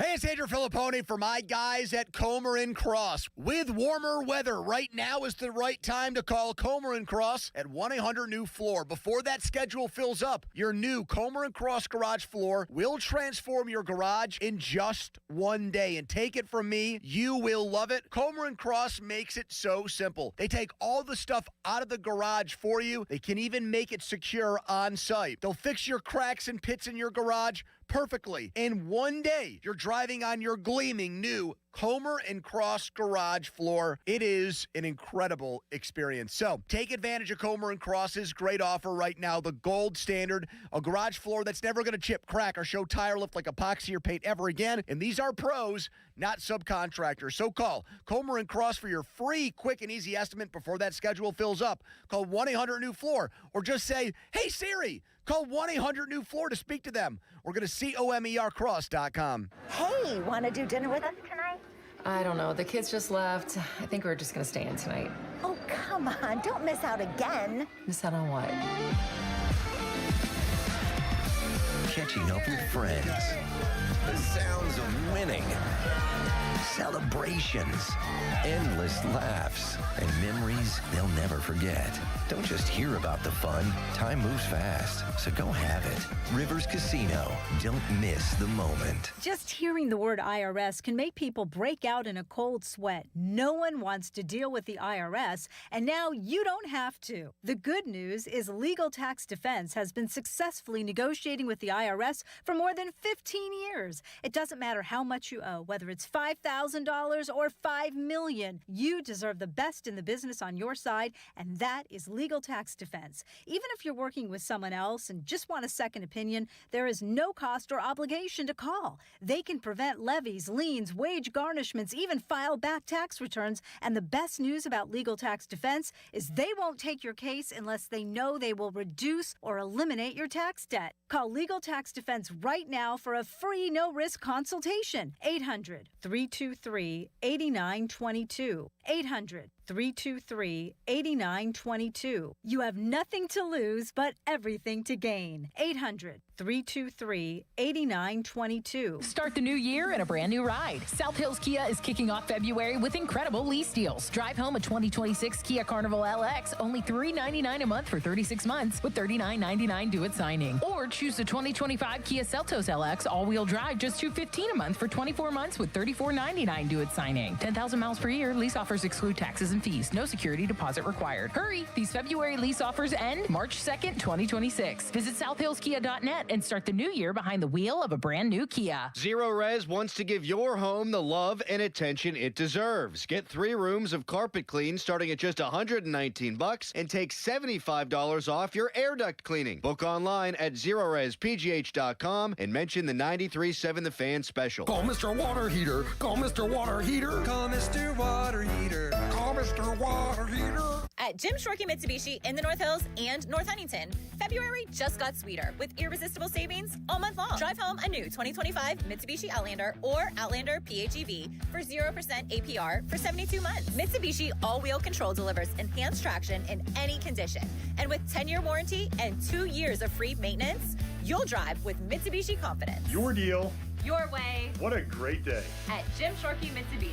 Call 412-453-8035 for offer details. My name is Whitney Allen, and I'm a widow. My husband, Ryan, died. We never thought we'd ever have to use life insurance, but the unexpected happened. With Ethos, signing up was fast and 100% online. You can get a quote in seconds, apply in minutes, and get same-day coverage. No medical exams, and you can get up to $3 million worth of coverage. I'm grateful we were prepared. Get your free quote at ethos.com/radio. That's ethos.com/radio. Paid spokesperson. Time spent on application may vary. Online health questions required.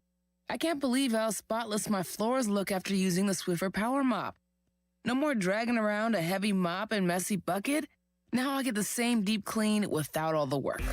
Thanks to the powerful solution and scrubbing pad of the Swiffer Power Mop, dirt and grime don't stand a chance, and I don't break a sweat. Mic drop. I mean, mop drop. Swiffer Power Mop. Swiffer Power Mop. A smarter way to mop. Try it or your money back. Your hometown building partner since 1956. 84 Lumber. Visit 84lumber.com. Sports Radio 93.7 The Fan. Now back to the Pomp and Joe Show. Presented by JP Roofing and Siding. Live from the ShorkeyMitsubishi.com studios. North Huntington and North Hills. 93.7 The Fan is cleared by AQuickDrain.com.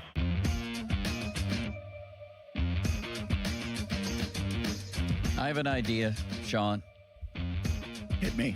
With the dearth of toilets, Art could have each guy's locker stall, or at least the seat in front of it, converted into a combo toilet. So your seat could actually also be a toilet. You like that idea? That's a great idea, yes. Save a little money for Art?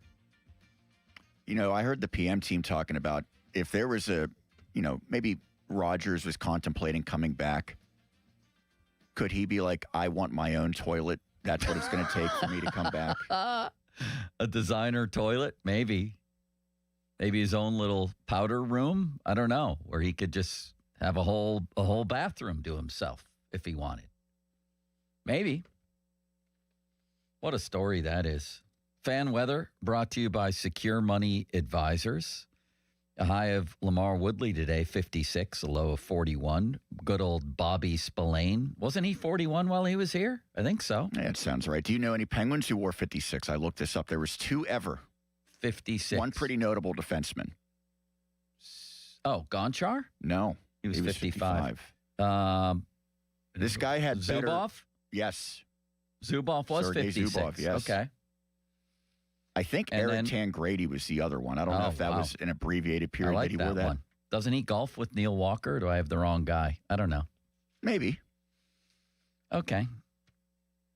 What did I say? Oh, fan weather brought to you by Secure Money Advisors. You tired of this weather? You want to retire in Florida? Let Secure Money Advisors help plan your retirement. We're ready for a Limitless Express now.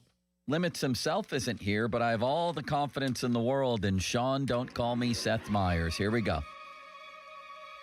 All right, Joe, we will begin with potential trade news around the NFL. Yeah. A quarterback who has been mentioned a few times with the Steelers. I don't know necessarily that he would be a fit, but Anthony Richardson has requested a trade from the Colts. Apparently, they have said, okay, go ahead and start exploring potential new destinations. So he is on the trade block. He is looking to be playing elsewhere next year, even though the Colts don't really have an incumbent starter. Do you have any consideration for him, and do you think he will actually end up starting wherever he goes? No. Anthony Richardson. He has more interceptions than touchdowns in his career. It's been a disaster so far, and it certainly didn't help his cause when he begged out of a game to get a rest. Nobody had ever seen that before from a quarterback. This hasn't gone well. Maybe does one team let him compete for a job? Sure, but nobody brings him in like the Jets did with Justin Fields last year and give him a shot at as a starter. I don't think that's going to happen. I think he may be done, at least as a guy who's somebody's number one going into camp. Let's put it that way. What do you think the compensation? I mean, it couldn't be anything better than like a 6th or 5th round pick at this point, right? No, they're lucky to get anything. At this point, this has been an unmitigated disaster. No interest in him coming here, I assume? Less than none, but thank you for asking. Well, how about maybe someone else potentially coming to Pittsburgh, a guy that a lot of people in this area know well. He is a Pittsburgh guy, played at Penn State. Oh, no, okay. No, not Tyler Palko. Palko. Sean Clifford. ESPN had a list where they named one free agent solution for each team. This is not re-signing your own guy, but this is bringing in a free agent from elsewhere. Yeah. And the player that they chose for the Steelers is Jaquan Brisker, the safety who played for the Chicago Bears, a gateway product who went on to play at Penn State. Would you like him? Bring him on. Physical player, helps at a position of need. Bring him on. Would make Limits happy. I bet you Limits could get him on the show. Maybe those two are buddies. I don't know. Maybe you could also get Drew Aller on the show while he's at it. I love the idea. You? So I thought Jaquan Brisker was outstanding at Penn State. He's been good with the Bears. He's been very good. The problem is he missed a dozen games in 2024 with what was a pretty serious concussion. Right.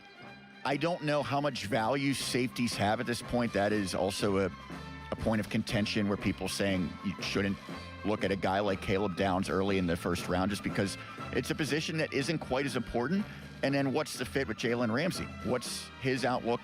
But I think if you can get a good player, you can make it work and figure out the pieces around him. I would be all for bringing in Jaquan Brisker, and he's probably not going to break the bank either, I would assume. I agree with every syllable and quarter syllable you just uttered. Next.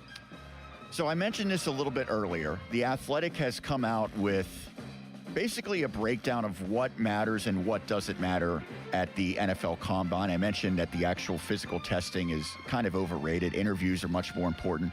There was something very interesting when it comes to wide receivers. Now, this is a little bit of a small sample size due to, recent analysis of the data.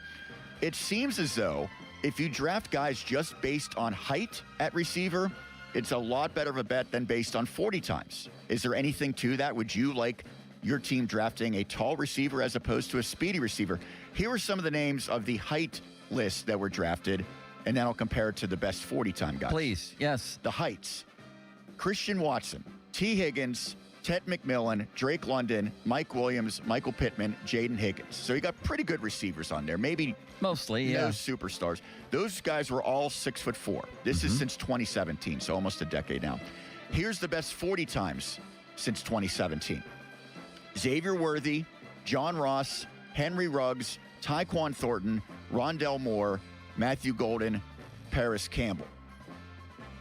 Couple tragic stories there, and mostly guys that have not been good or even adequate NFL receivers.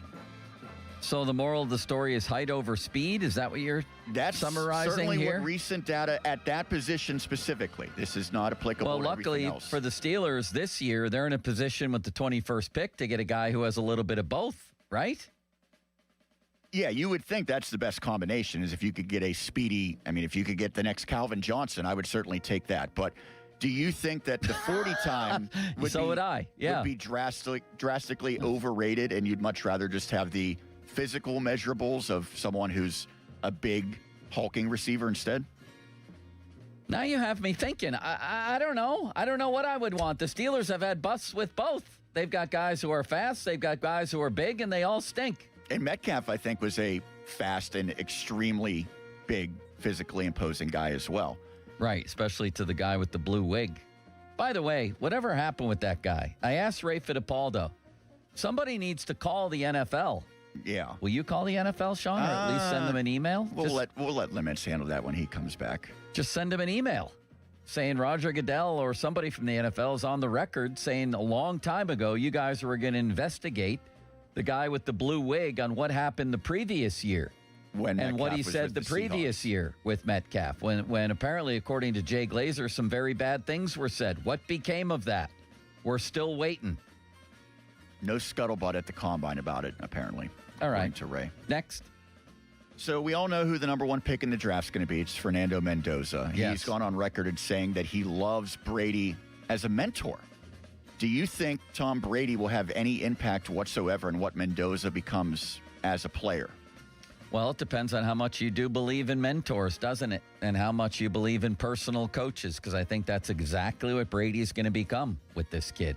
Can't hurt, I'll put it that way, to have the greatest quarterback in NFL history on your side. Then again, even the greatest quarterback in NFL history, if he can't play or he can't process, isn't going to save you. You know what I mean? Yeah, I guess my question would be, Brady's been there for a few years. It hasn't helped any of the other quarterbacks, right? They all stink. So a good quarterback, if he's around Brady, will become even better, but guys that are not good are beyond saving, basically. Yes, I think that's the moral of that story. And I think you've put it very succinctly and very well. Thank you. Why don't And we I stay appreciate that. Why don't we stay with Las Vegas? You mentioned the talk about Crosby and how they could potentially move one of the best defensive players in the NFL, but they have gone on record saying that they want Max Crosby to stay. They expect him apparently to be on the roster. That's according to their general manager. Yeah. He's 28 years old. The team's coming off of a 3-win season. What's going to happen here, and what should happen from the Raiders' perspective? I would trade him if I'm the Raiders and start building around Mendoza with younger guys. And I think Max Crosby is at the perfect point in his career where he brings you back a nice first-round pick. And by the way, the Raiders might stink again for another year. And the team, whoever trades for him, they'd have their own first-round pick, plus that team's first-round pick, plus whatever else you can get for Crosby. He's only 28. He's only 28 years old. He's well rested because they benched him at the end of the year because they were tanking. My God, can you imagine what a Cincinnati or a Buffalo would give up for that guy right now? Teams that are desperate, coaches that are desperate, GMs that are desperate and maybe one guy away from a Super Bowl run. I would absolutely trade him. You? It's interesting that you say Cincinnati, because when I think of Max Crosby, the other name that comes to mind is Trey Hendrickson, who is a free agent. Yeah. So instead of potentially having to give up a lot, you could just sign Hendrickson. But I think we saw in Cincinnati, even when he was out there, he didn't make very much difference with their defense at all because their defense was so bad elsewhere. How about sign Hendrickson and trade for Crosby? Well, then we got something. You're talking. How many career touchdowns does Max Crosby have? Wrong. None. Is that what you're going to say? I probably would have said 1 because I would have figured you had some reason to ask that question. How many career touchdowns does TJ Watt have? Are we counting playoffs? He had a playoff touchdown, right, against the Chiefs? No, we're not counting playoffs. Oh. 2? Wrong. None. I didn't know that. Did you? Holy bird milk. I didn't know that. I thought TJ had at least one touchdown. Yeah, I guess maybe am I thinking of a safety where he forced a fumble and then it was a safety? How many career interceptions does TJ Watt have? Oh, man. Wrong. 9. That was my guess. No, it wasn't. How many career forced fumbles does he have? More than 9. 36 forced fumbles. Really? What's TJ Watt's career high for forced fumbles in a season? 7. Wrong. 8. Same year, he had 4 fumble recoveries. But no touchdowns. 14 and a half sacks and didn't win Defensive Player of the Year. He should have won at least one other Defensive Player of the Year. Do we agree on that? Yeah, I think so. Maybe if he would have got that touchdown, that would have put him over the hump. Maybe. PFF's not a fan of him, though, so that... They aren't? From this last season or in general? Go Myles Garrett over him no matter what, right? They do? PFF? Yeah, they always go Garrett based over on Watt. Pass rush win rate. That's right. I guess. That's the most important stat out there. I have other quiz questions for you, just because now I'm bored and I want to do something else. Are you ready for this? Mm-hmm. Wrong. You aren't ready for this, but here it comes. We're going to do, your favorite team is the 49ers, That's correct? Right. We're going to do San Francisco 49ers career leaders with Sean Don't Call Jerry Me Rice. Seth Miners. Here we go. All right. Jerry Rice is actually correct. Thank you. What are they doing here? Career leaders in pass touchdowns. Who is it? Meaning how many touchdowns you've thrown? Yes. Joe Montana. Wrong. Steve Young. Really? No, it is Joe Montana with 244. What are you doing to me here, Joe? Who's the career leader in interceptions? Most interceptions thrown. I am inclined I'm inclined to say Joe Montana for that as well. John Brody with 224. Guess who's second? If you guess who's second, Tittle. Oh my God! I was going to say if you guess who's second, I'll take you to a steak dinner, and you did before I could make the offer. You could take me to fast food instead, maybe. Y.A. Tittle with 134. Who would have thunk it? Tiddlywinks. Who's the career leader for the 49ers in rushing touchdowns? Wrong. Franklin Gore. Joe Perry with 68. Wasn't he in a band? Was he in Journey? That was Steve Perry, his brother. I'm confused. Yeah. And what a player he was. Good old Steve Perry, huh? Journey's coming here soon. When? Monday. What? Mm-hmm. Is he we still gave away alive? a lot of tickets back a few weeks ago, I think. Is he still alive? Steve Perry? He's not the lead singer anymore. Steve Perry's not the lead singer of Journey? That's like saying Roger Daltrey's not the lead singer of who? Then who is it?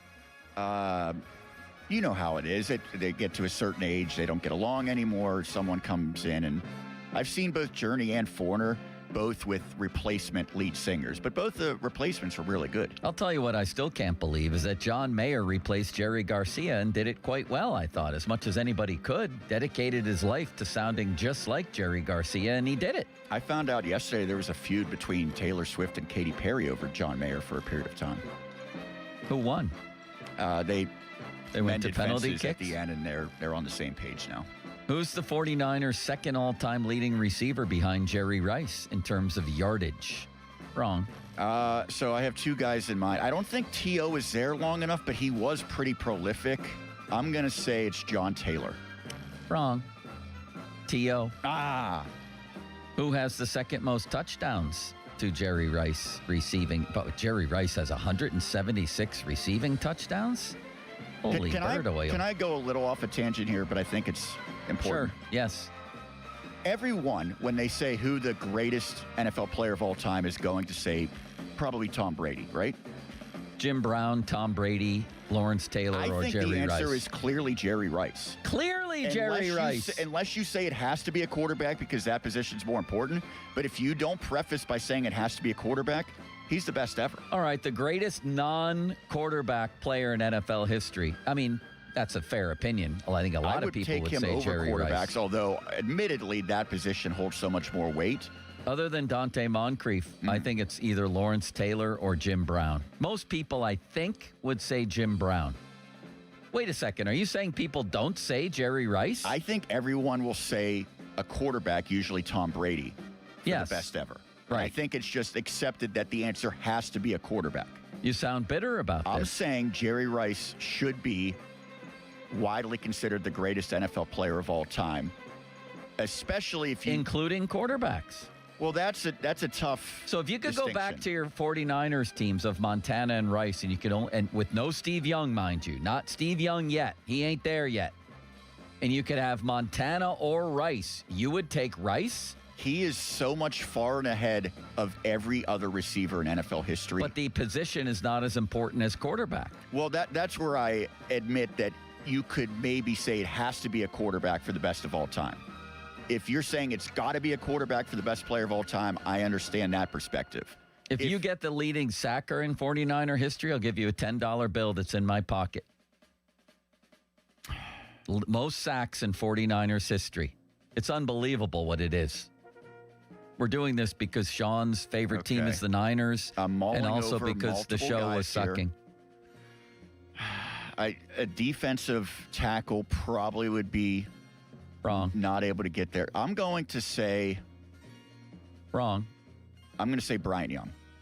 Good guess. He's second, but he's 19 sacks behind the great Cedric Hardman.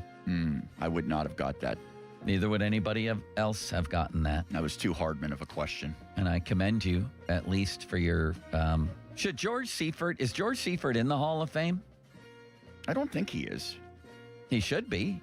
He didn't have a great run. He's the beat writer. After he had two left Super the Bowls. 49ers. He didn't do too much in Carolina. Yeah, Marv Levy didn't do too much in Kansas City. He's in the Hall of Fame. If you have 2 Super Bowl wins, you should be in the Hall of Fame.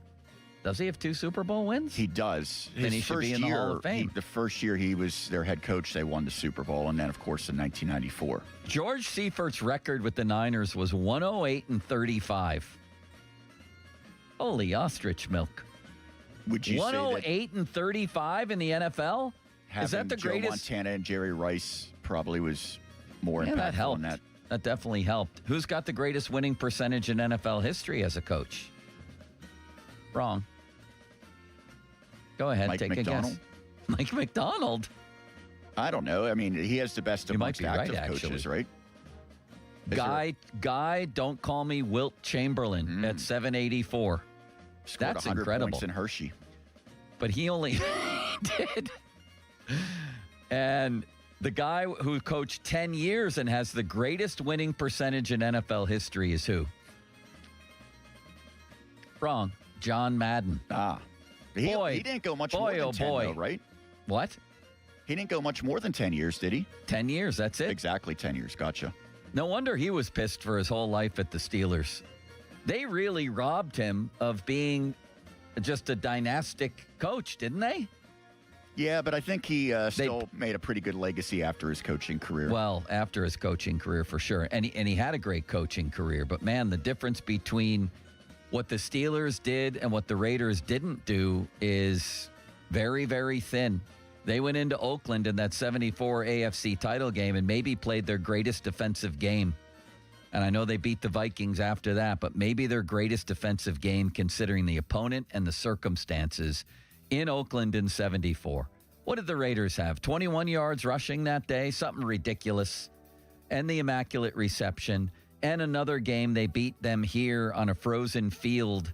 No wonder John Madden hated the Steelers. I would hate them too. They robbed him of everything he worked for. And they would have done it again if Franco and Rocky weren't hurt in 76. They go in there and they beat them in 76, and he's got nothing except a video game that he made billions of dollars with. And a legendary broadcasting career. You'll never guess this one. And if you guess this, I'll buy Limits and Donnie another steak dinner. You ready for this great one? Motivation for me to get this right. And you, of course. Oh, that thank goes you. without saying. And Dom. Regardless, this is 5 or more years of coaching in the NFL. Are you ready for this? I'm absolutely ready. Sean, don't Ted call me Marchibroda. Seth Meyers. The 5 highest winning percentages in NFL coaching history, 5 or more years. Guy, don't call me Wilt Chamberlain.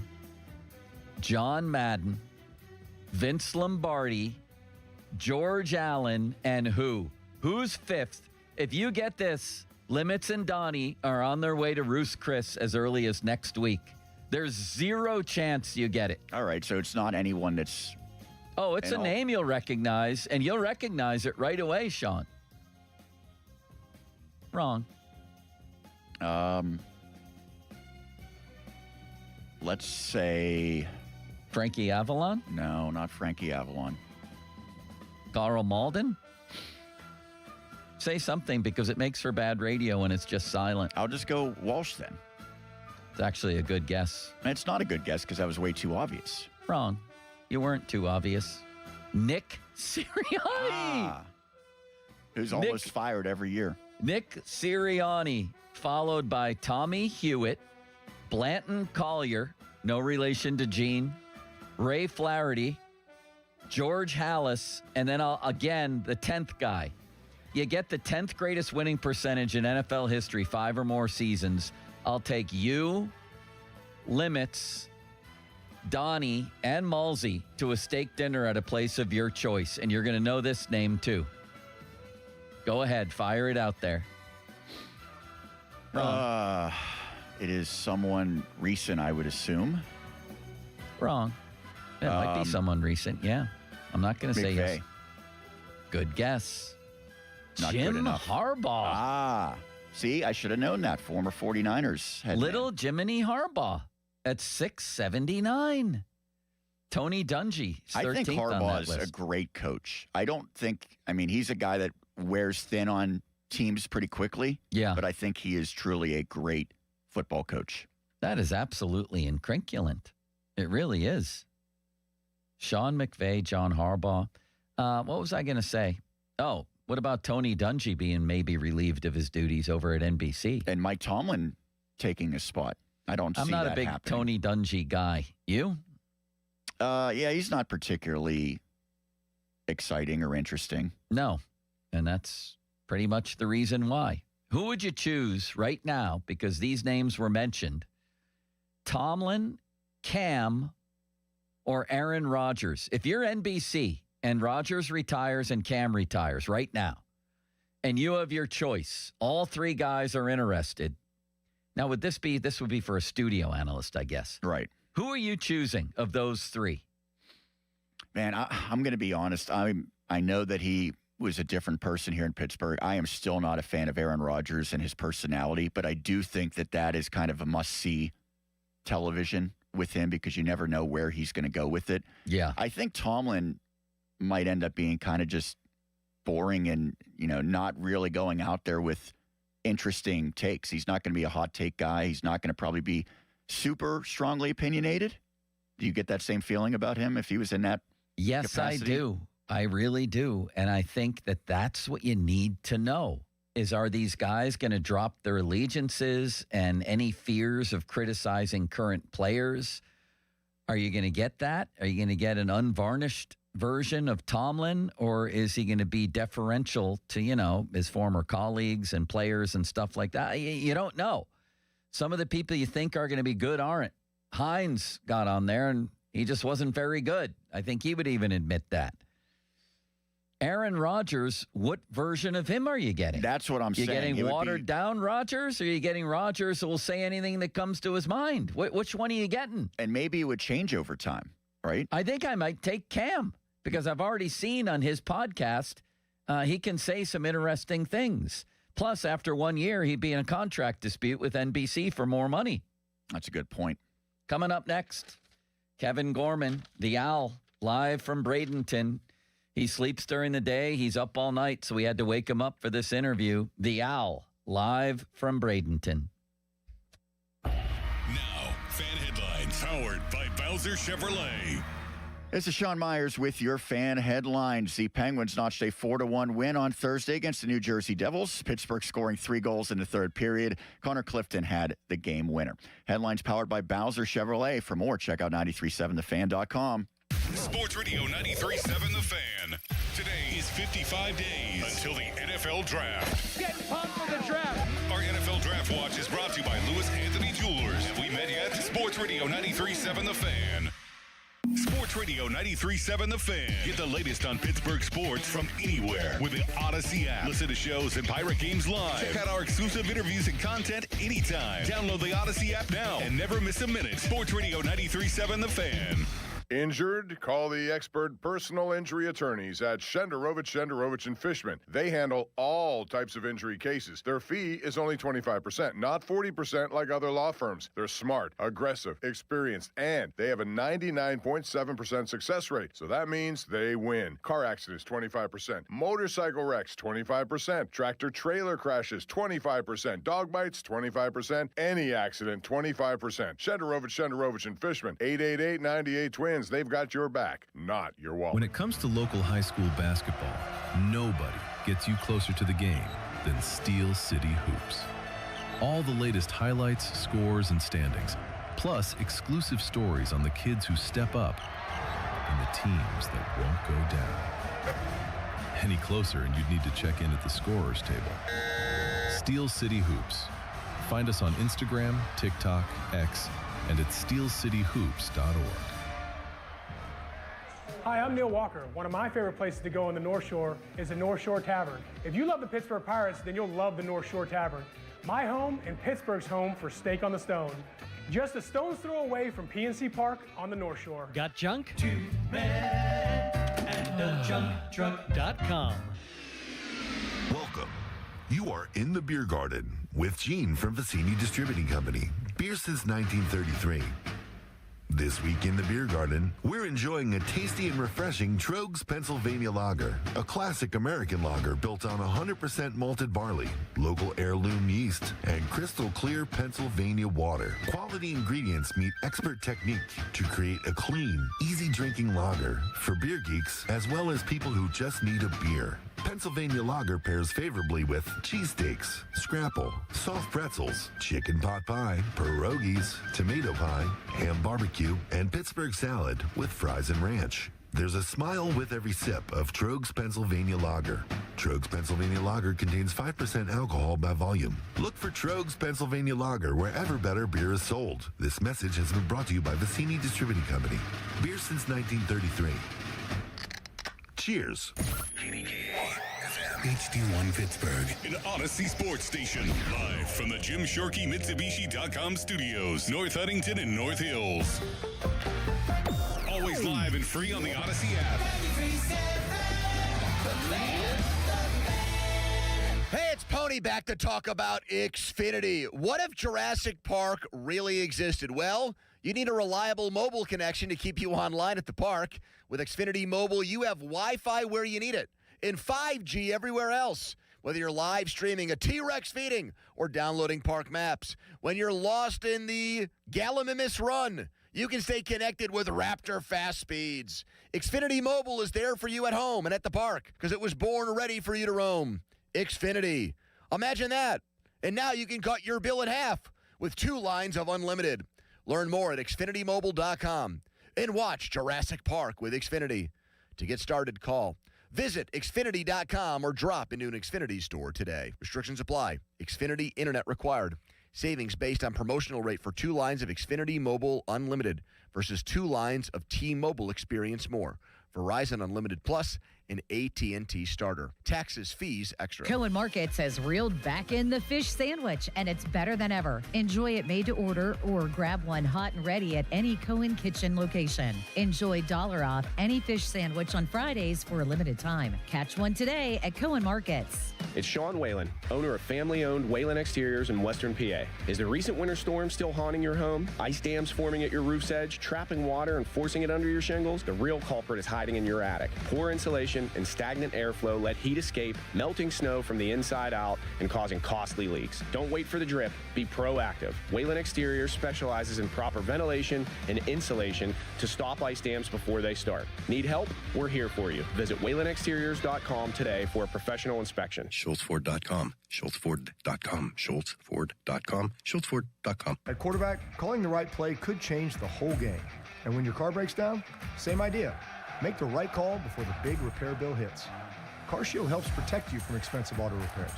Plans include 24/7 roadside assistance, towing, and rental car options, all to keep your drive alive. Look, breakdowns happen, but choosing CarShield, that's the easiest call you'll make all day. Visit carshield.com now and join the team that's helped millions of drivers save. Coverage varies by plan. View contracts and exclusions at carshield.com. Pizza's here. Oh, great. I'd love some, but I'm worried about my stomach issues. If you're worried about having diarrhea, gas, bloating, stomach pain, or loose, oily stools, it may not just be stomach issues. It could be a condition called exocrine pancreatic insufficiency, or EPI. With EPI, the pancreas doesn't release enough enzymes to break down food, but EPI is manageable. Use the symptom checker on identifyepi.com and talk to your doctor. That's identifyepi.com. Sponsored by AbbVie. Text us on the Edgar Snyder and Associates text line at 412-928-9370. Edgar Snyder and Associates reminds you to text responsibly. Sports Radio 93.7 The Fan, built by Window Nation, home of the buy two, get two free offer. Sports Radio 93.7 The Fan. Get the latest on Pittsburgh sports from anywhere with the Odyssey app. Listen to shows and Pirate games live. Check out our exclusive interviews and content anytime. Download the Odyssey app now and never miss a minute. Sports Radio 93.7 The Fan. Sports Radio 93.7 The Fan, the PM team, presented by Mike's Beer Bar. Oh, sorts on his face. Oh, the Donnie, scowl. make a scowl face for us. Let me hear what. Let me Scowl see at me. Let me see that scowl. Donnie, there. here, just imagine you thought you'd be the starting quarterback. The other guy played when you felt you were healthy. He won the game, and now the reporters have just looked at you in the locker room. That looks more like a constipated frown. What, you have a good scowl? That's your regular face, Halsey. The PM team at 2 p.m. Live and local, just like Mike's. Sports Radio 93.7 The Fan. You listen to them every day. Now you can watch them too on the Fan video stream powered by Bowser. Catch your favorite 93.7 The Fan hosts live on the Fan video stream. Just hit up 937thefan.com. Sports Radio 93.7 The Fan. This Odyssey Sports Minute is brought to you by Steel City Hoops. Nobody gets you closer to Western Pennsylvania high school basketball. Now, Fan Headlines, powered by Bowser Chevrolet. This is Sean Myers with your Fan Headlines. The Pirates captured a 6-4 victory yesterday against the Minnesota Twins. Spencer Horwitz, O'Neal Cruz, Nick Gonzalez with 2 hits apiece. Buccos will be getting underway in just a matter of moments today against the Baltimore Orioles. Mitch Keller gets the start. Spring training coverage brought to you by Hampton Beer Outlet, Route 8 in Hampton. Drive a little, save a lot. Headlines are powered by Bowser Chevrolet. For more, 937thefan.com. Get a load of this. I'm turning it up. Talking Pittsburgh sports on the Pomp and Joe Show. Oh, it's all for real. Sports Radio 93.7 The Fan.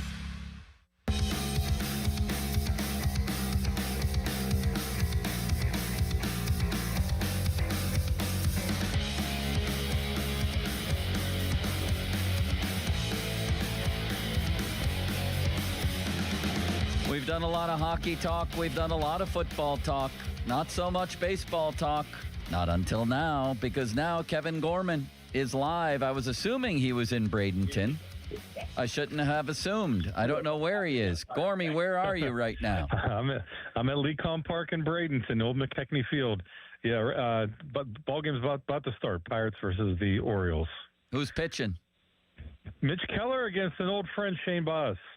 Oh, it's wow. a good matchup, representative lineup today, actually. Connor Griffin is starting in shortstop. Ooh. So I think it's the first chance for the locals to see Connor Griffin as the starting shortstop for the Pirates this Grapefruit League season. And they got Nick Gonzalez at third base, which is interesting. And it's a pretty representative lineup. Ryan O'Hearn, Brian Reynolds, Jake Mangum are out there, Henry Davis behind the plate. So I think you got, a good number of guys that are potential starters in the lineup today. Well, the one name that jumps out, and we talk about this every time, but things change. They go up and down. Percent chance that Connor Griffin opens the season in Pittsburgh. Kev? Yeah, I still think it's 50-50. I think the Pirates want him to start in the minors. That's the feeling, that the vibe that I've gotten from them is that the decision was already made. That's their preference, is that he starts the season in the minors. And I was talking to someone close to the team yesterday, and they expressed how in April is when you're going to get your best pitching in AAA, because you have guys that are, essentially the major leaguers that are on, non-roster invites that are on minor league deals are going to be there. kind of working out their issues, whether they're returning from an injury or whether they're, on a prove-it contract. You have the AAA guys that are top 100 prospects are there before their call-up, and you've got the guys that are the quad-A pitchers that are still trying to prove themselves. So he was basically saying, hey, look, a month in April, it could be beneficial to his confidence to, seeing some really good pitching before you get to the major leagues.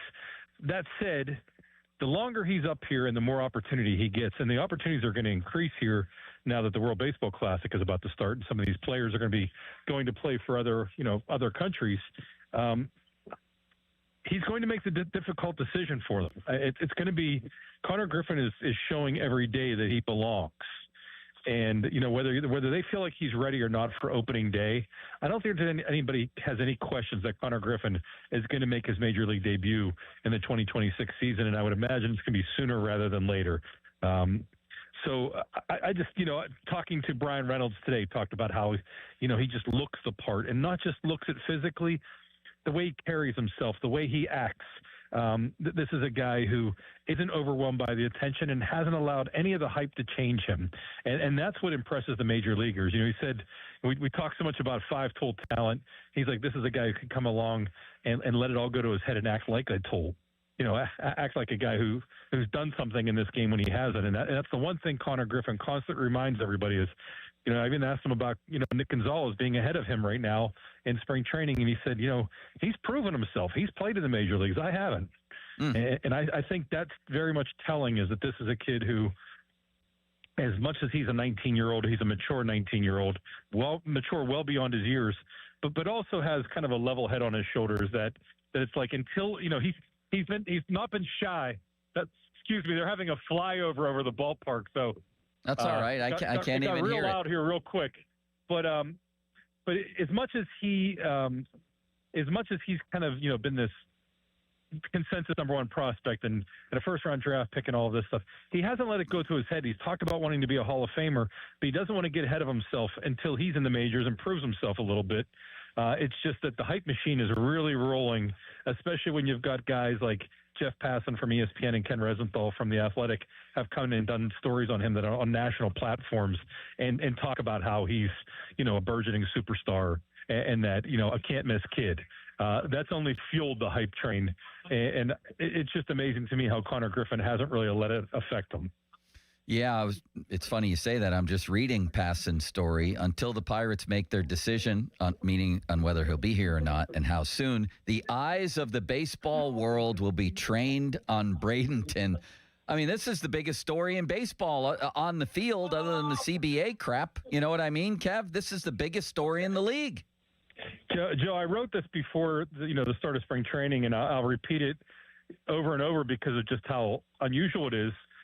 It's been a long time since we've talked about the Pirates having a unanimous or consensus anything that didn't have something to do with last place. Yeah. Or didn't have something to do with being a public relations disaster. And right now they have the unanimous Cy Young Award winner for the National League and the consensus number one player in baseball. They have become a hot topic around baseball, and they have some guys walking around, and I talked to Paul Skeens about this the other day. You walk into that clubhouse, or you walk on see these guys walk on the field, and you see a 6'6", 260 Paul Skeens and a 6'7", 240 O'Neal Cruz and a 6'4", 240 or 225-pound Conor Griffin at shortstop, and you say, man, they got some big, impressive guys walking around on this team that are going to turn heads and that are capable of doing, things. When you hear the term unicorn, it's supposed to be like it's this mythical, magical, term that people use to say he's one of one. And the Pirates have three guys that people have talked about having, being unicorns in Skeens, Cruz, and Griffin now. And so it's a very much a different vibe in that sense that the Pirates have those guys. And in fairness, the Pirates have 7 All-Stars on this team, 7 guys who have been All-Stars, and those 3 are only one of them. Skeens is the only one of those three that the unicorn types that's been an all-star. So they've got some guys around them too. There's some serious talent on this team. Now, whether they can get them all, whether Donnie Kelly can get them all to play together and buy in, and all pull in the same direction, that's going to be, the key to this season is whether, Donnie's leadership gets this team to perform, at or above expectations, because expectations have now increased to the point that I think people are talking about the Pirates as a playoff contender. Kevin Gorman of the Trib, live from Bradenton. Appreciate him joining us. Fan Twitter brought to you by South Hills Kia Peters Township. Visit them at southhillskia.net. The text line brought to you by Edgar Snyder and Associates, a personal injury law firm where they always say there's never a fee unless we get money for you. And it's 1:13, time to make the smart call. Buell Insurance, 724-443-5610. How has Griffin looked in the field? Yeah, the adaptation from a guy who played center field last year in Grapefruit League play to moving to shortstop was pretty seamless for him in the minor leagues. He only made 3 errors all season. He played 122 games. I'm guessing he probably played close to 100 at shortstop across 3 levels. Won a minor league Gold Glove. Looks like the position comes very naturally to him, even though I would say he's more of a natural center fielder. And I think Connor would say the same thing about himself because of his ability to run. He made some diving catches. Against Boston, the same day that he had the 2 home runs, the moonshots, he had two plays at short for 2 easy outs, looked effortless, and then he threw one in the dirt and it had a throwing error. I think you're going to see that. I think you're going to see a guy who's still getting comfortable fielding ground balls from major league hitters, that the game's going to speed up on him. And I think the thing about Connor Griffin that seems to amaze everyone, but the guy who points it out repeatedly, is the adjustments that Connor Griffin can make on the fly, whether it's at the plate or in the field. Donnie Kelly points it out on an almost daily basis that how impressed he is that this is a guy who adapts very easily to his surroundings and makes adjustments mid-game, maybe from one bat to the next or from one play at short to the next. So I don't think it's going to be an issue. He looks the part. He's got a great arm. He's very fluid. He can move. He's got good range. Will he eventually someday outgrow shortstop, if he ends up being a 240-pounder? Very possible. Maybe he moves to third base or he moves to the outfield. But I don't think that's an issue right now. I think he moves very, very well right now at 225 pounds. And I think he probably projects as the best of the group at shortstop, although I don't say that as an affront to Jared Triolo, who is a Gold Glove utility guy and who handled shortstop much better than anyone expected last year when he played there, for the first time as a major leaguer, I think.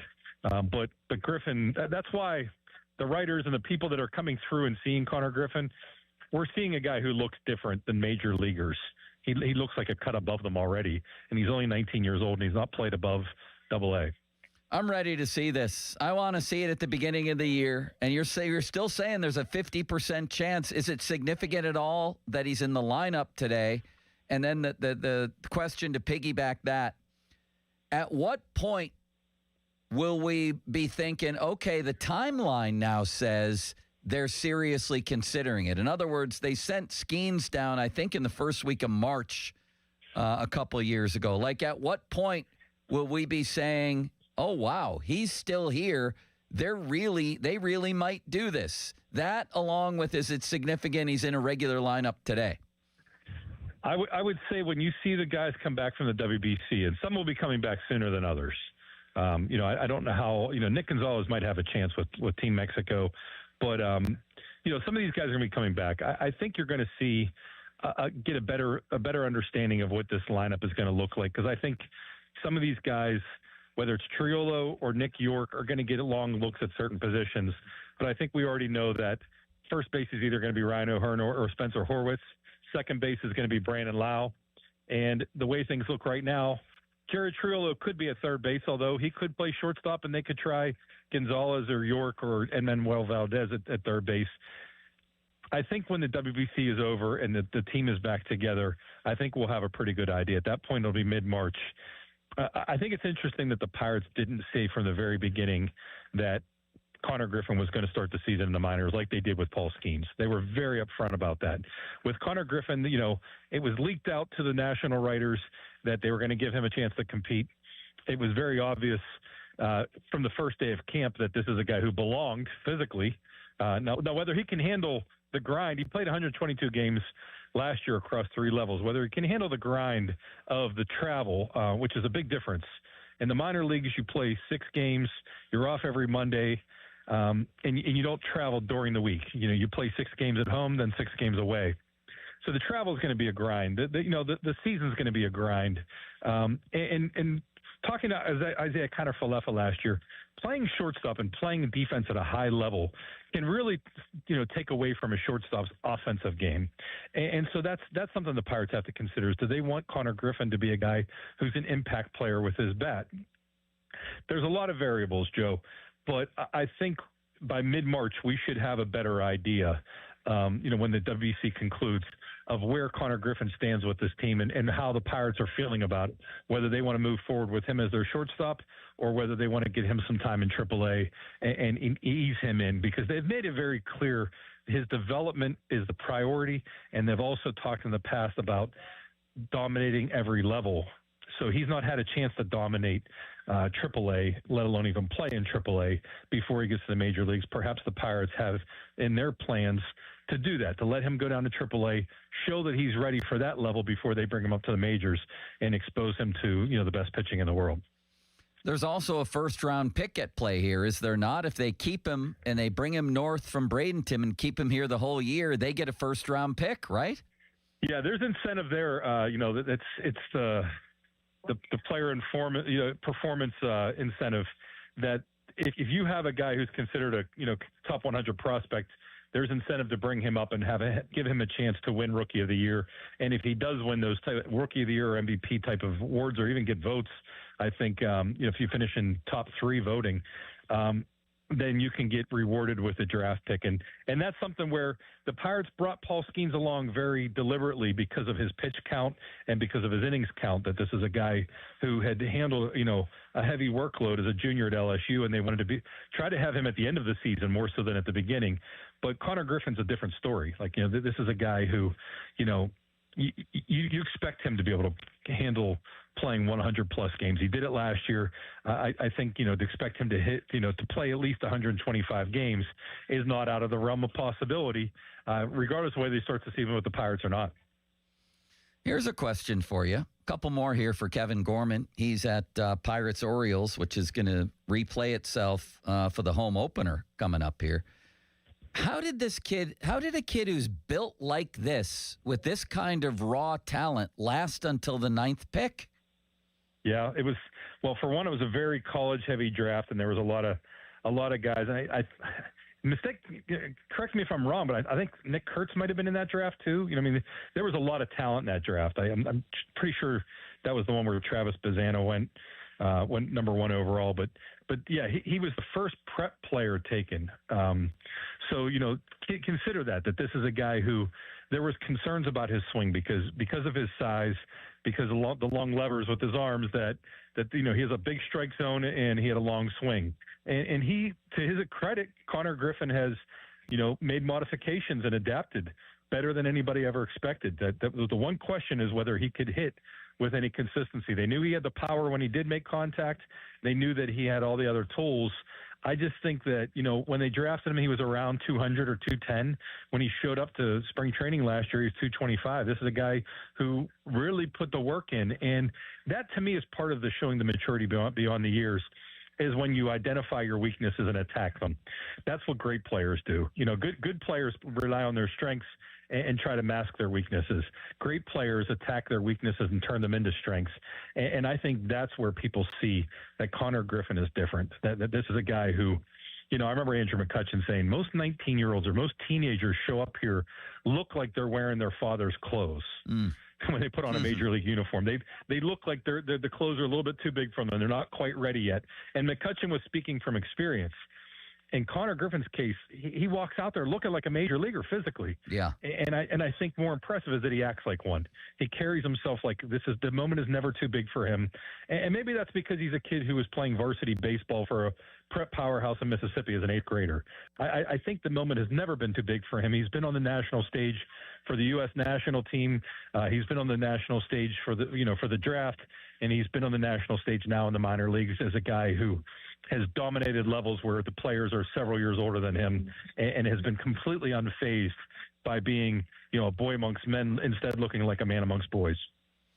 Last question, Kevin. Obviously, Skeens, we think, depending on maybe on the World Baseball Classic, like he's a shoo-in to pitch the opener in New York, right? Oh, I don't think it's even a question. With Derek Shelton, it was always a running joke, because when we were going to ask him about the opening day starter and when he was going to reveal that to us, I don't think it's even a question. I think that's one of the reasons the game is nationally televised, is that it's going to be Paul Skeens against Juan Soto. The first game of the season. It's a 1:00 game, and in New York City. So I think what more could you ask for if you're Major League Baseball, right? Than to have arguably the best pitcher in the game versus arguably the best hitter in the game as a way to open the season. I think it's a shoo-in. It's more a question of who's going to start the home opener. Well, I was just going to ask. That was really my question. I just wondered about the World Baseball Classic schedule, if that might interfere with the opening day starter, but it sounds like that won't. No, I think the Classic final is like on March 14th or 15th or something like that. Okay. Skeens told us this week that he is scheduled to pitch in one of the exhibition games next week, and then he's going to pitch in one of the pool play round games, and he's also scheduled to pitch in one of the championship round games. And now they play quarterfinal, semifinal, final. I don't know if that means he said they've known the schedule for months, that it's already been scripted.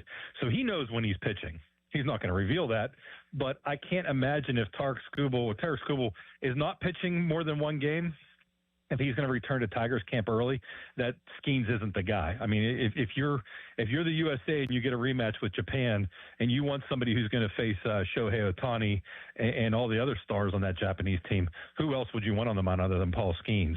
And I think at that point, Paul Skeens is going to be ready to go, at least 5-6 innings, if not deeper into the game. I mean, he's already at the pitch count now where he's throwing more than 50 pitches when everybody else was throwing 30. In the 30s. Does that concern you, Kevin? No, this guy's different. He's a horse. I mean, he's Paul Skeens. If there's any, I don't think, and I've talked to some people in the Pirates about this. There's always concern that Paul Skeens could get hurt, whether it's a Grapefruit League game, whether it's a live batting practice at Pirate City, or whether it's a regular season game or the WBC. There's always a concern that you're going to lose a guy to an arm injury, especially one who throws as hard as he does. But if there's ever anybody who prepares himself for every moment and does the proper workouts between starts, Paul Skeens is almost automatic. Like the Pirates are kind of hands off. It's cruise control for them, is that they know Paul Skeens is going to make sure he's ready. And he's also aware enough, as much as he wants to win a gold medal, I don't think Paul Skeens would ever do anything that's going to complicate matters for him to try to be, a guy who can be a repeat winner for the Cy Young. But even more important for his personal goals are not individual. He wants to win a World Series. Yeah. And the Pirates finally built a team around him after 2 years of surrounding him with guys who couldn't hit. And now that he's got some guys around him, I think this is, Paul Skeens has not only taken, the lead on the Pirates is their best player, but he's also taking a leadership role as a guy who is kind of like, hey, follow my lead, but also pulling teammates aside and talking to them. And I think everyone on the Pirates knows that this is Paul Skeens' team. So I can't see him doing anything that would jeopardize that, other than, if you're in game, the gold medal game, and it comes down to the ninth inning, and Paul Skeens isn't the starter in that game, I could very much see him saying, "Give me the ball, let me go finish this one off." And especially imagine Paul Skeens against Shohei Ohtani for the final out, the way it was for Ohtani and Trout last time. I mean, imagine that being a possibility. That would be one for the ages. All right, we'll play a little clip and then we'll let you go. You mentioned, I think at one point, Derek Shelton, and people talked with him yesterday, and he was talking about Skeens, and then this happened, Gormy.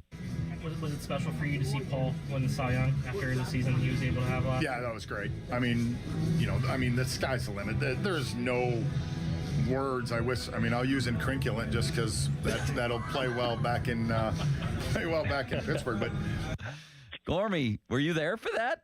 I was there for that. No, you were the first person who came to mind on that one, Stark. I knew exactly where he was going with that, and so I think that was a nod to you. It was a point of pride. Thank you, Kevin, for taking all this time. That was great. Hey, thanks for having me. It's always a pleasure. See you, buddy.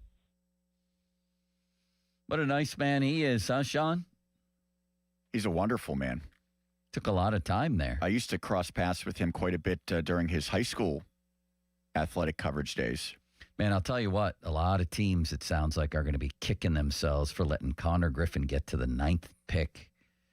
All right, Fan Hotline, presented by Sullivan Super Service, Pittsburgh's trusted plumbing and HVAC provider for over 50 years, and social media's biggest loser, brought to you by Awaken 180 Weight Loss.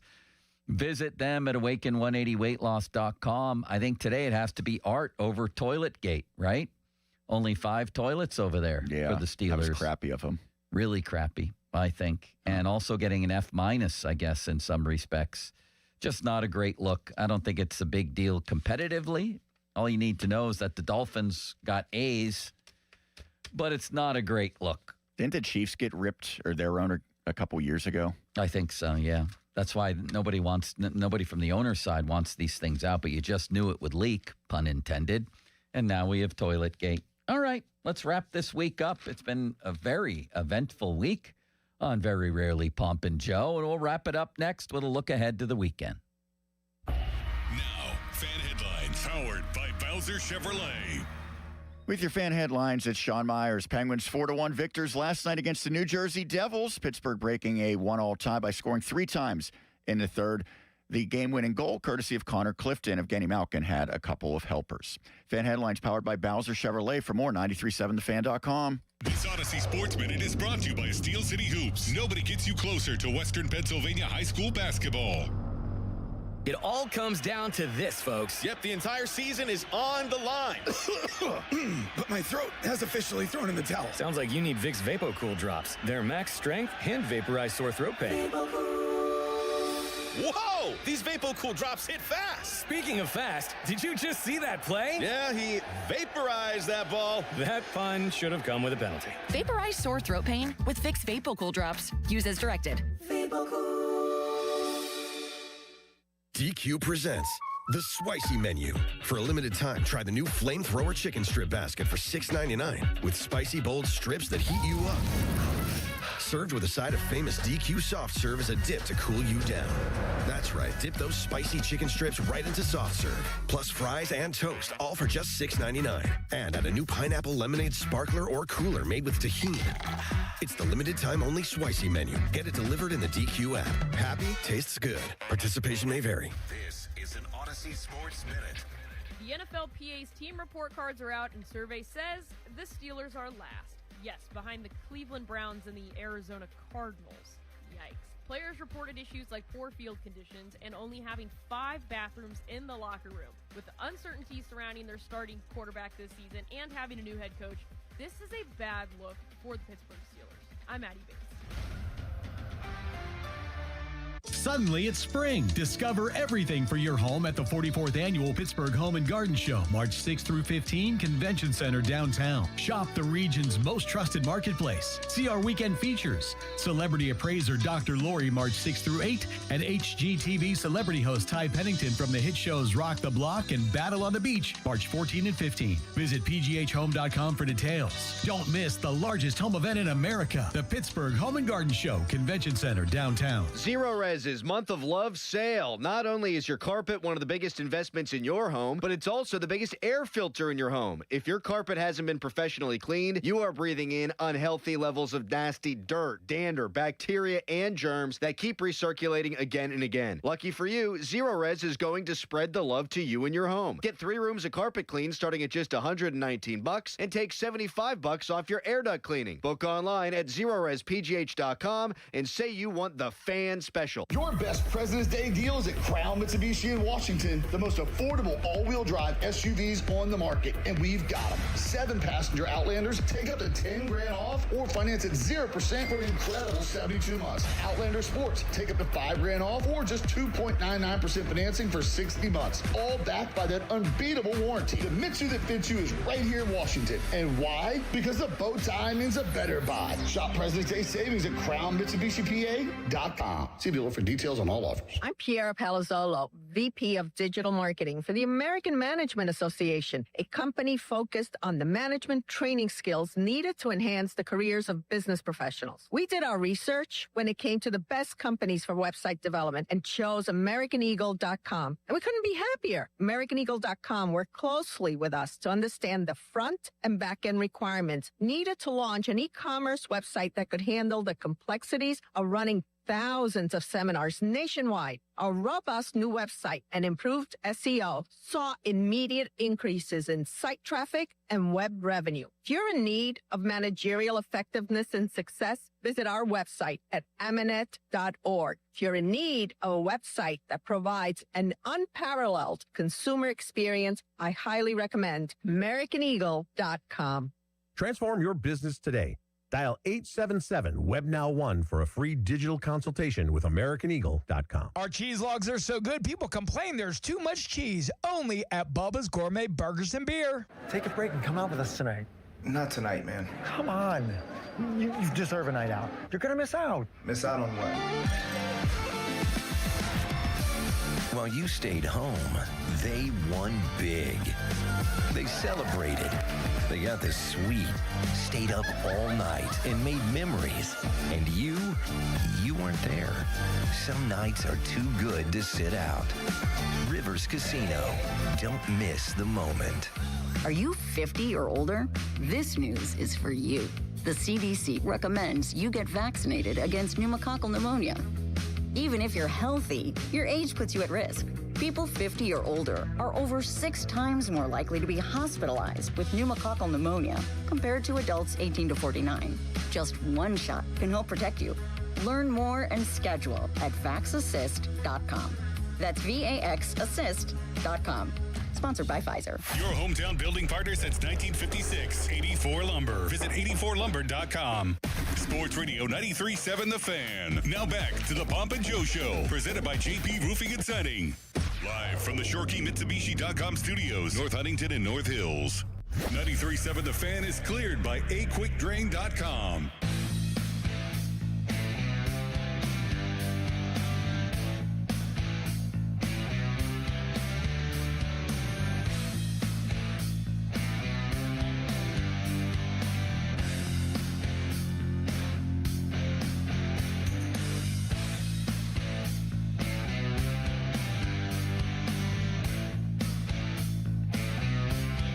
Quite an interesting week in Pittsburgh sports, but let's end it where we began today. Sean, don't call me Seth Meyers. And that is, man, these last, I don't know, how many years have been flooded with stories on the state of sports in Pittsburgh. Dark times, the dark ages. Nobody wins playoff games or series anymore. When was the last time it was this bad? Well, it occurred to me when I woke up today, man, like I just talked to Kevin Gorman about, the Pirates are the biggest story in baseball right now. Rampant optimism. Maybe some of it's misguided, but Connor Griffin's the biggest story in the game at this particular moment. I have a crazy few little tidbits on him. Yeah. Courtesy of Sarah Langs. She does a great job with all things MLB. Yeah. If he starts opening day, which certainly there's at least a chance of that. 50-50, Gorman said. First teenage position player in an MLB game since Juan Soto in 2018. The youngest to play on opening day since 1989. And the first teenager to make an opening day roster and making their debut also since 1989. Both of those distinctions went to Ken Griffey Jr. Wow. So Juan Soto and Ken Griffey Jr. are the two names that he would match if he starts opening day. I can't tell you the last time I wanted to intensely track the results of a spring training game. But Gorman said Griffin's in like a major league lineup today, like it's a real lineup. And I can't wait to find out what he's doing. You know what I mean? So we have that, him and Skeens and the Pirates in a different place. We have the Penguins in a wildly different place than anybody could have imagined. And the game last night was fabulous. They turn it up 10 notches in the third period and get 2 points that they need, and every point right now is precious. They're flat out fun. They're flat out good. They're a good team. We're nearly 60 games in here. That ain't changing. It's still going to be a struggle perhaps without Sid, although even good news came there when we learned that the minimum of 4-week projection was retroactive to when the injury actually occurred. So he could be back sooner than we think. Point being, even with the Steelers, and I'm not exactly optimistic going into next year, but at least something's changed from the staleness of Mike Tomlin being there every single year and knowing exactly what was going to happen. I don't love that they went to what I think is Tomlin 2.0 here in a similar resume Mike McCarthy, but at least it's different. A lot of talk about Ty Simpson today. That could be good, that could be bad, but at least it's something different and new, and maybe give it a try. Overall point being, suddenly there's hope around here.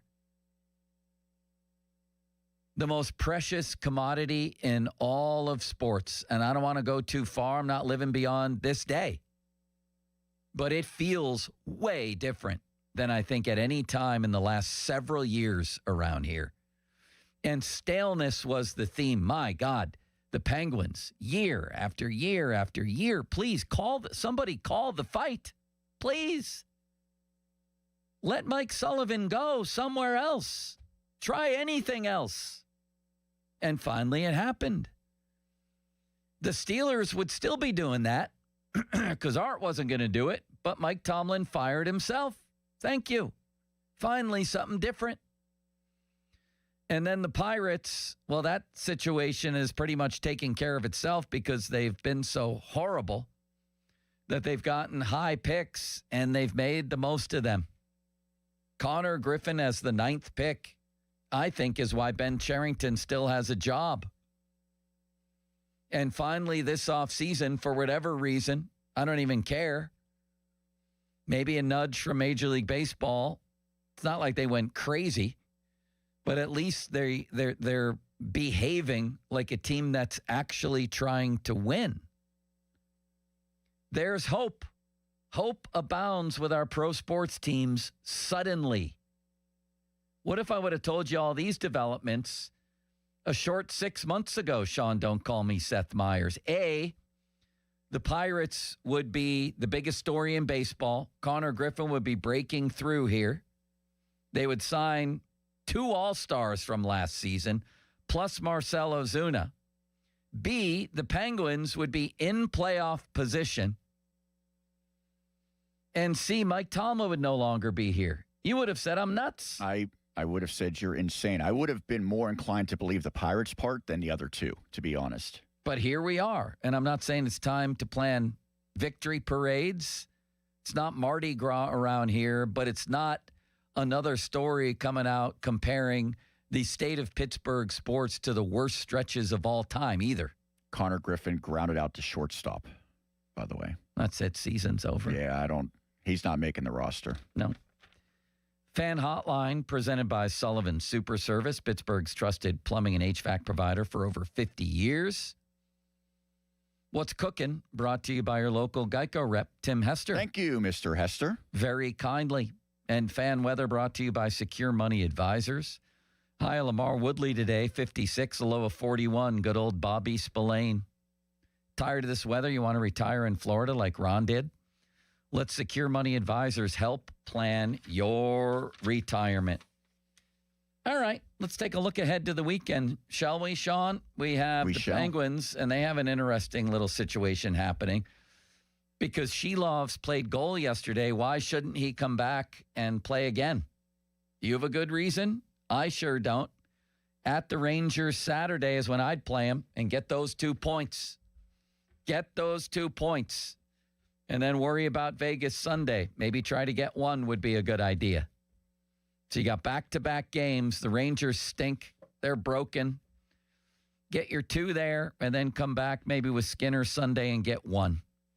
Then you got a giant week ahead, 2 games against the Bruins. In between that, against Buffalo Thursday, Philly Saturday. Every game's a giant game, and they got to average a point a game. It's as simple as that, and that should do it to get them into the playoffs. And then maybe, when they get back from that, what is it, a 5-game road trip? Carolina, Vegas, Utah, Colorado, Carolina. Maybe shoot for that weekend for a Sid return. Maybe wait till Tuesday when McKinnon comes to town. That's fine with me. And I think that they're more than capable of holding on at a point a game until then. Do you? Part of me does wonder if they're just going to hit a skid and fall off, but I've been saying that for a while now, and it hasn't happened yet. So they're certainly making believers out of even the most ardent naysayers because, again, they had that one stretch. Remember where they blew all those leads, and it felt like maybe that would be the point where the season got away from them? It felt like it, yeah. And they bounced back. Yes, they did. So I guess at this point, you'd be foolish not to start believing in them. Whether or not that yields a playoff appearance, we'll see. But I think they continue to show that, without Crosby is going to be their biggest test all season now.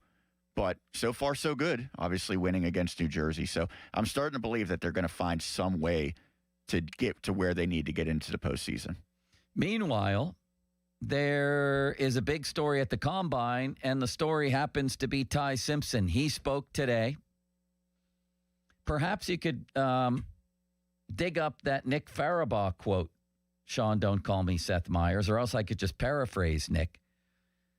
He talked to the media today, not Nick, but Ty Simpson said, I'm a franchise quarterback. I'm ready to go here. Throwing on Saturday, not banged up like he was at the end of the season. Also had a case of gastritis, believe it or not, where he lost 20 pounds at the end of the season. Nobody talks about these things. And then Farabaugh tells us that it was a great interview that the Steelers did with him. They did a formal interview with Ty Simpson, and Farabaugh says it went really well. Now, that doesn't have Farabaugh convinced that they're going to go for him at 21.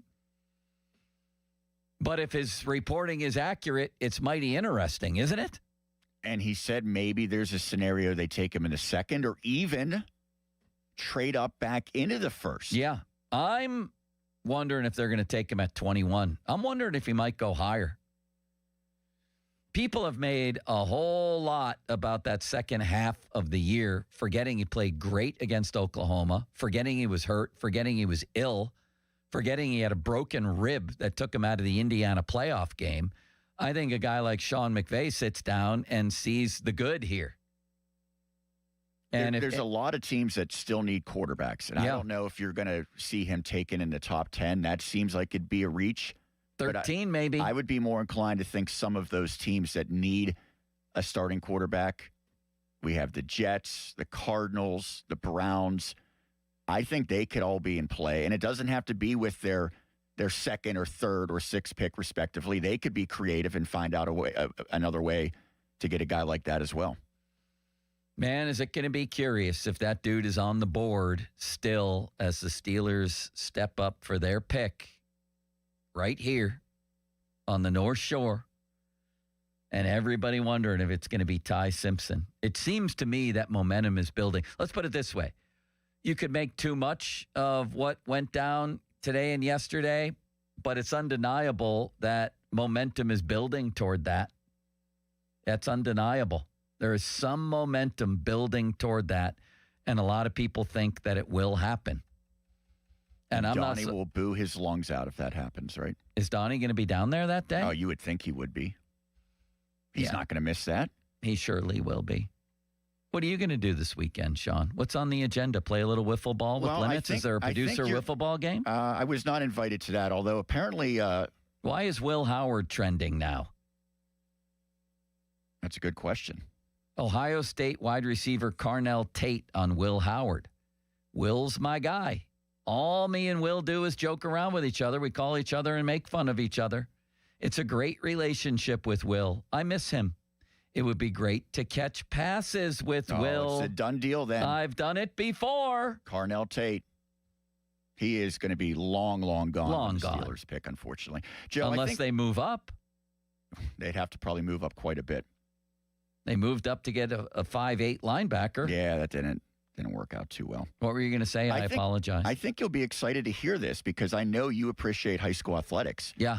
I am going to be down at the Pete today doing a WPAL championship game. It is the second day of 3 days of the championships. There was 3 champions crowned yesterday, 4 more today, 5 Saturday. We'll have all the games on 100.1 FM and AM 1020 KDK, but I will be there for Jeanette and Sewickley Academy. I'm excited about that matchup on the boys' side. Boys' side. Are there girls' games there tonight? Absolutely. Would you like the full schedule? I'd like the full schedule because I've really been, I went and watched the, what was it? Upper St. Clair Norwin girls' game the other night. It was a really good game. Knights came out on top? Yes, they did. Their offense is very interesting to me, and I'm studying these things these days. Brian Brzezinski is a good person to study off of. Is he a nice guy? He's a terrific man. Can I steal some stuff from him if I walk up to him? He would be very happy to know as long as you're not coaching against him in a game. I think you'll be okay with that. I'm not, and I'd like to steal Penn some State of his receiver, I might add. Is he? Yes, I want to sir. steal some of his out of bounds plays as well. He'll give them to me. Yeah, I think so. I mean, I can easily just video them and diagram them, but I hope he gives them to me. He is top notch. Good. Norwin girls will be playing tomorrow. Today, this one's going to be getting started pretty quickly. Sarah Catholic and Geibel Catholic at 3:00. Holy That's ostrich on the milk. girls' side. Yeah, I may go to that, actually. I mentioned Jeanette and Sewickley at 5. Those are 2 teams. Neither one of them have lost to a team from Pennsylvania this year. They're both undefeated against the state of Pennsylvania. Wow. At 7:00, Thomas Jefferson, South Fayette girls. South Fayette girls might be the best team in all of the WPIAL. And then the nightcap is the 6A boys game, Newcastle, Upper St. Clair. What time's that? That is scheduled for 9:00 tip-off. They usually do a pretty good job of staying on schedule with these games as well. I watched Newcastle a couple times this year. They're really, really good. Legendary and obviously program. so is Upper St. Clair. Yes. I got to see that game. USC's going for the three-peat. Newcastle's going for the most ever WPIAL championships. They're currently tied with the Quips, who will also be playing in a championship game. All right, I'm supposed to go to Buffalo to spend time with my brother. I suppose I could either do that in the middle of the night or get up early in the morning because I want to see that 9 p.m. game. I'd like to just go over there and watch the whole thing. Spend the whole day at the Pete. We Is can that what hang you're out doing? together. I am going to be there for the Jeanette Sewickley game, but I'm going to get down there a little early, so I'll probably catch at least part of the Sarah Geibel one. Yeah. And then we'll see, based on what happens, what my schedule is after that game. I'm going to steal everybody's out of bounds plays. You know, we ran a play this year called Hurley on the team I coached because I saw. Did it work? It worked one time for a huge basket. You only need it to work one time in a if close it's an important game. time. And I was very proud of my players because it was sideline out of bounds, you know, up near midcourt on the offensive side. Tight game. We hadn't run it in a long time. We had never run it successfully in practice. We needed a basket. Both teams were in the 20s. It was a defensive battle. And little James Dietz, I said, he was standing right next to me on the sidelines. I said, throw the lob to Charlie. James Dietz had not thrown a good lob on that play in practice one time. So you knew he was due. No, I was thinking he would throw another bad one. But he usually comes through. He threw a dime. And the play is simply that there's a lot to it. But Charlie, the big guy, gets a screen. It only works if someone's playing you tight man on sideline out of bounds late in a game. I suppose any time in a game, but normally you'd see that late. Somebody comes, he sets a screen, then somebody sets a screen for him, and he rolls for an alley-oop. And James Dietz put that ball right on the money, and we scored a big bucket, and I have the tape, and I cherish the tape. I love that, and I want more of those, and I want to steal them from coaches all over Western Pennsylvania. I'm going to talk to Brian Brzezinski, and I'm going to say Joe Starkey wants to steal all of his plays or just a few of them? Well, his whole offense, but definitely a couple of his plays. Not a bad idea. It's a pretty good team to emulate. They were really good the other night. All right. Thank you, Sean. This was a hell of a show today. Thank you, Joe. I enjoyed it. You were Didn't wonderful, you? man. Yeah. I did have a good time, yes. What was your favorite part? When you had me make up a word that I've since forgotten. Yeah, we should finish with Derek Shelton. Now, I really like Shelty. I know he had a tough time in Pittsburgh, but this is still one of a very few, if you're looking at the three major sports, team sports in North America, or even four, you're looking at, 100 coaches or so, a little over 100. One of them has now twice used a word that I invented, incrinculant. This is Derek Shelton yesterday talking about Paul Skeens, and I'm very proud of this. And I've already texted Shelty saying thank you for, again, bringing incrinculant into the mainstream. I'll say goodbye with this as we listen to Shelty, and I'll see you Monday with limits, presumably, and pomp. Well, probably not, but hopefully. Was it special for you to see Paul win the Cy Young after the season he was able to have? Yeah, that was great. I mean, the sky's the limit. There's no words. I'll use incrinculant just because that'll play well back in Pittsburgh. But that was the owl in the background. He got a kick out of that, didn't he? Gormy the owl. He loved that one. He knew that was a Joe Starkey tribute right there. Good night, Sean. Good night, Joe. God bless. Now, fan headlines powered by Bowser Chevrolet. Sean Myers bringing you fan headlines. The Penguins claimed a 4-1 victory last night against the New Jersey Devils. Pittsburgh scoring 3 times in the final period. Connor Clifton had the game winner. Evgeny Malkin dished out a couple of assists. Pirates in action right now. Spring training baseball. It is scoreless in the third inning against the Baltimore Orioles. Spring training coverage is brought to you by Hampton Beer Outlet. Route 8 in Hampton. Drive a little, save a lot.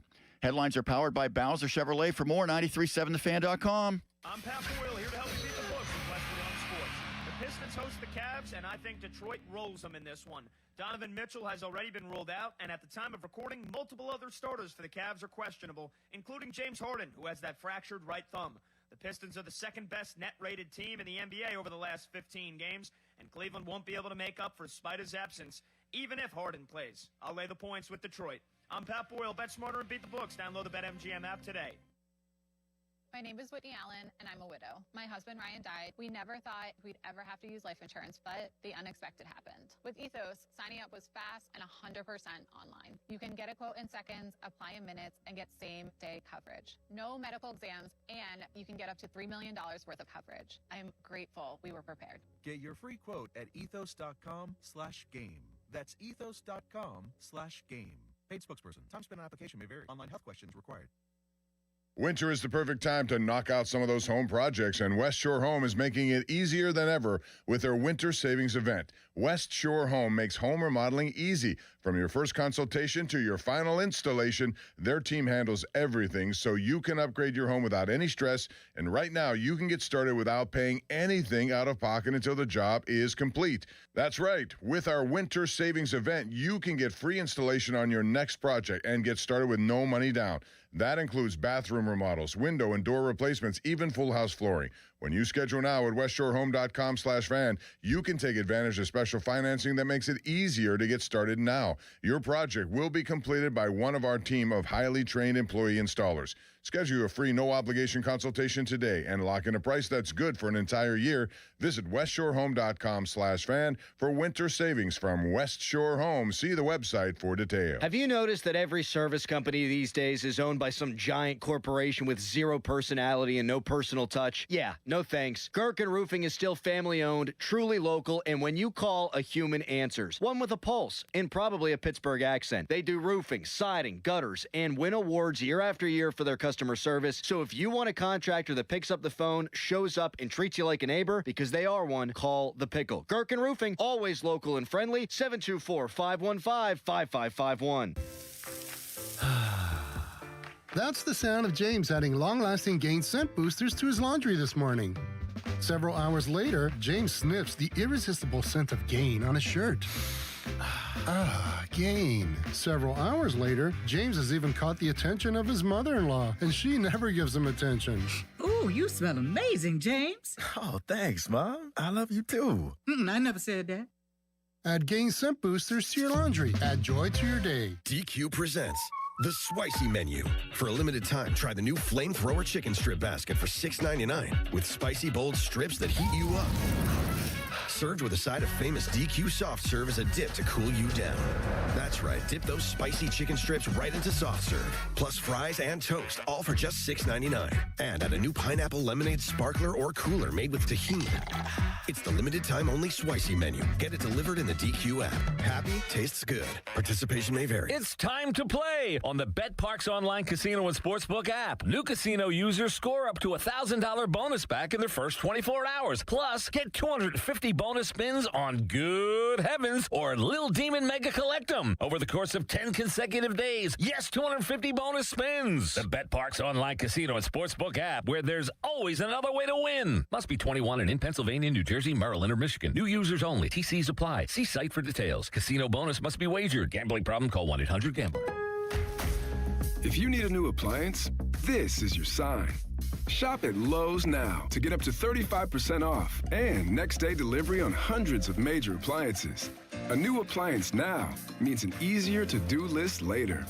Our best lineup is at Lowe's. Valid through 3/18 while supplies last. Selection varies by location. Order by 4 p.m. Available Monday through Saturday. Subject to availability. Fees, exclusions, and restrictions apply. See Lowe's.com/appliance delivery for more details. It all comes down to this, folks. Yep, the entire season is on the line. But my throat has officially thrown in the towel. Sounds like you need Vicks VapoCool drops. They're max strength and vaporize sore throat pain. Whoa! These VapoCool drops hit fast. Speaking of fast, did you just see that play? Yeah, he vaporized that ball. That pun should have come with a penalty. Vaporize sore throat pain with Vicks VapoCool drops. Use as directed. Text us on the Edgar Snyder and Associates text line at 412-928-9370. Edgar Snyder and Associates reminds you to text responsibly. SchultzFord.com. SchultzFord.com. SchultzFord.com. SchultzFord.com. Sports Radio 93.7 The Fan, built by Window Nation. Home of the buy two, get two free offer. HD1 Pittsburgh, an Odyssey sports station. Live from the Jim Shorkey Mitsubishi.com studios, North Huntington and North Hills. Always live and free on the Odyssey app.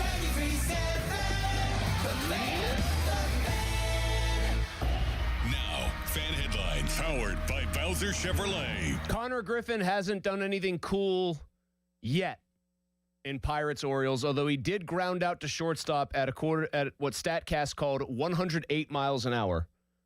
Now, I've hit a golf ball harder than that, but that's a golf ball. You're supposed to hit them harder than that. Be very cool one time in my life to hit a baseball over 100 miles an hour. But that would involve me picking up an actual baseball bat. More fan headlines, which are powered by Bowser Chevrolet at 937thefan.com. Now back to the PM team, presented by Mike's Beer Bar. Live and local, just like Mike's.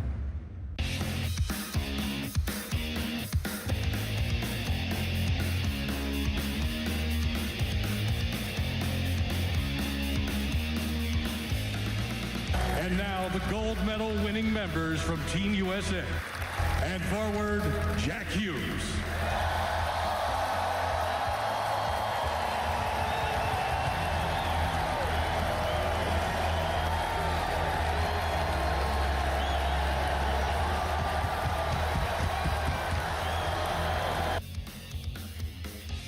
There's Mantha, chips it along for Clifton, right back to Mantha, guides it over to Shea, he'll fire off the crossbar, then Clifton off the crossbar and in!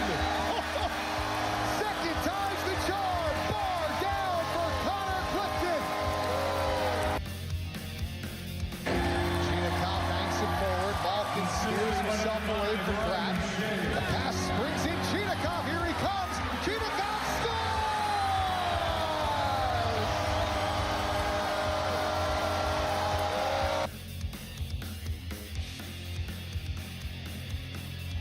Back to Hamilton, across for Hughes, picked off by Lazat. Empty net, staring him down. Blake Lazat, that one's for Sonny. Josh Getzoff with all the calls there on Sportsnet Pittsburgh. And you heard it from inside the arena. The reaction to Jack Hughes. Did I play all three of the Penguins' goals that they scored in the third period of a 4-1 win to twist the knife on gorgeous Charlie Borges, who's producing today and is the world's biggest Devils fan? No, I didn't. I wanted to tell the whole story of the third period. He had that knife twisted in him enough when he was at the game, pointing out on the replay in the back, hey, there I am, wearing a jersey, being sad, hating Tom Fitzgerald. Solo Mulsey on the PM team. Pony is presumably en route to his home city in, I guess you'd call it upstate New York. I think that would qualify where he's from. If he's not going back to Buffalo, which I don't think he is, I think he's going back to where he went to high school. Same high school as Andy Van Slyke. I think you'd call that part of New York upstate. New Albany or whatever it is. So, or New Hartford, excuse me, not New Albany. So we got Pony in the car, a dad and daughter trip, and you've got an unhinged, bald guy talking to you for the next 4 hours. I'll tell you what, nice to see Penguins fans do what they did for Ryan Miller for the new Mike Eruzione of this generation, Jack Hughes. Nice that he got a nice standing ovation. I think we cut it halfway through because I didn't want to just play 30 seconds of applause. That would be kind of weird on a radio show. Then nice to see that the Penguins, with all the talk about is Sidney Crosby, and I'm certainly one of the people who said this wasn't worth it. You lost him for a month. You're going to have to really deal with the consequences now. Nice to see them just basically put boots to asses again against a team that they frankly should have, the Devils. Close for a while, till it wasn't. Put them away, wham, bam. Thank you, ma'am. Which leads me to where we start today's show, which is really, because it's a very nice day outside. I love sitting here talking to all of you. I love doing this for a living. I would also be lying through my teeth if I said I wouldn't, on some level, like to be golfing right now because it's 56 degrees and sunny out. It leads me, though, on a feel-good Friday to start the show, believe it or not, with Bald Guy Appreciation Friday.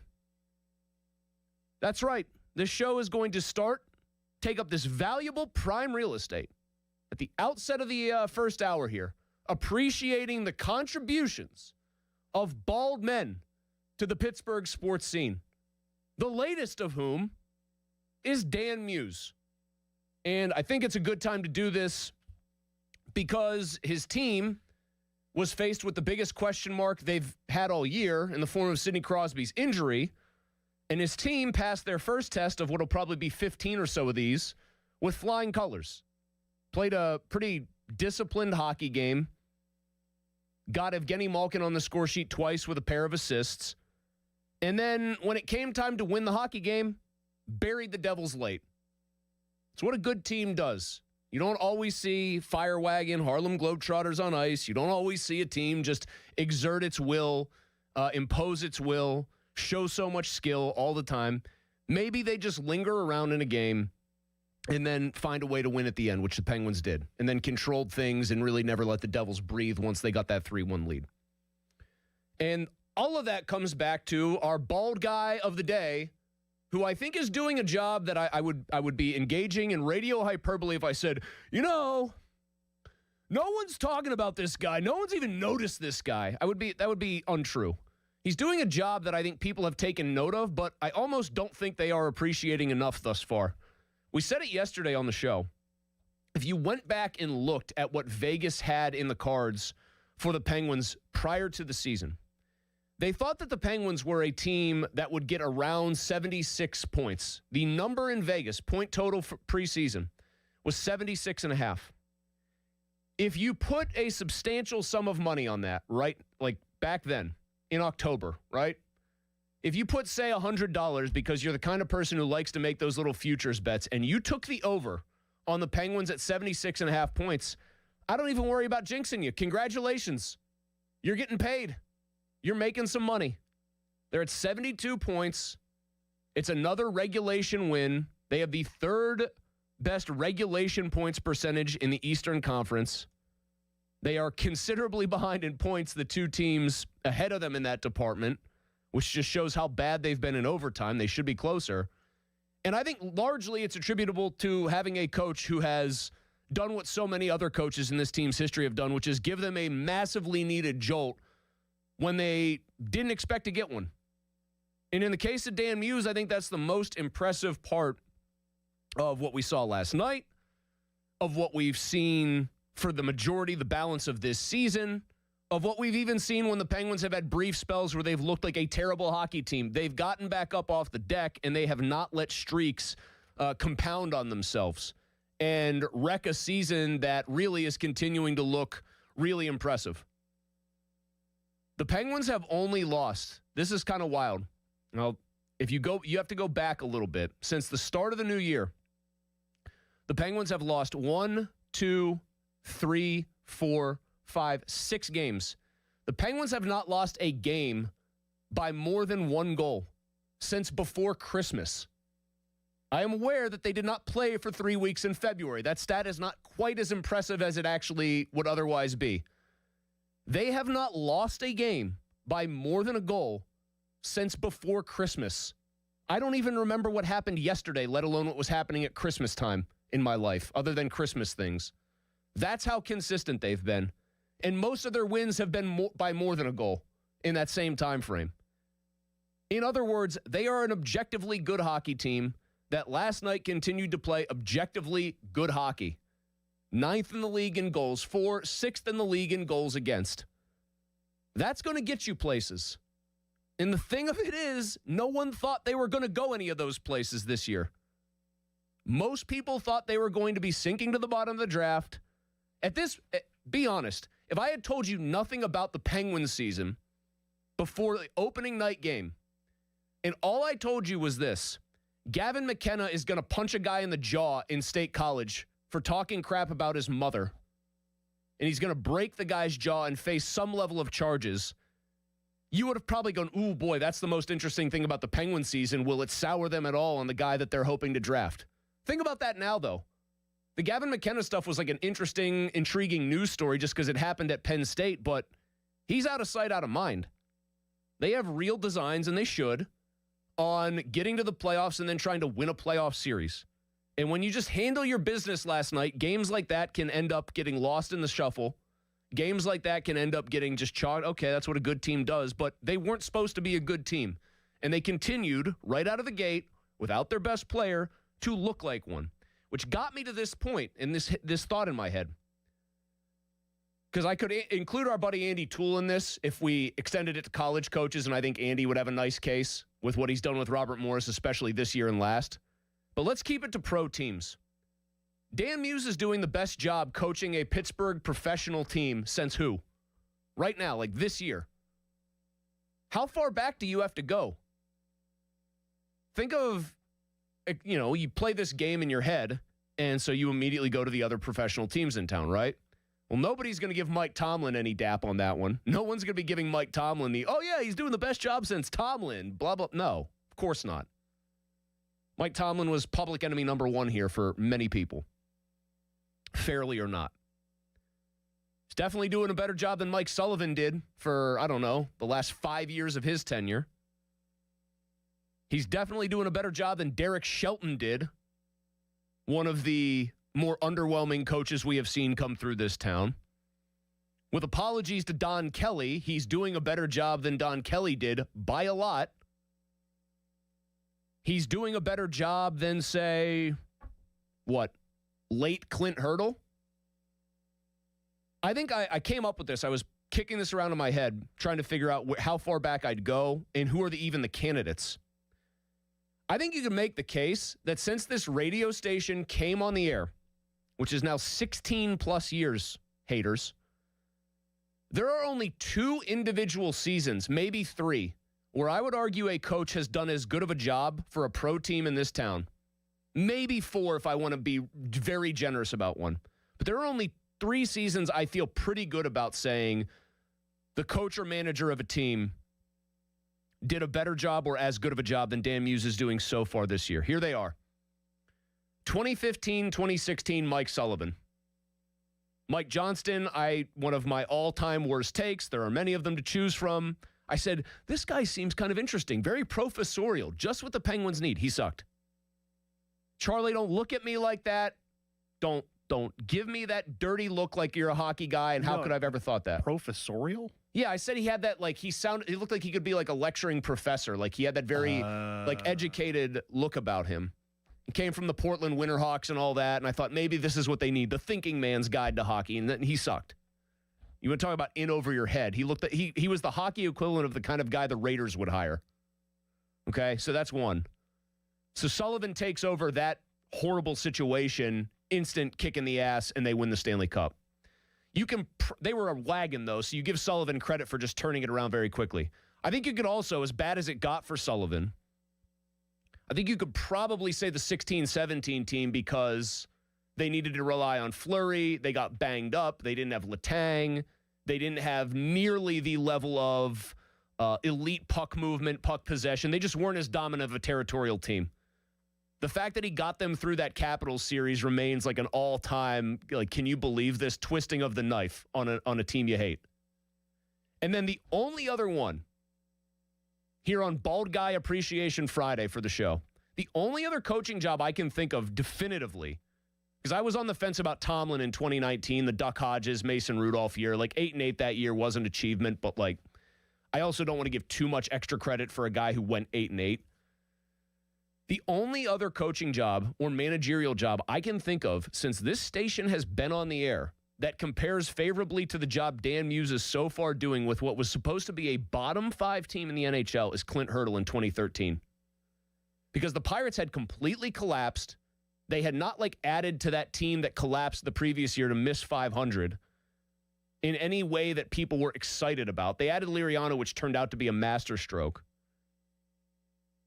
I remember this vividly. Charlie was in college probably. How old are you? 33. So you'd have been a junior, probably. What year was 13 this? years ago. 2013. I was sitting in that chair over there across the room from me. And Joe and I were howling with laughter, cackling, because Clint Hurdle had been asked about his expectations. Maybe it even happened on our show. I honestly don't remember. He was asked about his season expectations and what he would consider like what his goal was. He said 95 wins. Oh, there was like, you know, the laughing where you're patting your belly and you're like slapping your stomach and laughing and all that. They won 94 games with a team that I think like the projection said was like a 78 win team, maybe a 77 win team. Those are the only ones. 2 Sullivan seasons, a Clint Hurdle Pirates Renaissance year, and maybe if you want to be charitable to Mike Tomlin, his 2019 year post-Ben injury. How good of a job is Dan Muse doing right now? 412-928-9370. That's the fan text line, of course, brought to you by Edgar Snyder & Associates, personal injury law firm. They always say there's never a fee unless we get money for you. Where does it rank among pro coaching jobs in this town? Where does the job Dan Muse is doing right now rank for you? 412-928-9370. Because I can only name 3 separate times that a coach has done this good of a job in the fans' history. And that goes back a while now. We're sneaking up on 2 decades here. I'm sure they're already planning, Content Craig's already planning a 20th year bonanza for 4 years from now. Assuming all of us are still employed. Will I be invited? Yes. By the way, what was you're a hockey guy, Charlie. And I'm wondering if this resonates. Maybe it does not. Pony does this a lot. I do not usually entertain this tactic here or this kind of like rhetoric. Maybe I am completely full of crap. I am wondering if this is resonating with people. I'm wondering if it's like a little bit of a sleepy thing. Yeah, that game was in demand last night, but they come out, they win one game. It's just one game. This is a season-long thing he's been doing. I think it is a whale of a coaching job that he has done. He has taken a roster that, I mean, other than the stars, was everybody getting hot and bothered about Parker Wotherspoon, Connor Clifton, whoopee, Blake, like dudes that, like, unless you're a pretty, I wouldn't say hardcore, but a pretty serious hockey fan, you're not like forming big opinions on. They're rolling 4 lines. He's trusting his players and they're rewarding him. I'm wondering if that's moving the needle for Penguins fans, like how good of a job he's actually done. Charlie, you were in the building last night. What did you observe? Like beyond just, first off, what was the reception for Hughes like in the barn? It was cool.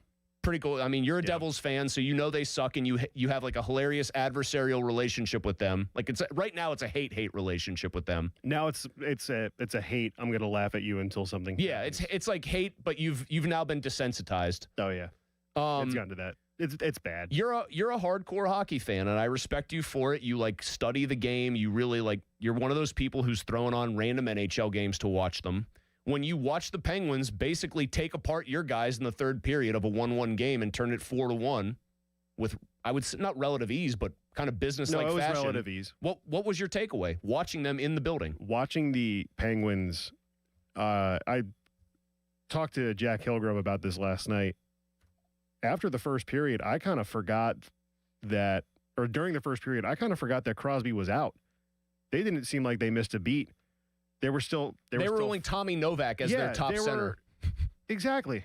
But they were still fast. They were doing what they needed to do. They were doing the exact system that Dan Muse has employed. And after the first period, I turned around to my friend that I went with. I'm like, I completely forgot that Crosby wasn't even on the ice. I mean, that's a validation of coaching. Which should be a massive compliment. And right now, Dan Muse has the fourth best odds at the Jack Adams. He should be number one. I would agree. The three coaches ahead of him, John Cooper of the Tampa Bay Lightning, but he has a significantly better roster, in my opinion. Lindy Ruff with the Buffalo Sabres. They're on an insane heater. He has a case, especially after the way that they started this season. I would take Cooper right out of this. Yeah, they're on a crazy-ass heater up there. Jared Bednar of the Colorado Avalanche. And I could understand it, that he had it locked down after the first 2 months of the season, because I don't think the Avalanche had their first regulation loss until December 2nd. But that's like the Bill Belichick Award. That's a stacked roster, too. Exactly. I toss up between Ruff and Bednar, in my opinion, right now. So you put Muse third? No, I would put him first, and then the other two. Take out Cooper. Ruff and Muse would be 1 or 2, 1A, 1B. 412-928-9370. Let's go to Michael. How good of a coaching job has this been for Dan Muse thus far? It's Bald Guy Appreciation Friday right now. What's up, Michael? I think Muse has done a great job. And, one of the good things that he did that Sullivan would never do is he kept the lines intact, always the same lines. Where when Sullivan was here, Jenny Malkin probably looked up and saw his line mates and didn't even know who they were. But Muse kept his lines He's together, also rolling all four of them, and he's also rolling four of them and letting the fourth line play in situations that actually matter. That's right. And last night he showed you he's not going to cannibalize the other three lines to replace Crosby. Let them play. Yeah, he's done well. I think that's a good point, too. I think that builds the cohesion that they've kind of played with. I don't think that I would put Sullivan's first two seasons up that high as you did, because Derek Shelton could have won a cup with those players. I would say Shelton. I would say Shelton. Well, I would say Shelton, though. I would say that comp falls apart a little bit for me, just because we saw Mike Johnston be so bad with that team. The difference there is that team still had guys in their physical primes, and they were doing the classic bit where they check out on the coach because they're not happy with him anymore and they didn't respect him. This is a little different. Dan Muse is doing the best coaching job in Pittsburgh for a pro team since who? Since when? How far back would you go? 412-928-9370. Get a couple more of your thoughts on this. At 2:35, a chance to win a great prize in a game we're going to call the Borges Confidence Index, the BCI. Your thoughts on Dan Muse, how good of a job he's done so far, and whether you think he can keep it going for the Penguins next. Here's Charlie with a headline. Now, fan headlines powered by Bowser Chevrolet. Well, after their victory against the New Jersey Devils last night, the Penguins continue tomorrow when they go to Madison Square Garden to face gold medal winning coach Mike Sullivan in the New York Rangers. Puck drop scheduled for 12:30. For more, go to 937thefan.com. Fan headlines powered by Bowser Chevrolet. Now a message from Mr. Filipponi. Hey, it's Andrew Filipponi for Comer and Cross. Guys out there, once we get to spring and then summer, we spend a lot of time in our garage. That's where we keep our tools. That's where we keep our vehicles. That's where we keep our sporting goods. We're in there a lot. Our outdoor stuff, our landscaping stuff. Let Comer and Cross revitalize your garage floor like they did for me. Please, you owe it to yourself to call these people. Their schedule is going to fill up because they do such a good job. They're premium concrete coating floors. My floor was disgusting, stained, cracked. I went to the experts. I didn't try to do it myself. I didn't try to do a bad epoxy job. I knew my limitations. I told my wife we're going to do this, and I'm so thankful. When I tell you they were as efficient as possible, I mean that. Literally, they got to my house mid-morning. They were gone by late afternoon. I had a bunch of stuff in my garage. They took it out, and then they did it all in one day, and it looks amazing. My sister was in town last weekend. She complimented me on it, and I don't get a lot of those from her. So call Comer and Cross now and get a free and quick, easy estimate before their schedule fills up. 1-800-NEW-FLOOR, or you can tell Siri. Call 1-800-NEW-FLOOR to speak to them, or go to COMERcross.com. Sports Radio 93.7 The Fan. Every Wednesday, 93.7 The Fan gives you an inside look from a former general manager with Wednesday with Whaley. Hey, we're playing to win the game. Doug Whaley joins the Fan Morning Show from 9 to 10 to give his insight from the front office perspective. Wednesdays with Whaley. Doug Whaley is brought to you by 2 Men in a Jug Truck. Cohen Market, the official crispy chicken of the Fan. Tri-State Office Furniture, Morgan & Morgan Law Firm, and Allegiant Community Federal Credit Union. Sports Radio 93.7 The Fan. Shoot your shot on Prize Picks and get $50 bonus credit instantly in lineups when you play your first $5. That's right. Prize Picks is now giving you $50 bonus credit in lineups when you sign up and play your first $5. Prize Picks makes every dunk, every dime, and every board that much more exciting. So don't miss this chance to get started on America's #1 app for sports picks. Now on Prize Picks, you simply pick 2 to 6 players, pick more or less on their stat projections, and submit your lineup. Prize Picks also has early payouts. If your lineup gets off to a hot start, you now have the option to cash out those winnings before the game even finishes. And with player stacks, you can also pick the same player up to 3 times in the same lineup. Download the Prize Picks app today, use the code ROAM, and get a $50 bonus credit instantly in lineups when you play $5. That's code ROAM on Prize Picks to get a $50 bonus credit instantly in lineups when you play $5. Win or lose, you'll get $50 in lineups just for playing. It's guaranteed. Prize Picks. It's good to be right. You do have to be present in certain states. Visit prizepicks.com for restrictions and details. This is an Odyssey Sports Minute. Con Knippel, Charlotte Hornets guard, has reached the most threes made by a rookie in only 59 games. This season, the Rookie of the Year debate comes down to 2 players, Knippel and Cooper Flagg from Dallas. Knippel is really pushing Cooper for the honor. Last night, scored 28 points while hitting 8 threes. Watch out for Knippel for Rookie of the Year. I'm Chris Black. I'm back to doing what I love and more, thanks to the Good Feet store. Don't let bad feet stop you from being active and getting healthy. Trade in your bad feet for good feet at the Good Feet store. Shop the President's Day sales event at Crown Chrysler Dodge Jeep Ram in Washington. Last chance for Ram Truck Month. 26 Ram Bighorn, now up to $10,000 off MSRP. 26 Wrangler Sport, just $399 a month. 2025 Grand Cherokee loaded up, only $529 a month. All with up to 125% of KBB for your trade. Smart buyers are making the drive to Washington. And why? Because the bow tie means a better buy. Shop President's Day savings at crownjeep.com. See dealer for details. MrWaterHeater.com. MrWaterHeater.com. Call Mr. Water Heater. Call Mr. Water Heater. Cohen Markets has reeled back in the fish sandwich, and it's better than ever. Enjoy it made to order or grab one hot and ready at any Cohen Kitchen location. Enjoy $1 off any fish sandwich on Fridays for a limited time. Catch one today at Cohen Markets. Live from the ShoreKeyMitsubishi.com studios, North Huntington and North Hills. Now back to the PM team, presented by Mike's Beer Bar. And they're not stupid, they're special. Live and local, just like Mike's.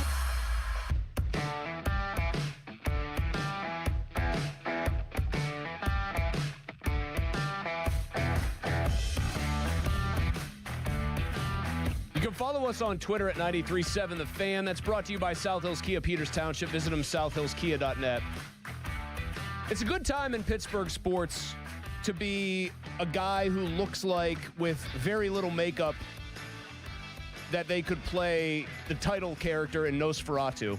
Me, Joe Block, Dan Muse. 3 such people. Joe Block's got Connor Griffin calls that he can look forward to making in the near future. Things are going just fine and dandy here at the Fan. Thanks for asking for me. And Dan Muse, I think, is doing pretty obviously the best coaching job in the NHL this year, with apologies to guys like John Cooper, Lindy Ruff, and Jared Bednar. Pretty sure Lindy Ruff is bald. Yeah, but he doesn't live here. This is a Pittsburgh bald celebration. I'm not just calling up Michael Jordan on the hotline to talk to him about his racing team in NASCAR. No, never mind. He has a little peach fuzz on there. At that point, why keep it? Like, it looks like it's all just around the back, like the Franciscan monk haircut. No, he's got like the dude from Empire Strikes Back in Cloud City, the guy with the cyborg implant on his head, Lobot or whatever. That's what he looks like. Yeah. If you're at that point, just get rid of it all. Like, Michael Jordan looked a lot more marketable when he just... When did you know? If I let this grow out, it's a little bit thinner up here than it used to be. But if I actually said for 3 or 4 months, whatever it would take, I'm growing my hair back out. It would look awful, but it would grow in. So you just decided one day. I think I've told this We gotta story. go Maybe you bald. didn't hear it. I said to my wife when we were still I think we were engaged maybe. So it was still, at this point now I'd call it early in the relationship. I said, do you ever want me to grow my hair out just so you could see what it looks like? And more or less before I finished the question, she said, she snapped off a very quick, nope. No, I don't. Because she had seen old pictures and she's basically like, you looked horrible. Like, you look terrible. So this was an elective journey by me. I like to point that out. I point out 2 things. It was elective, and my real hair looks like crap. And all you need to do is float around that one picture from ESPN News to find that out. So if you were ever to lose a bet or make it would be grow your hair, not shave your head. Yes, grow your hair out. Yeah, like if somebody ever wanted me to embarrass myself, they'd have to do the opposite and tell me you got to grow your hair out. Just gonna write that one down real quick. This sucks. Is Dan Muse doing the best coaching job since Mike Sullivan's first 2 years on the job? Pittsburgh pro teams. Because really the only guy that would bring into the equation, to be honest, would be Andy Toole. I guess I could say Keith Dambrot, too, probably, winning an A-10. Other than those guys, I don't really think I can bring Jeff Capel and Pat Narduzzi into this discussion. So among Pittsburgh pro teams, is he doing the best job since Sullivan's first 2 years? Do you have to go even further back and go to Clint Hurdle, turning the Pirates from a 20-year loser into a 94-win team? How far do you go here? Matt is in Manor. What's up, Matt? Molsey, Charlie, how you doing today, guys? I'm doing great. Charlie's depressed because even though he puts up a mask of indifference to the Devils, Matt, deep down he hurts. He aches. Oh, I get it, man. One of my roommates at Penn State was a Devils fan, and I still like to give her crap every so often. Remember how good they were in 01? Speaking of Penn State, I'm glad you mentioned that. I'm going to let you finish your call. Donnie Football's not here today because he's up with our I call her the Michael Clayton of our building, Amy. She is our fixer. She does everything. She's awesome. Donnie is the fans representative at a Penn State main campus career day today. So he drove out a couple hours of State College. I'm putting this siren call out there now. I saw him in his element. People looked like they were very into it. If you are a Penn State student listening to this show right now and you interacted with Donnie Football, I want to hear from you today on the show at some point at 412-928-9370. I want to know what the football guy was like when he was on his professional best behavior. Anyway, Matt, as you were saying. Oh, absolutely. All the Penn State people shout him out. I'm surprised I didn't ask you, man. Why didn't I ask you to come up for the career day? I'm so integral to the success of this program, they couldn't possibly pull me away for a day. Of course. What do you got? I'm glad you said that. I real quickly wanted to just say, as a Penn State, Pirates, Penguins, Steelers fan, I feel like my fandom has undergone a metamorphosis this year. We got 4 new coaches, brother. It's a positive outlook now.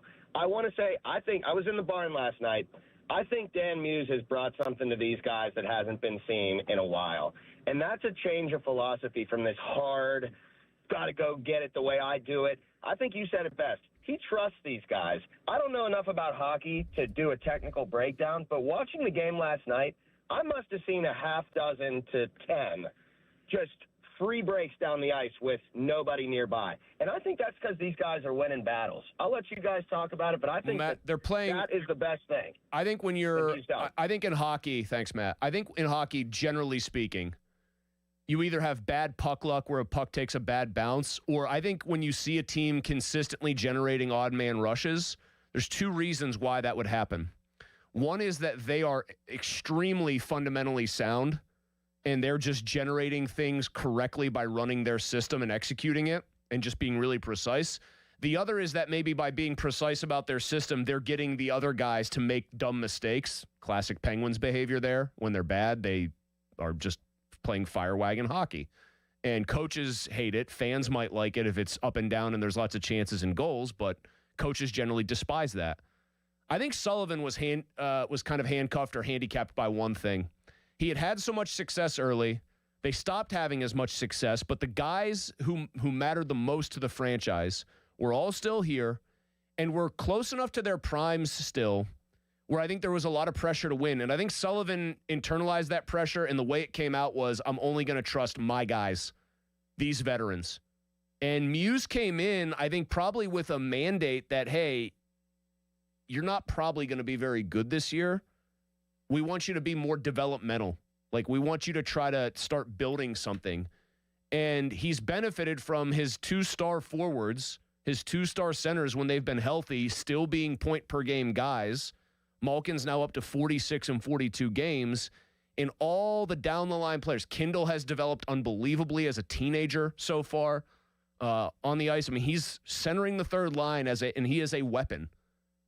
He's got all the bottom 6 guys and all, you would say, like your second 2 defense pairings, but really everybody on their blue line, and it's not the strongest area of their team, generally playing sane, sound hockey.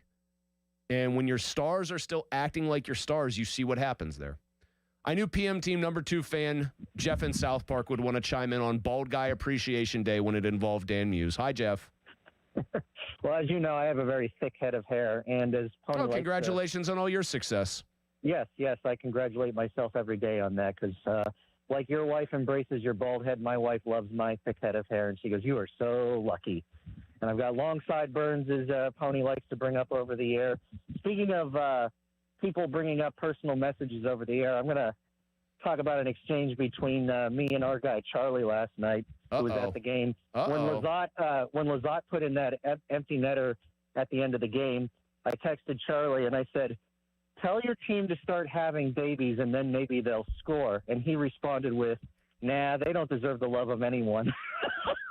Man, you really hate them, Charlie. God, it's pure. I despise them in this current There is no greater and purer hatred in sports than the fan who hates his own team. Like the true self-hating or team-hating fan. I mean, when you have all the talent in the world and you're in second to last place.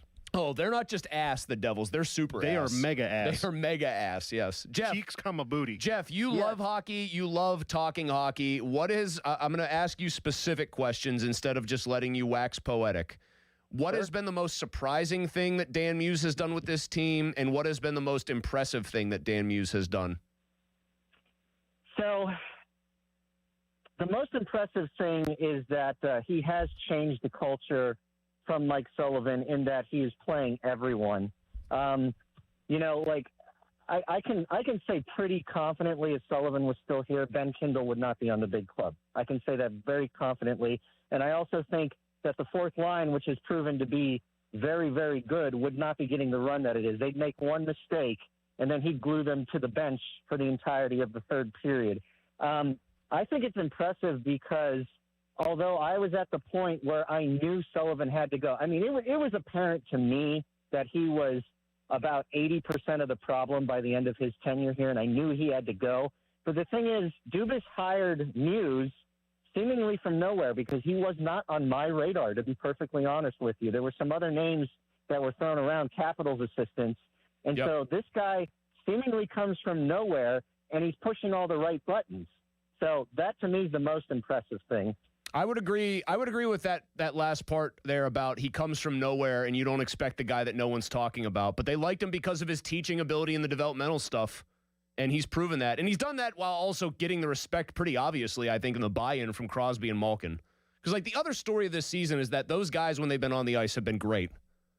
I mean, almost uniformly great. And it's probably a bigger story with Malkin because of just his history with missing time. And occasionally he plays like he's out of his mind in a bad way.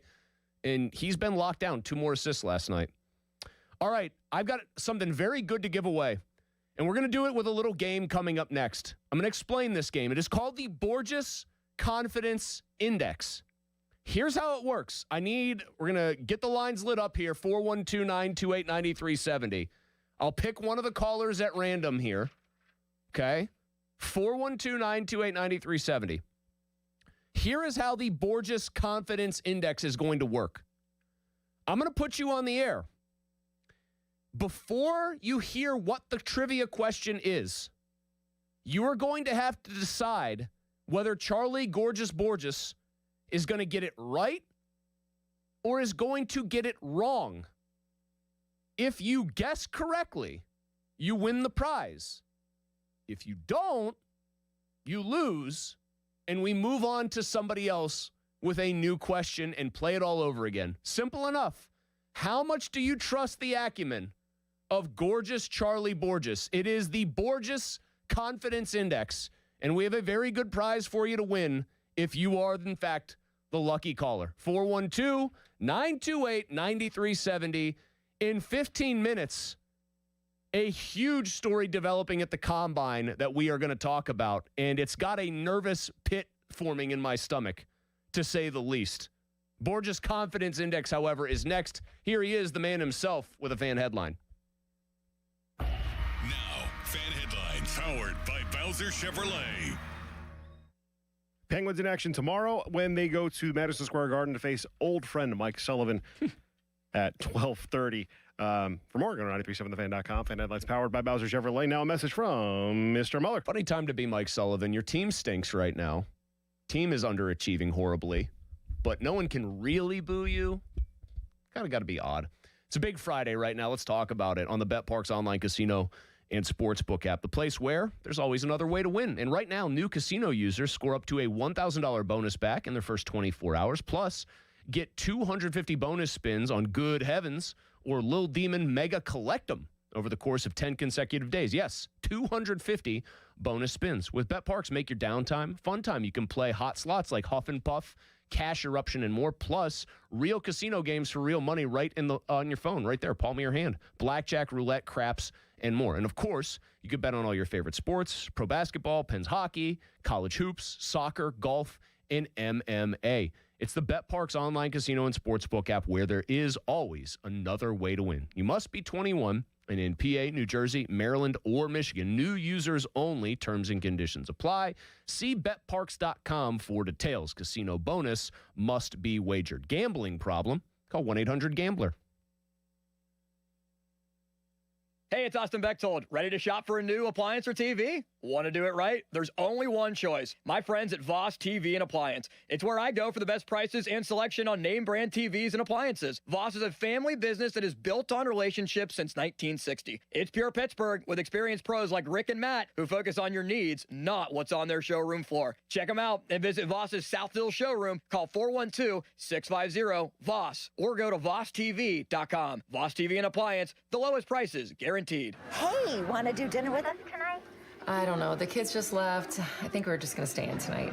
Oh, come on. Don't miss out again. Miss out on what? Catching up with friends.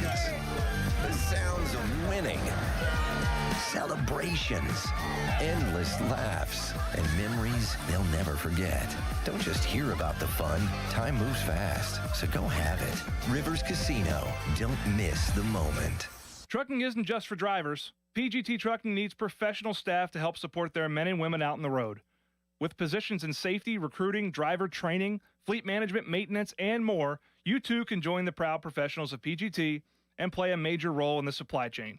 Ditch the boring desk job and get in on the action with PGT.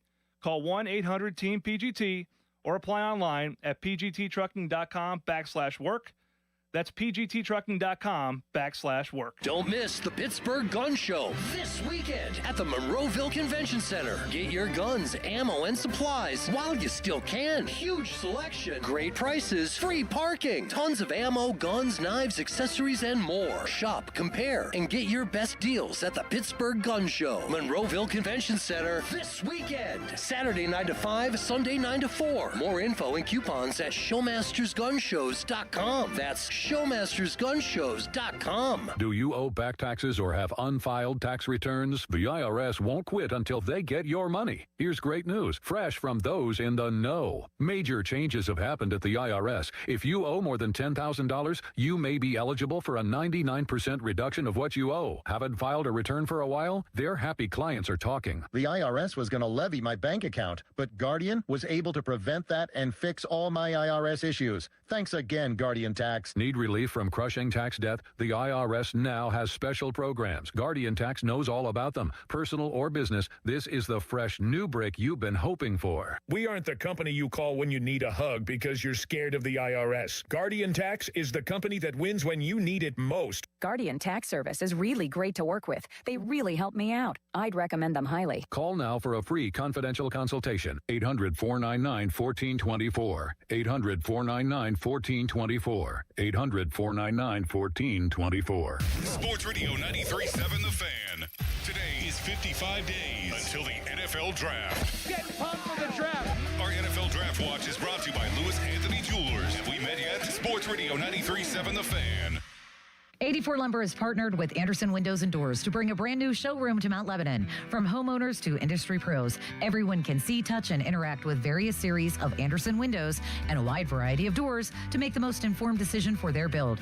84 Lumber experts are on site to demonstrate product features, answer your questions, and even schedule a visit to the job site for measuring and installation.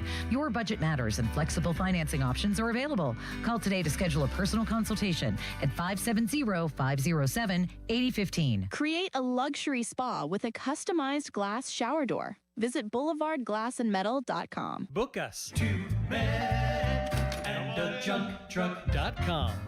Sports Radio 93.7 The Fan, built by Window Nation. Home of the buy two, get two free offer. SchultzFord.com. SchultzFord.com. SchultzFord.com. SchultzFord.com.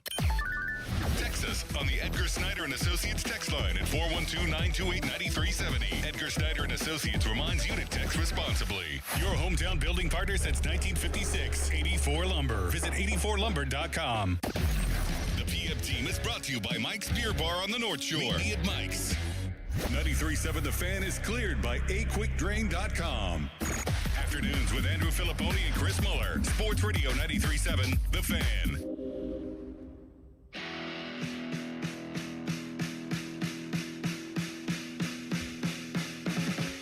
One of the major casualties of Content Craig's pivot to generic rock that sounds like something somebody just created in the depths of hell.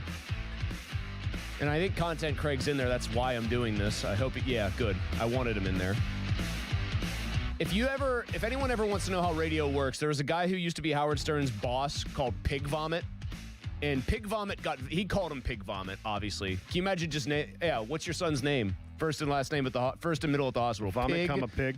Pig, first name, P-I-G, Vomit, V-O-M-I-T. Howard Stern, I think, genuinely hated this guy, which differentiates that situation from this one. We like Craig, usually. And he would call him Pig Vomit on the air. But that guy, Pig Vomit, became far more famous than any boss otherwise would have because Stern hated him so much. And so that is the auspices under which I say some of these things. But one of the true sad parts about this is when you want to do a game show style giveaway, you don't really have the true great game show music. Can our AI overlords come up with something that sounds enough different from Jeopardy that it isn't a Jeopardy ripoff? That would be my request. Anyway, Fan Hotline presented by Sullivan Super Service, Pittsburgh's trusted plumbing and HVAC provider for over 50 years. In about 10 minutes, a big story developing today at the Combine that if you're a Steelers fan, you're going to want to know about. And I'll tell you what it is. In the meantime, we got a 4-pack of tickets to the Home and Garden Show. That's going on March 6th through the 15th. Much like the St. Patty's Day daytime drunk fest, that is also like one of the things I associate with being around my birthday every year. Here's the game. Borges Confidence Index. I am going to put somebody on the air here of our callers. I'm going to choose this at random. I am then going to ask you to guess whether or not Charlie will get the question that I ask him right or wrong. All you have to do is be correct. If you say wrong and he gets it wrong, you win. If you say right and he gets it wrong, you lose. If you say wrong and he gets it right, you also lose. Okay? Charlie, are you ready to play? Because you've got this person's fate in your hands. Or, now, one thing you're not allowed to do is tank on purpose. No, man. No tanking. We have to... Unlike the Devils, no tanking. We have to uphold the integrity of Borges Confidence Index, a game we might only play once. That's fine. All right. Are you ready? I am ready. All right. Let's pick a caller here. Who looks like a good choice? Who looks like somebody who would want to hang out and see all the many legitimately cool things that are at the Home and Garden Show every year? I'm going to go with Matt in the car. Matt, what's up, man? Hey, how's it going, Chris? It's going well. What is your favorite room in your house? I do have like a little game room thing that I did take over that used to be my son's. I can't lie. Okay, I like that answer. I'm glad you didn't say like the crapper. It's where I do all my best thinking, although that would have actually been funny too. All right, Matt. You know how the game works.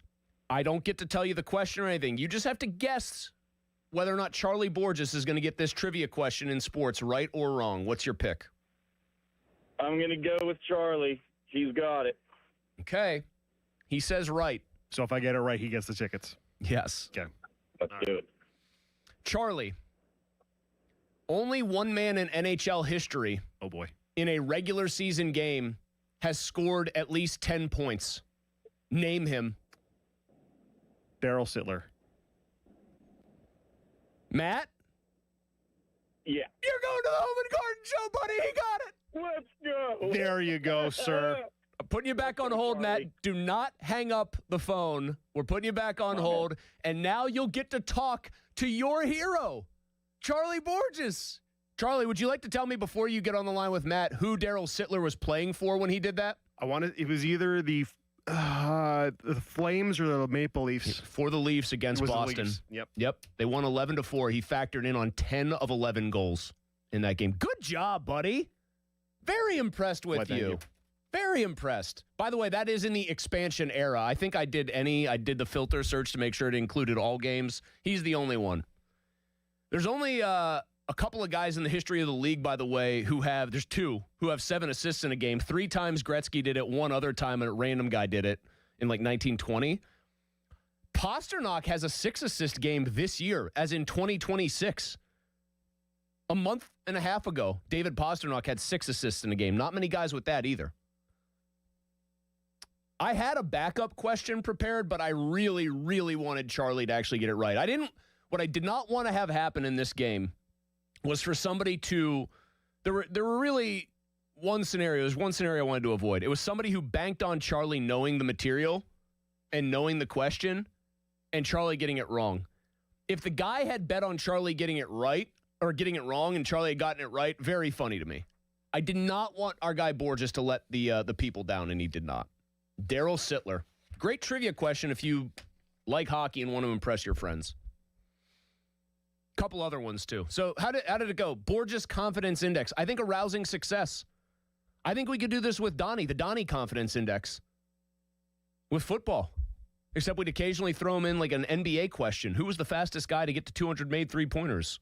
Con Knuppel. Kind of a funny one, too, there. There is a big story, folks, that is brewing today, that percolated today at the Combine. Big Steelers story. And I'll just tell you this much. It's got me feeling a little nervous. Got a nasty little pit forming in my stomach. And I'm going to tell you why coming up. We got a quick break and a long commercial-free segment on the other side. I'll tell you about fan weather right now. It's brought to you by Secure Money Advisors. It is 55 degrees and sunny. It is still not as nice as it is, say, in Florida. So if you're tired of this weather and you want to retire in Florida, let Secure Money Advisors help plan your retirement. A big Steelers story percolating at the Combine. You'll find out what it is and why I am not loving it coming up next. First, I'm going to tell you guys right now about Crown, Chrysler, Dodge, Jeep, Ram. My guy, Mike Engel, very excited that I'm back working with him again. He and his team, they care about their customers. They care about the car buying experience that you have. I have seen this firsthand. I know how much he cares. I know how much he wants people that come to Crown, Chrysler, Dodge, Jeep, Ram to get the best deal on any one of those vehicles. I just can vouch for him through and through. He and his people are great. And right now, you can still, one more day, shop the President's Day sales event at Crown, Chrysler, Dodge, Jeep, Ram in Washington. Last chance, last wraps on Ram Truck Month. That means 2026 Ram Bighorns are now up to $10,000 off MSRP. 2026 Wrangler Sports, just $399 a month. 2025 Grand Cherokees loaded up, only $529 a month. Plus, all of them come with up to 125% of Kelley Blue Book value for your trade. The smart buyers are making the drive to Washington. Why? Because the bow tie means a better buy. So shop the President's Day savings at crownjeep.com. Temperatures may be cold outside, but the orders are heating up for the spring sports season at Keystone Custom Apparel. Are you happy with your current sports uniform provider? Give Keystone Custom Apparel a try. Baseball, soccer, lacrosse, and more. If you're looking to raise money for your organization through a Spirit Wear fundraiser, Keystone Custom Apparel is your one-stop source to get your team looking good on the field and in the stands. Visit KeystoneCustomApparel.com to get a free uniform quote or to open a Spirit Wear fundraiser today. And make sure you tell them Score and Doran sent you. Start the new year in a brand new ride. South Hills Kia is kicking off February with incredible lease deals. Drive home a 2026 Kia Carnival LX, only $399 a month for 36 months with $39.99 due at signing. Or choose the 2025 Kia Seltos LX all-wheel drive, just $215 a month for 24 months with $34.99 due at signing. 10,000 miles per year. Lease offers exclude taxes and fees. No security deposit required. Hurry! These February lease offers end March 2nd, 2026. Visit southhillskia.net and start the new year behind the wheel of a brand new Kia. Hey, it's Pony back to talk about Xfinity. Imagine all that could happen in 5 years. Jobs change, kids grow up, new memes come out. But what if you had reliable, intelligent Wi-Fi and the price didn't change for 5 years? Well, thanks to the Xfinity 5-year price guarantee, you don't have to worry about that part of your future. You're guaranteed 5 years of Wi-Fi that boosts speeds to your devices that need them the most, that finds and fixes any issues before you even notice them. It's like a super intelligent Wi-Fi that keeps you protected from online threats. You get incredible gaming speeds on multiple devices and no one battling for bandwidth. For the next 5 years, all your devices will be working in perfect harmony, and you get our best equipment with no annual contracts, no fees, and no strings. So even though kids will grow up and you still won't understand what the X67 means, your internet will stay sharp, reliable, and most importantly, the price will stay put. Plus, get online in 5 minutes with same-day Wi-Fi, all with the Xfinity 5-year price guarantee. Lock in your price and unlock the possibilities. To get started, call or visit Xfinity.com or drop into an Xfinity store today. Xfinity, imagine that. Restrictions apply. Select plans only. BetMGM Casino is ready for winter. It might be cold outside, but the games are heating up. New customers can enjoy a 100% deposit match up to $1,000 plus $25 on the house using bonus code HOMETOWN at sign up. Play your favorite games at BetMGM Casino like blackjack and roulette with a live dealer. Or check out their exciting slots like Cash Machine. The thrills of BetMGM Casino are always available right from the palm of your hand. Download the BetMGM Casino app today and get a piece of the action. BetMGM and GameSense remind you to play responsibly. If you or someone you know has a gambling problem, help is available. Call 1-800-GAMBLER. BetMGM.com for T's and C's. 21 plus to wager. Pennsylvania only. New customer offer. All promotions are subject to qualification and eligibility requirements. Rewards issued as non-withdrawable site credit bonus bets unless otherwise provided in the applicable terms. Rewards subject to expiry. Introducing new regenerative treatments for men and women with thinning hair from New Image Hair Clinic. New Image is putting plant-based technology to work for men and women with thinning hair. Our hair and scalp analysis will get to the root of your thinning and damaged hair and create a healthy environment for hair growth. Using exclusive private label products, vitamins, and FDA-approved laser hair therapy. Only 30 minutes, easy and effective. The results speak for themselves. Fuller, thicker, and more hair can be yours. Call New Image now and find out which new regenerative treatment works best for you. Call now for a free hair and scalp analysis and receive $250 off. Call 800-514-HAIR 4247 or go to newimagehairclinic.com. Our new regenerative treatments worked for me, and they can work for you too. That's 800-514-HAIR 514-4247 or newimagehairclinic.com. Time to let Spitzer Auto World do the work during our Trade Up Pay Down sales event at Spitzer Toyota Monroeville. Trade up to lease a new 2026 Toyota Tacoma SR5 double cab rear wheel drive from a low $249 per month. Plus, get our lifetime warranty, complimentary maintenance, and Spitzer VIP points. At Spitzer, our world revolves around you. TSRP 39684, VIN 3TMK B5FN6TM055265. 39 months, $49.99 due at signing through TMS plus title tax license registration. $490 doc fee, 0 security deposit, 10K miles per year, ends 3/2/2026. Homeowners, if your home needs a new roof, call a Platinum Preferred Roofing Contractor. Owens Corning only selects the best 1% of all its dealers, and JP Roofing and Signing has earned that honor. They've accomplished this through hard work and customer satisfaction and offer the best warranty in the business. Homeowners receive $500 off any roof or siding installation. Ask about 100% financing, no payments for 18 months, and free estimates. All that, JP Roofing and Siding. Give them a call at 412-829-7711. That's 829-7711. Are you ready for a new career? This Saturday, February 28th, Intervala is hosting an open interview day from 9 to noon at their Mount Pleasant facility. Walk in, meet the team, and see our clean, modern manufacturing in action. At Intervala, you build mission-critical electronics for medical, defense, and data centers, work that truly matters. We're hiring for over 30 positions. Experience is a plus, but not required. We offer paid training, competitive pay, full benefits, and growth opportunities. Bring your resume and photo ID this Saturday. Learn more at Intervala.com/interview. Intervala. Build work that matters. HD1 Pittsburgh, an Odyssey sports station. Live from the Jim Shorkey Mitsubishi.com studios, North Huntington and North Hills. Always live and free on the Odyssey app.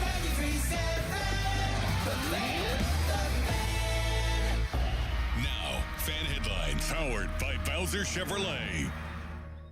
1-1 Orioles-Pirates in the 7th inning of their spring training tilt at Lecom Park. However, much to my dismay, we have not yet received word of Connor Griffin doing something unbelievably cool in this game, unless you count grounding out very hard to shortstop, which I technically don't because, let's be honest, we got to hold the guy to higher standards than that. He's already 19. More fan headlines powered by Bowser Chevrolet at 937thefan.com.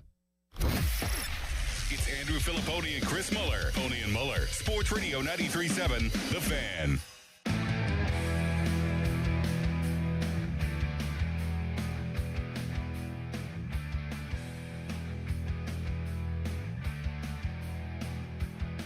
Yeah, it was great. Met with them. Coach McCarthy's the guy, man. It was funny, we'd go in there, ask a couple questions, and we were just, talking ball, going back and forth, talking about pass concepts, talking about protection, talking about situations. And it was cool to see all the quarterbacks he's worked with Dak, and Aaron Rodgers, and then, situations that's come up in his career that, hey, asked me about, and what I thought about it. And it was really cool because we were just, going back and forth, and, by the time that we were finished, it was like, it felt like 5 minutes just because of how much fun we had. So, I love Coach McCarthy, love the Steelers, I love those guys, and I'm super excited to get to know them.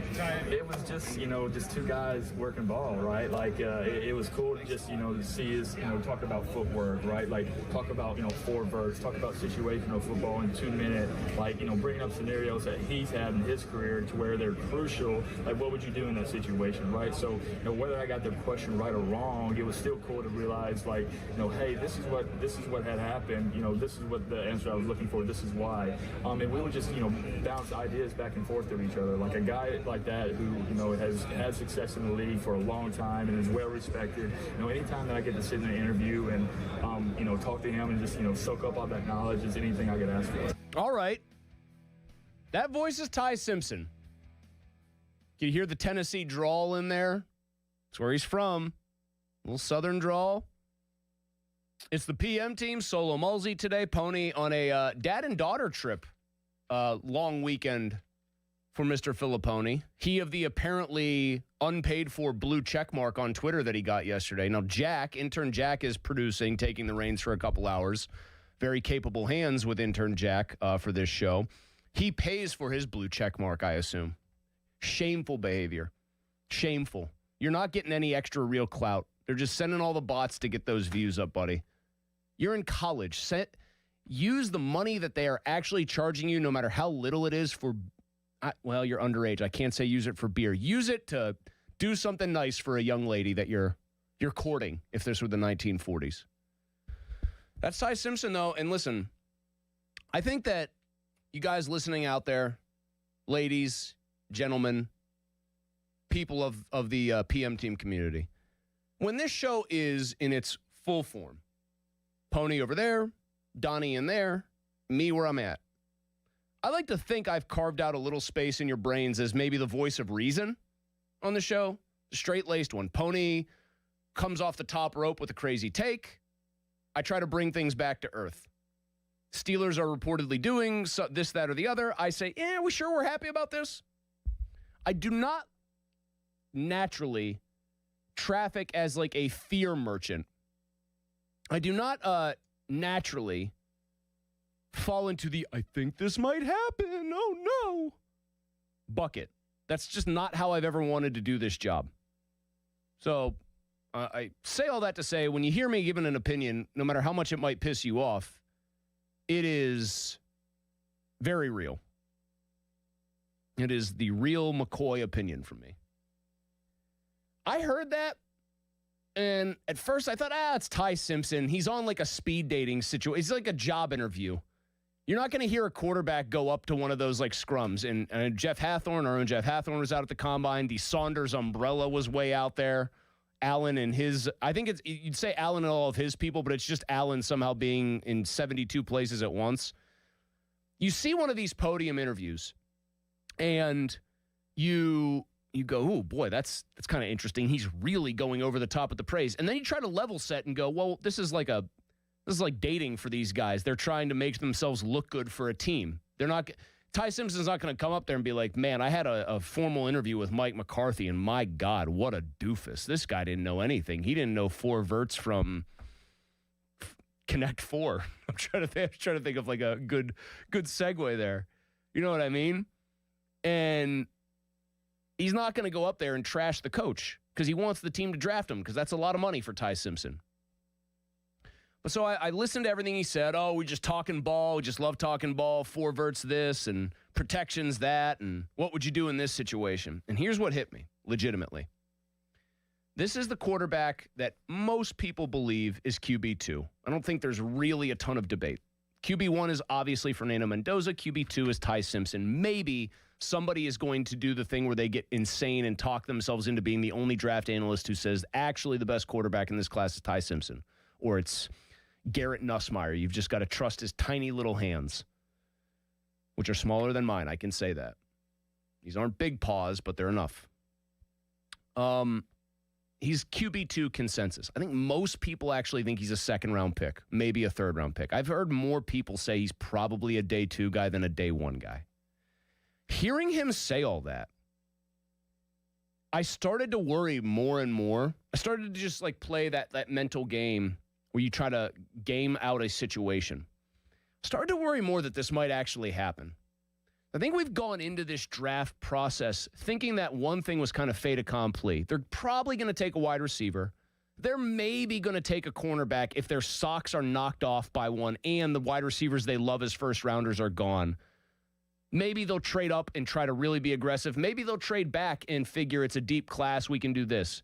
But most people, I think, believed it was, I don't know, what would you want to say? Maybe 75% wide receiver, maybe 15% corner, and then maybe people are holding out 10% quarterback because, hey, you never know. It's the most important position. But next year's draft is better. You really want to reach for a guy with very little in the way of college starts, who finished the season poorly, etc. And then I started to actually think about how a team would look at this. This is like one of my favorite old phrases is, because I've turned it many ways, idle hands are the devil's workshop. So I guess basically if you're just sitting around doing nothing, that's when you can get into trouble. I've always said idle bowels are the devil's workshop. When I haven't gone to the bathroom and I try to go for a run, that usually goes poorly for me. This was an idle brain being the devil's workshop. Go back and think about what Mike McCarthy, just do this logically from the start. Mike McCarthy is an offensive guy. Mike McCarthy's reputation exists because of his work with quarterbacks, regardless of how much you think he had to do with those quarterbacks being good, okay? That's why he has a job, is because he's worked with Dak Prescott pretty recently and had pretty good, Dak has had very good numbers with him for the most part. Before that, he worked with Aaron Rodgers, and Aaron Rodgers won a Super Bowl, won 4 MVPs, although he didn't win them all with McCarthy as his coach, obviously, and like really built the ground floor and more, most of the house of a Hall of Fame career kind of thing. That's why Mike McCarthy has a job. We also know that Mike McCarthy takes credit for helping get the most out of the last year of Joe Montana, which is just a wildly funny statement. I'm starting to worry. I said pit in the stomach. I'm starting to worry that they're going to talk themselves into doing this, and hear me out. I wonder if you are too. I wonder if you hear Ty Simpson just waxing poetic about his meeting with Mike McCarthy. I am wondering if you are starting to worry like I am, or like just what your reaction is. Maybe this is going to elate you. Maybe you can talk yourself into it at 412-928-9370, which is the Edgar Snyder and Associates fan text line, a personal injury law firm, where they always say there's never a fee unless we get money for you. I'm starting to put pieces together, and I'm starting to think to myself, you know, this is kind of how it would go in the NFL news cycle. Player gives a glowing review of a particular team that everyone knows is quarterback needy, but most people think has maybe shied away from drafting that position in the first round. Gradual player has, good workouts, medicals check out. Team comes up with excuses as to why player maybe didn't play his best. Oh, Alabama couldn't run the ball. Alabama didn't have the usual dominance that they did at every position. He had to play some tough games. Hey, he did also look good against Georgia, one of the best wins any team had all year. Team starts to come up with reasons why the player is actually good, underrated, not overrated. And then I thought about, okay, Mike McCarthy specifically. He ain't Mike Tomlin. He's a guy that, because of his track record, probably thinks, I can get the most out of anybody at this position. Whoever you give me, I'm going to make them better than they otherwise would be in a control, neutral setting. I am going to elevate that quarterback. Mike McCarthy starts looking, Ty Simpson has an average arm? I can make an average arm work. Ty Simpson's not the biggest guy in the world? I can deal with that. Ty Simpson's pretty mobile. I can build an offense around that. Ty Simpson didn't always look the best against better competition. I can make something out of that. Ty Simpson was hurt against Indiana, and he got knocked out of the game, and he was brave for trying. I can get down with that. And you start to see how these things could take shape. Teams have their opinions on these guys before the combine and during the process, but then the head coach really is the one starting to form his opinion now. And the more I listened to the Simpson comments, and the more I thought about how that conversation actually went, and the more I thought about what McCarthy's actual goals here are, which I would imagine are win quickly, leave a legacy on his hometown team, and I would think at some point in his 5-year contract, set them up for the future with their quarterback of the future. Why wouldn't he just try to do that right now and demand and pound the table for this guy and say, we should pick him? Forget about next year. You don't know what Lenora Sellers will do. You're not going to have access to Arch Manning if he's really good. Who knows about any of these other players at quarterback that are going to be in next year's supposedly better class? Guys, it's me. I'm Mike McCarthy. Why'd you hire me? Because I can get the most out of the quarterback position. That's your goal.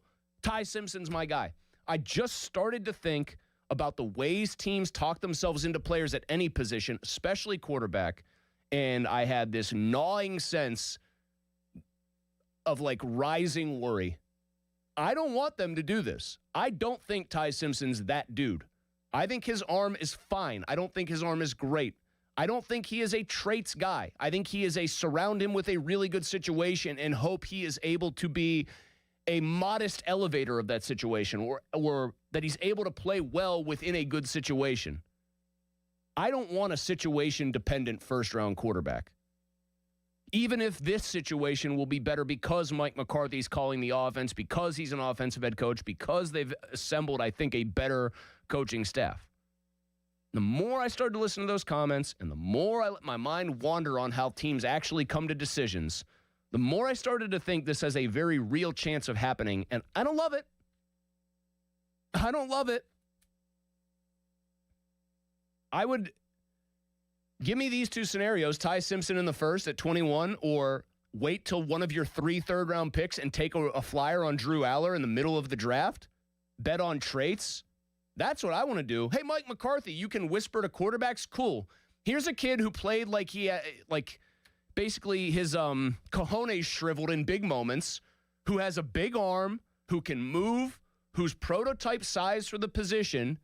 It's like the old Moneyball bit. Hey, this is Drew Aller. Yeah, he's cannon arm. He can run. He can avoid sacks. He's 6'5", 230. Billy, his only problem is he can't actually play quarterback in big games. I would rather Mike McCarthy try to make do with that, try to figure out something with that guy, and get a much better, more surefire player in the first round than Ty Simpson. But I have a feeling the Steelers might just get too frisky for their own good. What about you? 412-928-9370. Are you a little concerned, or do you like the idea? I think there is a rising chance. I think the chances are much better right this second than they were this morning that the Steelers really take Ty Simpson at 21. He said he had a great interview with Mike McCarthy, great sit down, that they hit it off big time. I'm not just taking that as combine fluff. I think it's real. I think there's reason to take it seriously. And I don't like it. Do you? 412-928-9370. Hit us up on Twitter at 937thefan. That's brought to you by South Hills Kia, Peters Township. Visit them, southhillskia.net. And by the way, You can also listen to us here on the PM Team on Apple Podcasts, Spotify, or wherever you get your podcasts.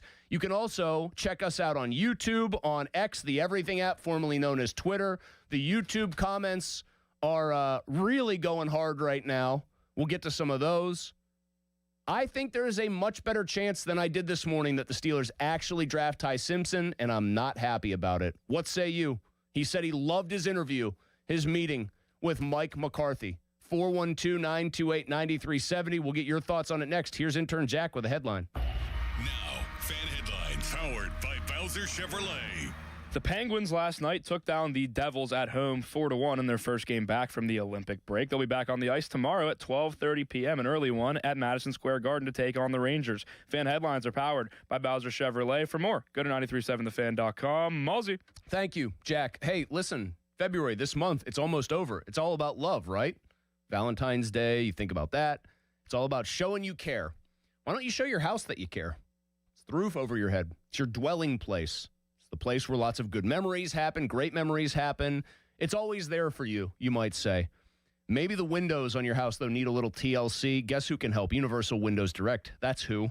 And right now, they can help you in a big way with a great deal. Buy 2 windows, get 2 free with no limit. Need 10 windows, half of them are on the house. Need 20 windows, half of them are on the house. That's how it works. Plus, you'll get 0% interest for 36 months. And when you schedule this month, you'll get $500 off your entire home improvement project. You'll also get their windows, which have their exclusive super spacer technology, which means cold air stays out, warm air stays in, fewer drafts, more comfortable house, lower heating bills. Don't wait, okay? Give your house the TLC it deserves. Your windows the TLC they deserve right now. Call 412-545-6003 or visit universalwindowsdirect.com. Like me, you'll be saying, I love my windows. Don't miss the Panthers Insider Show every Saturday morning from 8 to 9 with Pat Bostic. The best insight with the top guests and everything you need to know about Pitt. The Panther Insider Show is brought to you by Voss TV and Appliance. And it says live, Joe Ball GMC and PGT Trucking. Sports Radio 93.7, The Fan. Now, fan headlines powered by Bowser Chevrolet. This Odyssey Sports Minute is presented by Morgan & Morgan, America's largest injury law firm, forthepeople.com. This is an Odyssey Sports Minute. It was reported yesterday the Colts have given Anthony Richardson permission to seek a trade. That's step one before a team releases a player. Out of Florida, Richardson had a lot of talent, but talk about the prospect was that he would need time to develop. Watch a smart team with a starter already pick up Richardson and see if they can develop him long term. I'm Chris Black. Now for the Gherkin Roofing and Contracting Call the Pickle Today Traffic Center.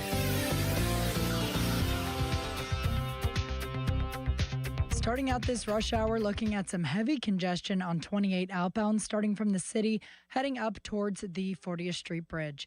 On the Voice of Pittsburgh, 100.1 FM and AM 1020, I'm Margot Renzel. Buy 4 windows and get 4 free from Window Nation. WindowNation.com. Right now, buy 4 windows and get 4 free from Window Nation. Plus, you could get no payments or interest for 2 years. Act now and you'll get an extra 10% off for Valentine's Day. Don't miss out. This offer ends soon. So schedule your quote right now at WindowNation.com. Live from the ShoreKeyMitsubishi.com studios, North Huntington and North Hills. Afternoons with Pony and Muller, Andrew Filipponi and Chris Muller. Sports Radio 93.7, The Fan.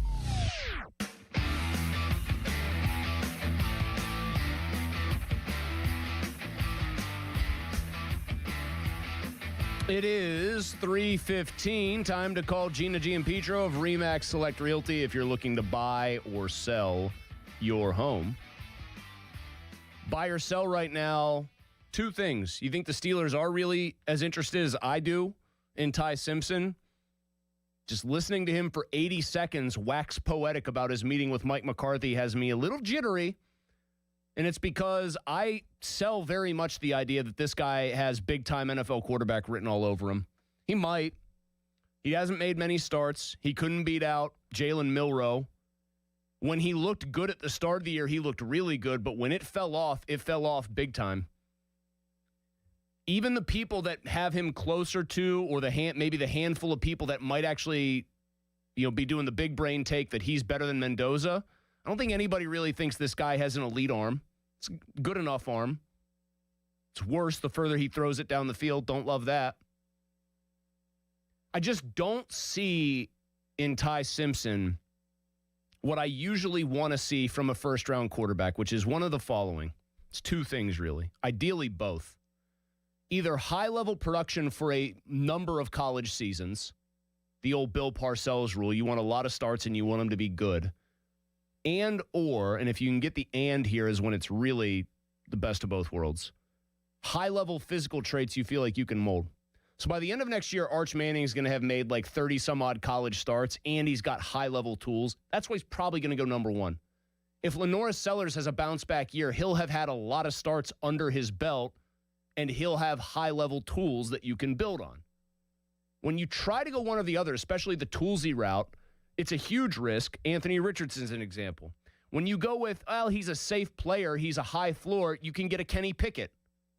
I don't think Ty Simpson is Kenny Pickett. I think that's unfair to say. I said J.J. McCarthy was the next Kenny Pickett. Guess who looks pretty smart right now? Jackson Dart. Okay, Joe Starkey loved him. Jackson Dart showed flashes for the Giants. The problem is Jackson Dart might last 5 minutes in the NFL because he has basically said, I'm not going to change the way I play. And the way he plays is, I like to get concussions. If you're betting on Ty Simpson, I honestly think you're betting that like Ty Simpson's brain and Ty Simpson's processing and all that stuff supersedes Ty Simpson's otherwise average profile as a prospect. And I'm starting to think the Steelers, because they've got Mike McCarthy and because Mike McCarthy wants to make his mark, he doesn't want to be just the guy that took over, coached for 5 years, nondescript years, and then left the place, no different or worse than he found it. I think he wants to put his stamp on this by getting a quarterback. What say you at 412-928-9370? Mr. Old School, love talking to him. He's on the Fan. My guy, what's going on? First, I want to give a shout-out to my nephew, Khalil Dinkins, who's down at the draft right now. And also, I agree with you. I would take a shot on Drew Aller in the third. Ty Simpson, 6'2". He might just be 6'2", and he does not throw a good deep ball. I do not want a guy. We got a deep ball receiver, and you're going to bring in a quarterback who can't throw a deep ball? That makes no sense. I don't care if you can develop him. You can't develop a stronger arm to throw deep. We need somebody who already has a strong arm but don't have the stones yet, which I watch Aller because I watch my nephew. So we can probably bring him around. He has all the physical traits, so I'm right in your wheelhouse. That's the other thing. You can make it's still hard to do, but you can make an inaccurate quarterback more accurate. That's basically, in a sentence, the Josh Allen elevation story in the NFL. You can't really make a weaker armed quarterback more strong arm. I mean, those guys can exercise and try to improve their arm strength, but that usually is what it is by the time you're Ty Simpson's age. Here's the other problem, Mr. Old School. I've read all the write-ups on him. People say, oh, yeah, he processes it well, but he doesn't still anticipate well yet. Maybe he will. The only way to be an average-armed quarterback who can make every throw in the book is to be able to anticipate your way through your progressions and throw to spots. And if he's not doing that at a high level yet, I'm wondering if he ever will. I think he could be like an okay NFL quarterback. But the whole point is, do you want to draft okay? I don't, especially in the first round.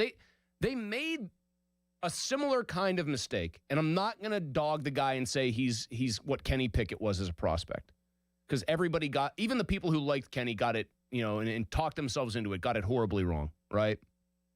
And you'll recall at Kenny's draft time, because he's a quarterback, people who now say, oh, how could the Steelers have done that, didn't completely crush it at the time. Like, I'm talking national analysts. But, you'd be making a similar kind of mistake betting that your environment would get the absolute apex out of the guy, when I would much rather you say, we're going to draft a receiver at 21, or we're going to move up or move down. We're going to maybe get another receiver in one of our third-round picks. We're going to try to grab ourselves somebody really useful at corner maybe in the second round. And by the way, if Drew Aller, whose stock has fallen for a variety of reasons because he showed up small in big games, because he got hurt, etc., if Drew Aller's around in the third round, oh, hey, how you doing? Because there's a better chance you can turn Drew Aller or a Taylon Green in the late rounds, for example, big dude, rangy dude, etc. at Arkansas. There's a better chance you can turn one of those guys with the physical gifts, I think, into a more polished NFL player than there is that you can take a somewhat clean prospect or polished prospect who lacks the upside and create new upside. Like, again, I'll bring up this point because I've made it a lot. One of the big talking points about quarterbacks, period, is you've got to give these guys time to develop. You can't be so harsh. And who do people use as the poster boy for that right now? Sam Darnold. Sam Darnold is not a low-ceiling player that was elevated by the Seahawks. He was the third effing pick in the draft in a loaded quarterback year. I thought he'd be the best guy in that draft. He's 6'3". He's got every throw. He can move a decent bit.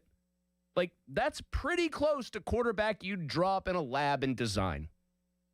And I think people are trying to apply, like, that whole you've got to be patient with quarterbacks to anybody that gets drafted when the guy that is, like, the poster child for it was a very high pick and a very, more to the point, a very talented player who just needed to find, like, the right situation. I'm trying to think, is there a guy that's out there right now that we would all collectively agree does not have a ton of physical ability, but bounced around a little bit and then found his shot? Brock Purdy's got decent physical ability, but he found the right place because he got drafted by a team where the system really fit his skill set. I don't think there is a Sam Darnold analog who was like a lower ceiling player. John is on 93.7 The Fan in Cannonsburg. Hey, John. Hey, what's going on, Chris? Yeah, here's the deal. And one, I don't think they should draft any quarterback this year. I think that there's more upside in the draft next year with I'd take a flyer on one. Even with the vaunted Will Howard, I'd still take a flyer on one. I get what you're saying. I think there's more higher upside than I want them to draft. I want them to draft what they think is going to be their long-term starter at the position next year. But I'm willing to take their the fifth pick they make in this draft, which will be in the third round if they don't trade any of those early picks to move up. I'm comfortable with that being Aller just because he could have been QB1 before this last college season actually started. That's all. Yeah, I agree. And honestly, I hate to say it, I'm a Pitt fan, a Pitt season ticket holder, so it's not biased on my part. I feel like if I close my eyes and I listen to what they say about Ty Simpson, I'm hearing exactly what they said about Pickett.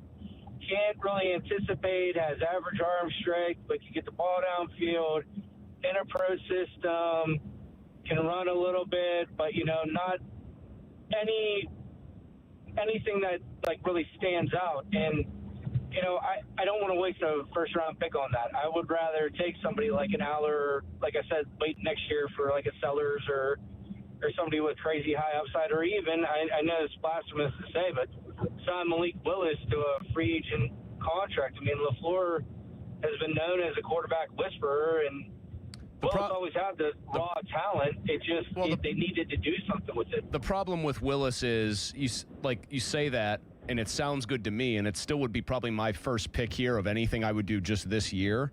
Because if you sign him to a 2-year, if you can get him to sign a 2-year deal where it's a premium price, but it's not a lot of term, you're not locked into him if it doesn't work out as well as you wanted it to. The problem with him is he's a free agent. You just said it. And free agent gets to pick where he wants to go, gets to pick his situation. Thanks for the phone call. And I think there's a very good chance Malik Willis picks a different situation. 412-928-9370. Ty Simpson gushes about his Mike McCarthy meeting. Steelers have a gaping hole at quarterback, and I'm starting to wonder if they're going to talk themselves into filling it by drafting Ty Simpson. Not what I want. 412-928-9370. Do you? I say the idea that Ty Simpson feels more likely to be their pick than he did, I don't know, this morning is a bad thing. Maybe you think it's a good thing, though. Coming up, intern Jack is at the controls, which means he is going to pinch hit for the very important Donnie football debrief. I'll put this out there again, 412-928-9370.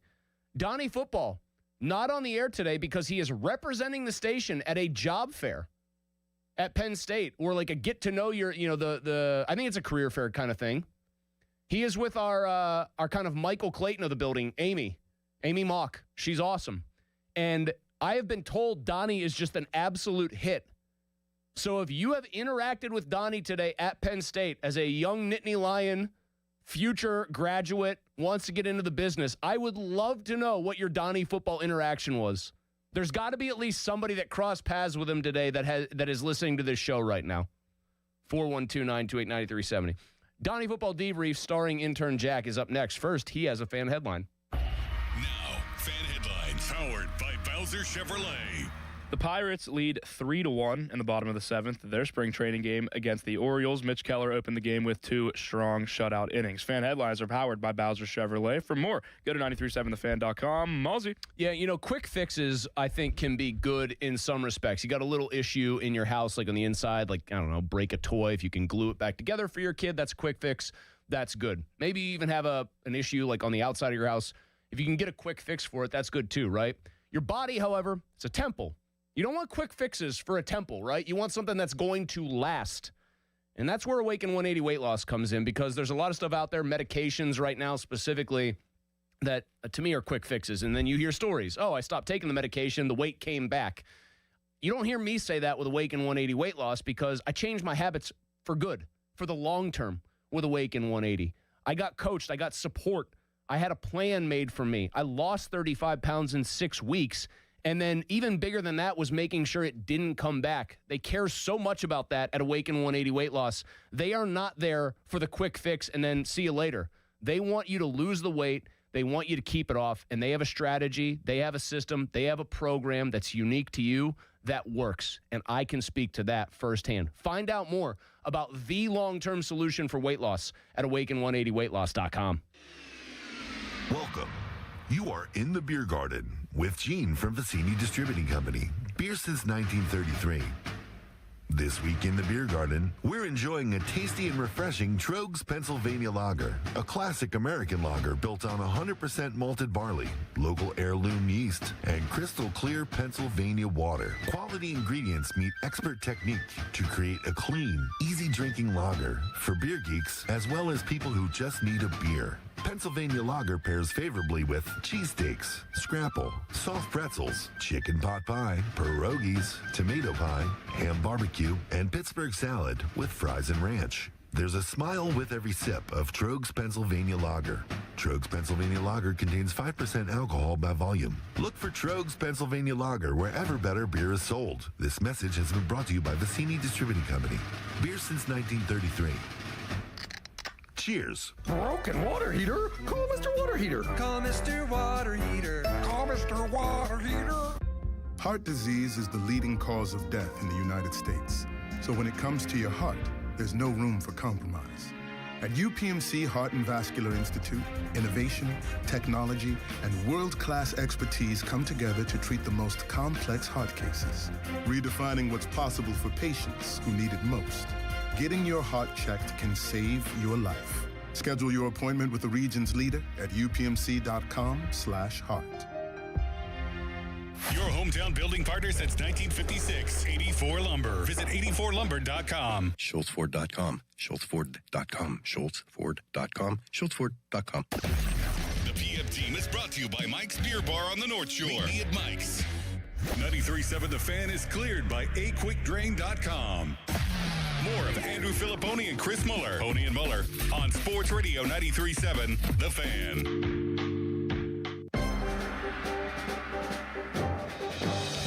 All right, it's that time a little bit early because Mark Cabali is going to join us in 15 minutes or so for the Donnie Football Debrief. Donnie's biggest story of the day, except this time it's intern Jack, who always has takes, who's actually been used by Pony. Your takes and tweets have been used by him to generate show content more than things I come up with on a given day. I don't know how I feel about that. Anyway, Jack, take it away. The Debrief, February 27th, 2026. The great Nick Farabaugh tweeted today. And he'll be joining us at 5:30 today for a later edition of Fair Game with Farabaugh. He will be. At 11:43 a.m., as of 11:43 a.m. today, he says, well, from what I can tell, the wide receivers the Steelers had formal meetings with Makai Lemon, Carnell Tate, Jordan Tyson, Casey Concepcion, Omar Cooper, DeZon Stribling, Elijah Surratt, Denzel Boston, Caden Wetchin, Gurmy Bernard, Antonio Williams, Zachariah Branch, and Malachi Fields, which is 13 wide receivers out of the 45. That Caden Wetchin guy, by the way, if they were to pick him later in the draft, you want to talk about Yinzers, Wetchin, and he would be very popular. Do you know why? He is a white speedster from Iowa who's like Tim Dwight 2.0. And he's legitimately like incredibly explosive, but Wetchin! Instant fan favorite. Sure. Would they yell Heath? I think they would yell Heath. Probably would. I think you could give Heath Miller a 30-yard head start and that kid is fast enough to catch him. He's that kind of dude. Anyway. Essentially what I'm getting at here is I know we spent the last 2 segments basically talking about Ty Simpson and how you think the Steelers might actually take Ty Simpson. Mm-hmm. Getting nervous. And I know that not all 13 of these guys are first-round talents, but do you think the Steelers will go wide receiver in the first round? Even though I have like scared myself into thinking that they're going to go Ty Simpson, that like McCarthy's going to, as much as McCarthy's personality allows him to do, pound the table. I think at the end of the day, cooler heads probably prevail there. And I think they look at it and say, we'll take like a flyer on somebody later in the draft and maybe like have him and Will Howard dueling to the death for a spot on the roster, that kind of thing. Although Will Howard would have the inside track. Who am I kidding? I think they probably are going to take a wide receiver. And so of the 13 you mentioned, here's how I look at them. Lemon's undersized compared to some of these other guys, but he's that's the hardest thing. Like, he's a playmaker, man. Like, when he goes out there, it's nice when you watch like the big schools, the USCs, the Ohio States. You see these guys a lot. Indiana now is a school that qualifies as such. You quad box these games, and I try to just tunnel vision it. When you watch Makai Lemon, he makes plays. And then like the hardest thing to project is, okay, how does that translate at the next level? It usually does pretty well. Carnell Tate, I still think, is the most complete player. That doesn't always mean best, by the way. I do think he's the most complete. I think the size in like overall route tree, like very polished. If you are going to keep DK Metcalf on this roster, I do think you need somebody that runs every route in the book, and I think Carnell Tate pretty much fits that bill. I just, again, smooth, polished operator. They've had Ibuka be that guy. I think JSN turned into an obvious, he can play outside, he can play slot, he can do whatever kind of guy. The dude of all those names, in like first round names, that does intrigue me because he was like the only option on his team and he would still just ball the hell out, is Jordan Tyson. Absolutely. That's the guy I keep coming back to. I've said I want them to take Tate because I think he is both, he's the best combo of safe but upside too. Like, I think that you are very likely to get a very productive NFL receiver, like probably a wide receiver 1 at the end of the day. If Jordan Tyson stays healthy and fixes whatever these soft tissue problems, it was a hamstring this year that he played through and battled through for them as much as he could. If that dude's healthy, I think that guy's the game breaker, man. I think he's the star, like, of any of these players. And I know that receiver is such now that a lot of these guys could turn into the star of a team. That guy seems like the dude. I agree with you. Now, you watch a ton of this. I know you're a freak. You're a psycho like Pony. You're watching all this stuff. Now, I'll ask you this. Do you think a trade-up is one possible, or would you want a trade-up? Because, in my opinion, I know I've seen Makai Lemon out of the 3 mocked to the Steelers at 21. I don't think that's going to happen. I don't think there's any way any of the 3 of them are available at 21. I think maybe Tyson falls that far because they're scared of the injury concerns, which is reasonable. But if Tyson's there at 21, I'm 100% taking him if I was the GM. And the other 2 guys that I've seen, or maybe 3, I've seen Concepcion, I've seen Denzel Boston, I've seen even Omar Cooper slip into the first round. I would not. I think Cooper. Well, Boston's just a physical specimen. He's like hey, do you like? It's like, what was the old Pimp My Ride with Exhibit? Hey, we saw you like some DK Metcalf in your receiver room. We got to add more DK Metcalf to your receiver room. That's basically what that would be. I have not seen enough of Boston to know how the route tree is and like how I've heard that it's more of a polished, like he plays like a more bendy player than his size would indicate. So you're not just getting maybe like the physical freak who's going to run a handful of routes. I think Cooper being a first rounder is like way too good. I agree. Like, him in the second or the third, him as just a top 100 player, I get it. Him as a top 32, no. I like Surratt a lot from Indiana. Because he just struck me as a guy who had a lot of polish too, because Mendoza would just throw those back shoulder balls, those outside the number balls, and he would just go and get almost every one of them, man. That Indiana wide receiver room was kind of hard to evaluate, in my opinion, because I liked all three Charlie of the guys. Becker, Becker's a stud. Becker was unbelievable. Becker's a stud. Yeah, I don't know. Those guys are the wild cards to me. Cooper and Surratt. Man, Tyson did not have like a crazy athleticism score. I love these Lance Zierlein breakdowns on NFL.com. Like that's my first go-to to just see how he stacks up. His combine wide receiver rank, they do a total score, was second. I'm imagining that Tate is pretty obviously first on that list without even looking. Not a great athlete, but learned under Hines Ward. And I love these comps. Terry McLaurin, man. Yeah, sign me up for another Scary Terry. I think everybody who's listened to this show knows I'm a big Scary Terry fan. I think I've tried to engineer trades that involve the Steelers getting Terry McLaurin for like 4 out of the last 5 years. Tyson is the guy for me, though, if you are willing to deal with the risk of injury. I think that's the highest upside there. I can't stand when my team drafts for floor and safety. So, I mean, I think Tyson 100% has got the highest ceiling. And when you're in a spot like the Steelers are, I think they have no direction right now, and I don't think they're winning anything anytime soon. I'm going with the guy with the highest ceiling. If I could pick, I think I think if I could pick my pick 2 from that 13 they had formals with, and you get one in the first and then one that you think is going to be available at a later round. This is going to sound crazy because I don't really know where Surratt's getting placed right this second. I'd go Tate Surratt, I think. I would not be mad at that. I just don't know how you're going to get Tate unless you want to give up I think you have to give up one of those picks. I mean, you got to give up more than that. If Tyson falls because of injury concerns at 21, I think at the end of the day I'm with you. I think you gotta pull the trigger on that because it's probably too much value. There's always going to be a risk there. Thank you, Jack. Let's go back to the phones. Jack had a good topic right there. You can sound off on that. Is there a wide receiver you are very much have you fallen in draft prospect love yet? I'm trying to think, what was the last time Steelers fans did that? I don't think there was people fell in love with Pickett. I'm not going to harp on that too much more.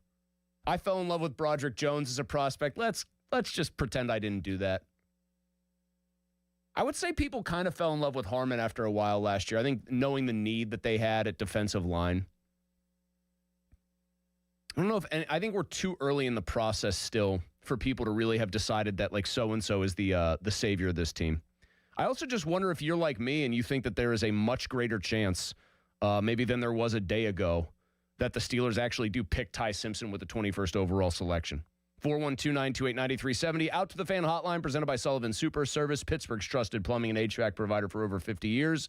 We go to talk to Dan in Murraysville. Hey, Dan. Hey, guys, 2 quick points.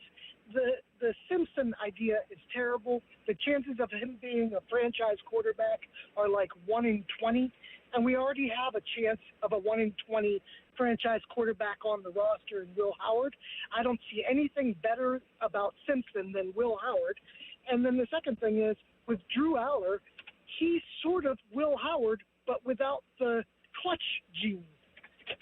I think that Will Howard's actual physical tools are lesser than Drew Aller's. I think it's inarguable that his arm is much better. His size is a little bit better even, and I think the difference in running ability is probably negligible. I mean, I get what you're saying. He is Will Howard without the actual accomplishments in big games. What I don't agree with, though, and I can't believe I'm saying this because I just spent 30 minutes kind of slagging the idea of picking Ty Simpson. I think Ty Simpson has a clearly better chance to be an impact quarterback than Will Howard. And I don't think Will Howard's chance is 1 in 20. I think it's worse than that. Ty Simpson's might be 1 in 10. I don't know. You'd hope it's better than that. Maybe 1 in 6, 1 in 5, 20%. Any first-round quarterback that's not a slam dunk Andrew Luck or John Elway type of prospect or Peyton Manning, you'd think those are 50-50 at worst. I think a lot of your first-round quarterbacks, though, end up being in that 25 to 45 or 50% range at best. But I'm not going to sit here, okay? I am not going to sit here and say, well, this guy that's getting mocked by some people in the first round has about the same chance to make it as Will Howard, who lasted until the 6th round. What are we doing? Unless he becomes all-time great, and it's Brady 2.0, at which point I will obviously come on the air and say, well, I'm an idiot. We're going to have to do like an ESPN 30 for 30 about Pittsburgh sports, like radio callers or Pittsburgh sports fans in the social media era. The Will Howard, like who got a serious case of Will Howard disease. I am aware that Johnny the Barber loves Will Howard. And I am aware that Johnny the Barber, if he could do the perfect Steelers draft, would just say draft 12 Ohio State players if there are even 12 players to draft. The rest of you, what are you doing? Let's go to Chipper right now. I think this is the first Chipper I have spoken to in my life and the second Chipper I have heard of other than Chipper Jones. Well, then you should feel honored then, correct? Yes, I do. So just to make sure, you are not a fan of taking Ty Simpson in the first round, correct? Not at all. Okay. But then you had said about possibly taking Drew Aller in the 3rd round. Is that correct? Yeah, later 3rd. And to your comparison, you said, if I remember this right, that his cojones shrivel up. He may have the arm, not a big game. Size. He's got everything. It's the Billy Bean bit. Guys, this is Drew Aller. Laser rocket arm, good mobility, prototype size. There's just one problem. When the games get big, he apparently cannot play. That's the bit here. So using that comparison, other than he shrinks up in a big game atmosphere, isn't that the same kind of quarterback that we drafted in the 6th round last year? So then why would you want to waste a 3rd round draft pick this year on the because same I think that drafted? I think the actual physical tools are considerably better than Will Howard's. Like I guess the thing that people refuse to acknowledge about Will Howard, it seems to me, and I think Will Howard obviously did a great job leading them to a national title, had a horrible throwing day at the combine. Just does not have the arm talent that I think people seemingly attach to him with no real basis in fact. That would be my big difference. Aller can make every throw, and people have seen him make every throw. Will Howard his arm is fine. I would not call his arm even good by NFL standards. It's fine. Like I just think that because he's 6'4", because he's 235, people assume that, well, he must have a howitzer for an arm, and treat him accordingly. Coming up, Kaboom, Mark Kaboly will join the show as he does every Friday. His biggest takeaway from the combine, and also I wonder if Mark shares my thoughts that suddenly this Ty Simpson in the Steelers idea might have really heated up, honestly, with the fact that Ty Simpson was just gushing about his formal meeting, his formal interview with Mike McCarthy. So we'll talk to Kaboom about all of that coming up next. I'll tell you fan weather right now, brought to you by Secure Money Advisors. It's 55 degrees, pretty nice actually. But if you're tired of the weather that we've had for the most part lately and you want to retire in Florida, let Secure Money Advisors help plan your retirement. Kaboom, Mark Kaboly is next here on 93.7 The Fan. First, a message from Pony. Hey, it's Andrew Filipponi for Comer and Cross. Guys out there, once we get to spring and then summer, we spend a lot of time in our garage. That's where we keep our tools. That's where we keep our vehicles. That's where we keep our sporting goods. We're in there a lot. Our outdoor stuff, our landscaping stuff. Let Comer and Cross revitalize your garage floor like they did for me. Please, you owe it to yourself to call these people. Their schedule is going to fill up because they do such a good job. They're premium concrete coating floors. My floor was disgusting, stained, cracked. I went to the experts. I didn't try to do it myself. I didn't try to do a bad epoxy job. I knew my limitations. I told my wife we're going to do this, and I'm so thankful. When I tell you they were as efficient as possible, I mean that. Literally, they got to my house mid-morning. They were gone by late afternoon. I had a bunch of stuff in my garage. They took it out, and then they did it all in one day, and it looks amazing. My sister was in town last weekend. She complimented me on it, and I don't get a lot of those from her. So call Comer and Cross now and get a free and quick, easy estimate before their schedule fills up. 1-800-NEW-FLOOR, or you can tell Siri. Call 1-800-NEW-FLOOR to speak to them, or go to COMERcross.com. I've always wanted to learn French, but the app I tried didn't help. If you want to memorize words in another language, There's an app for that. But if you want to really learn another language, there's Babbel. Babbel was designed by over 200 language learning experts to be the most effective way to learn another language. With other language learning apps, I was just playing games. I wasn't really learning. Babbel's different. Every time I open the app, I can choose to work on my writing, speaking, or listening. And it saves my mistakes for me to review, so I'm constantly improving. Babbel feels like it was created intentionally by people who really know what you need to learn another language. Before Babbel, I thought I just wasn't good with languages. But now I'm speaking French. Tout ça, c'est grâce à Babbel. Want to really learn another language? Save up to 50% on your Babbel subscription when you sign up at Babbel.com. That's Babbel.com to save up to 50%. Babbel.com. Shoot your shot on Prize Picks and get $50 bonus credit instantly in lineups when you play your first $5. That's right, Prize Picks is now giving you $50 bonus credit in lineups when you sign up and play your first $5. Prize Picks makes every dunk, every dime, and every board that much more exciting. So don't miss this chance to get started on America's #1 app for sports picks. On Prize Picks, you simply pick 2 to 6 players, pick more or less on their stat projections, and submit your lineup. Prize Picks also has early payouts. If your lineup gets off to a hot start, you now have the option to cash out those winnings before the game even finishes. And with player stacks, you can also pick the same player up to 3 times in the same lineup. Download the Prize Picks app today, use the code ROAM, and get a $50 bonus credit instantly in lineups when you play $5. That's code ROAM on Prize Picks to get a $50 bonus credit instantly in lineups when you play $5. Win or lose, you'll get $50 in lineups just for playing. It's guaranteed. Prize Picks. It's good to be right.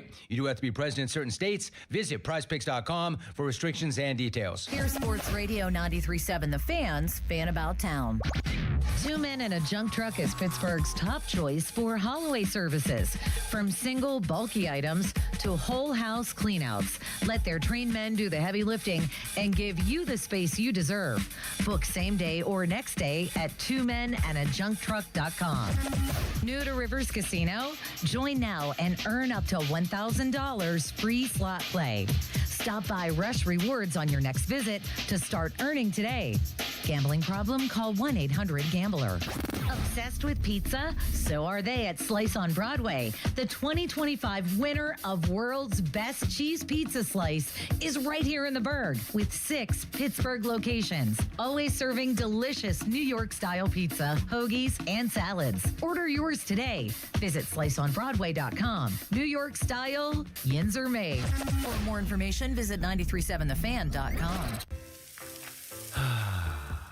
That's the sound of James adding long-lasting Gain scent boosters to his laundry this morning.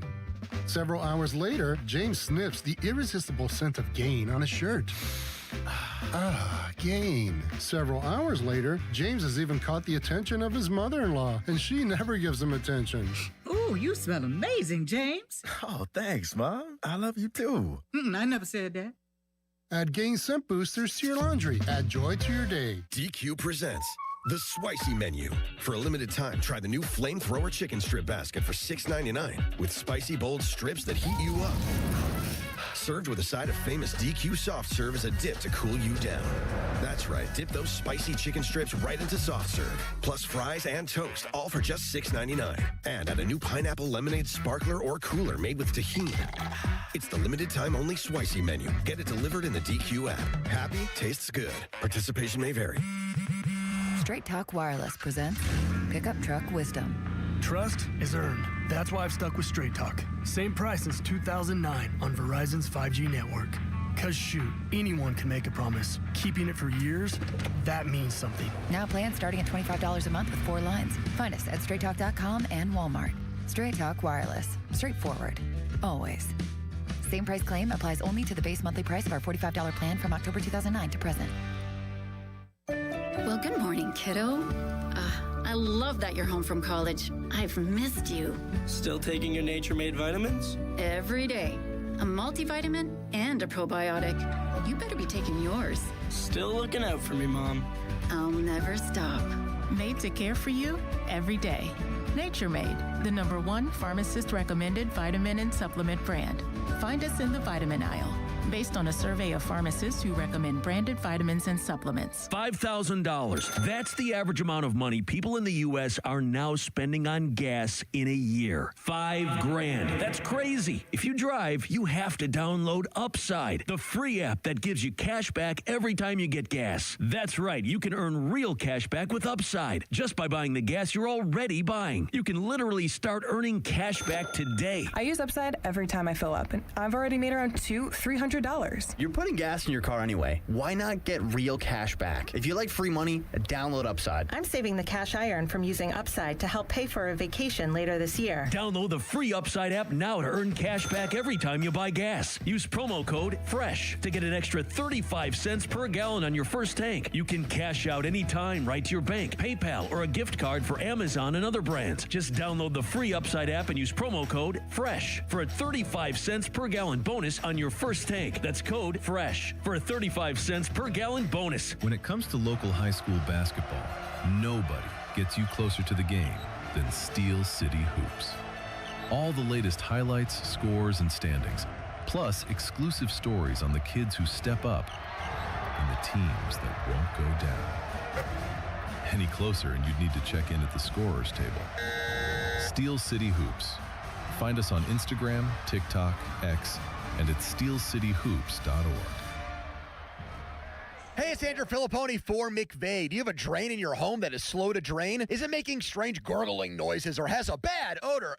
These symptoms could mean there's a blockage in your main sewer line. Don't wait for a complete backup and causing more repairs and costly damage. Call the trusted team of experts at McVay Plumbing, Heating, Cooling, and Electric and get your home flowing smoothly again. If you need your sewer line repaired, McVay offers free second opinions on any main line repair or installation. Call McVay or visit callmcvay.com. Some restrictions may apply. Did you know about 1 in 3 people with plaque psoriasis may also develop psoriatic arthritis, which causes joint pain, stiffness, and swelling? Does this sound like you? Listen to what it sounds like to be a million miles away. Tremfya guselkumab, taken by injection, is a prescription medicine for adults with moderate to severe plaque psoriasis who may benefit from taking injections or pills or phototherapy, and for adults with active psoriatic arthritis. Serious allergic reactions and increased risk of infections and liver problems may occur. Before treatment, your doctor should check you for infections and tuberculosis. Tell your doctor if you have an infection, flu-like symptoms, or if you need a vaccine. Imagine being a million miles away. Explore what's possible. Ask your doctor about Tremfya. Visit Tremfya.com or call 1-800-526-7736. Sports Radio 93.7 The Fan. Get the latest on Pittsburgh sports from anywhere with the Odyssey app. Listen to shows and Pirate games live. Check out our exclusive interviews and content anytime. Download the Odyssey app now and never miss a minute. Sports Radio 93.7 The Fan. Our cheese logs are so good, people complain there's too much cheese. Only at Bubba's Gourmet Burgers and Beer. For tonight, expect temperatures to dip into the mid to upper 30s under partly to mostly cloudy skies. Southwest winds around 5 to 10 miles per hour. On Saturday, partly cloudy with a high of 56. Winds out of a west-northwest at 10 to 15 miles per hour. And Saturday night becoming mostly cloudy with a slight chance of rain showers mixing with snow late. I'm KDKA First Alert meteorologist Trey Fulbright with your forecast. Now for the Gherkin Roofing and Contracting Call the Pickle Today Traffic Center. Reports coming in for a multi-vehicle accident on the Parkway West inbound. Right before exit 65 towards Carnegie, there's a lane restriction and some heavy congestion backing you up on that route. On the Voice of Pittsburgh, 100.1 FM and AM 1020, I'm Margot Renzel. Text us on the Edgar Snyder and Associates text line at 412-928-9370. Edgar Snyder and Associates reminds you to text responsibly. Sports Radio 93.7 The Fan, built by Window Nation, home of the buy two get two free offer. HD1 Pittsburgh, an Odyssey sports station, live from the Jim Shorkey Mitsubishi.com studios, North Huntington and North Hills. Always live and free on the Odyssey app.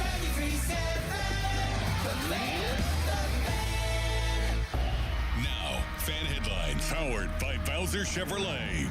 We're doing 40-yard dashes at the Combine right now, defensive backs, which reminds me of one of my favorite Combine moments ever. Troy Apke, Penn State, Mount Lebanon, runs like a 4.3 flat. Dion just casually, he's fast. What do you mean by that, Dion? Oh, you know. I thought you were going to tell me Chris Jones was your favorite. Chris Jones? You don't remember he had a wardrobe malfunction? Oh. Well, no, the one we always cite, now I remember that. Jesus, I think for obvious reasons I tried to forget. The one we always cite is Andre Smith, where somebody put the black censorship bar over it when they actually put a still shot of it up. He's That's a great one. 10-year guy in the league, right? Yeah, well, which is why it's funny. He ended up making a lot of money in the NFL. He's got a nice NFL pension. I'm sure he laughed all the way to the bank. Another one was of Nate Herbig. I remember at the Combine, 6-7 years ago, I had to interview him for the PFWA website or whatever, just to get the quotes out.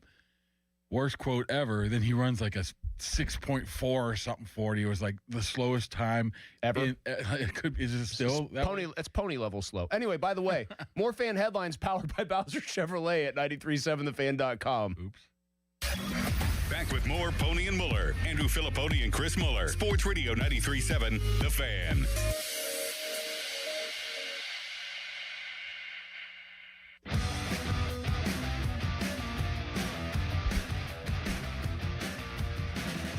PM Team, a Friday. It started out as Bald Guy Appreciation Friday. We sang the praises of Dan Muse. Mark Cabali, not bald, is here. You always wear a hat, so I actually don't think I could. Okay, yeah, it's the same hair you've always had. Yeah, since probably 10 years old. A little lighter up top. Did you ever try getting a different haircut? Hey, change it up, barber. When I was 12, 13, 14, I used to get line shaved in my head like Brian Bosworth. Oh, yeah. That was the cool thing to do. When Boz got run over by Bo Jackson, did he cease to be cool at that point?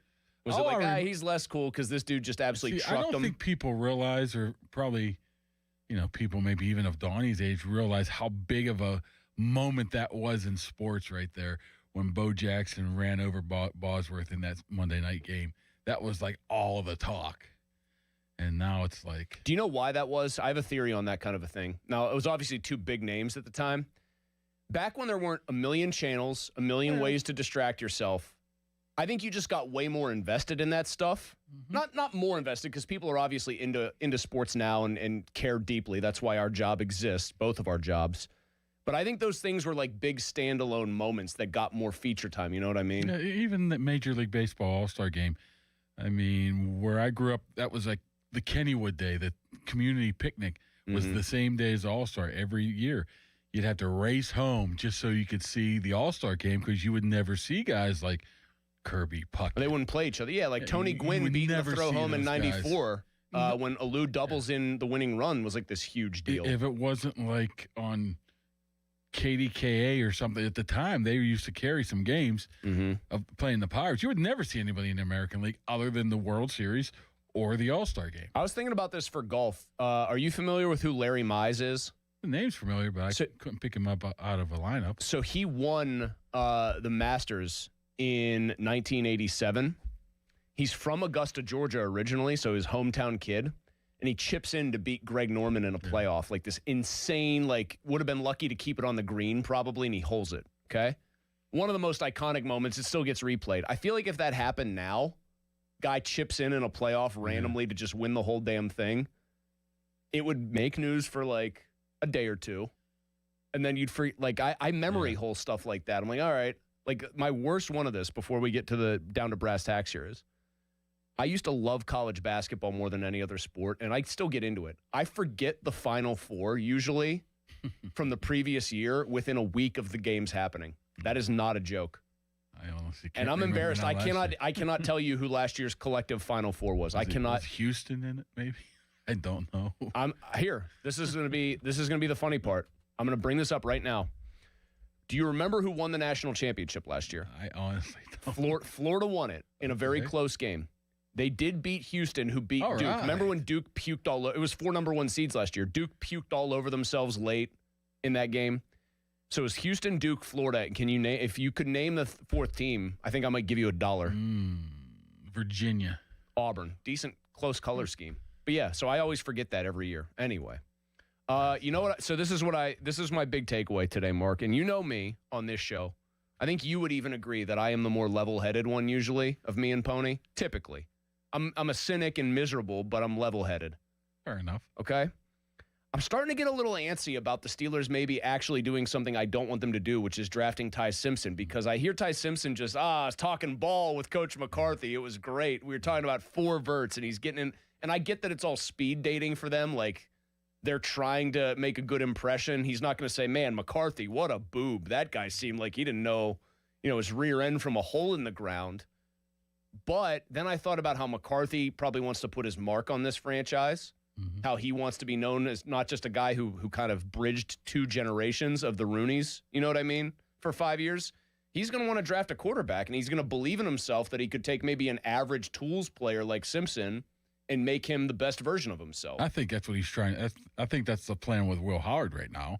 Exactly what you said. Take a guy with average tools and be able to mold him into a quarterback. I think that's why he is being talked about so much. But as for Ty Simpson, I could see a twofold right there. First of all, as you said, Ty Simpson, the only way he makes news is to say something negative, right? Say something bad, act like an idiot on that podium space. So he's going to have to say something nice. He's also talking about a potential employer, so he's not going to take one off the board by saying this sucked. Yeah, and being able to be around McCarthy a little bit recently, he's a very personable guy that you can see you can gravitate and like really easily, good sense of humor. So I could see those guys kicking it off, hitting it off, so to speak, in a setting like that, because McCarthy making some jokes, making him feel at home, making him feel welcome. He might like McCarthy, but I don't know. I don't see it, honestly. I really do not see them going quarterback in the first round at all. All right, I just don't. I just think it's going to be, for the lack of better terms, status quo. Rodgers, Rudolph, Howard, flip Rudolph. So Howard, not even like a take a flyer on Drew Aller if he's sitting around there and like end of day 2 or beginning of day 3. It depends on what the flyer is, because if you're saying third round, your last third rounder. Now you're pretty much. What about fourth round? Well, what I'm saying is, whatever that guy is, are you willing to say, if we have to cut him, we can cut him. If some other team picks him up off the practice squad, I'm fine with this. Because what I'm saying is, if Rodgers if Rodgers comes back, you don't want a 43-year-old starting quarterback, followed by a guy you like, Will Howard, air quotes, right, to Ty Simpson or Drew Aller in the third, and you want to keep him, not one of them has a snap under their belt. What do you do? I mean, at that point, though, humor me. Wouldn't their season, if, say, Rodgers goes down in week 3, comes back, breaks a leg, not that I'm wishing that, obviously, but he's out for the season with an injury. Even if it's Mason Rudolph, I mean, I think we know at this point, your season's pretty much toast. So why not at that point say, Rudolph, you've once again been a loyal soldier to the Steelers, but we're gonna cut you loose here. We'll have Drew Aller in the 4th round, let's say, or late 3rd. And who cares that Will Howard hasn't had a snap of football? Just throw him in there. What happens if it happened like last year? He's out for 2 weeks, and you need somebody to bridge it real quickly, to be able to get him back, and you still think you can win 8, 9, 10 games in an open AFC maybe? I guess for the record, I think enough of Aller from a skill set perspective, even relative to Will Howard, because the arm is obviously better. I think the mobility is probably a wash, and he's even bigger than Will Howard. He's like every bit of 6'5", like what, 240, 230. I mean, he's kind of built like Roethlisberger in some ways. I would just say, you know what? Let's call everyone talks about how much we love Will Howard. Let's see if anybody else around the league does. And if Drew Aller just played better than him as a draft pick, like, all right. That's tough. I mean don't act, though, like they don't treat some of those late draft picks like disposable things. Chris Oladokun would like to knock on the door and say he a was word. like 7th rounder, right? Will Howard was a 6th rounder, though. I understand that there's a difference, but not that much. Yeah, I just, as for Will Howard, I just think they see him as a moldable piece of clay. Everything that you want in a quarterback, the size, they think his arm's good enough, but the intangibles that you can't teach, the winning late, the 4th quarter action, the leadership. Oh, they love those intangibles. They like that stuff that you don't have to teach. Now, McCarthy comes in and says, hey, I can teach you how to play quarterback at a high level. I think that's why you're hearing a lot of positive things coming from the organization. That's a big difference to me from this staff and the last staff. Mike Tomlin would have never come out in March and February and tell you about a guy who has 0 snaps under his belt and how excited they are about him. They're putting a lot of pressure on this guy right now. So you put real stock in all that, and that's not just McCarthy saying nice things, because what the hell is he going to do? Trash him? I think he is definitely interested in his ability. Now, can he get the best out of him? Like I said, I think he really takes to heart his ability to, maybe not the Aaron Rodgers and the big-time people, but some of the mid-level guys he's turned into decent players. Like, I mean, I hate to say Scott Tolzien, but somebody like that. Matt Flynn got paid, and he was average. Cooper Rush, he turned into a decent player, right? I mean, I'm not looking at those as like massive Mike McCarthy success stories, because, honestly, man, then I would say like bully on, God, I don't even remember who it was now. Well, Matt Canada had been fired by this point. So does Mike Sullivan get credit because Mason Rudolph played really well in 3 games when he came in? You know what I mean? Does Eddie Faulkner get credit for helping run the offense as well? I would think not. Something's going on out here. There's a lot of food. A bunch of food came from a local restaurant, and as far as I can tell, Jeff, it's Friday. You're not supposed to eat meat. Yeah, Jeff is. I don't think he's Catholic. He's Methodist. I don't even know the difference between any of them, so I apologize for that. I don't think that's like a across every religion. In fact, I know it's not. Well, if the Pope says you request that the pastors not use AI anymore, he can request that I can. Wait, I didn't see that. Apparently, what pastors are using AI? They using it to do their homilies? I guess he tweeted something about he suggests they don't use AI to write their sermons or something. Something's going on here, so Charlie, I would just take you behind the curtain of food here. Out there. I'll take you behind the curtain. There's a ton of food came from a local restaurant. Charlie told me that one of our listeners in the YouTube chat, Leslie, who's one of our stalwarts, she's in there every day. She's fun. She gets along with everyone. I think she's occasionally called the show. Had all this food sent up. Way to go, Leslie. I want to Charlie, come in here. I need Charlie to. Charlie, come in here and bring some food. We're waving him in out of the bullpen. Bring some food. Get on that mic. Jack, make sure his mic's up. So give me the Cliff's Notes here. What exactly just happened? There's like 7 containers of food here. And Jeff's destroying it. Mic check 1, 2. Yeah, you're good. We're good. All right, so apparently there was an anonymous benefactor, much like of the. I just said who it was, though. Okay. Our friend Leslie from the chat. And then there was somebody else, a woman who called in. That person is an anonymous benefactor. That one is an anonymous benefactor, because I forget their name because there was so much chaos happening in the moment. They dropped off food for us. I guess it's a lady named Julia, maybe? Yes, that sounds familiar. And Mark is going right to. I know. food. Yeah, Right, we're due for a quick break anyway. But Leslie, Julia, thank you. Wings, burgers, fried mushrooms, hot pepper cheese balls. There's legitimately 6 gigantic cardboard serving. There's one more over mobile there. serving containers, 7 of food. So, thank you, Julia and Leslie. It sounds like. Shout out to the chat, man. Thank you. I didn't bring my lunch, nor did I bring dinner. I brought my healthy shake, but this might be dinner. Look at Kabali. He's right back in here, wing in hand. I had to do some recon. Would you do some recon? Just feeling out the scene out there. Wings over there. We got some tater tots. I'll grab the name of the establishment of the food in 1 second. I know what the establishment is. I just don't know if that's one where are they doing business with us. I think the important imperative thing here is to thank the people who provided it via their generosity. They did leave us a note. The establishment left us a note. It's a very heartfelt note. Heartfelt. Yes. So if you want to read it, I can give it to you. No pressure at all. The gentleman, his name was Mike. Mike? Okay. Very nice man, and I appreciate him. Okay. And everything that he does. I'll give you the note. There's actually a loophole I can exploit here, believe it or not. And I'll be like a true veteran of the industry. There's a loophole I can exploit. All right. So Mark Kabali, who, by the way, is brought to you by Keystone Custom Apparel, the region's premier spirit wear and sports uniform provider. Kaboom just said he threw cold water on it, which I'm happy about. Cold water on the idea that the Steelers are really looking seriously at Ty Simpson. We'll find out from the man himself who he actually thinks is a likely first-round target coming up next. Plus, it sounds like those NFLPA report cards that got leaked are already already having an impact and a good one on the Steelers. Tell you about that too.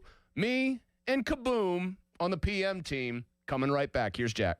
Now, fan headlines powered by Bowser Chevrolet. The Penguins last night at home won their first game back from the Olympic break 4-1 against the New Jersey Devils. They'll be back on the ice tomorrow at 12:30 p.m. in Madison Square Garden to take on the Rangers. Fan headlines are powered by Bowser Chevrolet. For more, go to 937thefan.com. Here's a message from Mr. Filipponi. Hey, it's Andrew Filipponi back to talk about the FanDuel Sportsbook. They're bucket list things as a sports fan everybody should do once, whether that's going to a major golf tournament, the winter games like we just saw in February, the big game, the March basketball tournament, all these things. Well, how about this one? FanDuel right now is giving you a chance to go see the NBA Finals in person. You can win a trip courtesy of my friends at FanDuel. All you have to do is use a profit boost on an NBA future, and you'll be entered for a shot to win an NBA Finals trip for two. I've been to the NBA Finals. I actually watched the clinching game. I watched the trophy presentation. I watched the confetti come down. It was really cool. And here's your chance to do the same thing. Go to FanDuel.com/Andrew to get started. I'm telling you, it's worth it. Play your game with FanDuel, the official sports betting partner of the NBA. 21 plus and present in Pennsylvania. No purchase necessary. Limit 1 entry. 4 profit boost token. Opt-in required. Must apply profit boost token on select market. Restrictions apply. See full terms, including methods of entry at sportsbook.fanduel.com. Gambling problem? Call 1-800-GAMBLER. Sports Radio 93.7 The Fan gets your day started with the latest in Pittsburgh sports with the Fan Morning Show with Doran Dickerson and Adam Crowley. Weekdays 5:40 to 10. Presented by Guardian Protection on Sports Radio 93.7 The Fan. This Odyssey Sports Minute is brought to you by Cohen Market's Crispy Chicken, the official crispy chicken of The Fan. Get in the zone, AutoZone. Welcome to A to Z Savings, our biggest sale of the year. Happy to be here. Can I get some rotors? Would you like brake pads with that? How much are the brake pads? Free with Duralast rotors. Free. Really? Really? Free. I also need some oil. Would you like an oil filter with that? Yeah. How much is that? Free with the oil. Free. Really? Really. Free. It's part of A to Z Savings with hundreds of deals. From A to free. Get in the zone, AutoZone. Ends March 9th. Restrictions apply. America, look around. Everywhere you go, prices are still high, rates have been whipsawing markets, and the debt and spending don't exactly scream stability. Experts say diversifying with intention is the #1 secret account that all American smart money uses to hedge against instability. Monetary Gold has been around since 2000, witnessing multiple economic setbacks. If you call now, Monetary Gold will cover up to a lifetime of your IRA fees on qualified accounts. Call Monetary Gold now at 877-NOW-GOLD. That's 877-NOW-GOLD. Performance may vary. You should always consult your financial and tax professional. Archie's on Carson Street in the South Side. It's Pittsburgh's premier venue to watch all the black and gold games.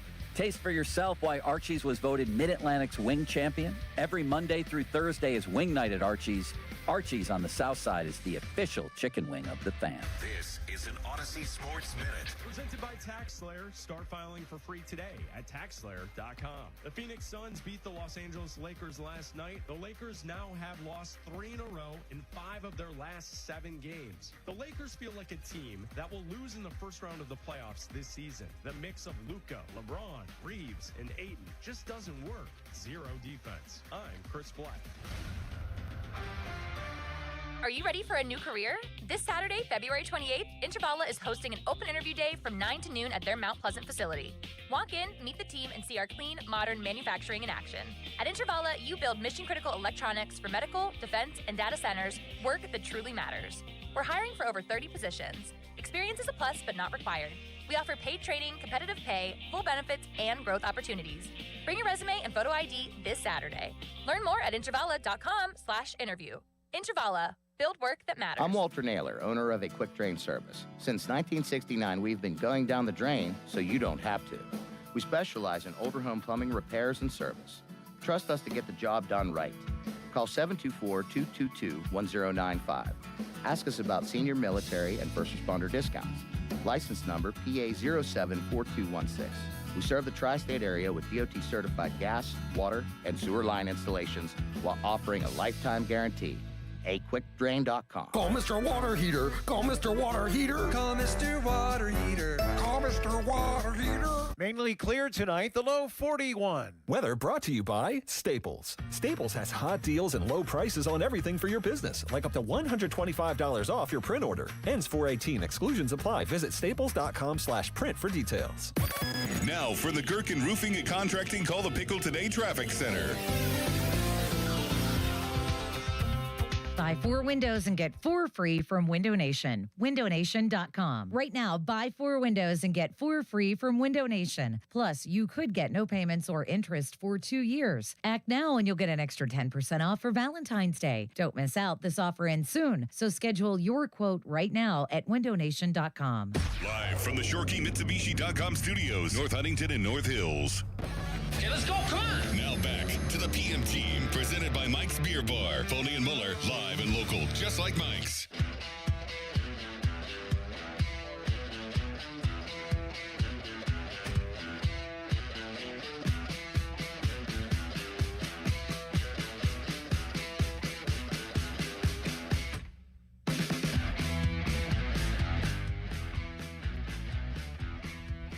All right, this is what happens when people do really nice things, though. It's on a Friday. It's like I feel like I'm trying to herd cats here, okay? Apparently, our anonymous benefactor, Julia, who I don't know if she wants her chat name on the YouTube side of things. And this is why I love our YouTube chat. We have a very robust YouTube chat, and just wild stuff occasionally happens. Usually, it's people arguing with each other. Today was something very cool. So our friend Julia in the YouTube chat, plus Leslie, who was, as she puts it herself, the moral support for this. I'm herding cats here because more food than I have ever seen dropped off at one time was delivered here. There have to be 70 burgers out there, like little slider burgers. And like at least 100 wings minimum, right? And then a bunch of appetizers too. Oh, when I walked in, I had to, you guys have to let me in because, you don't give me a key. And there's a guy here just waiting with these boxes. I'm like, who is this guy? I kind of got nervous, too. A little nervous, too. You can tell it's a classy joint. They even got, like, moniker, whatever, on their napkins. They got the little... Yeah, it says Bill's Bar and Burger. Wait, well, whoa. That's all right. You got it out there. What? I mean, I could get in trouble for that. Bill's Bar and Burger? Yeah, I could get in trouble for that, but you can't. So... Oh. I see. I don't know the radio do's and don'ts. Well, but you do podcast. Unbelievable. Just holds it up to the camera. No, but thank you to them. Honestly, their sous chef Mike sent us an extremely nice note. He looked like very confused. That's why Charlie was out there. Thank God we got intern Jack today.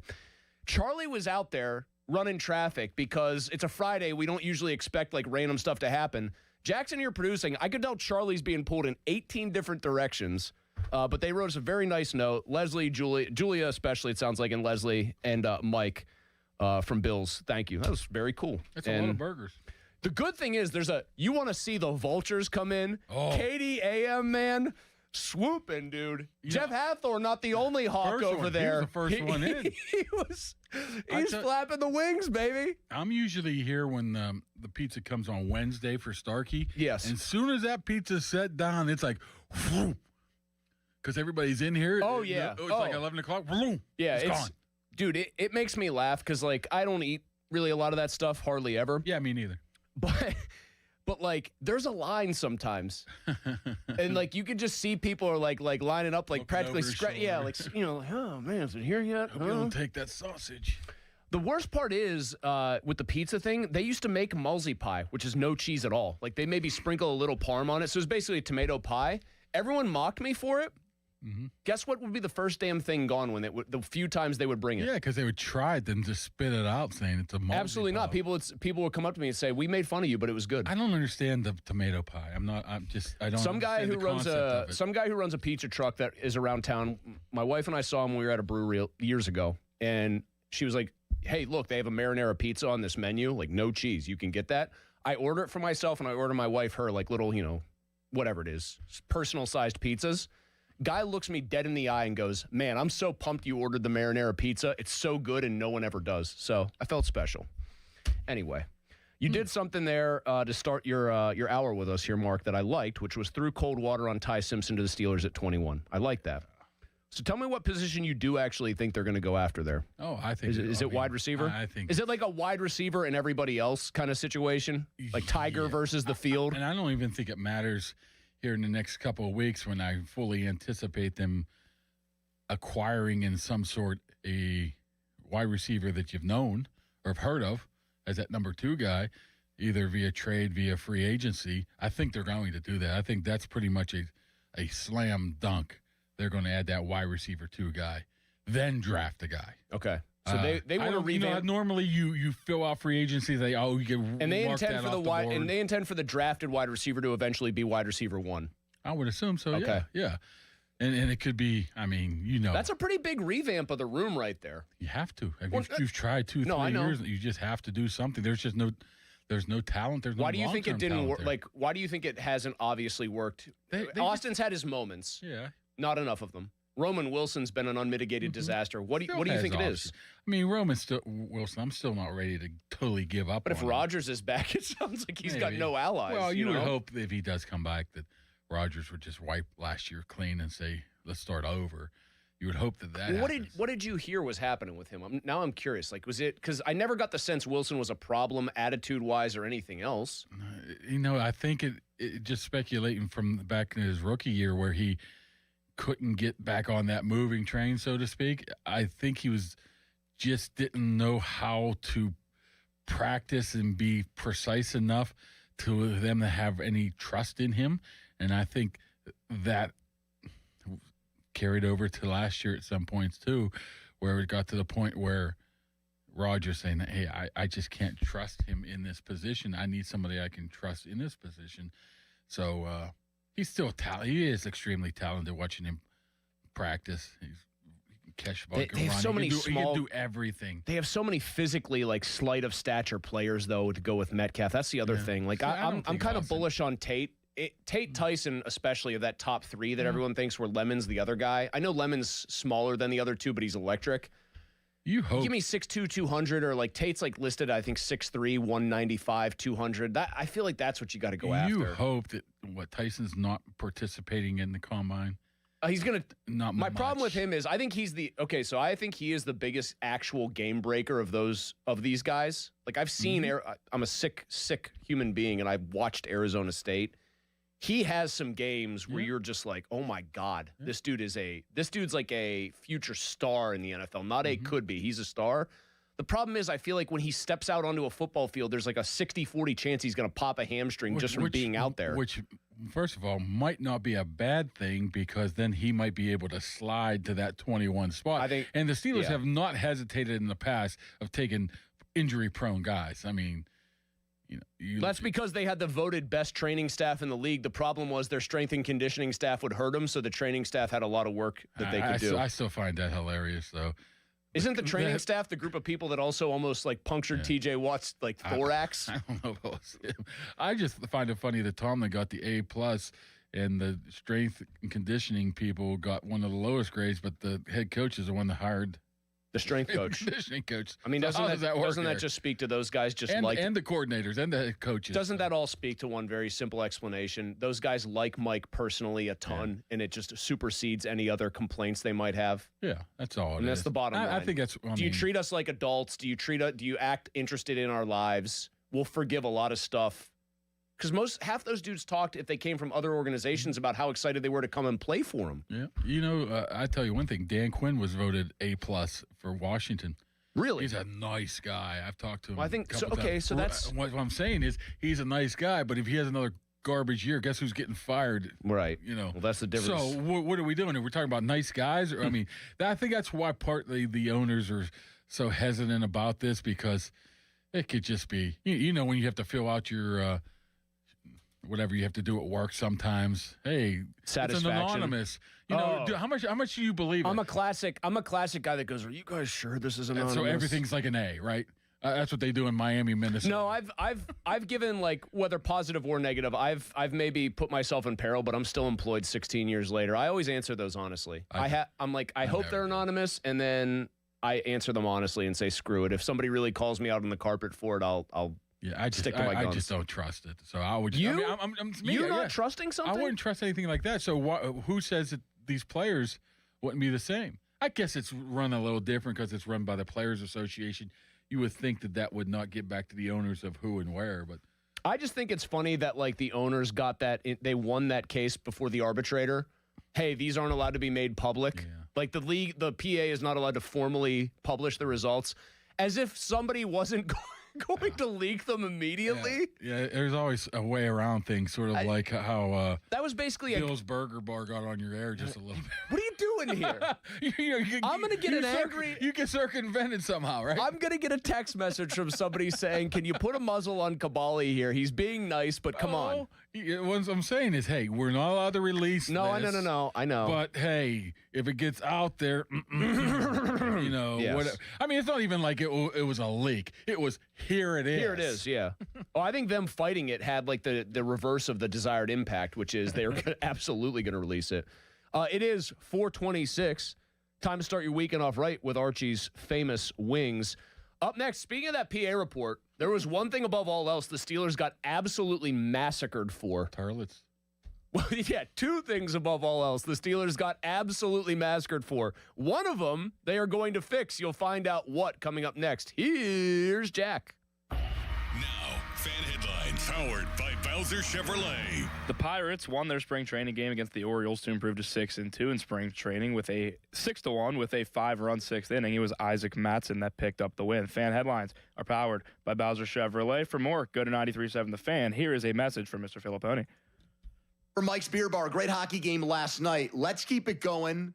Get over to Mike's and watch the games this weekend. If you're going to the game on Sunday, how about this?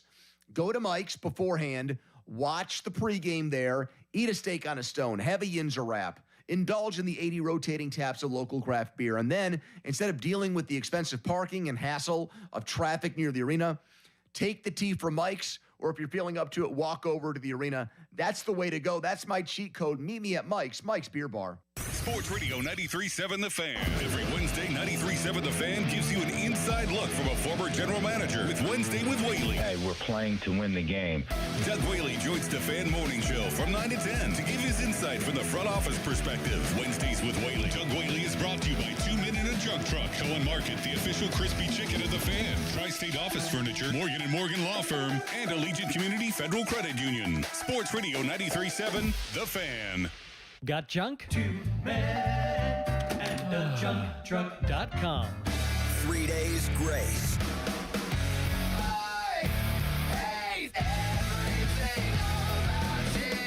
Alienation Tour. Adam Gauthier returns alongside Matt Wolst live March 3rd at PPG Paints Arena with special guests. I prefer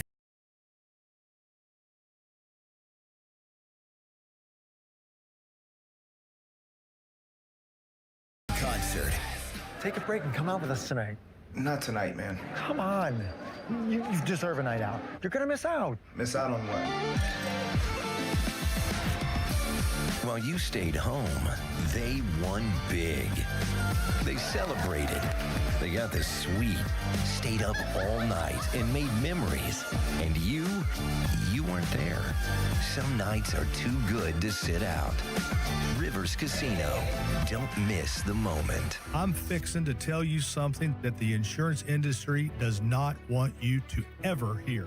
Bullies often delay and deny. I see them sitting on premiums paid and making money and dragging it out for as long as they can. Many times, we're forced to take them to court. I'm John Morgan of Morgan & Morgan. Their high-paid lobbyists are on a mission to make sure that at trial, jurors are not allowed to learn that the at-fault party has insurance, and in some cases, lots of it. I can think of no case in all my years where there was no insurance for the at-fault party. So let's fight back. It's all these bullies understand. Tell everybody you know the truth. If you've been injured in a car crash or hurt at a store or business, visit forthepeople.com. We're here 24/7. It's that easy. Morgan & Morgan, forthepeople.com.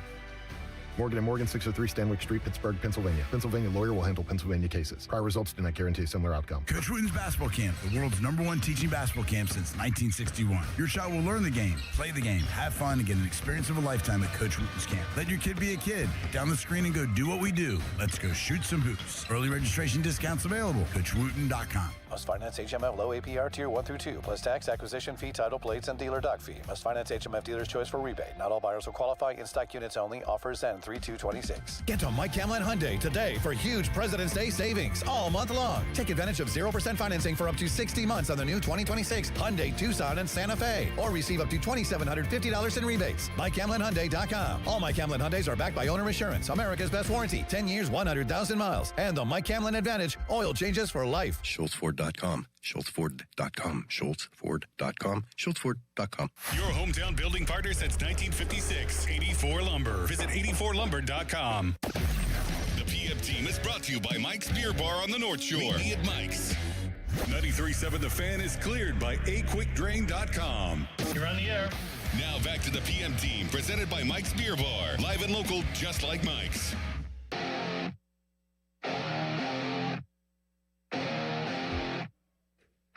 Did Connor Griffin do anything cool today? We'll find out in 20 or so minutes. Mark Cabali, Steelers correspondent for the Pat McAfee Show, back in the saddle again. I have a bunch of different things I want to ask you about, but the first is, and I think this is coincidental timing, I cannot ascribe this to just, that NFLPA report came out and Art Rooney gathered his generals and said, we've got to do this right now. It seems General, yes. Gathered his lieutenants. The general gathered his lieutenants and said, we got to do this. But Steelers getting a new surface, Mark. They're going to use the one that the Eagles, among others, use that is much more durable. Hold on. It's like, I'm going to explain this because it's like in Caddyshack, Bill Murray talking about California Sinsemilla and Kentucky Bluegrass that you can get stoned to the bejesus belt on. It's very technical grass-related term here that was in Jerry Dulack's story about this, but it's like this weird blend that is known for how dark green it is. It's called Tahoma 31 Bermuda. Yeah. It's a Bermuda bluegrass and bluegrass mix grown on plastic sheets, tolerant of the cold, used on golf courses, sporting fields, and even the U.S. Capitol building lawn. And they are the Steelers revamping the playing surface at Acrisure with that. So yeah, I'm pretty sure that's somewhat league mandated. It is. So it is, especially after it is some of these bad surfaces. Too bad. Didn't they do something with the Meadowlands too? Whatever that turf was that they had at the Meadowlands, they've gotten it was really bad. So the league. It's funny here quickly because I have a bunch of stuff I want to get to, so I don't want to belabor the point. But the league has always pushed back on the idea that turf is less safe and everything. But this is like sort of a tacit admission to me by the league that at the bare minimum they don't like the perception that there are more injuries on certain surfaces, or that they're basically running a cheap product out there. So they do have, and by the way, it's the Lincoln, Philly, and Soldier Field in Chicago use this Tahoma 31 Bermuda. This is league mandated, actually. It's about to change, Jerry writes, because of a new mandate from the league that is requiring all stadium surfaces, including the artificial ones, so it doesn't matter what you're using, to meet standards established through lab and field testing. And this seems to be much more durable grass that'll hold up to the beating that it takes because they play more than just Steelers games there. They've been fighting this for 2 decades now. They used to have the regular grass. It didn't work. Then they went with that turf blend that ended up really, really screwing them because they weren't able to resod. And that's what happened to that Dolphins game where they had to just place sod over top of it. And delightful. Ripped that all out. Just put regular sod, then kept resodding it. Then you had a pretty bad drought last year that just nothing seemed to hold, and you saw you the say color pretty bad, of it. You say know? Pretty bad drought. I need to point out. I understand water. Like it never got to the point where I'm I think talking like about maybe where they grow it. Yeah. I mean, if they're growing it for an NFL team, aren't they like, yeah, we're going to keep watering this? It's expensive, too. It's right. not cheap. Right. Sod is very expensive. That's what I mean. Like, we're going to keep watering this to make sure it works. Yeah, I mean, I don't know how that quite works. I didn't go to Penn State Agriculture School or whatever. Oh, they love turf grass management up there, man. They love that and professional golf management. Yeah. Some people who hate me on the air probably think I missed my calling. Just go out there and be a golf pro. You know, people think this is... I only studied grass after college, not during. I mean, for the stadium, people think it's like a cheap Rooney. I think the SCA has to pay for that, right? I think they have to be just in charge of maintaining it. Well, okay, I think you could trace it back to Art, though, and say that if Art really wanted it done because he felt like it was like detrimental to his team, he could just say, here. Yeah. is $600,000 and $700,000 to do this every time. Here, I run $1 billion team. Yeah. Do you think, just this popped into my head when I saw this story, do you think they have more benefited from how crappy their field has been historically compared to other teams, or that it has hurt them don't in think balance? it's been terrible over the past 8 years or so. Last year, But it has a bad reputation. Yes, Do you think, very though, bad that like there's a weird like sort of backwards home field advantage there because they at least know their field sucks, and here come these other poor saps who've got to play on it? Yeah, I think Rogers was a little bit surprised by it last year. I think Boswell was not very happy when he dug in about eight yards deep on that one missed field goal he had. But I don't think so. I mean, they don't really play in that. They're honestly, their practice facility grass is pretty nice. But they try to stay out of the indoor because, I mean, two people got season-ending injuries within like 10 minutes of each other when they went into there this year. So that's not a good surface. Are the crappers getting fixed anytime soon? Here's the thing with the crappers. This is just a little bit. I'm assuming they're talking. Jack, cut that. I laughed right at the end of it, but I think we can get "Here's the thing with the crappers" as a great Caballi drop. Maybe the quintessential Caballi drop. I'm assuming they were talking about the Southside facility, right? Mm-hmm. So, you know when there was 5 crappers in there 5 years ago, 10 years ago, 20 years ago. It's never changed. And second of all, this is right off to the locker room, where these guys really don't spend a ton of time in. They're in the meeting rooms upstairs where there's more facilities everywhere else. I don't think there's people waiting in line saying, "Hey, man, you done So you're yet? defending, I gotta defending go." Toiletgate here. What I'm saying is, no, I'm not defending it. I'm saying this was pretty high tech in 1998. Well, it ain't 1998 anymore, my friend. With this whole thing is they need a new building. They can't upgrade it. They can't add to it. They can't move left. They can't move right. They can't move up or down. They can't do anything about it. Everything that they possibly can do, they've done. They got to move out, and they can't move out until 2030. To what degree do you think they'd love to move out of the city, period, for the whole thing? For just their lease is up at the end of 2031. What kind of desire do you think there is or appetite for that? I think if there was a choice, they would stay in town. But I'm talking about for the actual stadium. Oh, the stadium. I'm talking. Yeah, that's the lease is up in moving to Wheeling or moving to Indiana like Chicago.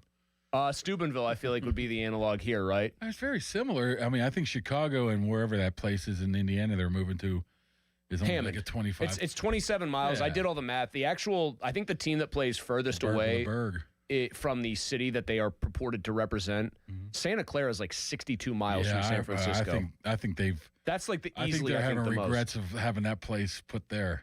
And it's also like $1 billion plus stadium back when that was not common for the price tag. But that stadium is a legitimate hour and 15 minutes at least. They are doing a lot of upgrades, not only so you're getting wise, field wise, but they're even doing some they're adding different suites.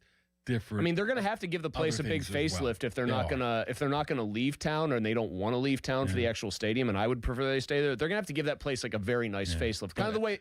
You know what place got one? Lambeau. They turned Lambeau into kind of an attraction unto itself. I've never been to the bad Lambeau. I've been to the upgraded Lambeau, and it's nice. Isn't it? It's the combination of the old school and some of the new stuff too. So it's pretty nice. But what they have to do is they have to move out. They signed that 15-year lease in 2015. They got, $10, $12 million, made upgrades, add a little addition to it, was able to slap the Rooney name onto that building, which probably was big for the organization. They got to find a place to move. There's no place to move in the city. Here's the thing with the Crappers. They could just go across the river to... Hold on, Mark. We got something here. I just keep hearing stuff. Just pause. Here's the thing with the Crappers. That is perfect. I mean, that's you to a T. I had my buddy. Mind the Crapper. My buddy Steve asked this. He said, "Hey," he likes to call me "Hey Big Head" or "Hey Baldy." Very nice, very friendly of him. Do you think they're going to trade Metcalf? No. I don't know why they would. Like a full stop? No. Yeah. I mean, he's their only receiver they have right now. How long do you think they are like envisioning being actually tied with him and employing him? Like, do you really think he's going to see the end of that contract here? Oh, maybe. That's hard to say right now. Like, I see him being on most 2 years here, and then maybe they're ready to peace out. Obviously, he had a subpar year, especially for the 4th highest paid wide receiver in the league, right? But how much is that his fault? I mean, he had no help around him. Nobody was getting open. He got not injured. He got whatever the heck happened in Detroit. Couldn't get the ball. He wasn't protected, so to speak. I like to see a full season with a legit number 2 around him. Everything healthy, maybe even under the McCarthy. Let's see if he turns into the one that they're paying $35 million for. But no, I think you add to that. You don't delete that. You have enough money to be able to spend to add and keep him. So I don't think so. I don't think there's going to be many deletions coming up of stars, salaries. I just don't think there is. So you don't think that? You think this team will more than anything just resemble last year's with some new faces from the draft? I do. And a new face from wide receiver from free agency. Free agency. Give me a wide receiver you think they're going to target in that realm then. I mean, Boston could be one. Tyson. No. I'm talking about free agent. You said they were going to add a free agent wide receiver 2 or 3 type, and then try to bring in, like, draft a guy who's their future wide receiver 1. I know Pony said something about Brian Thomas, and I know for a fact that they were interested in him last year before Jacksonville was maybe we shouldn't do this type of situation. So it all makes sense that they would still revisit that. So he's one that's definitely on there. I know Waddle from last year. I don't know about this year. Last year they were interested in him and thought they were going to have that done. They wanted Jacoby Myers, of course, too. Those are 3 guys that they wanted. Of course, Myers is not available now. But those are the couple of guys you have to look at. Maybe Michael Pittman. I mean, are you going to pay Alec Pierce?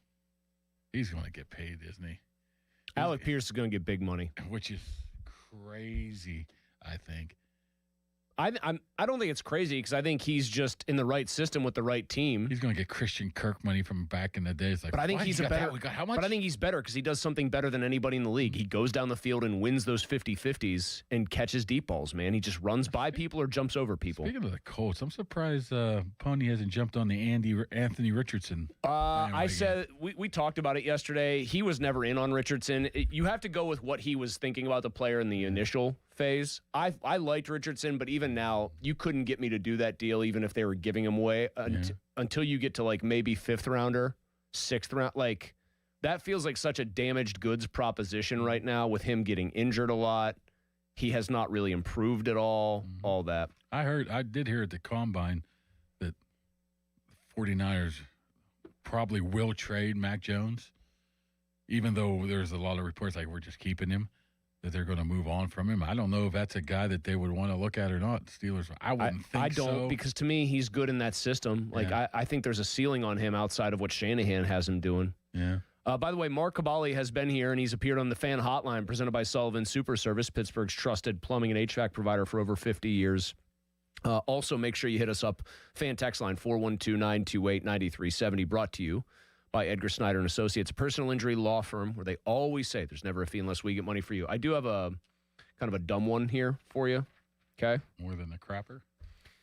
By the way, I do have more thoughts on the crapper, but... Oh, we know you've got perpetual thoughts on the crapper. Well, first of all, I'll do real quick here.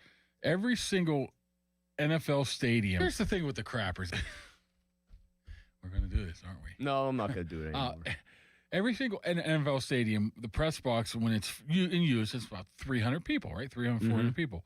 Mostly male, right? You go to every single bathroom in the press box, 2 urinals, 1 crapper. Here's the thing with the crappers.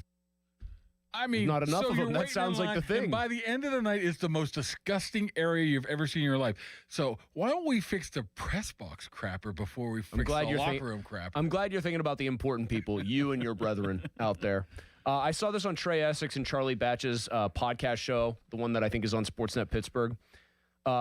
Essex asks Batch, would you rather stub your toe or bite your tongue? What do you think Batch said? Because Trey could not believe he went this route. I mean, what do you think Batch said he would prefer to do if he had to deal with that? One of those two. Probably bite your tongue. He said stub the toe. I think it's the right answer, though. Here's why. Because Trey could not believe. He's like, really? He like freaked out. He's Charlie. I think it's just... If you bite your tongue, here's the problem. Or you bite like your lip or anything. Yeah. Not only do you have the pain and the blood right away, you've also got, if it's on your lip, the guarantee of an ulcer coming, like the sore, where you can't eat anything like that has any acid in it because you'll be in tears. You bite your tongue, same thing. You might get one of those on your tongue, like kind of little blister that forms. I'll take the immediate but temporary. But what degree of stubbing your toe? I'm not talking about like taking a field goal kick into a wooden step so you're breaking. I'm talking about jamming your toe so it's going to hurt for an hour or two. Can I add a third one to it? Burning the roof of your mouth. Where there's a little bubble in there and you have to pop it. I did not. So I went like for several decades of my life without burning my mouth. I did it in the last 4 months on something. I understand now when people talk about, I ate a piece of pizza too quick and I burnt my mouth. That hurt like hell. And my mouth didn't feel normal for a week. You reach in there and there's a little bubble and you pop it. That's all right. Well, that's probably one that I would choose or add to that. By the way, fan Twitter brought to you by South Hills Kia, Peters Township. Visit them, southhillskia.net. All right, Kaboom. Thank you for your time. Where's Pony at? He's on a daddy-daughter. So his aunt is turning 70, and Amanda's out of town. So it's Pony and Stella road tripping back to where he's from, which is like a 5-hour drive each way. You think he hands her the iPad and say, "Hey, here's this Creighton Ball State game in 1992. Here, watch Well, this." he was worried because I don't think she's on the tablet very much. She's 2, so that makes sense. Like my 3-year-old's starting to understand it, and we let him have it for little short bursts here. Oh, wait until He apparently said she was like complaining to him because one morning he tried to put on an old NFL game on YouTube or whatever on his TV.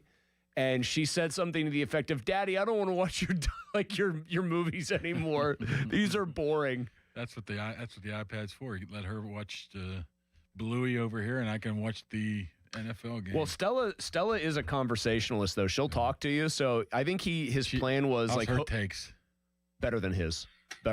She's got good takes, actually. We tried to put her on the mic a couple days ago. She got a little stage fright. I can't believe it at 2 years old. Yeah, but she was. He said like they'll talk, and then he hopes she falls asleep. But Dad, your movies are. Yeah, he's gonna put like a YouTube broadcast on his car just so he can listen to the actual TV call of it.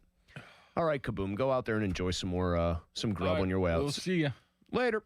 Mark Cabali right there. And fan weather, by the way, is brought to you by Secure Money Advisors. It's 53 degrees. If you're tired of this weather and you want to retire in Florida, let Secure Money Advisors help plan your retirement. Coming up, we've got looming in the distance. Open Phone Friday, TGIF, a hodgepodge. I have way more dumb stuff for the hodgepodge. We have not yet begun to come up with silly topics here today.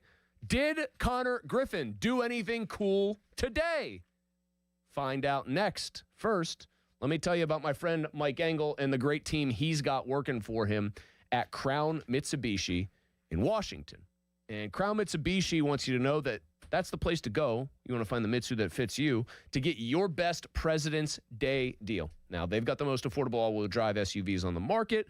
That would, of course, be the Outlander Sport, the Eclipse Cross. I drive an Outlander. You have heard me wax poetic about the Outlander before. I love it. Drives like a car, does everything I need it to do, and does it in style. And it's got all the bells and whistles that you want. They've got them at Crown Mitsubishi, those 7-passenger Outlanders. You could take up to $10,000 off, or you could finance at 0% for an incredible 72 months. Outlander Sports take up to $5,000 off or get 2.99% financing for 60 months. And every Mitsubishi, as you know, backed by that unbeatable 10-year, 100,000-mile warranty. The Mitsu that fits you, it's in Washington. And why? Because the bow tie means a better buy. So don't wait. Shop President's Day savings right now before they're gone at crownmitsubishipa.com. Sports Radio 93.7 The Fan. Get the latest on Pittsburgh sports from anywhere with the Odyssey app. Listen to shows and Pirate Games live. Check out our exclusive interviews and content anytime. Download the Odyssey app now and never miss a minute. Sports Radio 93.7 The Fan. Buy 4 windows and get 4 free from Window Nation. WindowNation.com. Chick-fil-A's new frosted sodas and floats. It's a 10 out of 10. Hey, this is Lizzie, a team member at my local Chick-fil-A. And a little thing I love about the Chick-fil-A chicken sandwich and new frosted sodas and floats is how well they go together. You will love having your favorite soda blended with our creamy ice cream to make a new frosted soda or float. With the mix of the ice cream and soda fizz, it's so delicious, I call it Fizzalicious. Order a Chick-fil-A chicken sandwich and a new frosted soda and float at your local Chick-fil-A restaurant. Real team member paid for their testimonial. Having insurance isn't the same as having State Farm. It's like needing a lawyer, but getting some guy who just watches courtroom dramas. How does the defendant plead? Guilty. Wait, what? Also, objection. You object to what? Erroneous. Counsel, approach the bench. Hey, can I get a whack at the gavel?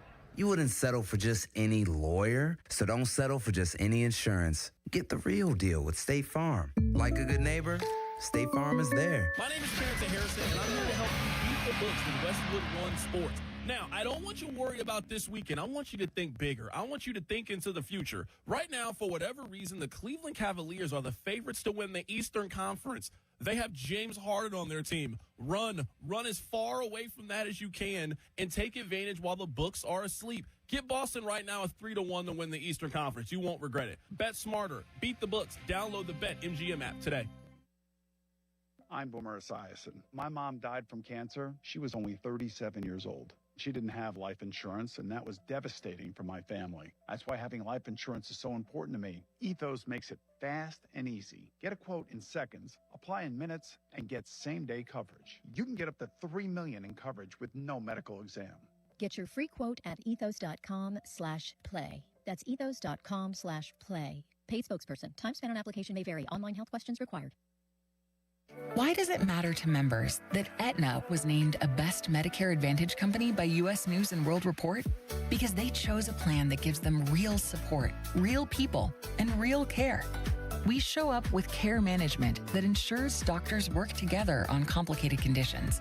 We show up with the latest in online tools to make healthcare easier to use anytime. We don't show up for awards. We show up for you. And showing up for you is how healthier happens together. Winter is here, and BetMGM wants to help you become king of the chill with a cool new player offer. Download the BetMGM app and sign up using bonus code PIT150. Then place a $10 bet on sports, and you'll get $150 in bonus bets if you win your first bet. It's that easy, whether you take your shot on the court, on the field, or on the ice. When you join BetMGM, you get access to live betting, same-game parlays, free-to-play games, and more. Download the BetMGM app today and get $150 in bonus bets if you win your first bet with bonus code PIT150. Ready to get started? Make this winter one to remember. Make it legendary. BetMGM and GameSense remind you to play responsibly. BetMGM.com for T's and C's. 21 plus to wager. Pennsylvania only. New customer offer. Subject to eligibility requirements. Rewards are non-withdrawable bonus bets that expire in 7 days. If you or someone you know has a gambling problem, help is available. Call 1-800-GAMBLER. Our veterans and their families make great sacrifices to protect our nation. Now it's time for them to receive assistance in their time of need as they age. If you are a veteran or the spouse of a veteran, contact Julian Gray Associates to speak with one of their VA-accredited attorneys to find out how you can receive compensation for the costs of care you are receiving in your home or a long-term care facility. Visit grayelderlaw.com. In a world in need of a hero, one man rises to the challenge in style. He is... just driving the kids to soccer practice. Make every day feel epic in the all-new Hyundai Palisade Hybrid with up to an EPA-estimated 619 miles of range on select trims, advanced tech, and class-leading interior space. Visit HyundaiUSA.com or call 562-314-4603 for more details. And hey, come on, no cleats on the seats. Time to let Spitzer Auto World do the work during our trade-up, pay-down sales event at Spitzer Toyota Monroeville. Trade up to lease a new 2026 Toyota Tacoma SR5 double cab rear-wheel drive from a low $249 per month. Plus, get our lifetime warranty, complimentary maintenance, and Spitzer VIP points. At Spitzer, our world revolves around you. TSRP 39684, VIN 3TMK, B5FN6T, M055265, 39 months, $49.99 due at signing through TMS, plus title tax license registration, $490 doc fee, 0 security deposit, 10K miles per year, ends 3/2/2026. $5,000. That's the average amount of money people in the U.S. are now spending on gas in a year. $5,000. That's crazy. If you drive, you have to download Upside.